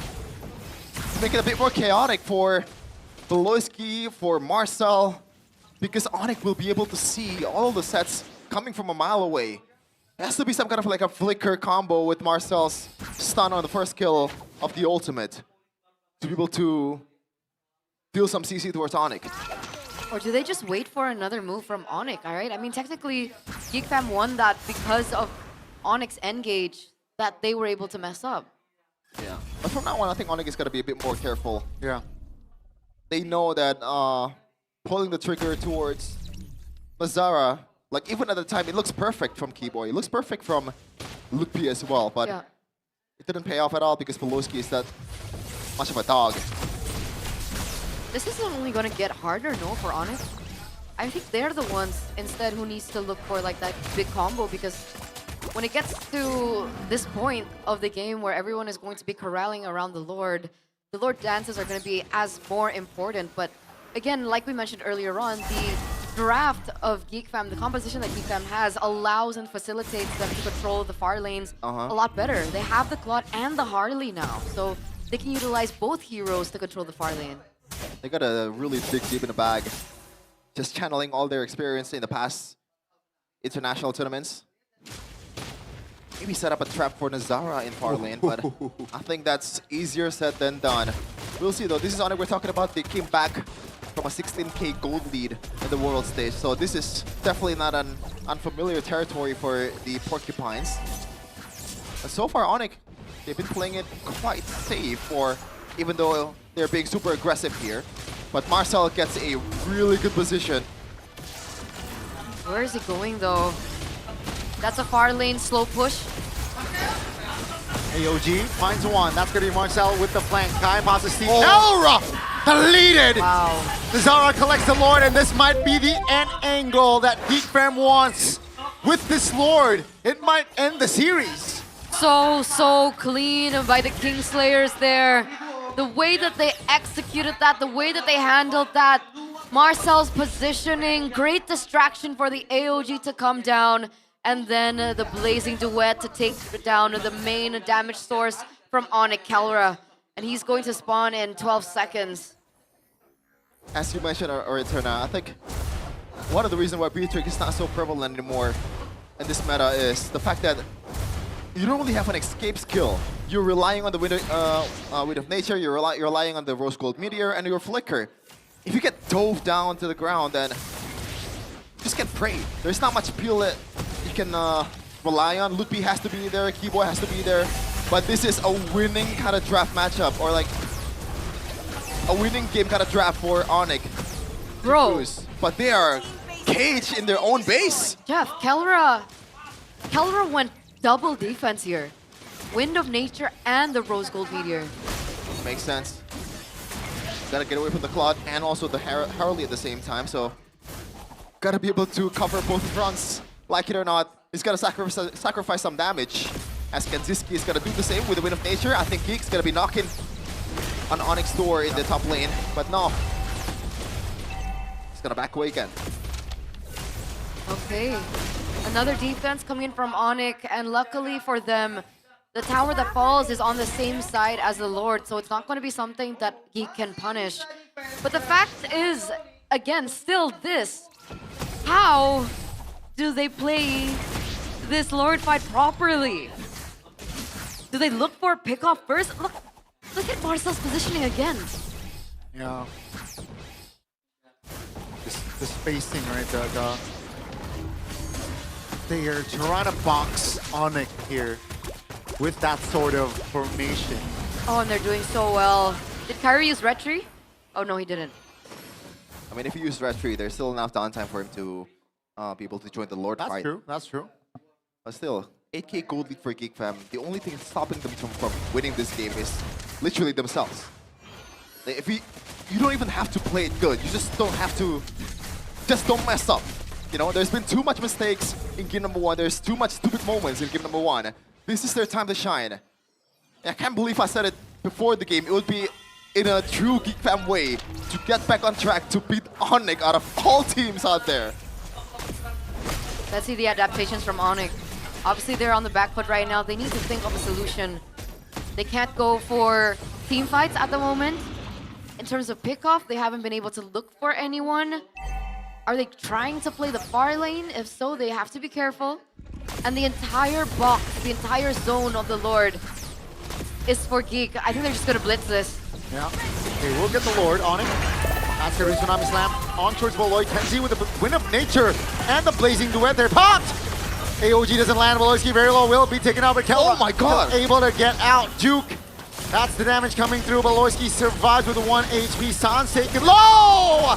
Marcel finds the last laugh on towards Keyboy, who is currently 07. And again, Geek Fam, they still have the Lord to play around with. Yeah, this is big because Lord can just crash down in the bottom lane. I don't think Geek Fam has to wait for the mid lane and also manage the top lane, but they still do it anyway because they have enough time. Yeah. Keyboy is nowhere to be seen. This is the time Nazara can play as aggressively as possible. They have the 6-man right here, 5v4. That's Ludwig. Oh, taking a lot of damage, taken down as well. And ladies and gentlemen, Geek Fam has an opening to end the series. AOG towards the back. Take a look at Nazara. Will be taken down, but it does not matter. The start of the second leg for Onyx. has been abysmal. They have to suffer a defeat to the hands of the Kingslayers. They live up to their name. Geek Fam, the Kingslayers. They took down RRQ before, and they take another king down with them here in the second leg to kick things off, and they break Onyx's 3-time match win streak. What a story, what a game, what a match! Sky Kings what? Is that Geek Fam? Dude, how? Exactly how? Like, if you ask anyone on Earth, like if you see what happened in game number 1, and you said to me, I predicted that the reverse sweep is coming. You're crazy. You're insane. I'll just escort you to the nearest mental hospital. Because game 1 was such a terrible match for Geek Fam. Really was. But not the second, not the third. Wow. Man, Geek really repaired their gameplay. From game 1 to game 2, the adaptations they had in the game, the way that they adapted in the drafts as well, they didn't allow Onyx to have a single moment from the early portion of the game and made it so difficult. I feel like Marcel did the most from game 2 and game 3. And we're gonna be able to talk to them very soon. The Kingslayers. Let's celebrate them up on stage with our host, Sevilla.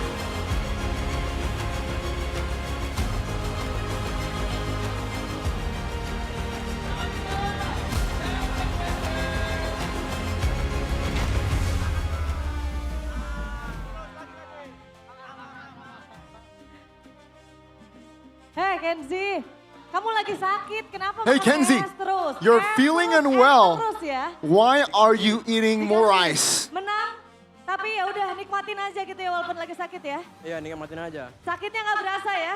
Iya. I mean, Tapi ini I will just enjoy it because I won this match. menumbangkan sang raja langit di match kita kali Geek ini. Fam managed to defeat the Sky Kings Onyx in this series. Tapi aku pengen tanya deh sama kalian, dimana seperti yang kita tahu kan performance dari tim Onyx Esports benar-benar luar biasa sekali khususnya di leg yang pertama. Tapi kalau dari kalian, Onyx apa sih Esports displayed a persiapan great untuk performance in the first leg, melawan tim Onyx Esports? but in the second leg, Coba. Lawan siapa? Gak ada persiapan, kita main kayak biasa aja, any special preparations for the second leg? Nothing special. We just nothing to lose. We just play. Juga nggak nyangka. Yeah, I personally don't expect it as well. Lepas aja satu sama lain. Ya kita fokus sama gameplay kita aja sih. We're just focused on our own gameplay. Iya. Tapi sakit-sakit tetap galak loh Kenzie. Kenzie, Kamu you're unwell, permainannya tadi but you're still aggressive. yang penting menang. Tapi ternyata nih lagi All that banyak matters is yang we win. sakit ya dari teman-teman Geek Fan tuh. Ada siapa aja yang sakit? Who's unwell? Marcel. Marcel juga, tapi Marcel is Baloy unwell. di sini. Baloy. Bagaimana? Sakit Ini juga. ada yang I'm cukup also unwell, menarik, said Baloy. Dimana untuk di minggu kemarin itu kan kalian kalah ya. Week 4, you guys Minggu lost. sebelumnya pada saat lawan tim RRQ dan juga melawan King Maharaja Kevin, kalian berhasil menang. Apakah But against RRQ and TLID, King aja menang you guys won. Bisa mungkin sih, khususnya buat King. Is it just the kings, like the kingdoms? Here you guys will win. Cukup apik sendiri dan kalau misalnya dari Baloy sendiri melihat performance dari Keyboy, gimana He said, sih especially yeah, di haha. leg yang kedua? Ya apa ya, mapnya tuh kepegang banget sama dia, kayak pressure-nya di map tuh di mana-mana. What are your thoughts on this match? Second leg. The pressure Tapi is bagaimana cara Baloy untuk dapat nih a lot and many. mengantisipasi pergerakan dari How do you anticipate? Enggak sih, kita kayak sebagai tim aja sih tadi, kayak bukan guanya. Kita tuh kami Against a team like Onyx. Kita lancar, info kita lancar. Jadi kayak kita bikin Kiboy itu susah gerak secara setim, bukan satu. Yeah, as we Oke, try to jadi deflect balik Keyboy, lagi we ya. just Ini try to adalah hold salah satu Keyboy bukti bahwa as a unit, not chemistry individually. yang luar biasa dari teman-teman Geek Fam. Amazing Tapi di chemistry sini from kita akan Geek Fam langsung side. aja menuju ke Nazara. Nazara, Di mana Nazara di sini ini adalah kemenangan pertama kamu. this is your di first win Indonesia season yang ke-17. in the Gimana, MPL Nazara? stage. Apakah rasanya masih sedikit nervous atau sama aja? How are you feeling now? Nervous soalnya musuhnya Kairi. Nervous because I was up Musuhnya against Kairi. Kai. Gimana tadi pada saat kamu harus melawan Kairi dan turns out hasilnya kamu berhasil memenangkan match kali ini? Nggak ada sih, main-main aja. Main-main aja, ada kesulitan gak sih kalau dari Nazara sendiri? Any issues? Ada kesulitan Any nggak sih? challenges? Sedikit. A little. Sedikit apa tuh? What is it? Soalnya dia ganteng. Soalnya Because Kai Soalnya dia is ganteng. Soalnya handsome. dia ganteng. Oke, baik. That's the issue, Tapi apparently. kalau misalnya dari Nazara sendiri, kira-kira kamu expect gak sih tiba-tiba naik ke Nazara? MPL dan langsung bermain? Did dan you kamu harus expect pastinya keep that up you dengan yang were lain going to be juga? promoted Gimana kalau misalnya dari and Nazara? then you're going to win against Onyx? Sebenarnya nggak expect. Tapi Honestly, ya alhamdulillah bisa naik. Bagaimana I don't really cara kamu untuk bisa berbaur nih, untuk bisa I don't really get along expect sama teman-teman myself to yang be lain? promoted. How do you bond Mungkin with makan bareng kali. the MPL Makan roster? bareng. We eat a Dibantu sama lot Baloy juga together. kah? Yoi. Dibantu sama Baloy juga. Ada Baloy yang bantu paid? nggak di Geek Fam? Yes. Baloy galak banget ya. Oh baik. Baloy is Tapi very kalau misalnya friendly. dari Baloy sendiri nih, aku pengen tanya lagi. From Baloy. Kira-kira ada gak sih alasannya nih Is there a tentang Make It? is there Pertukaran antara Make It dan juga Nazara, ada gak sih? like a specific reason? Ya, yang pasti karena si Nasara juga kayak lagi naik kan di MDL, terus kayak kita sebagai tim kayak decide sendiri aja. Kemarin juga dia lagi sakit, jadi kebetulan kayak gak mau turunin dia, tapi kayak itu doang yang pilihan kita. Tapi itulah. Oke. Is there a specific reason on why Nazara was promoted and Make It was demoted? Well, tadi kalau misalnya kita And Baloy mendengar said, jawaban dari yeah, I Nazara, think memang as a Baloy unit, cukup it was a team decision. membantu juga nih untuk bisa Make It was unwell mengkomunikasikan last week, satu and sama Nazara lain. is actually on Baloy, the pada up saat trending kamu wise. melihat gameplay dari Nazara gameplay. sampai akhirnya kamu bisa mematchkan And satu sama yeah, lain nih. that was a Soalnya team pas decision. Gue ngeliat dia emang jago, soalnya kan kita banyak internal scrim juga kan, jadi terus juga dia perform. Ya mungkin netizen kalau enggak orang-orang lihat kayak apa ya, dia tuh kayak yang aneh mainnya, tapi kayak dia tuh masih ingat tuh kita tuh cuma 2 hari, terus dia langsung main di MPL. Kayak kita tuh cuma 2 hari latihan sama dia waktu dia pertama kali main. Jadi kayak expect sih, kayak maksudnya chemistry, namanya juga chemistry gitu. Oke, tapi What was terbukti the- ya kali ini di permainan What was like keduanya, di match the keduanya. chemistry dengan like Nazara luar biasa after? sekali Yeah, I mean, hasilnya. we didn't Tapi really practice a lot, just 2 days after the promotion, and bagaimana Marcel? the results, Ini adalah again, we just match don't expect kamu much. melawan Upi. And apparently it's enough. We Marcel? just, chemistry-wise, we just Jago sih. stay together. Pertama Marcel, kali ketemu Upi jago, terus kamu What do you dibikin think about kesulitan Lutfi? atau masih aman-aman he's aja? good. Aman aja sih Bude. Tadi ya nggak gimana-gimana. Biasa aja. Gak apa-apa, langsung dibilangin sama temen-temennya ya, nggak apa-apa. Jadi mainnya aman-aman aja.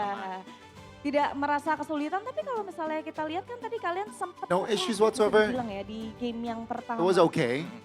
Kenapa itu, Marcel? Mungkin kita Game number banyak one. momen blunder aja sih. Game number 1, you guys Okay. struggled. Okay. Yeah, I think there was Siapa tuh, a kalau boleh tahu? moment of blunder. Aboy. Aboy. There was a Aboy moment kah? of blunder, and Aboy Marcel punya said, blunder boy. katanya di game 1. Emang iya, Aboy?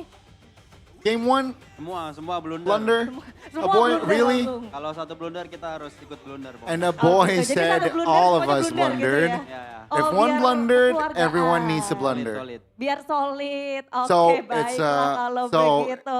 Tapi kalau misalnya dari Aboy sendiri, kira-kira melihat So dari match it's yang solid tadi as a cukup- unit. Sudah cukup puas kah? Satisfied with the result? Belum sih, belum. Masih bisa lebih harusnya.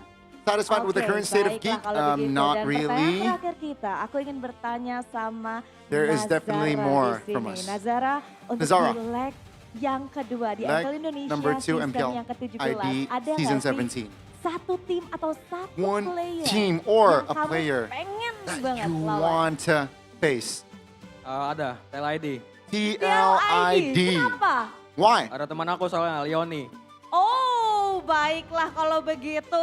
I Kita got a akan friend there. menanti pastinya ya His name match is yang luar Leoni. biasa antara Geek Fam melawan TLID. Tapi Geek Fam Unity, marilah kita berikan tepuk tangan yang paling meriah untuk Ladies and Geek gentlemen, let's welcome Geek Fam, the winners of this match.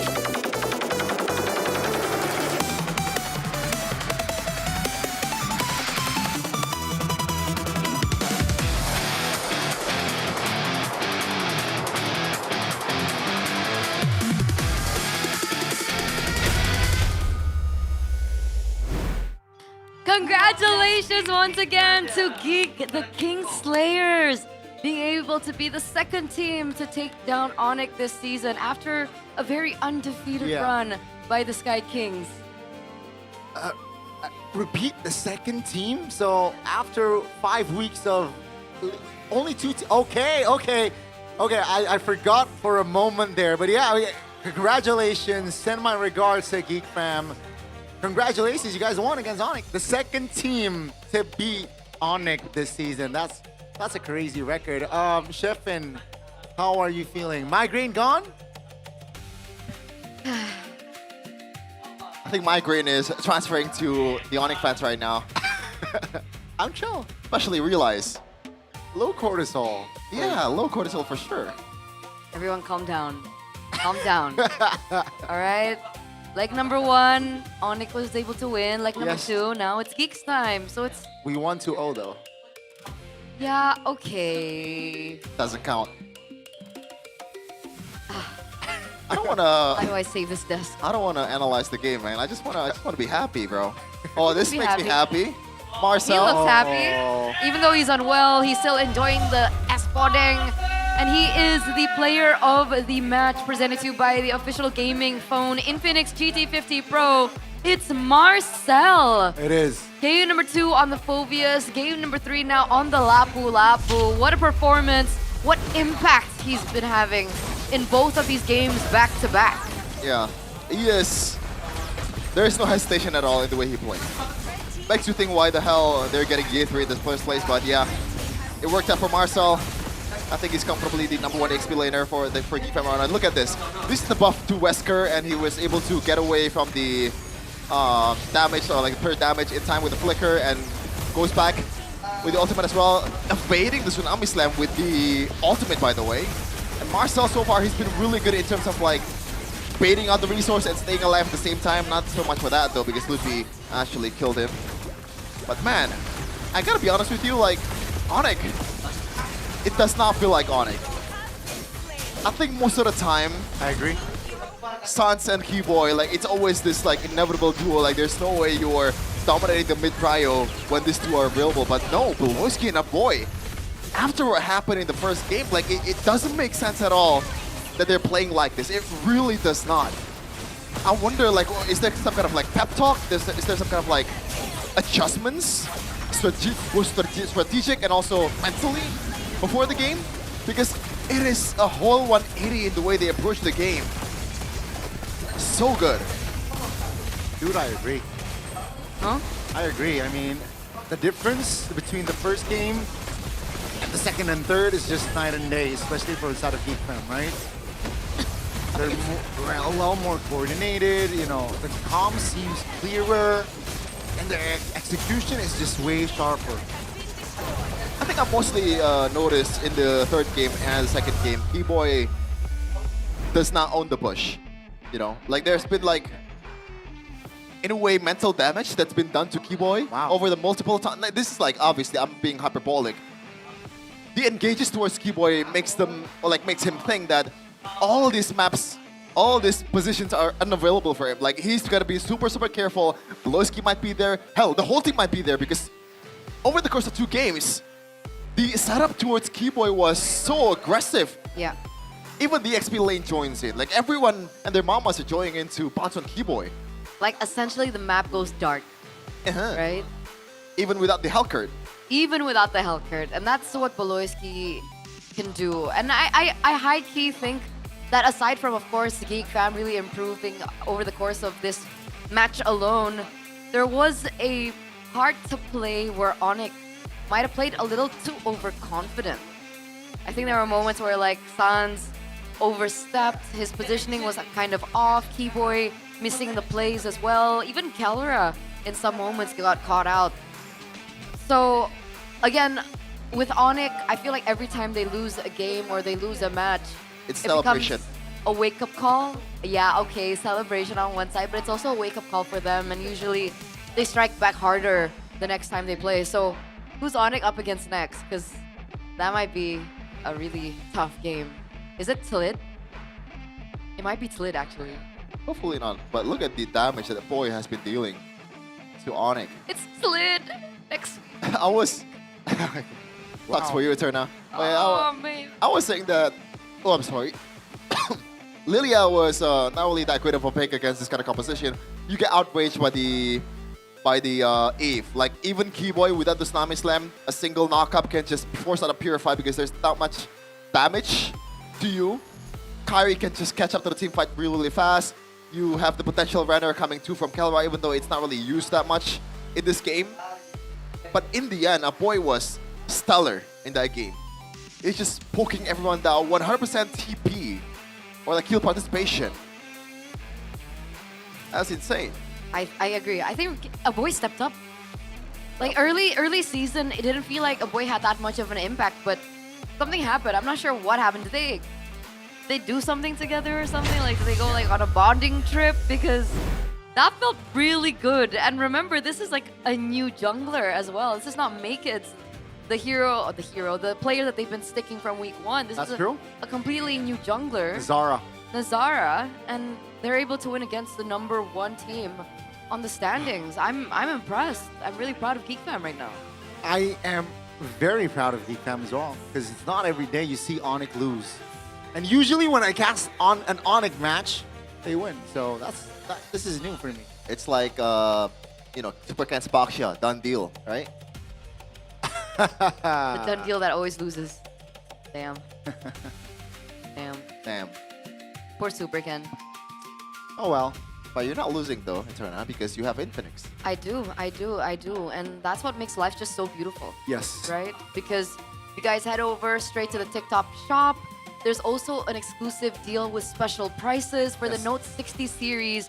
And it's specific only for the MPL fans. Wow. Performance is also not lackluster. Very, very cool. Very amazing. It uses the Snapdragon 7S Gen 4 and the first 5G in the Infinix collection. Super fast, perfect for gaming without the lag, and the display is also already at 144 Hertz, making it even more smooth as well as immersive when you play the game.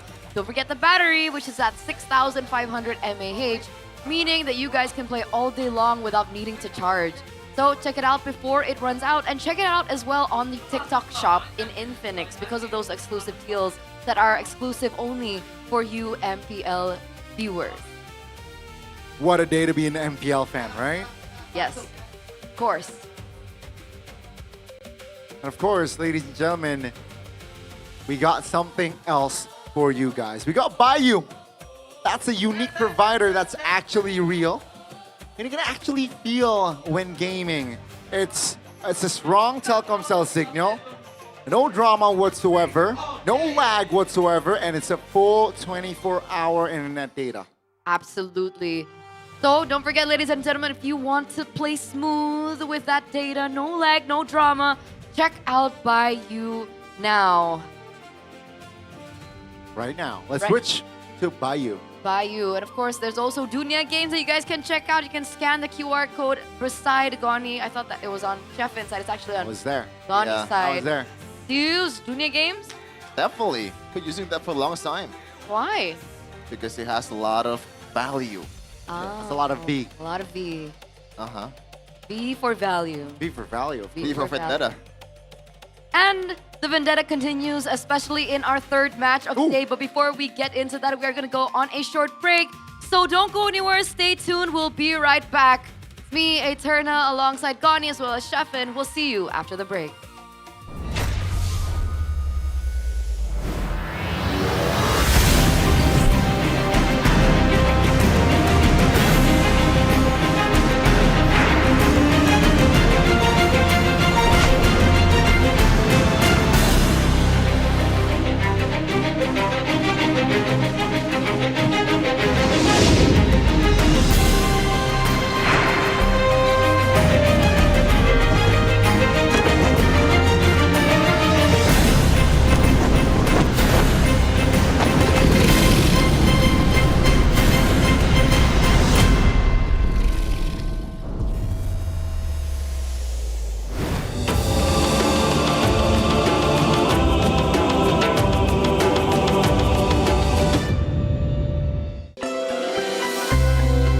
Di Sukabumi, di Tanah Sunda, ada tradisi yang gue suka, namanya Seren Tahun. Dan Seren Tahun itu bukan sekedar pesta panen. Ini tentang menyerahkan hasil kerja 1 tahun kepada Tuhan Yang Maha Kuasa. Tentang bersyukur dan memulai dari nol lagi. Padi nggak tumbuh dalam 1 hari. Padi butuh waktu, perawatan, kesabaran, dan kerjasama. Ini sama dengan e-sport, mekanik, rank tinggi, makro, itu juga ditanam. Jadi kalau lu nggak sabar, lu nggak bisa punya hasil panen. Di Seren Tahun itu, di diri gua terbentuklah mental proses. Jadi konsistensi lebih penting dibanding hasil instan. Di gua, Sungai Musi itu bukan cuma sungai, tapi itu kehidupan. Di festival itu, semua perahu maju kencang, tapi bukan yang paling kuat yang menang. Tapi yang menang yang paling kompak. 1 orang salah tempo, perahu oleng. 1 orang salah posisi, game selesai. Dari tradisi ini gue belajar tentang sinkronisasi karena chemistry menentukan segalanya. Tradisi di Bali yang paling ngena lah di gua, menurut gua tuh nyepi. Karena nyepi tuh ngajarin kayak diam itu kuat. Jadi selama 24 jam gak ada aktivitas, lebih ke introspeksi diri lah. Di momen itu kita jadi lebih jujur sih sama diri sendiri. Kenapa kita kalah, apa yang salah. Di e-sport banyak orang berhenti karena kekalahan, tapi gua enggak. Karena nyepi ngajarin gua bukan buat berhenti, tapi buat memahami. Hingga sekarang, gua masih berjuang di liga ini. Dari kecil, di daerah gua tumbuh dengan Gurindam 12, karya Raja Ali Haji. Gurindam 12 itu memiliki 2 baris, tapi maknanya dalam. Baris pertama sebab, baris kedua akibat. Di game juga sama, overextend mati, salah draft kalah. Semua ada sebab akibatnya. Dari sastra lahirlah logika. Di Samarinda ada tradisi yang paling terkesan yaitu Festival Mahakam. Semuanya tentang ritme. Dayungnya itu nggak boleh terlalu cepat dan nggak boleh terlalu lambat, tapi harus tepat. Sama kayak nge-retrin lord dan nge-engage. 1 detik terlalu cepat, gagal. 1 detik terlambat, kalah. Timing adalah segalanya. Ya karena momen itu menentukan kemenangan.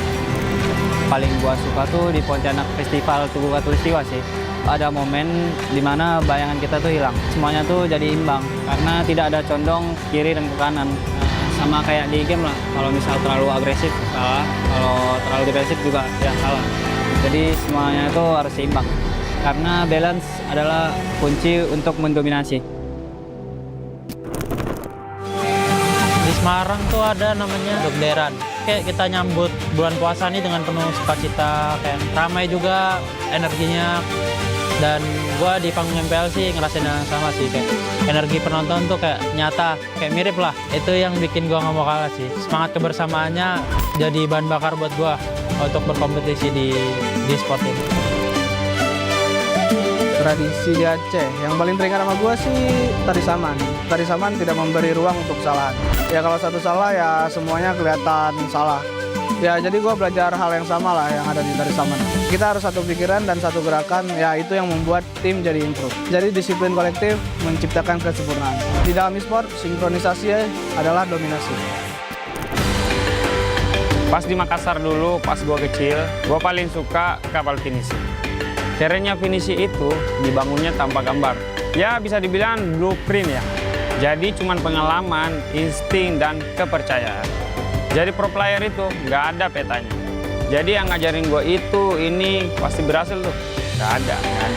Jadi dibangun kayak finishing sedikit demi sedikit. Jadi tradisi ini mengajari gua melangkah tanpa kepastian. Percaya proses adalah kunci.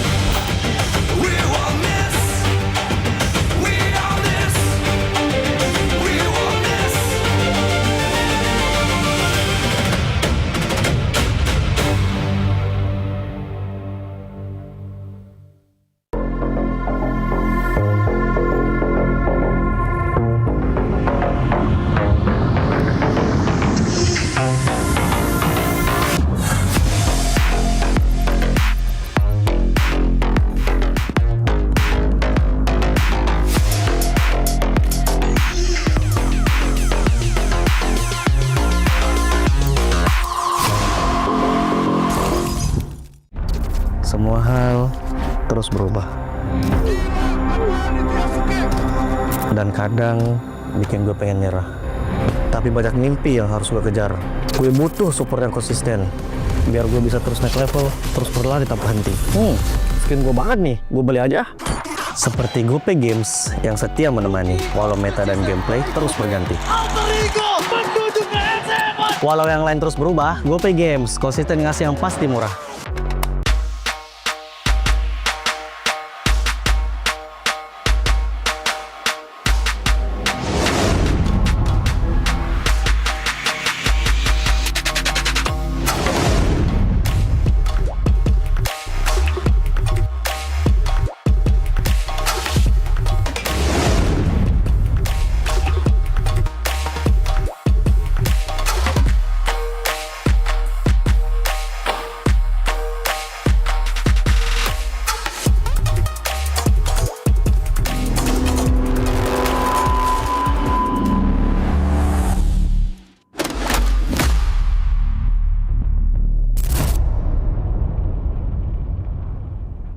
Garnier Men.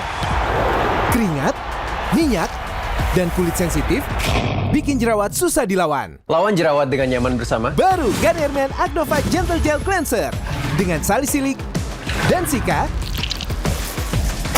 Lawan 99,9% bakteri penyebab jerawat. Teruji pada kulit sensitif. Nyaman di kulit. Optimal lawan jerawat.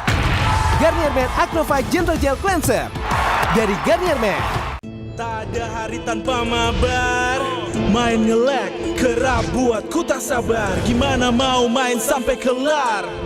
Ini waktunya ku bersinar. Okay, let's do it. Game smash andalanku bikin mainku semakin hebat. Pin stabil main makin mulus, rankku fix naik terus. Tukar DG rings, diamond dan voucher game kau dapat. Cuma Game Max makin no debat. Game Max Booster kini dapat DG rings. Beli paketnya dan aktifkan boosternya di aplikasi Dunia Games. Belanja di Indomaret makin banyak untungnya. Kumpulkan cashback point, dapatkan diskon, dan belanja gratis. Jadi member Indomaret Pointku sekarang. Untungnya non-stop.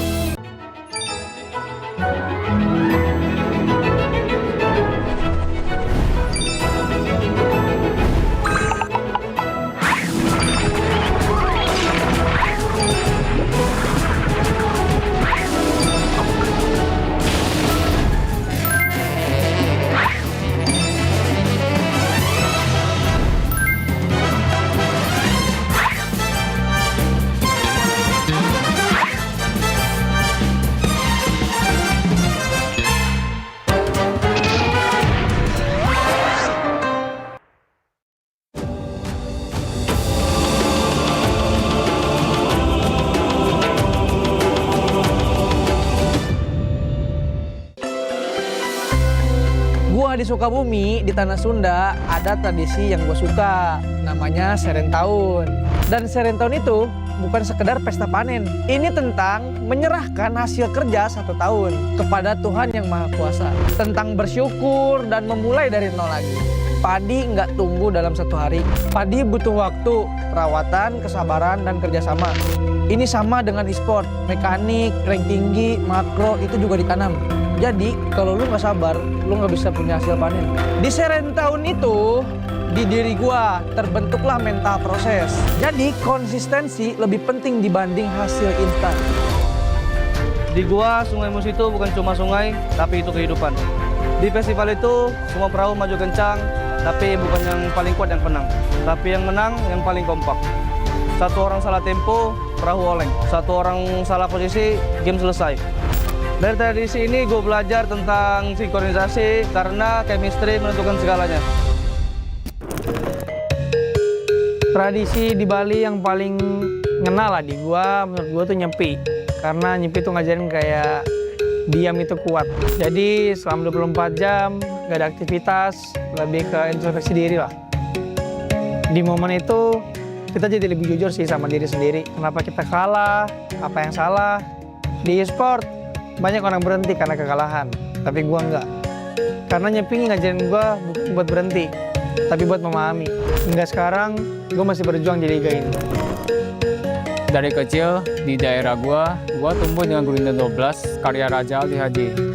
Gurindam 12 itu memiliki 2 baris tapi maknanya dalam. Baris pertama sebab, baris kedua akibat. Di game juga sama, overextend mati, salah draft kalah. Semua ada sebab akibatnya. Dari sastra lahirlah logika. Di Samarinda ada tradisi yang paling terkesan yaitu Festival Mahakam. Semuanya tentang ritme. Dayungnya itu nggak boleh terlalu cepat dan nggak boleh terlalu lambat, tapi harus tepat. Sama kayak nge-retrin lord dan nge-engage. 1 detik terlalu cepat, gagal. 1 detik terlambat, kalah. Timing adalah segalanya. Ya karena momen itu menentukan kemenangan.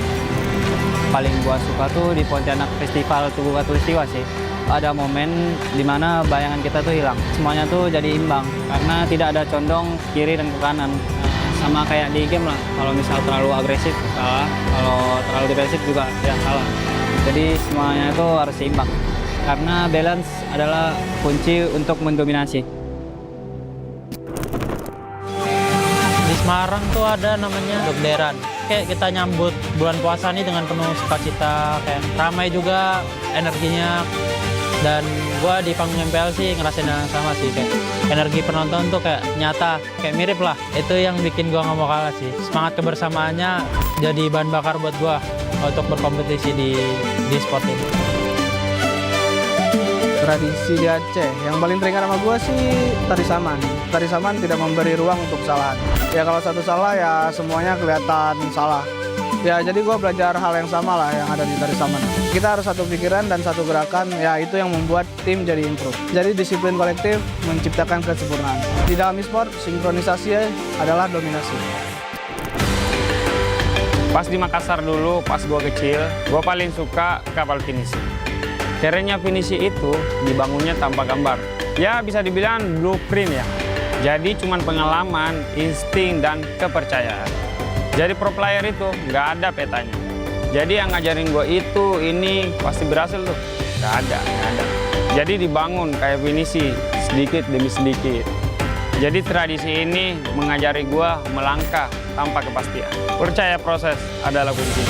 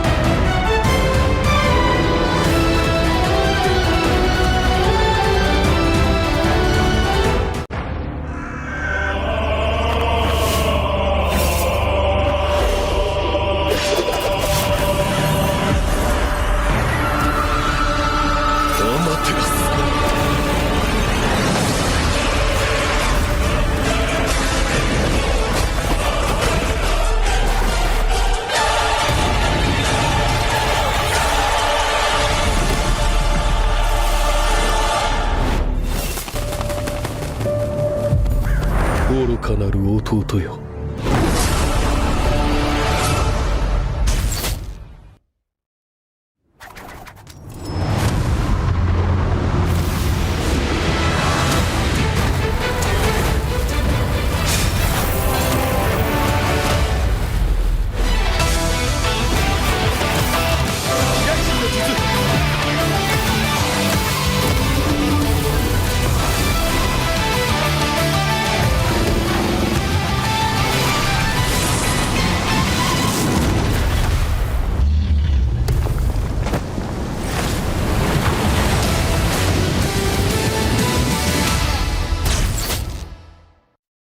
みんな、渦巻きナルトが帰ってきたぞ。飛来神の術。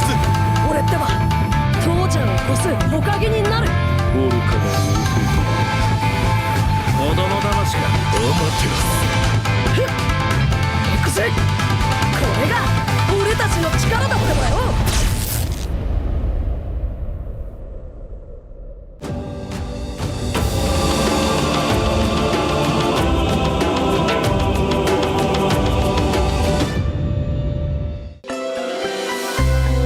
Gua di Sukabumi, di Tanah Sunda, ada tradisi yang gue suka, namanya Serentahun.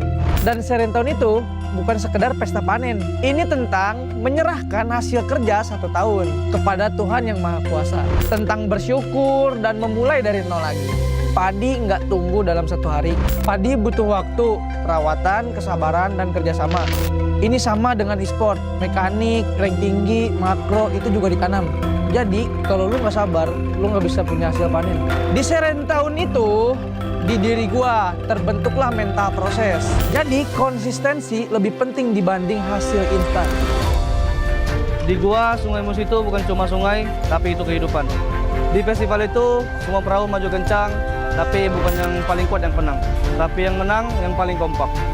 1 orang salah tempo, perahu oleng. 1 orang salah posisi, game selesai. Dari tradisi ini gue belajar tentang sinkronisasi karena chemistry menentukan segalanya. Tradisi di Bali yang paling ngena lah di gua, menurut gua tuh nyepi. Karena nyepi tuh ngajarin kayak diam itu kuat. Jadi selama 24 jam gak ada aktivitas, lebih ke introspeksi diri lah. Di momen itu kita jadi lebih jujur sih sama diri sendiri. Kenapa kita kalah, apa yang salah. Di e-sport banyak orang berhenti karena kekalahan, tapi gua enggak. Karena nyepi ngajarin gua bukan buat berhenti, tapi buat memahami. Hingga sekarang, gua masih berjuang di liga ini. Dari kecil, di daerah gua tumbuh dengan Gurindam 12, karya Raja Ali Hadi. Gurindam 12 itu memiliki 2 baris, tapi maknanya dalam. Baris pertama sebab, baris kedua akibat. Di game juga sama, overextend mati, salah draft kalah. Semua ada sebab akibatnya. Dari sastra lahirlah logika. Di Samarinda ada tradisi yang paling terkesan yaitu Festival Mahakam. Semuanya tentang ritme. Dayungnya itu nggak boleh terlalu cepat dan nggak boleh terlalu lambat, tapi harus tepat. Sama kayak nge-retrin lord dan nge-engage. 1 detik terlalu cepat, gagal. 1 detik terlambat, kalah. Timing adalah segalanya. Ya karena momen itu menentukan kemenangan. Paling gua suka tuh di Pontianak Festival Tugu Katulistiwa sih. Ada momen dimana bayangan kita tuh hilang. Semuanya tuh jadi imbang karena tidak ada condong kiri dan ke kanan. Sama kayak di game lah. Kalau misal terlalu agresif salah, kalau terlalu defensif juga ya salah. Jadi semuanya itu harus seimbang. Karena balance adalah kunci untuk mendominasi. Di Semarang tuh ada namanya Dogderan. Kayak kita nyambut bulan puasa nih dengan penuh sukacita, kayak ramai juga energinya. Dan gua di panggung MPL sih ngerasain yang sama sih, kayak energi penonton tuh kayak nyata, kayak mirip lah. Itu yang bikin gua nggak mau kalah sih. Semangat kebersamaannya jadi bahan bakar buat gua untuk berkompetisi di sport ini.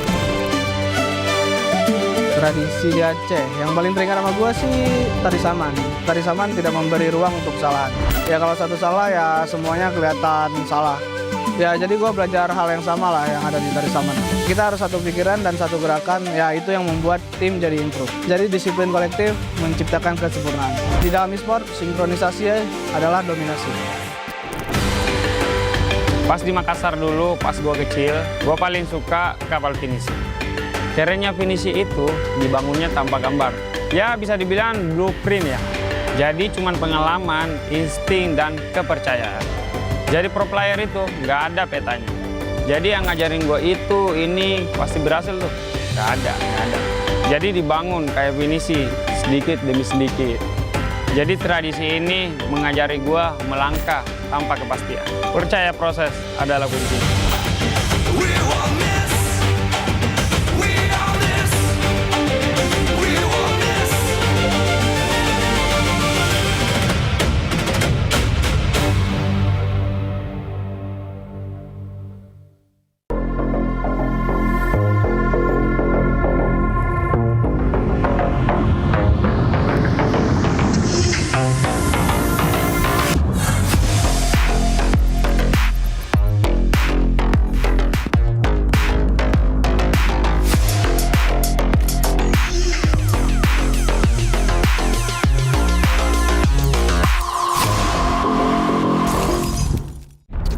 Semua hal terus berubah.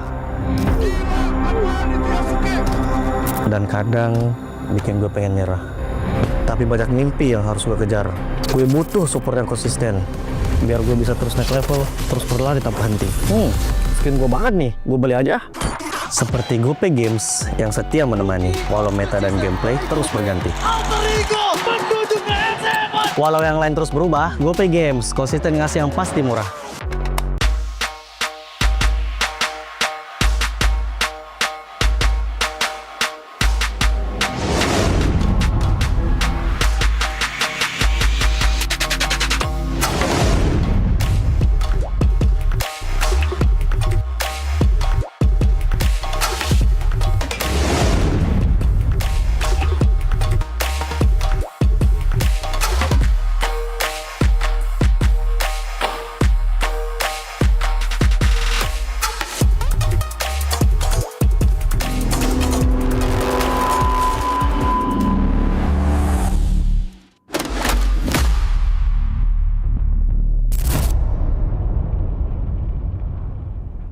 Garnier Men.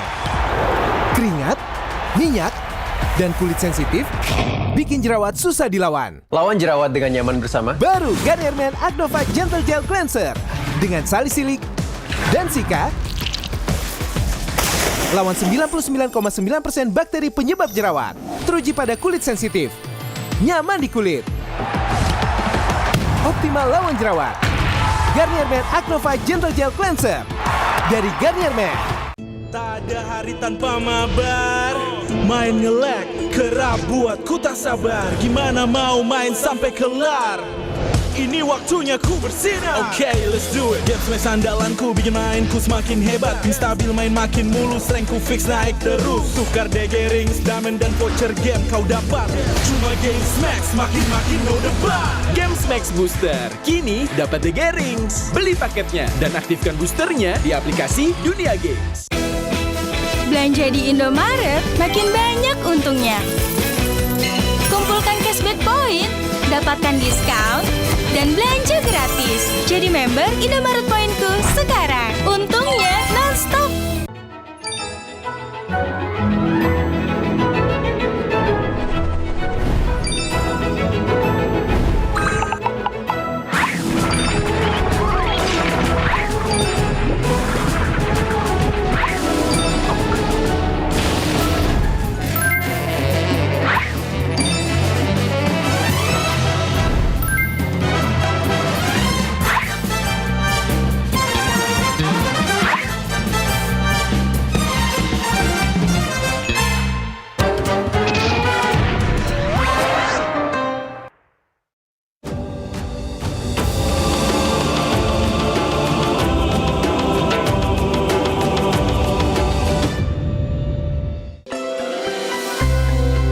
Di Sukabumi, di Tanah Sunda, ada tradisi yang gue suka, namanya Serentahun.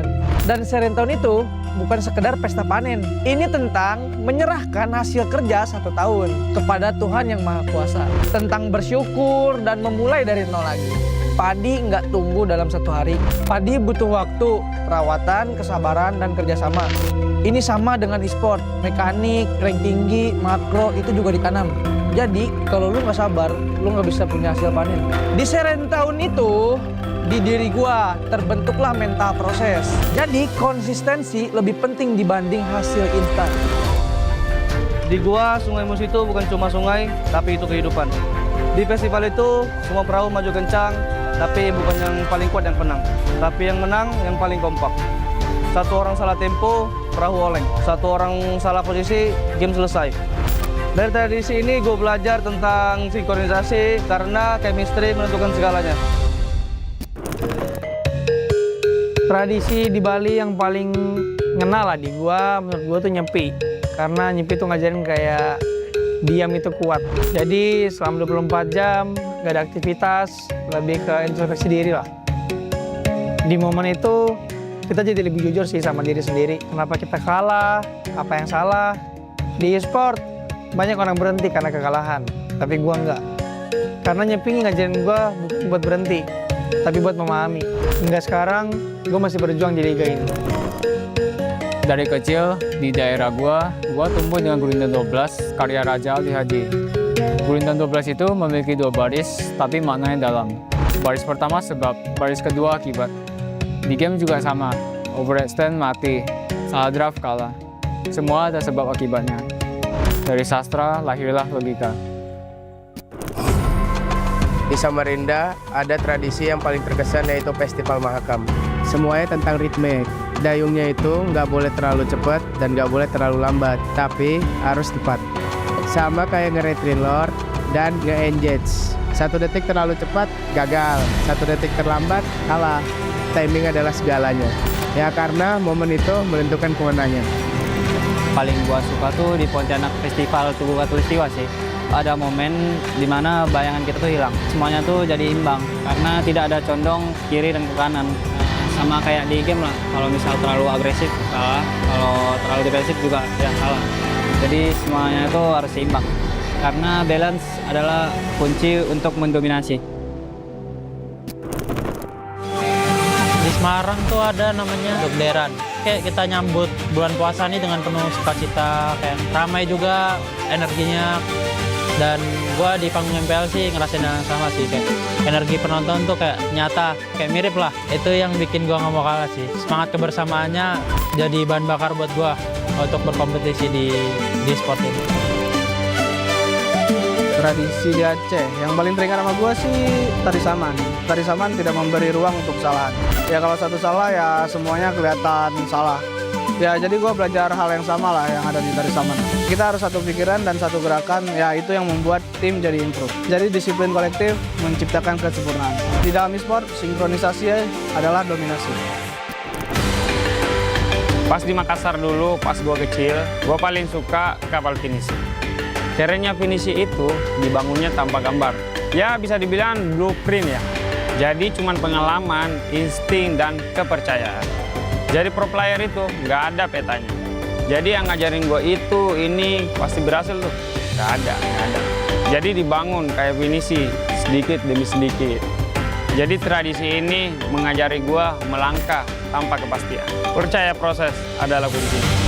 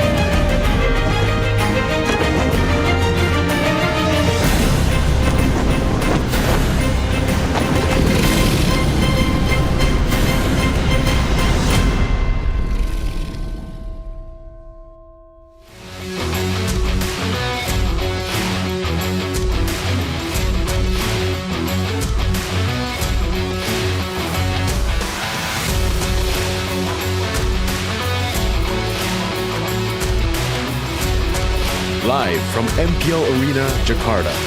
MPL Indonesia Season 17 is powered by Moontalk. Supported by Esports Federation of Indonesia. Presented by official gaming phone, Infinix. Official e-wallet, GoPay. Official gaming chair, Toda. We own this.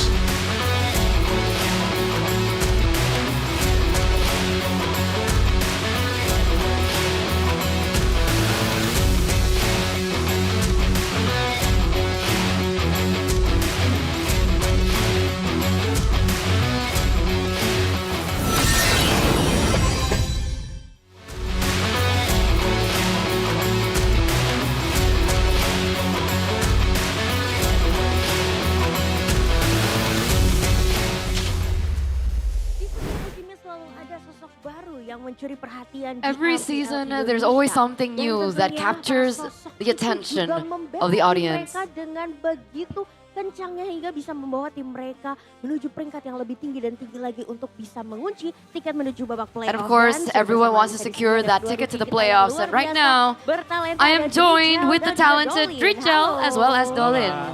Hello, hello. How are you guys today?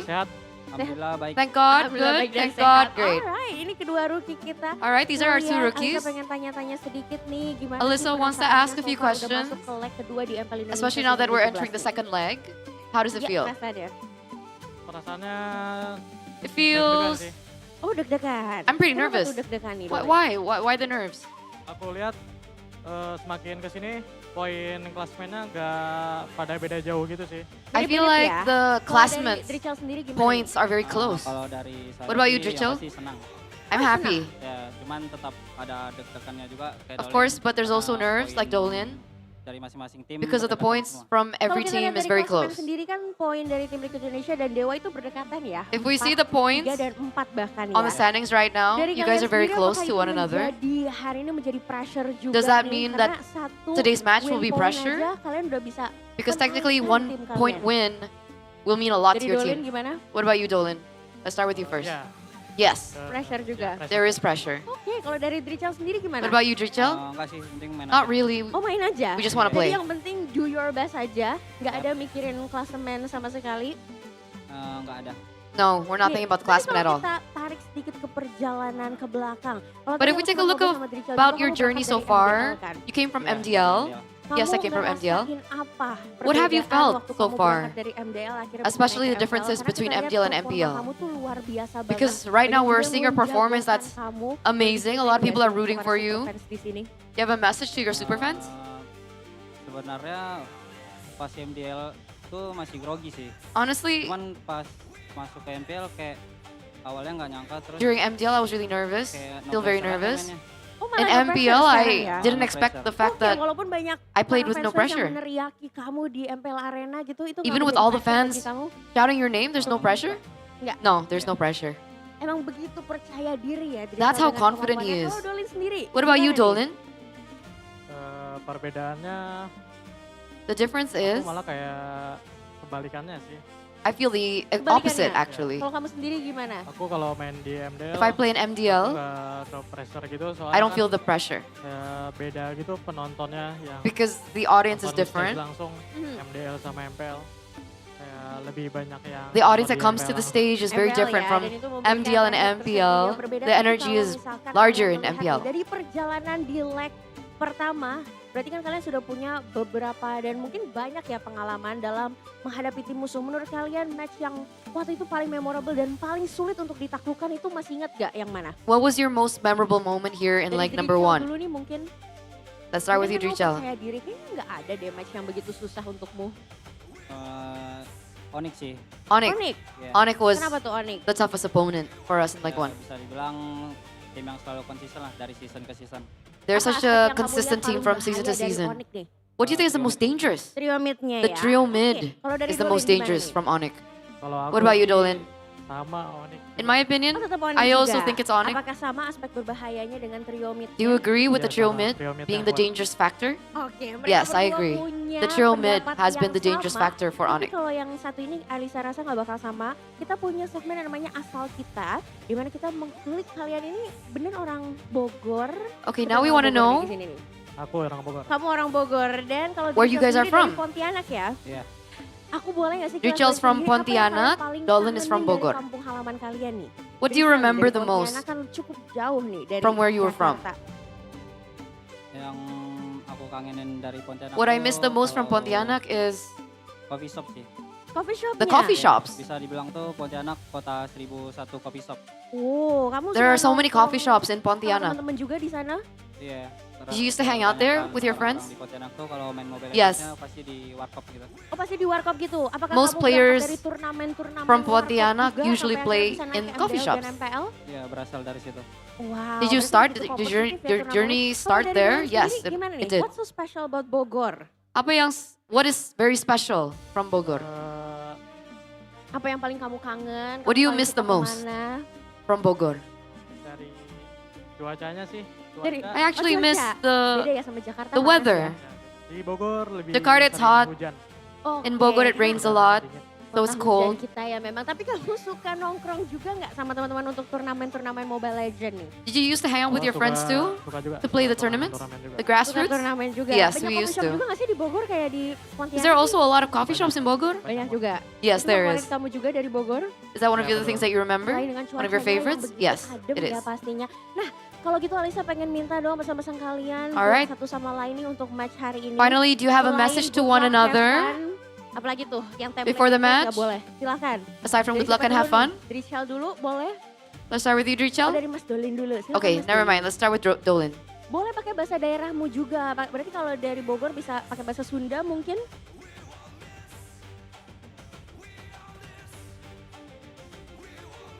Apa? Ada, Akang? Oke, boleh Drichel dulu nih. Udah pede banget nih. Drichel will start Buat Dolin first. ya? Buat Dolin. For Dolin. Paling untuk match malam ini kita buat match seru lah. Let's make the match Buat fun. seru. Oke, Dolin ada balasan. Dolin, you have an answer? Pakai bahasa Sunda ya? Pakai bahasa Sunda. Using Sundanese? Biasa. Tolong galak-galak atau Tolong galak-galak atulah. I don't tapi understand. Aku punya satu Guys, I don't pertanyaan speak nih. Aku baru Sundanese. ingat kalian kan Oh, gitu. uh, Dan sepanjang don't be perjalanan too ini pastinya masih ferocious. panjang di MPL. Nanti ketika kalian karirnya sudah mungkin berakhir di MPL, kalian pengen dikenal sebagai sosok pemain yang seperti apa sih? Coming into Drichel, MPL, what kind of pengen figure dikenal or sebagai icon do you want to be legenda known kah? for Dark system kah? in Atau apa nih? MPL? Tetap pengen dikenal sebagai Drichel sih. I want to be known as Sebagai Drichel. Iya. Yang jago dan percaya diri. Iya, confident kalau kata orang.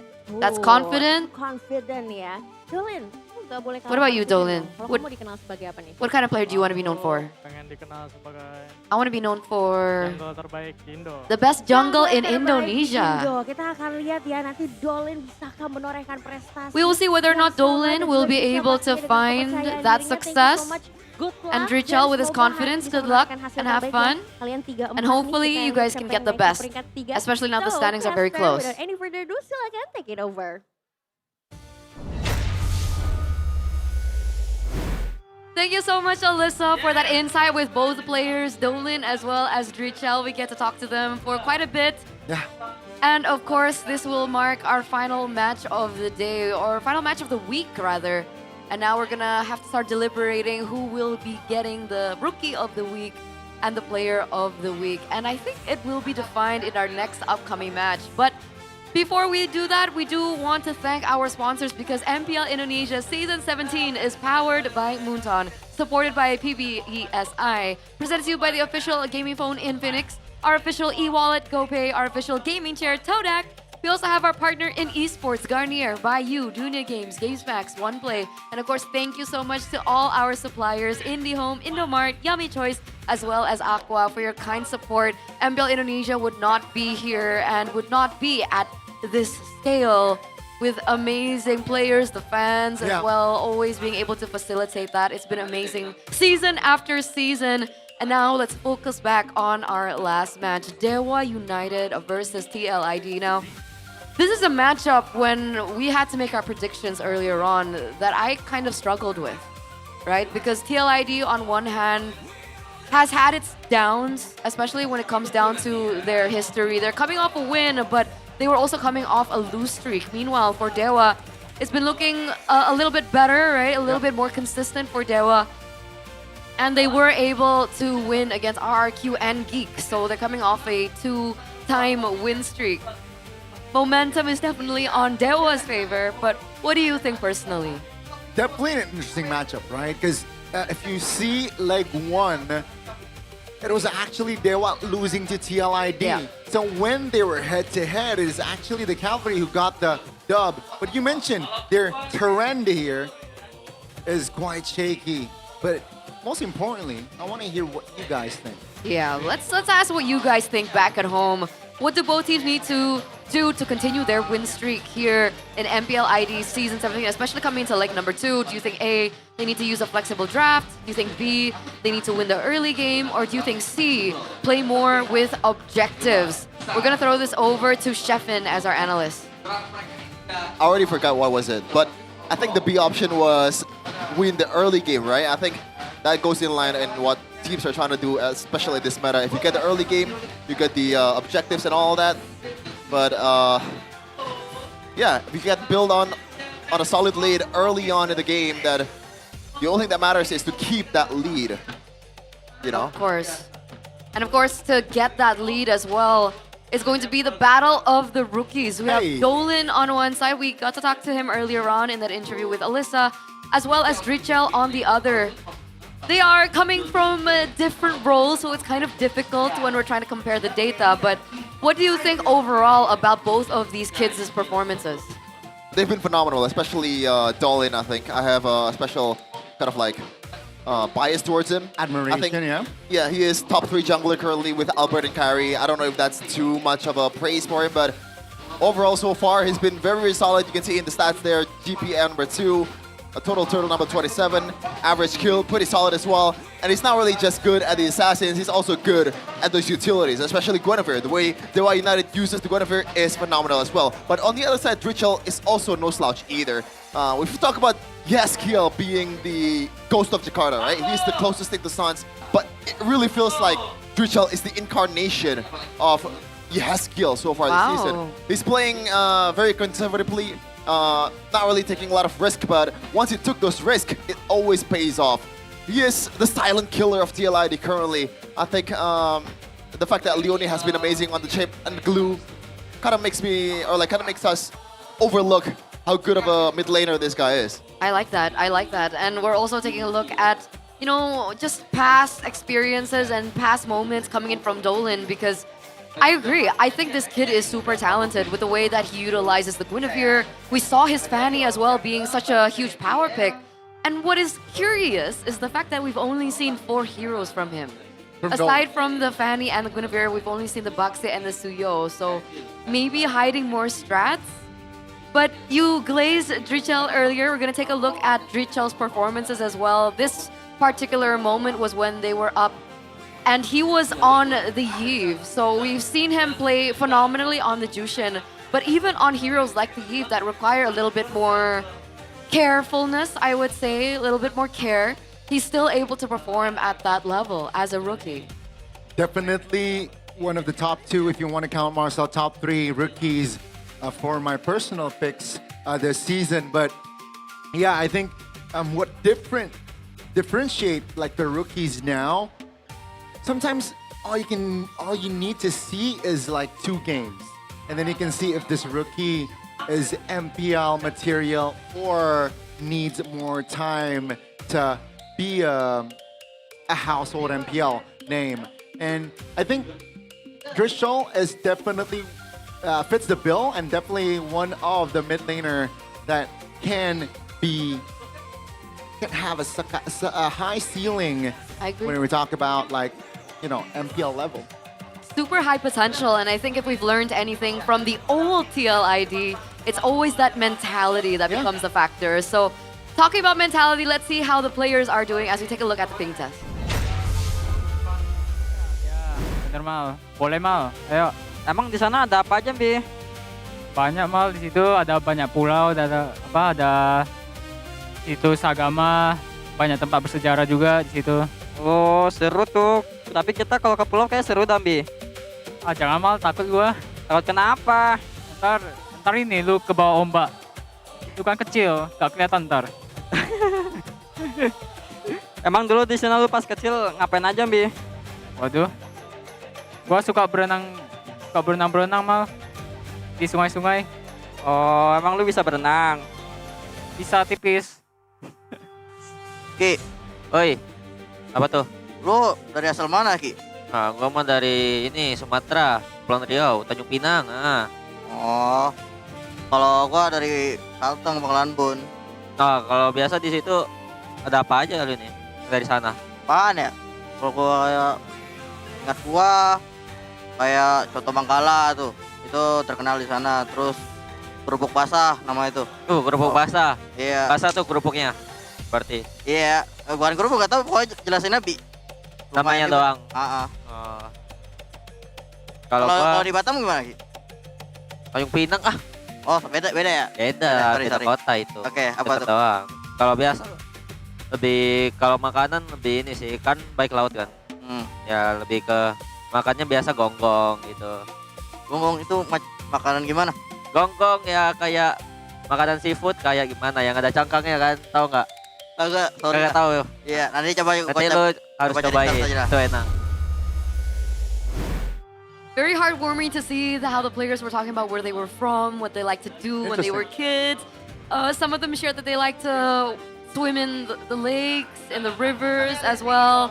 And some of them were also highlighting the favorite foods that they used to enjoy as children, specifically seafood. Good times. I also really enjoy seafood. Do you like seafood? I like seafood. Chef Finn, do you like Do seafood? you like seafood, Chef Do you have I like seafood around your area? No, actually, but we import them. Oh, well, while you're in Jakarta, you can enjoy it. But for now, let's enjoy the official team lineup from Team Liquid Indonesia with Aran, Kevin, Dricha, Leonie, and Kyo. Still the same five, the main five that we know and love up until this point. Can they continue on their win streak? They won against Alter Ego a couple days ago, 2-1. Can they find that same success against Dewa today?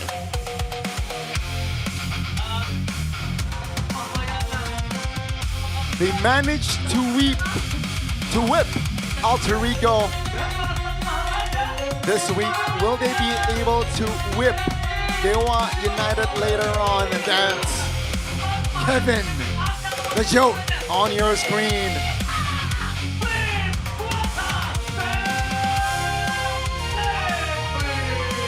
With a traditional dance here in Indonesia, Kuda Lumping.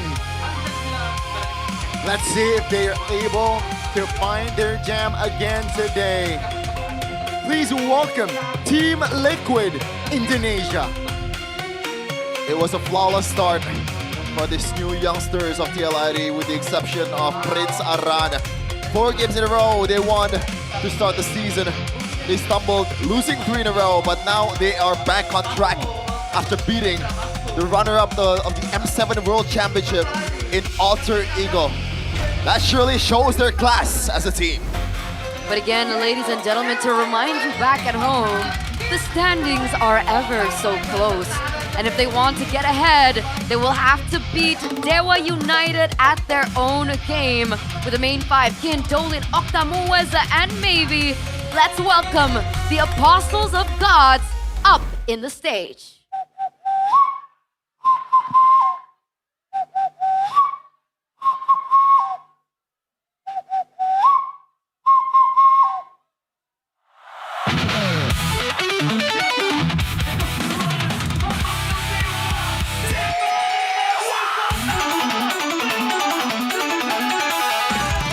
A splendid form for Dewa United. It seems like they want to start leg number 2 strong as well. With the Raden culture brought in their side, will they be able to claim yet another victory? Ladies and gentlemen, this is your home team, Dewa United Esports. On top of their heads are some blancons, a traditional Japanese hat.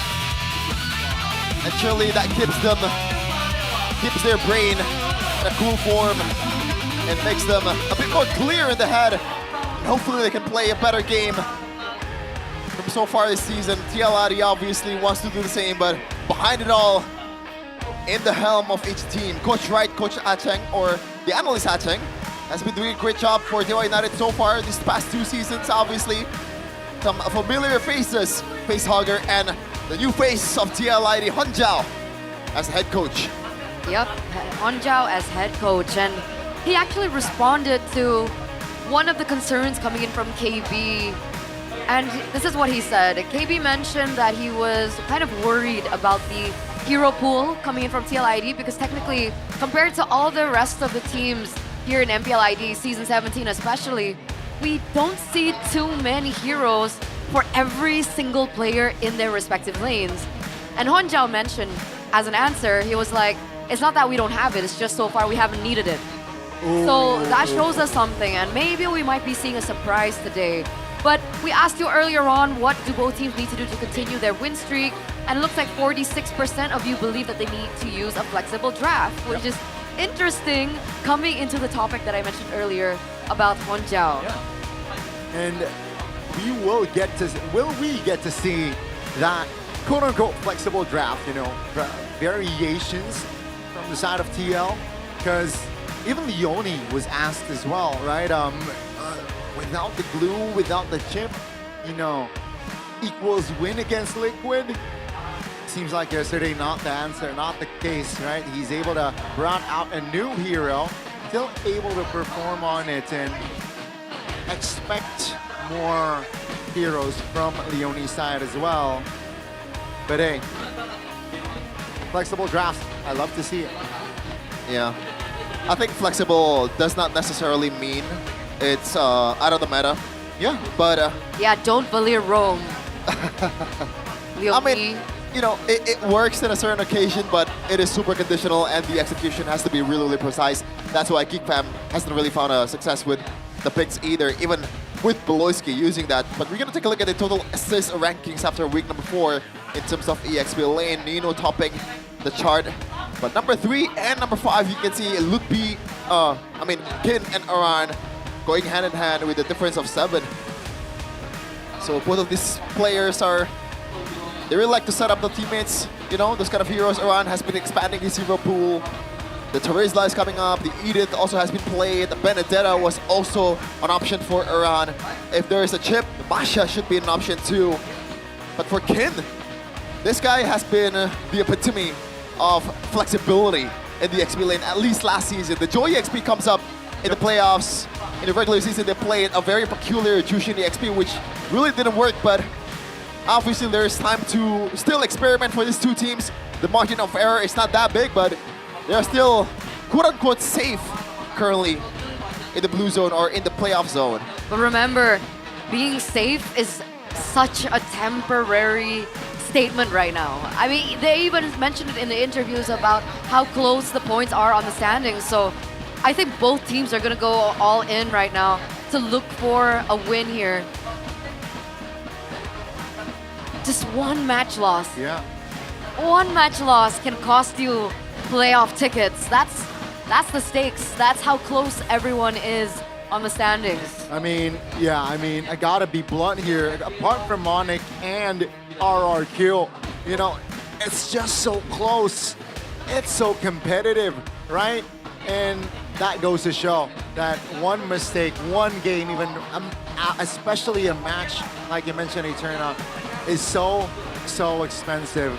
As we take a look at Team Liquid here, who will have the red side, technically, blue side, red side, quite even here.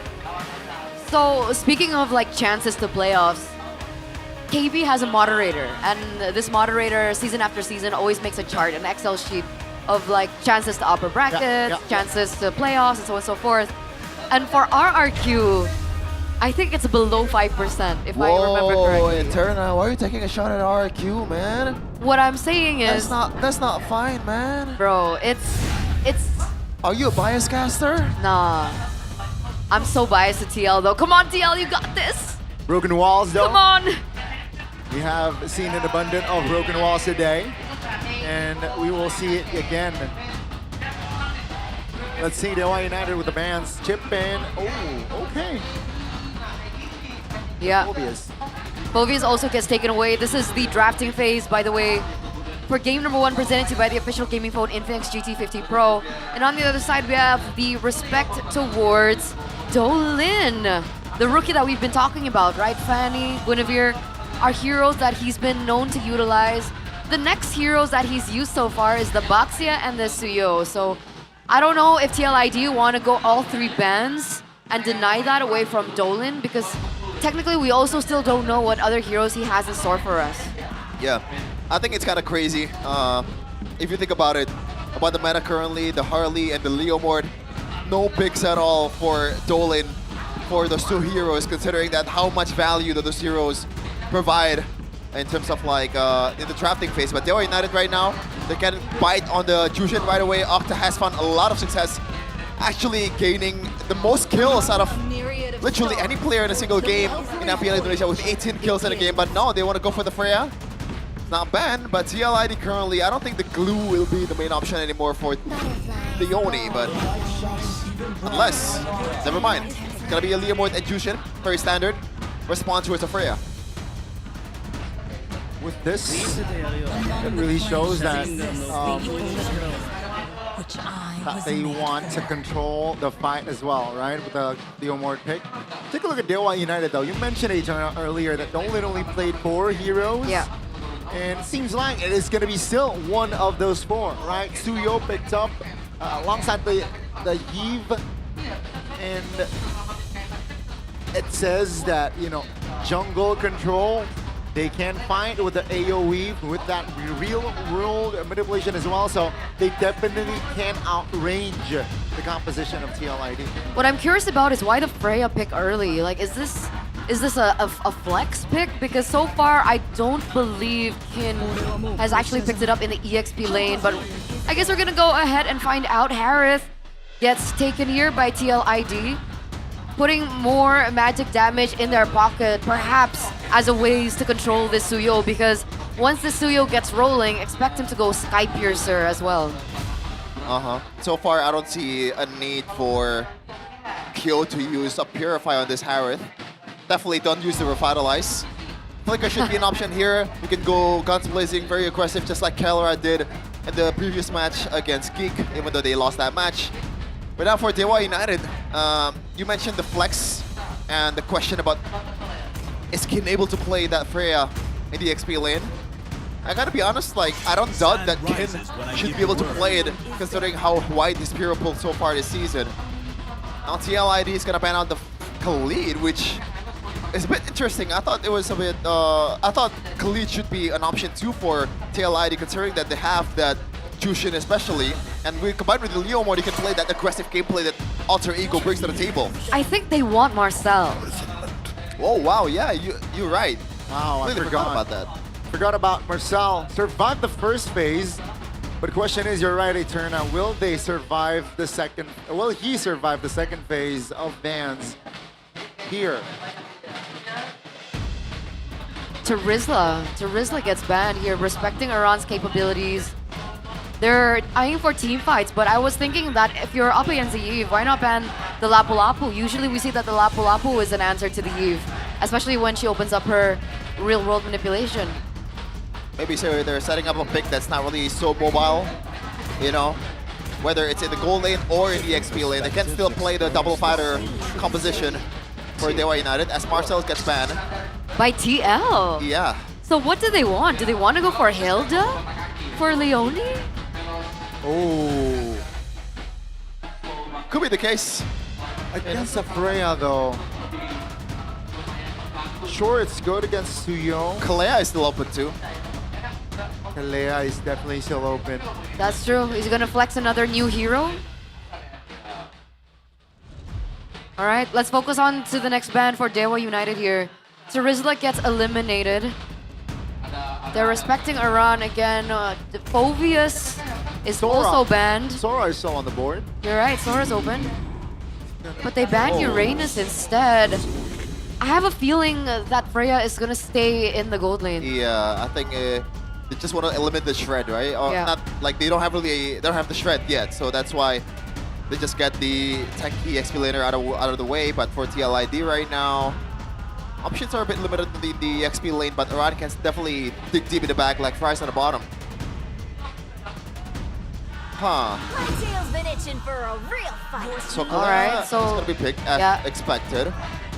So now, Arlon is already been banned too. So I guess Lapu Lapu should be the option here, even though it's not really the greatest of matchup against Freya. The only thing that you can punish is that Eve. What do you think about the Alice? That could work actually. You know, that's a good shout. If this Freya does go to the gold lane, Alice is definitely a good shout here. Or do they go Valen? I mean, because Sora could still be picked up by TL, no? Yeah, that's why they picked up the roamer fourth. Like a blind Valen DXP for Kin. Which is pretty bad because... Honestly, I don't think it's that bad for Kin, especially because he's known. I think there's a specific week where he actually used the Valentina purely blind. But it turns out they're actually going to flex the Freya into the EXP lane. So the reason why they banned out the Uranus was because they were setting up for a Granger instead. Hilda gets picked up. I thought it would be TLID to pick it up, but it actually was Dewa. So they're looking for control over River, control over objectives as well. TLID, what's the answer? By the way, I like the flex towards the XP for the Freya. We've been talking about it for a while. The way to counter the Kalea is to pretty much overpower the Kalea with too many damage dealer, and you have 4 currently for Dewa United.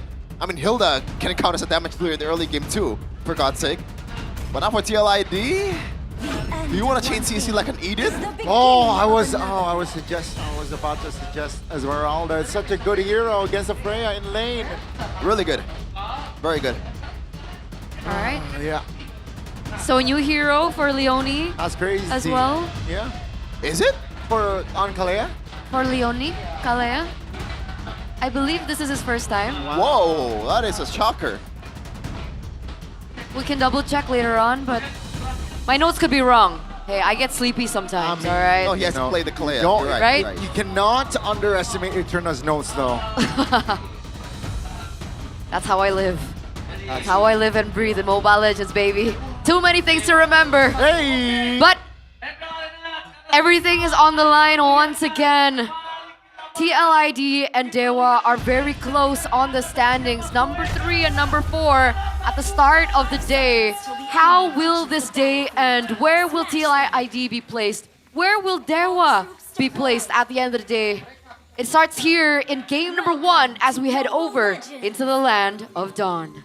The final series of week 5, and let's see the 2 teams that is currently on a more of a positive trend.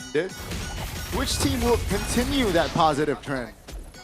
This throws us back. The Esmeralda pick. First of all, Prince Orion was back then an Esmeralda Badang Uranus merchant when he came in as a member of Aura Fire. But in M7 like the usual immediate reaction, immediate respawn towards the Freya has always been Esmeralda in the gold lane. We've been wondering for a while why are they not picking those kind of heroes, but maybe there's a lot too much shred with a carry potentially, but now, that's a good drag back. Oh my goodness, that's a good knockup by TLID. Drishol again showing up here early, and that's just Moisa taking very low, still able to get out, but that's already a big win for the Cavalry. He really shows us how it's done, yeah? Drichol on the Jushin, especially with the fighter emblem as well, he's able to be a little bit more aggressive, especially in the early game, and I was wondering, but technically, the Kalea and the Jushin don't have much of a combo going for them because Drichol is more DPS. But I mean, if Joe keeps participating in these team fights, that's quite a lot of damage that they need to respect. Did you say Joe? I guess that's one way to call him, but we can have the club by you. Kevin Joe. I'm confused now. Yeah, let's look at the Esmeralda's emblem because we haven't seen this one in a while. Festival of Blood. Because the tenacity is already changed in the revamp. You know, it's cooldown reduction, damage reduction and boost instead of that pure physical and magical defense. And I rock with that. Usually Orion also uses that Festival of Blood. I think he's fine. I mean, is that why he's able to be so aggressive? Speaking of aggressive, on towards Kin, that's a stun. Take a look at the Freya here, half HP. That's a stun on towards Kevin. Down goes to Retribution Holder. That's gonna be Dolan picking it up. the turtle, picks up the turtle. That's gonna be Dolan taken down though. Dewa United has Kin on their back, dealing a lot of damage. That's Rondo. The Esmeralda pick was made for this. And Okta, without his flicker, is stuck in a run. What the heck? It's on a maniac on this Esmeralda debut. Aran flickered in as well. You mentioned this being one of his signature heroes, and he really shows and turns everything around. That was supposed to be a great trade for Dewa, being able to take Kevin down early, being able to take the neutral objective early away from TLID. But oh my, Kevin, maniac in the first 3 minutes of the game. Already paying dividends, and that early, potentially enchanted talisman for Aran will do him a lot of wonders, because now he can spam as long as he wants to, he can be in the team fight as long as he wants to, and gotta win second, Kevin. Good cover by Drischel, 3 members on him. That's gonna be the Crimson Beacon. Committed, Tsunami Slam on towards Dolan. The jungler is in trouble! Richel's trying to hold on, but with the power of Dolan and Okta, will be able to find Drischel. That's gonna be the trade though. Maybe joins the fray. TLID is able to keep their distance. Maybe has the Sky Piercer. Oh, that could have gone really bad for TLID if they lose 2 members in the mid lane. They're looking for a snowball now. They're looking for a ways to get that snowball rolling for Dewa United. Seeing that 1,000 gold lead now being picked up by TLID, we're also taking a look at the talent prediction by Gopay. 1, 2, what? 2 against 4. 2 against 4? Against 4. Damn, guys. Where's the faith? I mean, I have faith, Where's but the love? not really in TLID, but we'll see Alright, though, because so far fair enough. it's looking like my prediction is gonna be wrong, but that was the case in match number 2, baby. I know until Aran though. Like, I've been wondering for a while, like, why the heck Esmeralda is not really a good pick against the Freya? Like, you can see here, like, how much it pays off, right? Even, I think, in the last 2 seasons, Esmeralda is one of those heroes where, oh, wait a minute. Yeah, Dolan claims the turtle. Will they fight? TLID here says, no, we will not. But in the mid lane, Kin clears it. Yeah, back to my point, Esmeralda has been a hero that in the middle of the season, people realize that, hold on a second, this hero packs a lot of damage and also can tank up a lot of heat at the same time. And when the conditions are met, every Esmeralda game, every good Esmeralda game, she's always topping up both damage chart and also damage tank chart. That's how it's always been. And look at this, Ken cannot bully Aran out of his lane. I mean, look at the itemization, right? Heavily favored towards movement speed and the enchanted talisman. So more spam ability, more movement speed on top of that. And it's really not allowing Kin any moment to look for opportunities. And remember, one of the winning conditions for Dewa United is for Kin to get a comfortable lane, for Kin to get a hero that can open the map or open up opportunities for the team. And it feels like in this game, he's been completely shut down. He's not going anywhere. He's not going outside that lane at all. Yeah, by the way, interesting idea from Aran here, going for rapid boots instead of the warrior boots. I would expect him to go warrior just because of how much physical damage that Dewa United has. But I think Aran is thinking about, like, he wants to win through kiting. He wants to get away from the Freya range. He wants to weave around the Rhapsody or and Detonatas of maybe, and he can just evade all the damage. Like, he's not gonna die. Like, he's fine. 2v1, I can take that. I don't know why Dolan goes for that either. Interesting. Richel's coming. Yeah. Without the life bane, right? Without the anti-regen, I think nothing can stop Aran now. But Kin now, oh, quarter HP, past the ult, and that's just a structure taken down time. That was almost a pickup as well. If that pickup happened, if he was taken out, that would have been GG for the second turtle, well, third turtle of the game. Even without, it's still GG.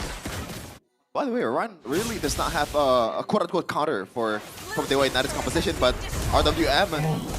Perfectly timed flicker there by Kill. And so far, it's just a structure without any compensation. Keep in mind, folks, TLID, they got the, no, TLID got the turtle. So there's not much lockdown, there's not much CC from Dewa United side. Aran is pretty much, this is free real estate for an Esmeralda game. Like, I would be very, very surprised if Aran does not end up with an MVP in this game. I mean, like, essentially, you'd have to force Okta on maybe the Ice Queen one. I think maybe that's the only way you can try and, you know, slow him down by just a little bit. But even then, you're right, there's no lockdown, lock. Like, there's no hard CC that they can utilize aside from nothing really. Real world manipulation will only slow them down. Right now, Okta is trying to be more specific on the regeneration. That's a push! On towards maybe. That's a flicker. Oh, the overwhelming damage from TLID will be enough to take maybe down Amweza. Stuck, isolated in the front. Should be another kill picked up here by TLID. Leone this time will get it.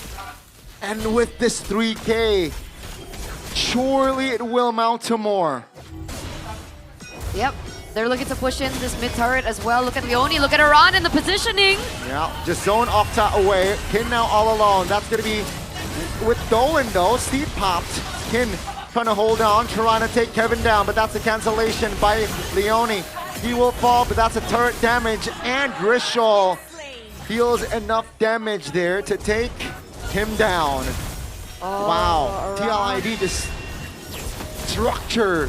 They fight with structure here. How do they come back from this? How do Dewa come back for this? I mean, they have maybe on a Granger. Yeah, I think this is tough already for Dewa United because this composition from TLID, like, there's not much risk. You know, you play through the Kalea. If the Kalea does not have a solid pickoff, then you back off. They can just rinse and repeat, and they have a lot of kiting available, especially if Ritual completes the Ice Queen 1. So the margin of error for TLID is super huge. But that does not mean that Iran is going to be fully invincible all the way through. Once those Life Bane is going to be coming in, there you go, Okta already used Life Bane, or like the glowing one. It's going to be harder for Iran to tank up the damage, but Mueza. Yeah. That's a flicker. That's Leone now. On you Okta. Tsunami Slam on towards one. That's going to be Kin now, all alone under the Lord's Pit. Still hold on though. Kin trying to hold on, but Nolan! Fuzz and angle to take the Lord kill. Will be taken down as Dewa United. They will take more space as maybe is able to find a kill. It looked bad a couple of minutes ago for Dewa United, but boy, oh boy, they have come back. There you go. There's the turnaround that we've been waiting for. Just one team fight puts them back on the map. That initial gold lead that TLID have worked with is gone, and they did give a stack over to Maybe, and he already has that Sky Piercer built up. That was a big mess up from TLID. I think the idea is they want to just reset the Lord and just trying to fight, but the fight was too sporadic. Kin was all the way up top without really, you know, Iran is pretty much Kin's counter. If Iran is not there, you just back off. And TLID, that was pretty much the worst way to take the team fight. Even when Leone executed the Tsunami Slam, it was to Mueza, and they didn't burst him either. So yeah, like that was a huge mistake. Culmination of mistakes coming from TLID. Well, with this, actually, Dewa United not just equalize on map control, they have a slight edge. Oh, Iran jumps in. Not enough follow-up damage, and that's just a big shutdown for the Granger. That's going to be Granger free hitting, gets the double. That's a Sky Piercer stack, ladies and gentlemen. Gets the triple, the Maniac, and almost a Savage. Leone in time to get back to safety. Uh-oh, Maybe stuck, and so is Mueza. They're waiting for the waves to push in the bottom side of the map, and they will be able to escape. But again, the team fight prowess that Dewa United has is impeccable. Leone goes out. Unofficial Savage. Boys, we got two Maniacs on this game. One from Iran and one from Maybe. But Dewa United with that Maniac will be able to close game one. Just one moment, one mistake from TLID. Oh man, I said it earlier that the margin of error for TLID was huge, but they managed to somehow exceed it. I think the 4 kills on Iran makes him think that he is this invincible guy, and TLID is overestimating their potential overall as a comp. And that way they got too overzealous, man. They don't really play by the rules, they don't really play by the initial winning comp. Whew. Yes, the Maniac is great. Iran's outplace is great. but still, you gotta respect your opponent. You gotta respect your opponent. The Sky Piercer stacks at the end, man. Oh, feels bad for TL. That engage was very off. And maybe it's just hitting with the flicker as well. Yeah, dare say Deo United were very, very patient though in their execution in this first game because they were strangled, right? Aran had no space to move. Mid trio was very difficult to find moments. Their jungle was invaded, but they were patient to look for that one moment of mistake. That overextension coming from TLID and they capitalized over it. I didn't expect it to end there though. That was good stuff from Dewa. Don't underestimate their team fighting. Everyone's been talking about the team fighting even before the season begun, and we saw it come to light. We saw it unraveling there. I just don't get it why they took that risk in the Lord Pit. I just want to repeat it again. I think the idea is they want to just fight, but they just forgot or didn't manage to reset the Lord. And at that time, it was like, we just have to go 50-50 and it goes to Dewa United because they have a Suyo and Dolan is an absolute menace on a Suyo, right? Whether it's retro, whether it's kills, with the Sky Piercer and all. That's why he is, for me, top 3 jungler currently in MPL Indonesia.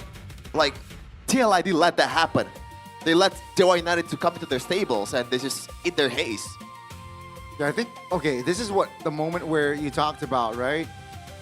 Yeah. This Lord here, Kin survived, like just bought enough time. Nolan got the Lord, but personally for me, this is salvageable. But this here, this was the mistake, the blunder. Aran jumping in all alone. And that costed them practically a wipeout, bro. Yeah, definitely overestimated how tanky he was. And maybe because he thought he was leading in terms of economy that he could pull off something like that. But remember, there's a real world manipulation that he had to think about. There's so many slows that is in the kit of Dewa United. And despite being so targeted in the early game, being so stepped on, I would say, by Aran on the Esmeralda, at the end of the day, Kin deserves the player of the game, presented by the official gaming phone Infinix GT50 Pro, and Sheffin will tell you why. Yeah. Getting stepped on by Esmeralda? Man, lucky you. This is like, this is a bit demoralizing, by the way, Kin. The fact that your opposing laner gets a Maniac 2 minutes in the game, like that should be almost a nail in the coffin for every XP laner. You get like super discouraged to lane against the Esmeralda that already has 4 kills, but somehow Kin managed to play super safe in the late game. He didn't bite on Aran's gambit. Aran wants to fight Kin, but Kin said, nah, I'm good. I'm not gonna fight against Esmeralda, man. I just wanna go to the back line where literally everyone else is there, but Esmeralda is not there. This is also one case where Kin was able to manage to play a 1v3 essentially, you know? In this case also, he was super low with the Vengeance as well, somehow with the shields. And he came out healthier than ever. Especially with the RX also, Twitchell didn't manage to get the kill. Oh yeah, I actually managed to get the kill, sorry. But still, I call this every time the EXP laner disease. Whether it's Uranus, Esmeralda, X-Borg, this kind of heroes that has a spell fam and tankiness, like multitude of ways to get away from a team fight. You just overestimate how tanky you are, and you can just weave around the team fight, weave around the damage. Like, I get that. You feel the hate. You feel that kind of like adrenaline that I want to make an outplay. I want to make a 1v4 hero play, yeah, for my team. But that just doesn't work in this case.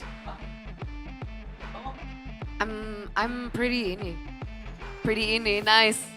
The Indo slipped out a little there. It's okay. It's been a long day. But I'm impressed. I'm impressed with how Kin played that, because if we take a look at the replay, there were so many moments in these team fights, especially at the later stage of the game when we start to see TLID really falter in these team fights. The fact that despite him being so behind, Kin did a really good job of zoning and making the team fights messy. Yeah. Right? He was able to split the team fight into 2. Drichel had such a hard time to choose his target because of how up close and personal Kin was in these team fights, and so he kind of rendered Drichel useless. So the Sky Piercer stack that he was able to get earlier after the team fight, he wasn't able to use as an executor in the team fights because of the zoning coming in from Kin. So, good job, Kin bro. What's his name again? Kinsanity. Kinsanity. Sanity. The Kinsanity of Dewa United. Yeah. And by the way, he didn't really finish his boots. I reckon that you should finish your boots as early as possible against an Esmeralda, first of all. You get extra magical damage. And up against Tushin and a Kalea, and also Hera at the same time, I think the extra decrease on the CC duration should be coming in handy. And even not having secured that tough boots, he was able to still weave around the knockups from the Lantern Flare of Dritchel. What a game. And you can see here, like, look at the Esmeralda. Damage dealt on top, damage taken on top. Same with Kin also. This is the battle of the XP laner. That's what I said earlier. I would be very, very surprised if Rad didn't end up with an MVP. But apparently, yeah, this happened. I mean, it wasn't a lot. It was a treat, you know, 11 minutes. We got 2 maniacs, bro. Below 12 minutes. That's something. And from a different team as well, Exactly, right? from a different team. Yeah. It's rare to see those type of games. Because mostly we get the Maniacs and the Savages, but On it's the all same from team. the same team. Like, RP twice. yeah, Alter Ego. But this time it's from different teams. So Dewa United really pushed back. They fought back. They want the points. They're very patient with it as well. Yeah, I think at this point we've already talked about all things that could be talked, because there's really 2 moments where, you know, it's a pivotal moment. Or maybe like 3. Obviously, the first Maniac by Iran, then the huge mess up in the Lord Pit. And as Connie said earlier, the situation was salvageable, especially with the fact that you have a Harith, right? Yeah. Those heroes kill really well in the late game. And you have an abundance of damage too from the Leomord, plus the sustain as well. So I don't see why Iran pulled that trigger at that time. To make it worse, the whole team is also in one with Iran. I guess it's Kind a of good thing. forced, though. Are they though? Just let go for Iran, man. Just let him die. Yeah, there was a moment that they could have responded like, you know what, let's go back. Let's just Where's the chill. solidarity? Let's just have some yummy choice, you know. Oh, yummy choice. Right? Ready to eat meals that are Haven't had super dinner. delicious, quick and practical from Rice Cups. They also have bentos. You guys are sausage lovers. You guys Ooh. get some sausages too. Sausages. Onigiri, Yummy. fried chicken, and more. And you can find them at your nearest Indomart store. Or you can order them through the Click Indomart app. They have an app. They have an app now. We've talked about this, Connie. Get with the program. I know, we Okay. literally talked about Okay. this. I was about to. Okay, yeah. Click a donut app, check it out. Yummy choice though is my go-to meal. Like every day, breakfast, lunch, or dinner. I don't Okay, eat breakfast. What's your Oh, favorite meal from Yummy Choice?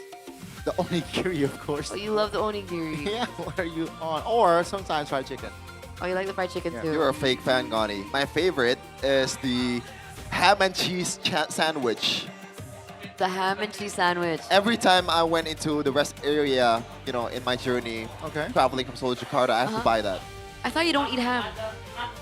It's beef. Ah, beef ham. Yeah. Beef ham. But have you heard of the first batch of Radiant skins that are now available, Sean? What? What's that again? Oh yeah, the Too Galaxy. busy playing with Infinix phone, guys. The That's what Acrisure. happens. Look at the visual effects, right? It's super pretty, super nice. Man, I think the best skin in the game is the Johnson, but I don't use Johnson Why not? because it sucks. There's a reason why Broken Walls, there's literally a picture of Johnson in it and no one uses it because it Skill sucks issue. right now. I mean, chef. Skill issue. Can you drive a real car? Is my question. Have you ever driven a real car? Should be the question. He's dying. I have. I took some lessons, but I'm still too coward to actually drive a car. Hence why you can't.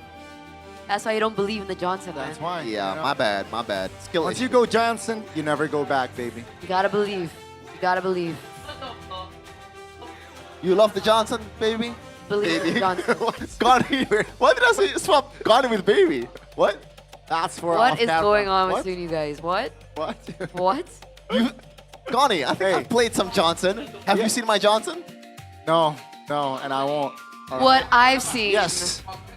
is the new exclusive action button Leslie kit. This That this is actually also so cool. available now. Right now in your shop, ladies and gentlemen, the Angelic Agent. Enjoy a 20% discount during the first month. Note this, from 22nd of April to 23rd of May, the dynamic portrait is only 640 diamonds. 640. And the exclusive action button is only 200 diamonds. So don't Yeah. forget to log in and check it out now. I think it's pretty cool. It is actually very cool. Don't miss, just please don't miss the discounts, guys. 22nd to 23rd of May. That's like literally a month that you have to buy it. Because it will get more expensive. Yeah, that's how discounts work. Once it's gone, Yeah. it gets more expensive. Exactly, right? So guys, get it while it's on a discount. Yeah. On sale. And sale. So, is there something going on between you guys? Want to know? No. Oh, no, okay. Playoffs ticket though, guys, check it out. Officially begins on May 2nd of 2026. That's next week. Right there. What? That's next week. What do you mean? The You guys can playoff get it. ticket sales, Yeah. not the Oh. playoffs itself. I thought the playoffs were next week. I was like, bro, aren't we still in week 5? That's wild. That's really wild. And But it's tickets will be available at affordable prices, so don't worry, ladies and gentlemen. MPL ID is open for everyone, starting at 90,000 IDR 90K. for Legends, the Legend tickets, and there's the 110,000 ticket prices for the Mythic tickets. There's also the VIP Mythic tickets, I believe. Yep. They're like that small orange box Yep. in the seating plan. We should get it. Don't we have Later. the asset? There we go. The orange one is the Mythic VIP. You also can get really cool stuff there because with the Mythic VIP Pass or the Infinix VIP Zone, it's curated by Todax. So actually, pass holders will enjoy the most comfortable and strategically located seat, exclusive access, and special merchandise benefits designed to elevate the viewing experience to the next level. Yeah. Why is it orange, by the way? Is it RQ propaganda?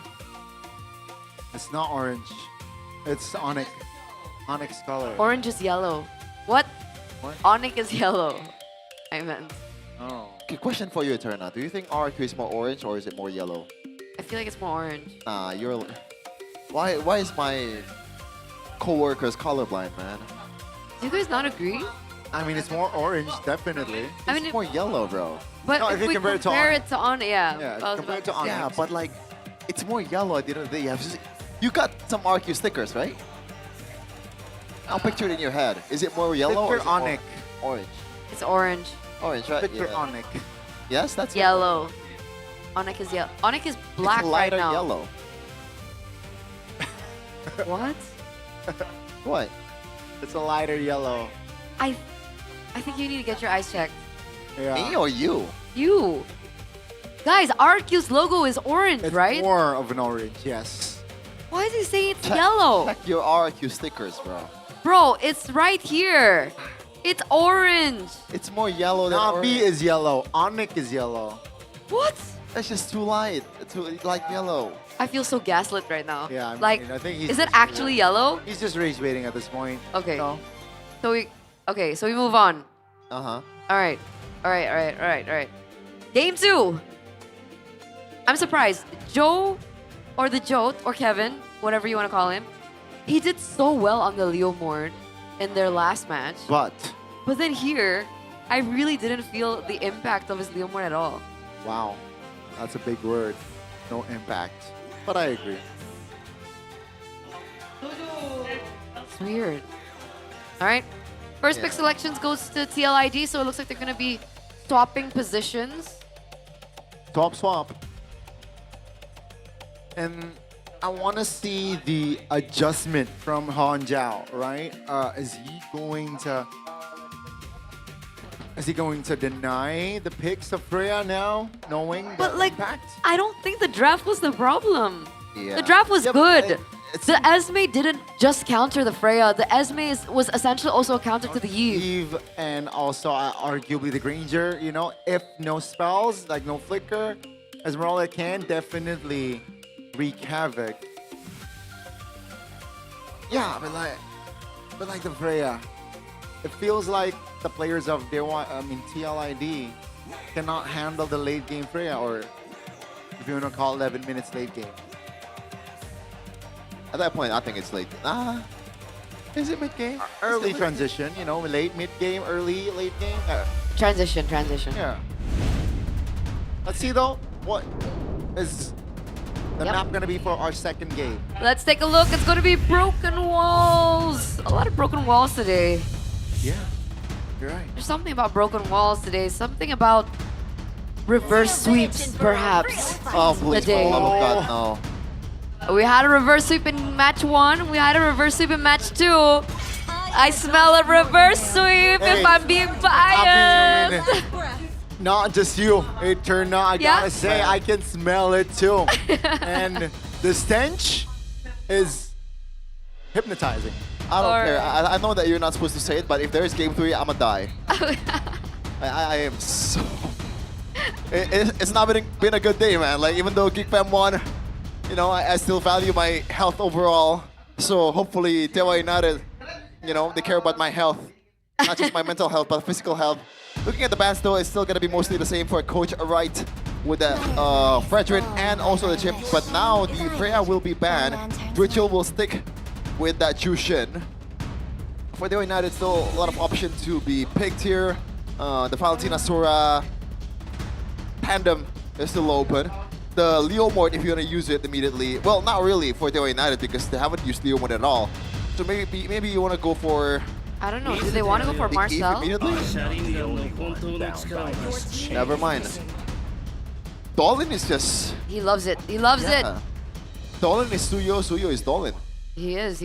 Reminds me of Fabian back in the day. Always the Suyo pick. Suyo Joy. And now Dewa's pulling off the same thing. They're sticking to their comfort here. The Phobius also gets picked up early, essentially telling us that they do want to fight for the neutral objective takes. Now, TLID with the Jushin, already a really strong start, but how are they going to be able to facilitate the Jushin pick in the mid lane? Has to be the Leo Mort, right? And maybe TLID, Leonie so far. Or do they go back? No, so Leo Mort is alright. I didn't expect the Claude, but we'll see what's gonna be the plan here. I thought it's gonna be a full-on trio mid of Khalid, Leo Mort, and Jushin as we usually see. But now for Tewa United, do you want to go still with the Harith for maybe? I don't know. It could be a Eve as well. That's true. I mean, if they're brave enough to pick it up against the Claudia. To be honest though, like Octa, like he's not short of hero pool. That's true. So we saw him do amazing on the Lunox. Lunox, Nice Undead. Back then, Farsa could still be the option too against a Jushin, but I don't think it's optimal as well. But going towards the second banning phase here, still no. There's literally zero flex for TLID currently. They're just revealing all to their hands. Same with Tewa United. Both of them have been drafting an honest composition. We got a cosplayer. Oh, cool. I've said this joke before, Eterna. Oh, what? You shouldn't trust cosplayers. Why? Because they are con artists. Why?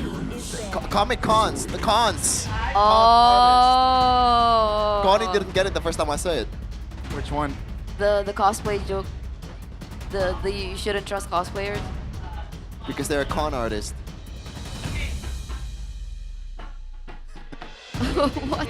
Something fell, Chapin, from your desk, and that's funnier than the joke, alright? It's my Infinix GT50 Pro. Yeah. Oh. It fell from the desk, but it's still alright though because it is built like a tank.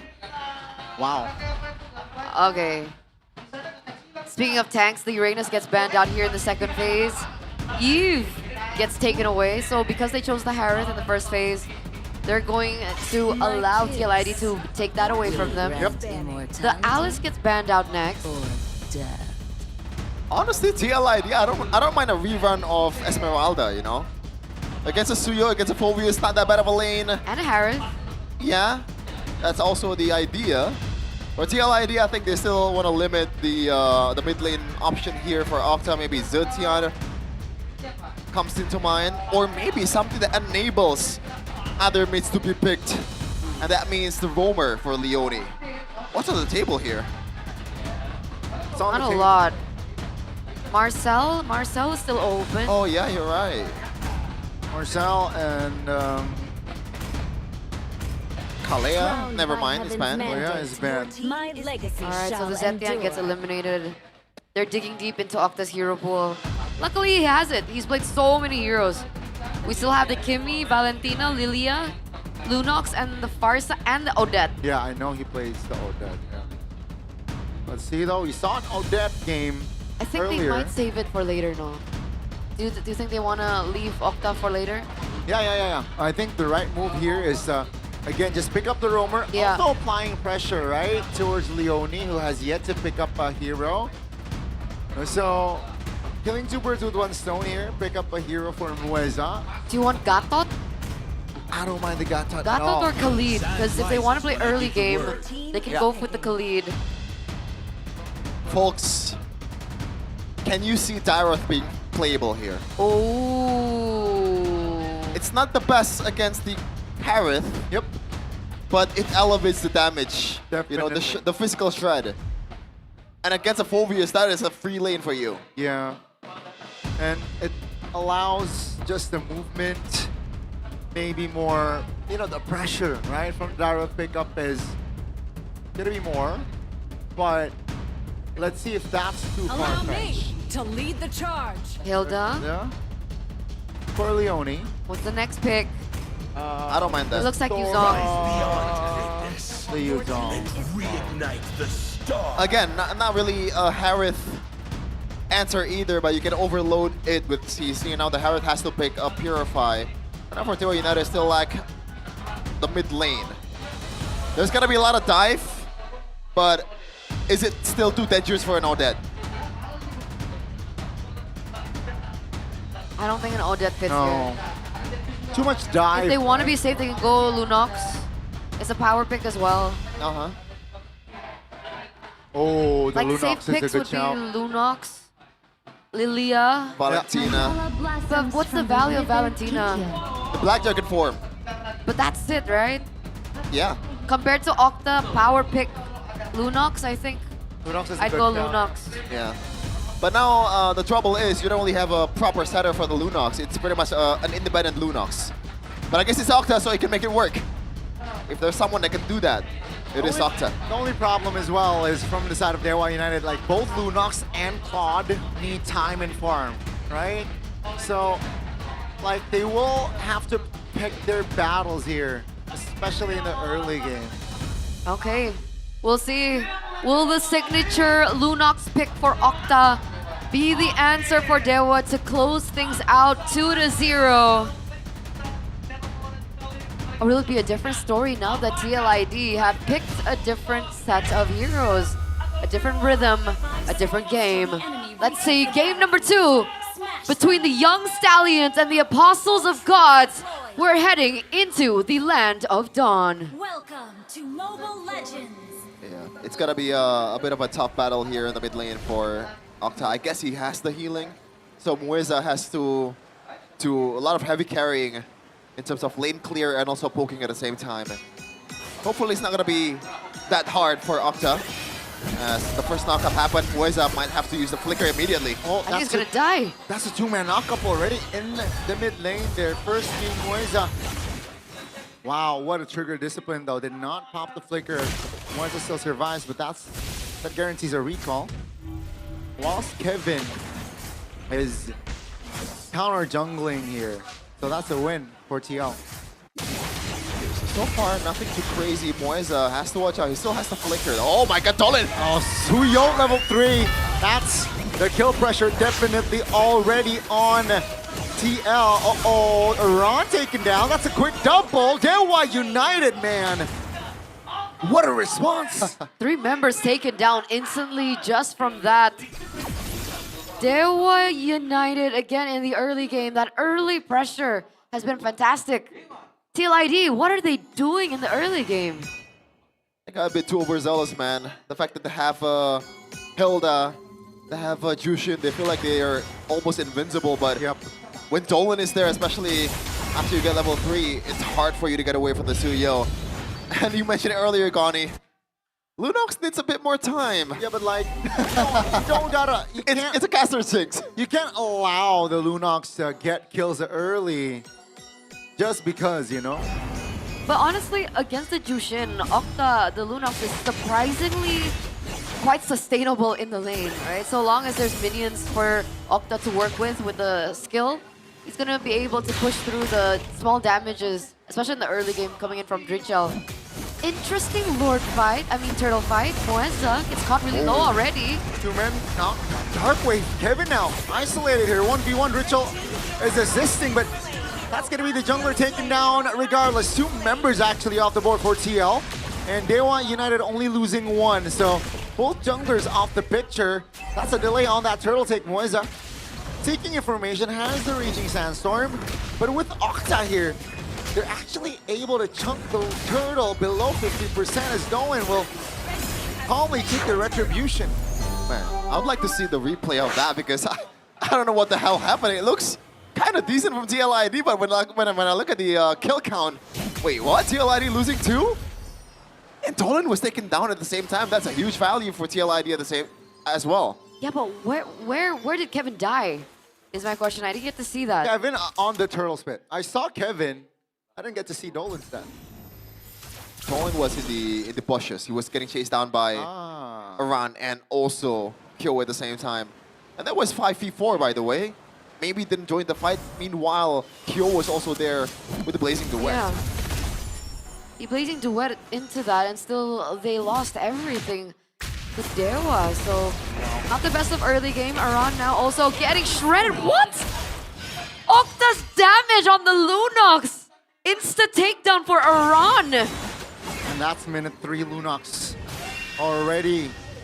That's a lot of damage right there. And yeah, that's actually already a warning sign there for Aran to not overextend. Octa is at 3-0-1. I think it really, Aran got caught off guard because Leone, he did his job. He's trying to screen Moeza and potentially, or most likely, gotta wait a second. Moeza will be the casualty here, sole casualty so far, as TLD was able to get him out of position, and that's the compensation right there for TL. Okay, back to my point. So, Ken jumping in with the Phobias. Oh my goodness, Shaman Force from Maybe will be able to find Leone with the help of Octa. Ken under the turret, finds the reset! Nolan finds an angle to take Kevin down. And Kin goes out without losing his life. The Yuzong is still so very far. Aran trying his best to find some compensation, but against Moeza, will it be enough? He actually... is that a petrify? Yeah, he went for the petrify! Interesting. What to Moeza? What? In that situation, right? That's a nada for me, G. That's a nada for me as well. Bottom structure here looking juicy. Dewa United, man. With the Suyo, with the Khalid, you can see the speed of this composition from Dewa United. They're fast. Hey, Chow. They're really fast. And back to my point earlier, which I didn't get to bring up. Leone did his job. He was screening for Moeza, and most likely Octa is also with Moeza. So that's why Aran didn't expect Octa to rotate towards the top lane. And we might see another kill here as Octa rotates again. Oh my god. Will this be a deja vu kill? Aran this time is able to keep his distance, but that's a recall forced. Kevin will rotate towards the top just to defend this structure. Dewa United now will go for the patient route. Kevin on Leo Mord looked so strong yesterday, and yet we're not seeing that. Baby Kyo! What a placement on that Shaman Force. Kyo, 1 HP, barely survives. That's Leone here trying to harass Moeza. That's a knock-up on my them. god. This is the furious dive in the mid lane. Take a look at Kevin. Displacing maybe. And that's Trishul securing the kill. TLID firing back. All right. We get a few kills here and there, but look at the positioning from both Kin and Octa. They're looking for bodies. Leone's their next target. Yeah, Leone is a goner, and Dewa United now finds a slight trade. Looking at the clock there, 20 seconds to the next objective. Neutral one. Man, Dolan is level 10, and Kevin is level 9. So he is a level ahead. I would argue As of that yet. the trade of the Roamer and Gold Lane at that time was benefiting towards Dewa United. First of all, the Sky Piercer from Dolan is getting proc. That's 10 extra stacks for this Suyo. And at the same time, maybe he's already kind of online with that Thallium side. He can already spam, so he doesn't need extra time to be able to be impactful this team fight. Let's see, Shepin, will it fall to the hands of TLID for the fight? Because Turtle goes to Dewa. That's going to be Kevin out. Tongues. Oh, Kid takes a lot of damage. Actually, will be taken down first. Kevin all alone, stuck there. Dolan secures the kill. They got a kill each. But now, Dolan looking for an angle on this Suyo. Mueza also taking space as they will take the structure in the mid lane down. It's still so worth it for Dewa. They're going to be able to get that turret, that structure. They're going to be able to get the orange buff as well. But they have to pay attention to that top side of the map. I think they might be losing that outer tier turret, but it's nowhere near as valuable as mid, I believe. It will allow Dewa to be a lot more oppressive, I would say, in the enemy jungle. I mean, taking a look at Dewa right now, look at how he's positioned. Oh no, Kevin all alone. He just respawned and will be taken down again. Dewa United. Man, take a look at top lane as well. Kill, blazing duet defensively, still able to flicker out. But Ken, wow. He smells blood, he wants the smoke. That's gonna be the Holy Shield triggered. Wait, what? Oh, whoa, what? whoa, whoa, whoa. Wait, so is it Kyrie or Nafari? I like that. I like that a lot. I like that. Huh? Or they're together, maybe. No, this is Kyrie, right? Yeah. He looks like Kyrie. It was Nafari earlier. That was not, yeah. This guy's Kyrie. I'm so confused. Obviously, thank you so much being the season ambassador for Season 40. Thank you. With There's No Limit. Uh-huh. Big names. Dynamic duo. Power. The DD, man. Dynamic duo. What is he upset about? I think he's just reading the comments. Could be, could be, could be. But if you guys want to watch MPL ID from a different perspective, you guys can check out the official streamers that are streaming right now. Yes. Let's take a look into their insight into the game because, ladies and gentlemen, once again, that's going to be a preload for Dewa. No contest whatsoever from TLID. It looked like Kyo was looking to try and play the far lane to get something in return, but at this point, unable. It's a 7,000 gold lead. What are they supposed to do? I'm not sure. At this point, it's just wait for a mistake because you're playing Jushin, so just wait for an overextension, maybe get some lucky knockups here and there, and that's the punish angle. But obviously, that's not really a solid game plan for TLID if you don't win the match. Just gonna play patiently, I guess. So Drichel has the gloves. Is he going for Sky Piercer? Most likely. At this point?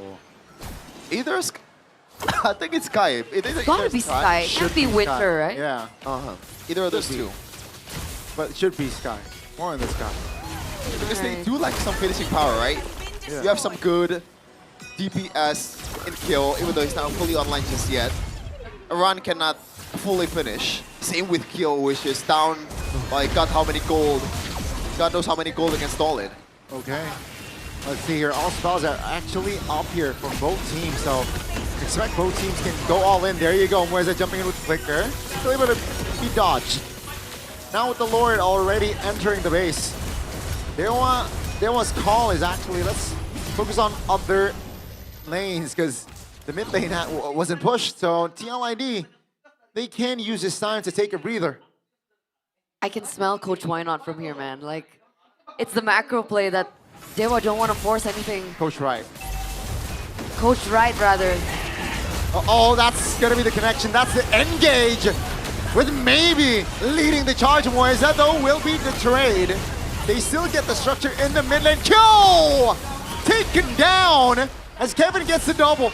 Dolan now looking for the back lines! As Dolan finds a triple, he looks for the Maniac. We got a Maniac in game one, and Dolan says, let me get a Maniac for game two, as they close the series out with a 2-0 victory. Another loss for TLID, ladies and gentlemen, as we head into the second leg.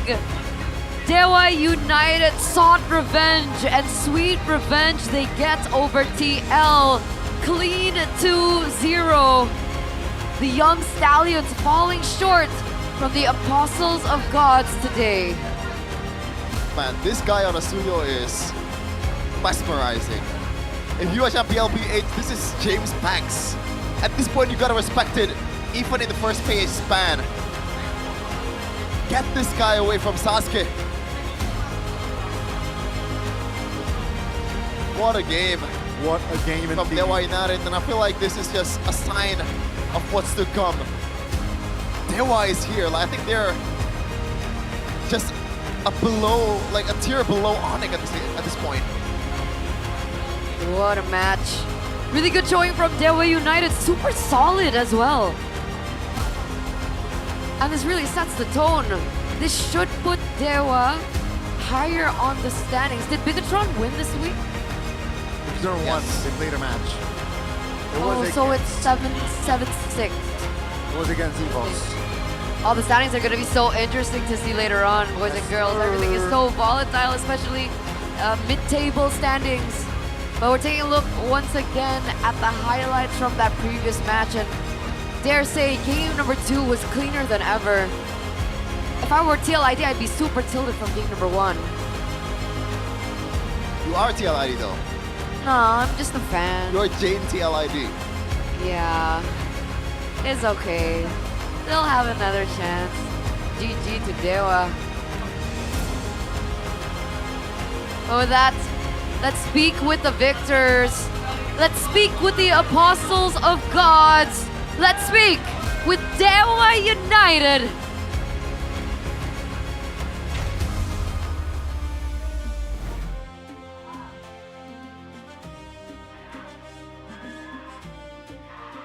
Anak Dewa, marilah kita sambut, ini dia Dewa United.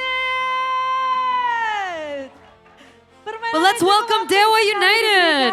Di match penutup kita hari And in that ini, final match of the day, biasa sekali bahkan dari it Dewa was an amazing match from Dewa United as they successfully find their revenge from leg number 1 here in leg number 2. Maybe from the first game. Kamu terkena maniak dari When- Aran membuat kamu when panas Aran- sampai akhirnya kamu membalaskan nih. When Aran got that Maniak di game yang maniac, pertama dengan Grangermu. did you feel heated to look for something of your own? Apakah kamu panas karena kan di game yang pertama Aran cukup cepat gitu kan, kasih kamu maniak, abis itu kamu balaskan dengan Grangermu.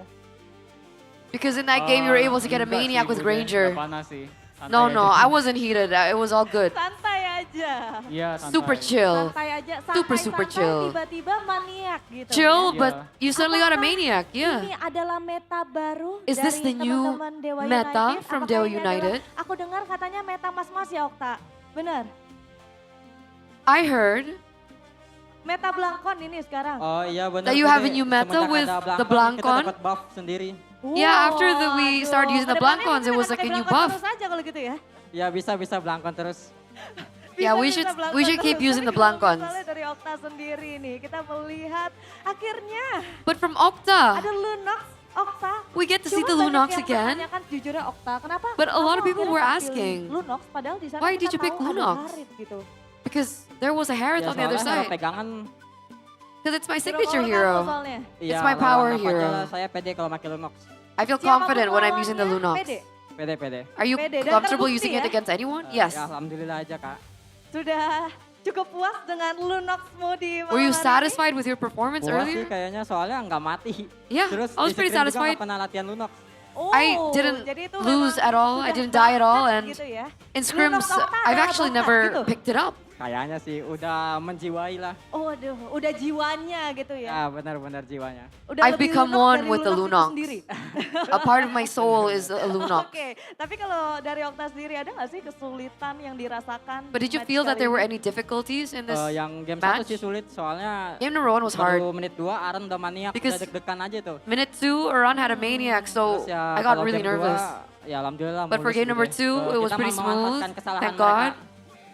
we were utilizing their mistakes against them. Memanfaatkan kesalahan mereka. Kesalahan apa tuh? What mistakes? Ya mereka agresif. They were very mereka nggak bisa aggressive, agresif boleh. but their heroes weren't meant to be aggressive. So we capitalized over that. What did you think about Drichel? Boleh. Dia langsung bingung karena Kalau tentang Drichel ya, menurutku jago sih untuk In my opinion, Drichel is really good, especially being a rookie. Dia hashtag 3 Because he's number kill gitu 3 lah. Bagus mainnya. on Positioningnya the juga bagus, kill nggak gampang stats. keculik. Gak gampang keculik. Yeah. And it's not easy to take him down. Jago juga. Benar boleh. Tapi tetap jagoan. But who's better? Jagoan Sans. Sans is better. Oke, baik, boleh, bisa diterima. Tapi kalau misalnya Lunox tetap pede kamu atau Sans? But what about Lunox? Is your Lunox better or is Sans better? Aku sih boleh. Oh, if I have to be honest, I'm gonna say that my Lunox is better than Sans. Baik, luar biasa sekali. Tapi Mueza. Alright, let's move on to Mueza. Mueza, bagaimana? Mueza, Tadi how was menutup that? match dengan amat sangat indah sepertinya nih. You close that teman-teman match dari Dewa beautifully United akan from Dewa United. mimpi indah malam hari ini ya. It seems like you're gonna be dreaming well tonight. Clean sweep.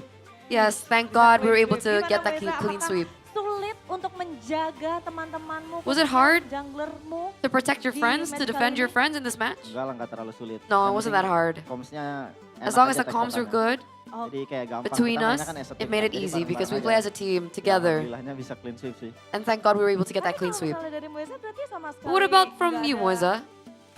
merasa terpressure. You don't feel any pressure at all Game yang pertama, in that first game? Ada kalau game pertama kan Aran udah Of course. In that first game we were really nervous because of that Aran. Bisa mati nih gimana? Maniac, we weren't able to kill him at all. Alhamdulillah kita We had to think dapat how to kill him. Apa kita manfaatin mistake mereka. But thank God we were able to find a mistake Bagaimana cara that kamu they made manfaatkan in game mistake number ya? Apakah 1 tadi udah disebut and dari utilize it to our komunikasinya benefit. satu sama lain atau ya melihat celah sekecil apapun dari How? tim How lawan? were you able to look for that opportunity? Betul. Kayak ya sebisa mungkin kalau lagi di posisi kalah jangan We tried our kayak best in a sampai losing putus front aja position sih. Jadi kayak kita tetap harus to tahu mau continue ngapain our comms sama coba lihat celah. and to make sure that we always look for opportunities to utilize for Dan ourselves. Sekarang mungkin kita akan bergeser. And now let's move Dolin di to sini. Dolin. Halo Kak. Gimana Dolin? Hari ini Dolin? How was today, Dolin? Tenang sih. Really happy Clean sweep. 2-0. being able to clean seneng sweep apalagi, 2-0 Dolin? against TLID.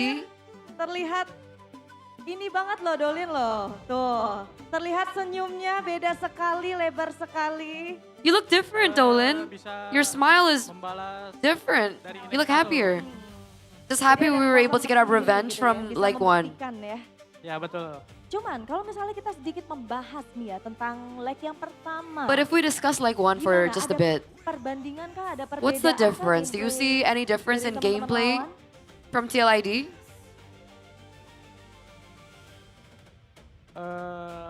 Ada. There is. Gimana tuh? Mereka kayak kurang They semangat kali ya. seemed like they lacked Semangat. Kenapa spirit kurang semangatnya Dolin? or confidence. Kayak terburu-buru sih mereka. They were rushing a lot in the game. Oke, baik. Tapi kamu berhasil But you mengalahkan King Kevin Maharaja dengan were able to take kudanya, down dengan King Leomordnya. Maharaja Bagaimana, Kevin Dolin? on his Leomord. What do you think about that? Emang udah siap sih. We were ready. Kayaknya kudanya belum dikasih makan. But honestly, I think the horse wasn't fed yet. Oh, kudanya belum dikasih makan, jadi nggak bisa berlari kencang gitu ya? Ya betul. I don't think the horse was fed yet. He couldn't run. Baik. Jadi tadi kudanya gimana? So what did you think about the horse? What did you think about the Leomord pick? Lumayan loyo aja sih. Pretty soft actually. Baik. Jadi itu salah satu alasannya bisa So was that one of the reasons menaklukkan why you were able to take down Leomord ataupun TLID? kuda dari King Maharaja Kevin. Ya betul. Yeah, that was one of the reasons. Baiklah, tapi King, kita lihat di sini. All right, decision let's go to Kin. making yang luar biasa We saw sekali. amazing decision making from you today. You really made a good bait on the game 1, especially on the Lord Station. If you know, on the Lord Station, and then you made a good bait, and then your team got a victory. Dari mana sih idenya? Where did that Kenapa idea kamu come from? Memilih, oke, kita harus mencoba ngebait nih dari We need to look for a teman-teman bait. Dewa United. Itu hoki doang. Just luck.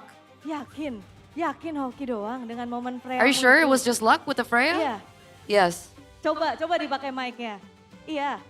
Try using the mic. Try using the mic. Was it just luck? Hoki aja Yes. nggak ada, emang udah dipersiapkan gitu. There was no other reason, like Nggak ada. you had preparations before this? Tapi Okta, No. setuju nggak kalau Kim Okta, bilang do you katanya hoki agree doang di momen that it itu? was just luck? Bohong dia. Oh, he's lying. He's lying. Jadi yang benar gimana? Yang benar gimana? Coba Moeza, yang benar gimana So, Moeza? what's the reality? Benar, What really karena happened? Kin udah pede aja di hari ini.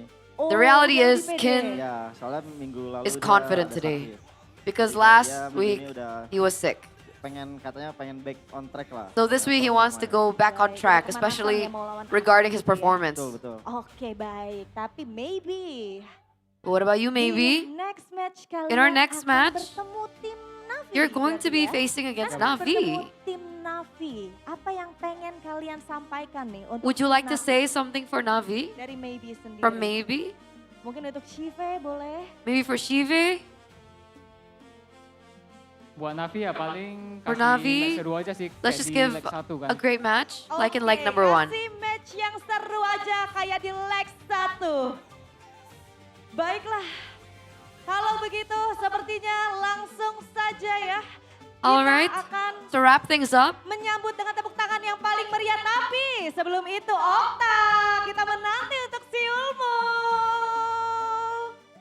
3, 2, 1, silakan Okta.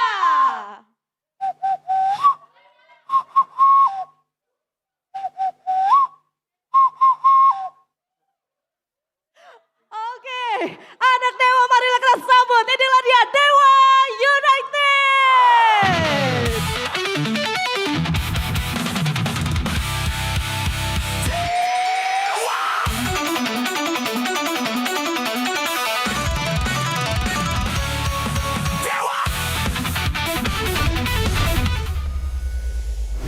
and there you have it, the final match of the day, a clean sweep, a 2-0 of the week rather. Amazing close from Dewa United being able to find their revenge, and it looks like every single member of the team is gaining confidence, especially in that interview.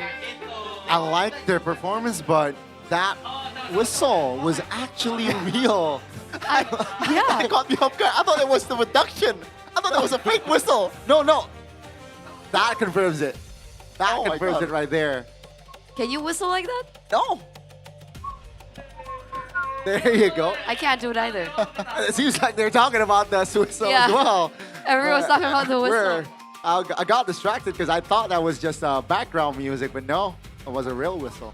That's cute, that's cute. So other than being really great at Lunox, he's also good at whistling. Fun facts. No, whistle.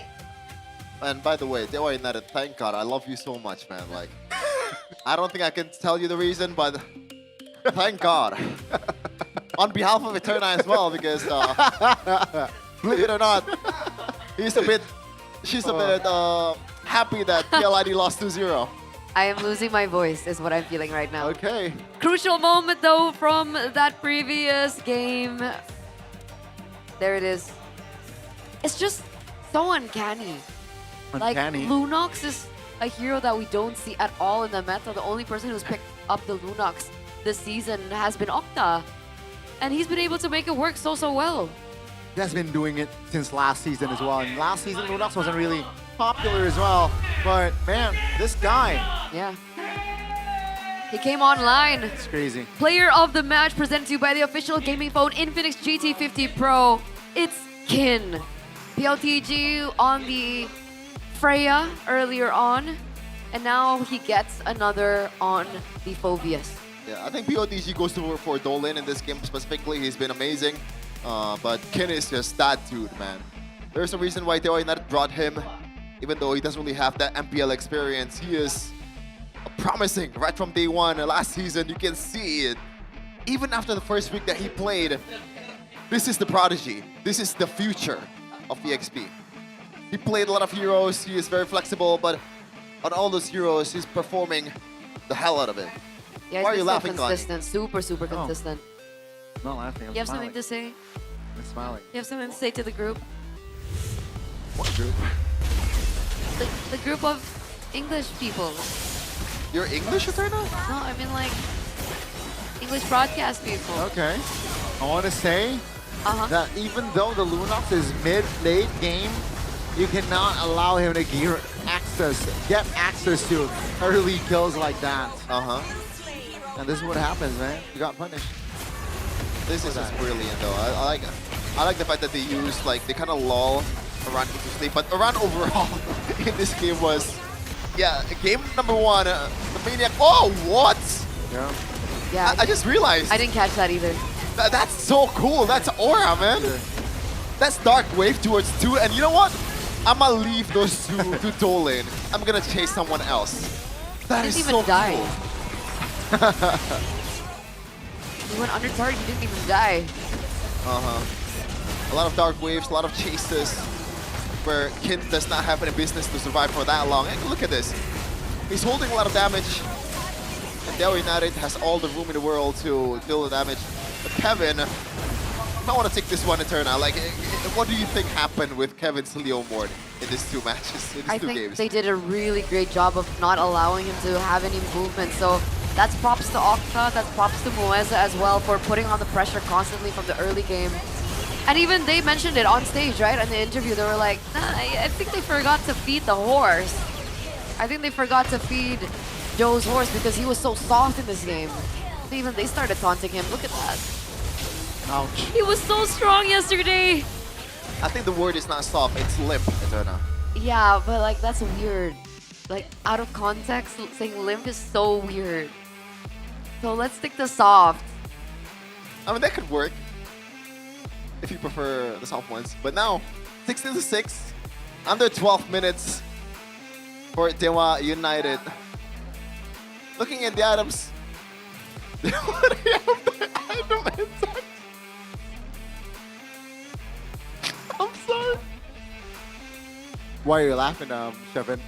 11:36 was the game duration. Don't cry, don't cry. Don't cry.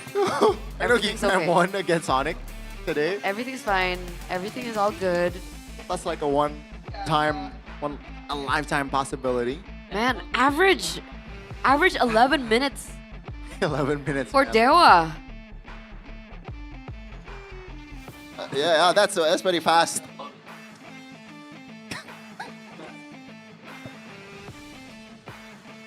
Yeah, it is. I mean, like roughly today we've been seeing what, like 20-minute games, 16-minute games. I mean, personally, I don't think I can be that fast. That was yesterday, no? Not today. Like Today we that was the fastest. We got. We got 12 minutes. Yeah. But like the fastest today has been this one. This Wow. series. 12 minutes, 55, 1820, 1609. Oh, interesting. That's Felt why. a lot shorter. Yeah, even though a lot of best of 3s, but still, the games are usually one-sided. Yeah. I mean, it was like a game where it was one team was dominating, but because they're patient, they took their time in taking down the main base. I think that how Yeah. it goes. KLID back to the drawing board. Yeah. Now, what's their Damn. record then? Right? In the morning, like this morning, what was their record? This morning, 4-5? No. 5-3. What? Their record is 5-3? Yeah, 5-3. So right now their record they're is second. 5-4. 5-4. Dewa United will be 6-3. Ooh, they're third.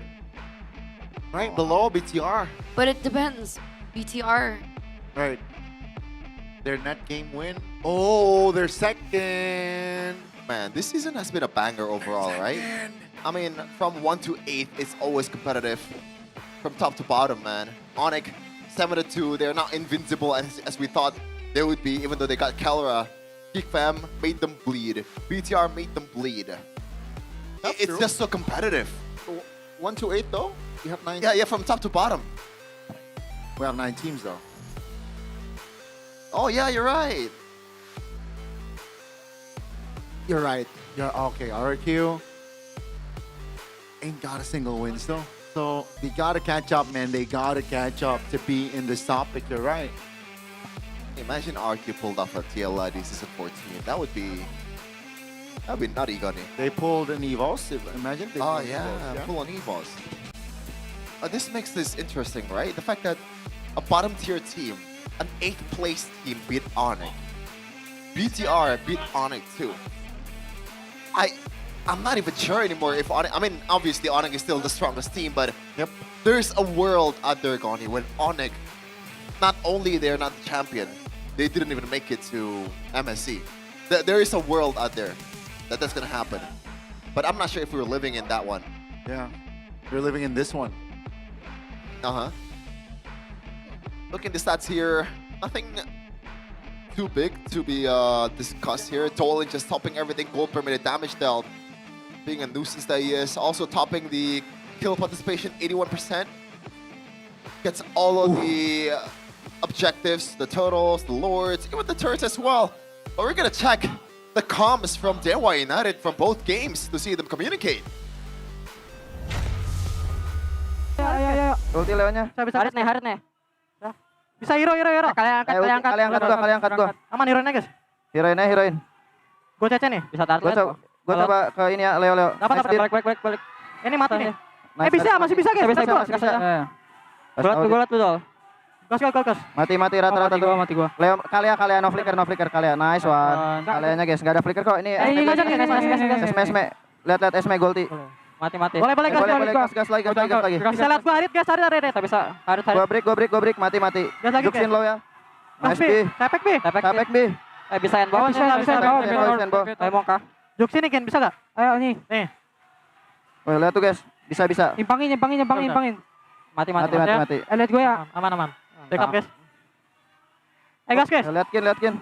Gua rotasin nih. Ini lihat gua. Leonya gua stun. Buat ya. Awas dia aman hero. Bisa lagi Petri, dia nggak ada Petri. Leo. Mati ya gua. Ulti gua bisa enggak tuh? Aman. Lihat nih. Lihat guys. Gua TP. Sabar. Kiting tipis ya. Kaki naga. Dia udah ulti ya ke gua kudanya. Lihat gua. Nih. Gua bersihin nih. Boleh dia. Masih bisa. Gua bersihin. Banyak. Boleh dia. Menak. Kasih gua ya. Oke, wait. Very clean, very controlled comms, very systematic as well. Yep. We don't hear celebrations, we don't hear emotions at all. It's very robotic, I would say, like very like click. Right. I think that's a fair way to say it, right? Because you can only hear one voice, maybe some inputs, but it is all calm. No high voice. Yeah.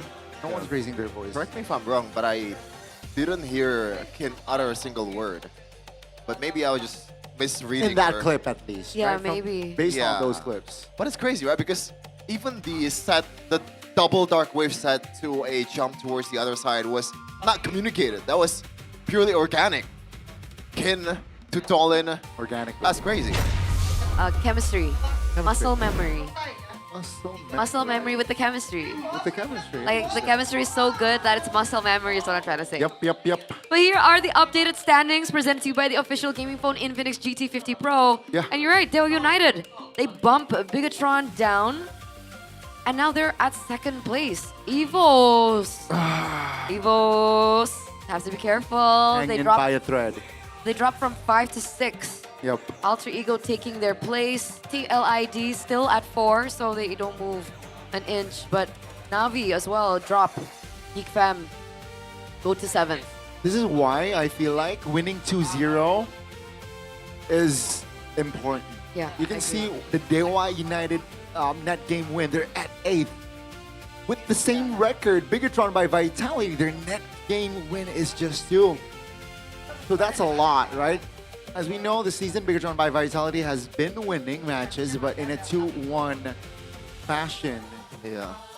It's crazy that that game win for Alter Ego is -1. And then they have a positive match win and lose, right? EVOS, it's neutral, 0, but they have a negative win and lose. I feel cheated if I were EVOS. But at the same time, obviously, I understand why that's the case, you know? But hey, top 6 goes through, of course, like any other season. Meanwhile, Geek Fam, Navi, and RRQ Hoshi needs to step up their game here if they want to be in the conversation. This is interesting, right? Because some of these teams are not making it to the playoffs feels unnatural, you know? Yeah. But of course, we do want to crown our rookie of the week, Dolan. Do you want to read your quote? Sure.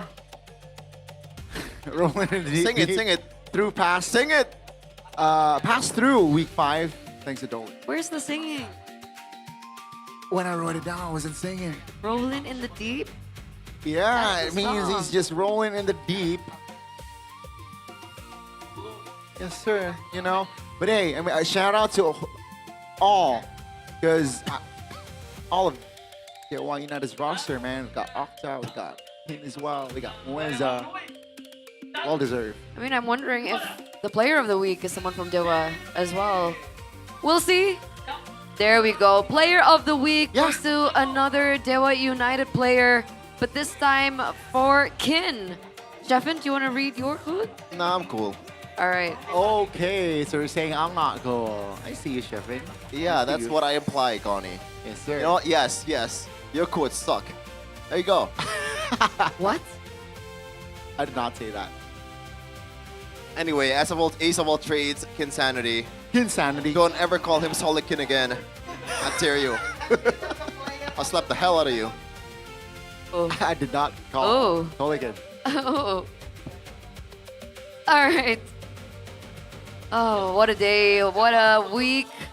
What a season. We're going to take a look at the official week schedule for next week, for week 6. Week 6. Friday, we have Navi, Dewa, Alter Ego, Geek. Saturday, we have RRQ and BTR. That's interesting. Oh, man. And what the- RRQ Onyx. That's lame. TLID, Onyx, that's lame. Evos, Lame. Alter Ego, Navi, TLID, Onyx, RRQ. Oh, that's Oh my god. This is a tough week for RRQ, I gotta say. Because they're up BTR and then Onyx after. Dude, on paper, right? They're taking on the first seeder and the third seeder Yeah, as of exactly. yet. They might be the fastest team to be out of the playoffs in MPL history. Beating Navi. Yeah, because Wait, from 8 to 1, it's, you know, it's competitive. Oh, okay. RQ is the only one that does not have a win.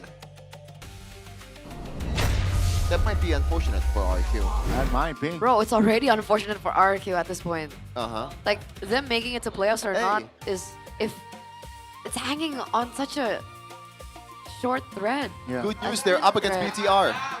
And like, what's worse? Navi won today. Oh, you're right. And no, wait. Navi lost. Oh, Navi lost. But Geek Fam. Against Alter Ego. Yeah. Oh, but we do have updates as well for the Super Also Fans my Cup. favorite part of the week. It was, I think, Sonic, yeah? Oh my lord. Oh my god, Kingdom's back on top.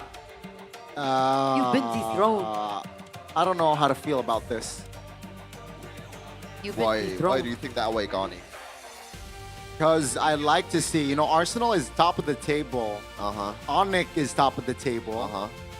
Why is Sonic Republic not top of the table? Because they're bottlers. Man, so it's Arashi, Goni and Realize, Miracle, Jeffin, and then it's That's you. It's I'm not at it's the not accurate. bottom.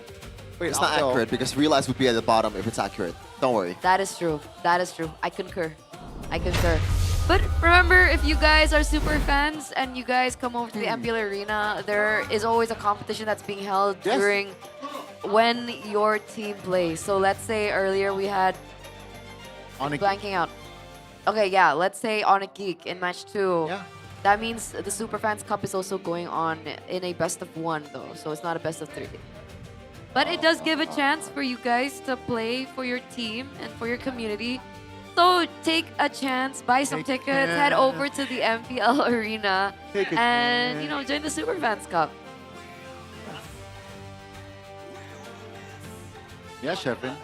Yeah, Sheffin. Join the community and B1. Nah, I'm too good for that, man. Oh, okay.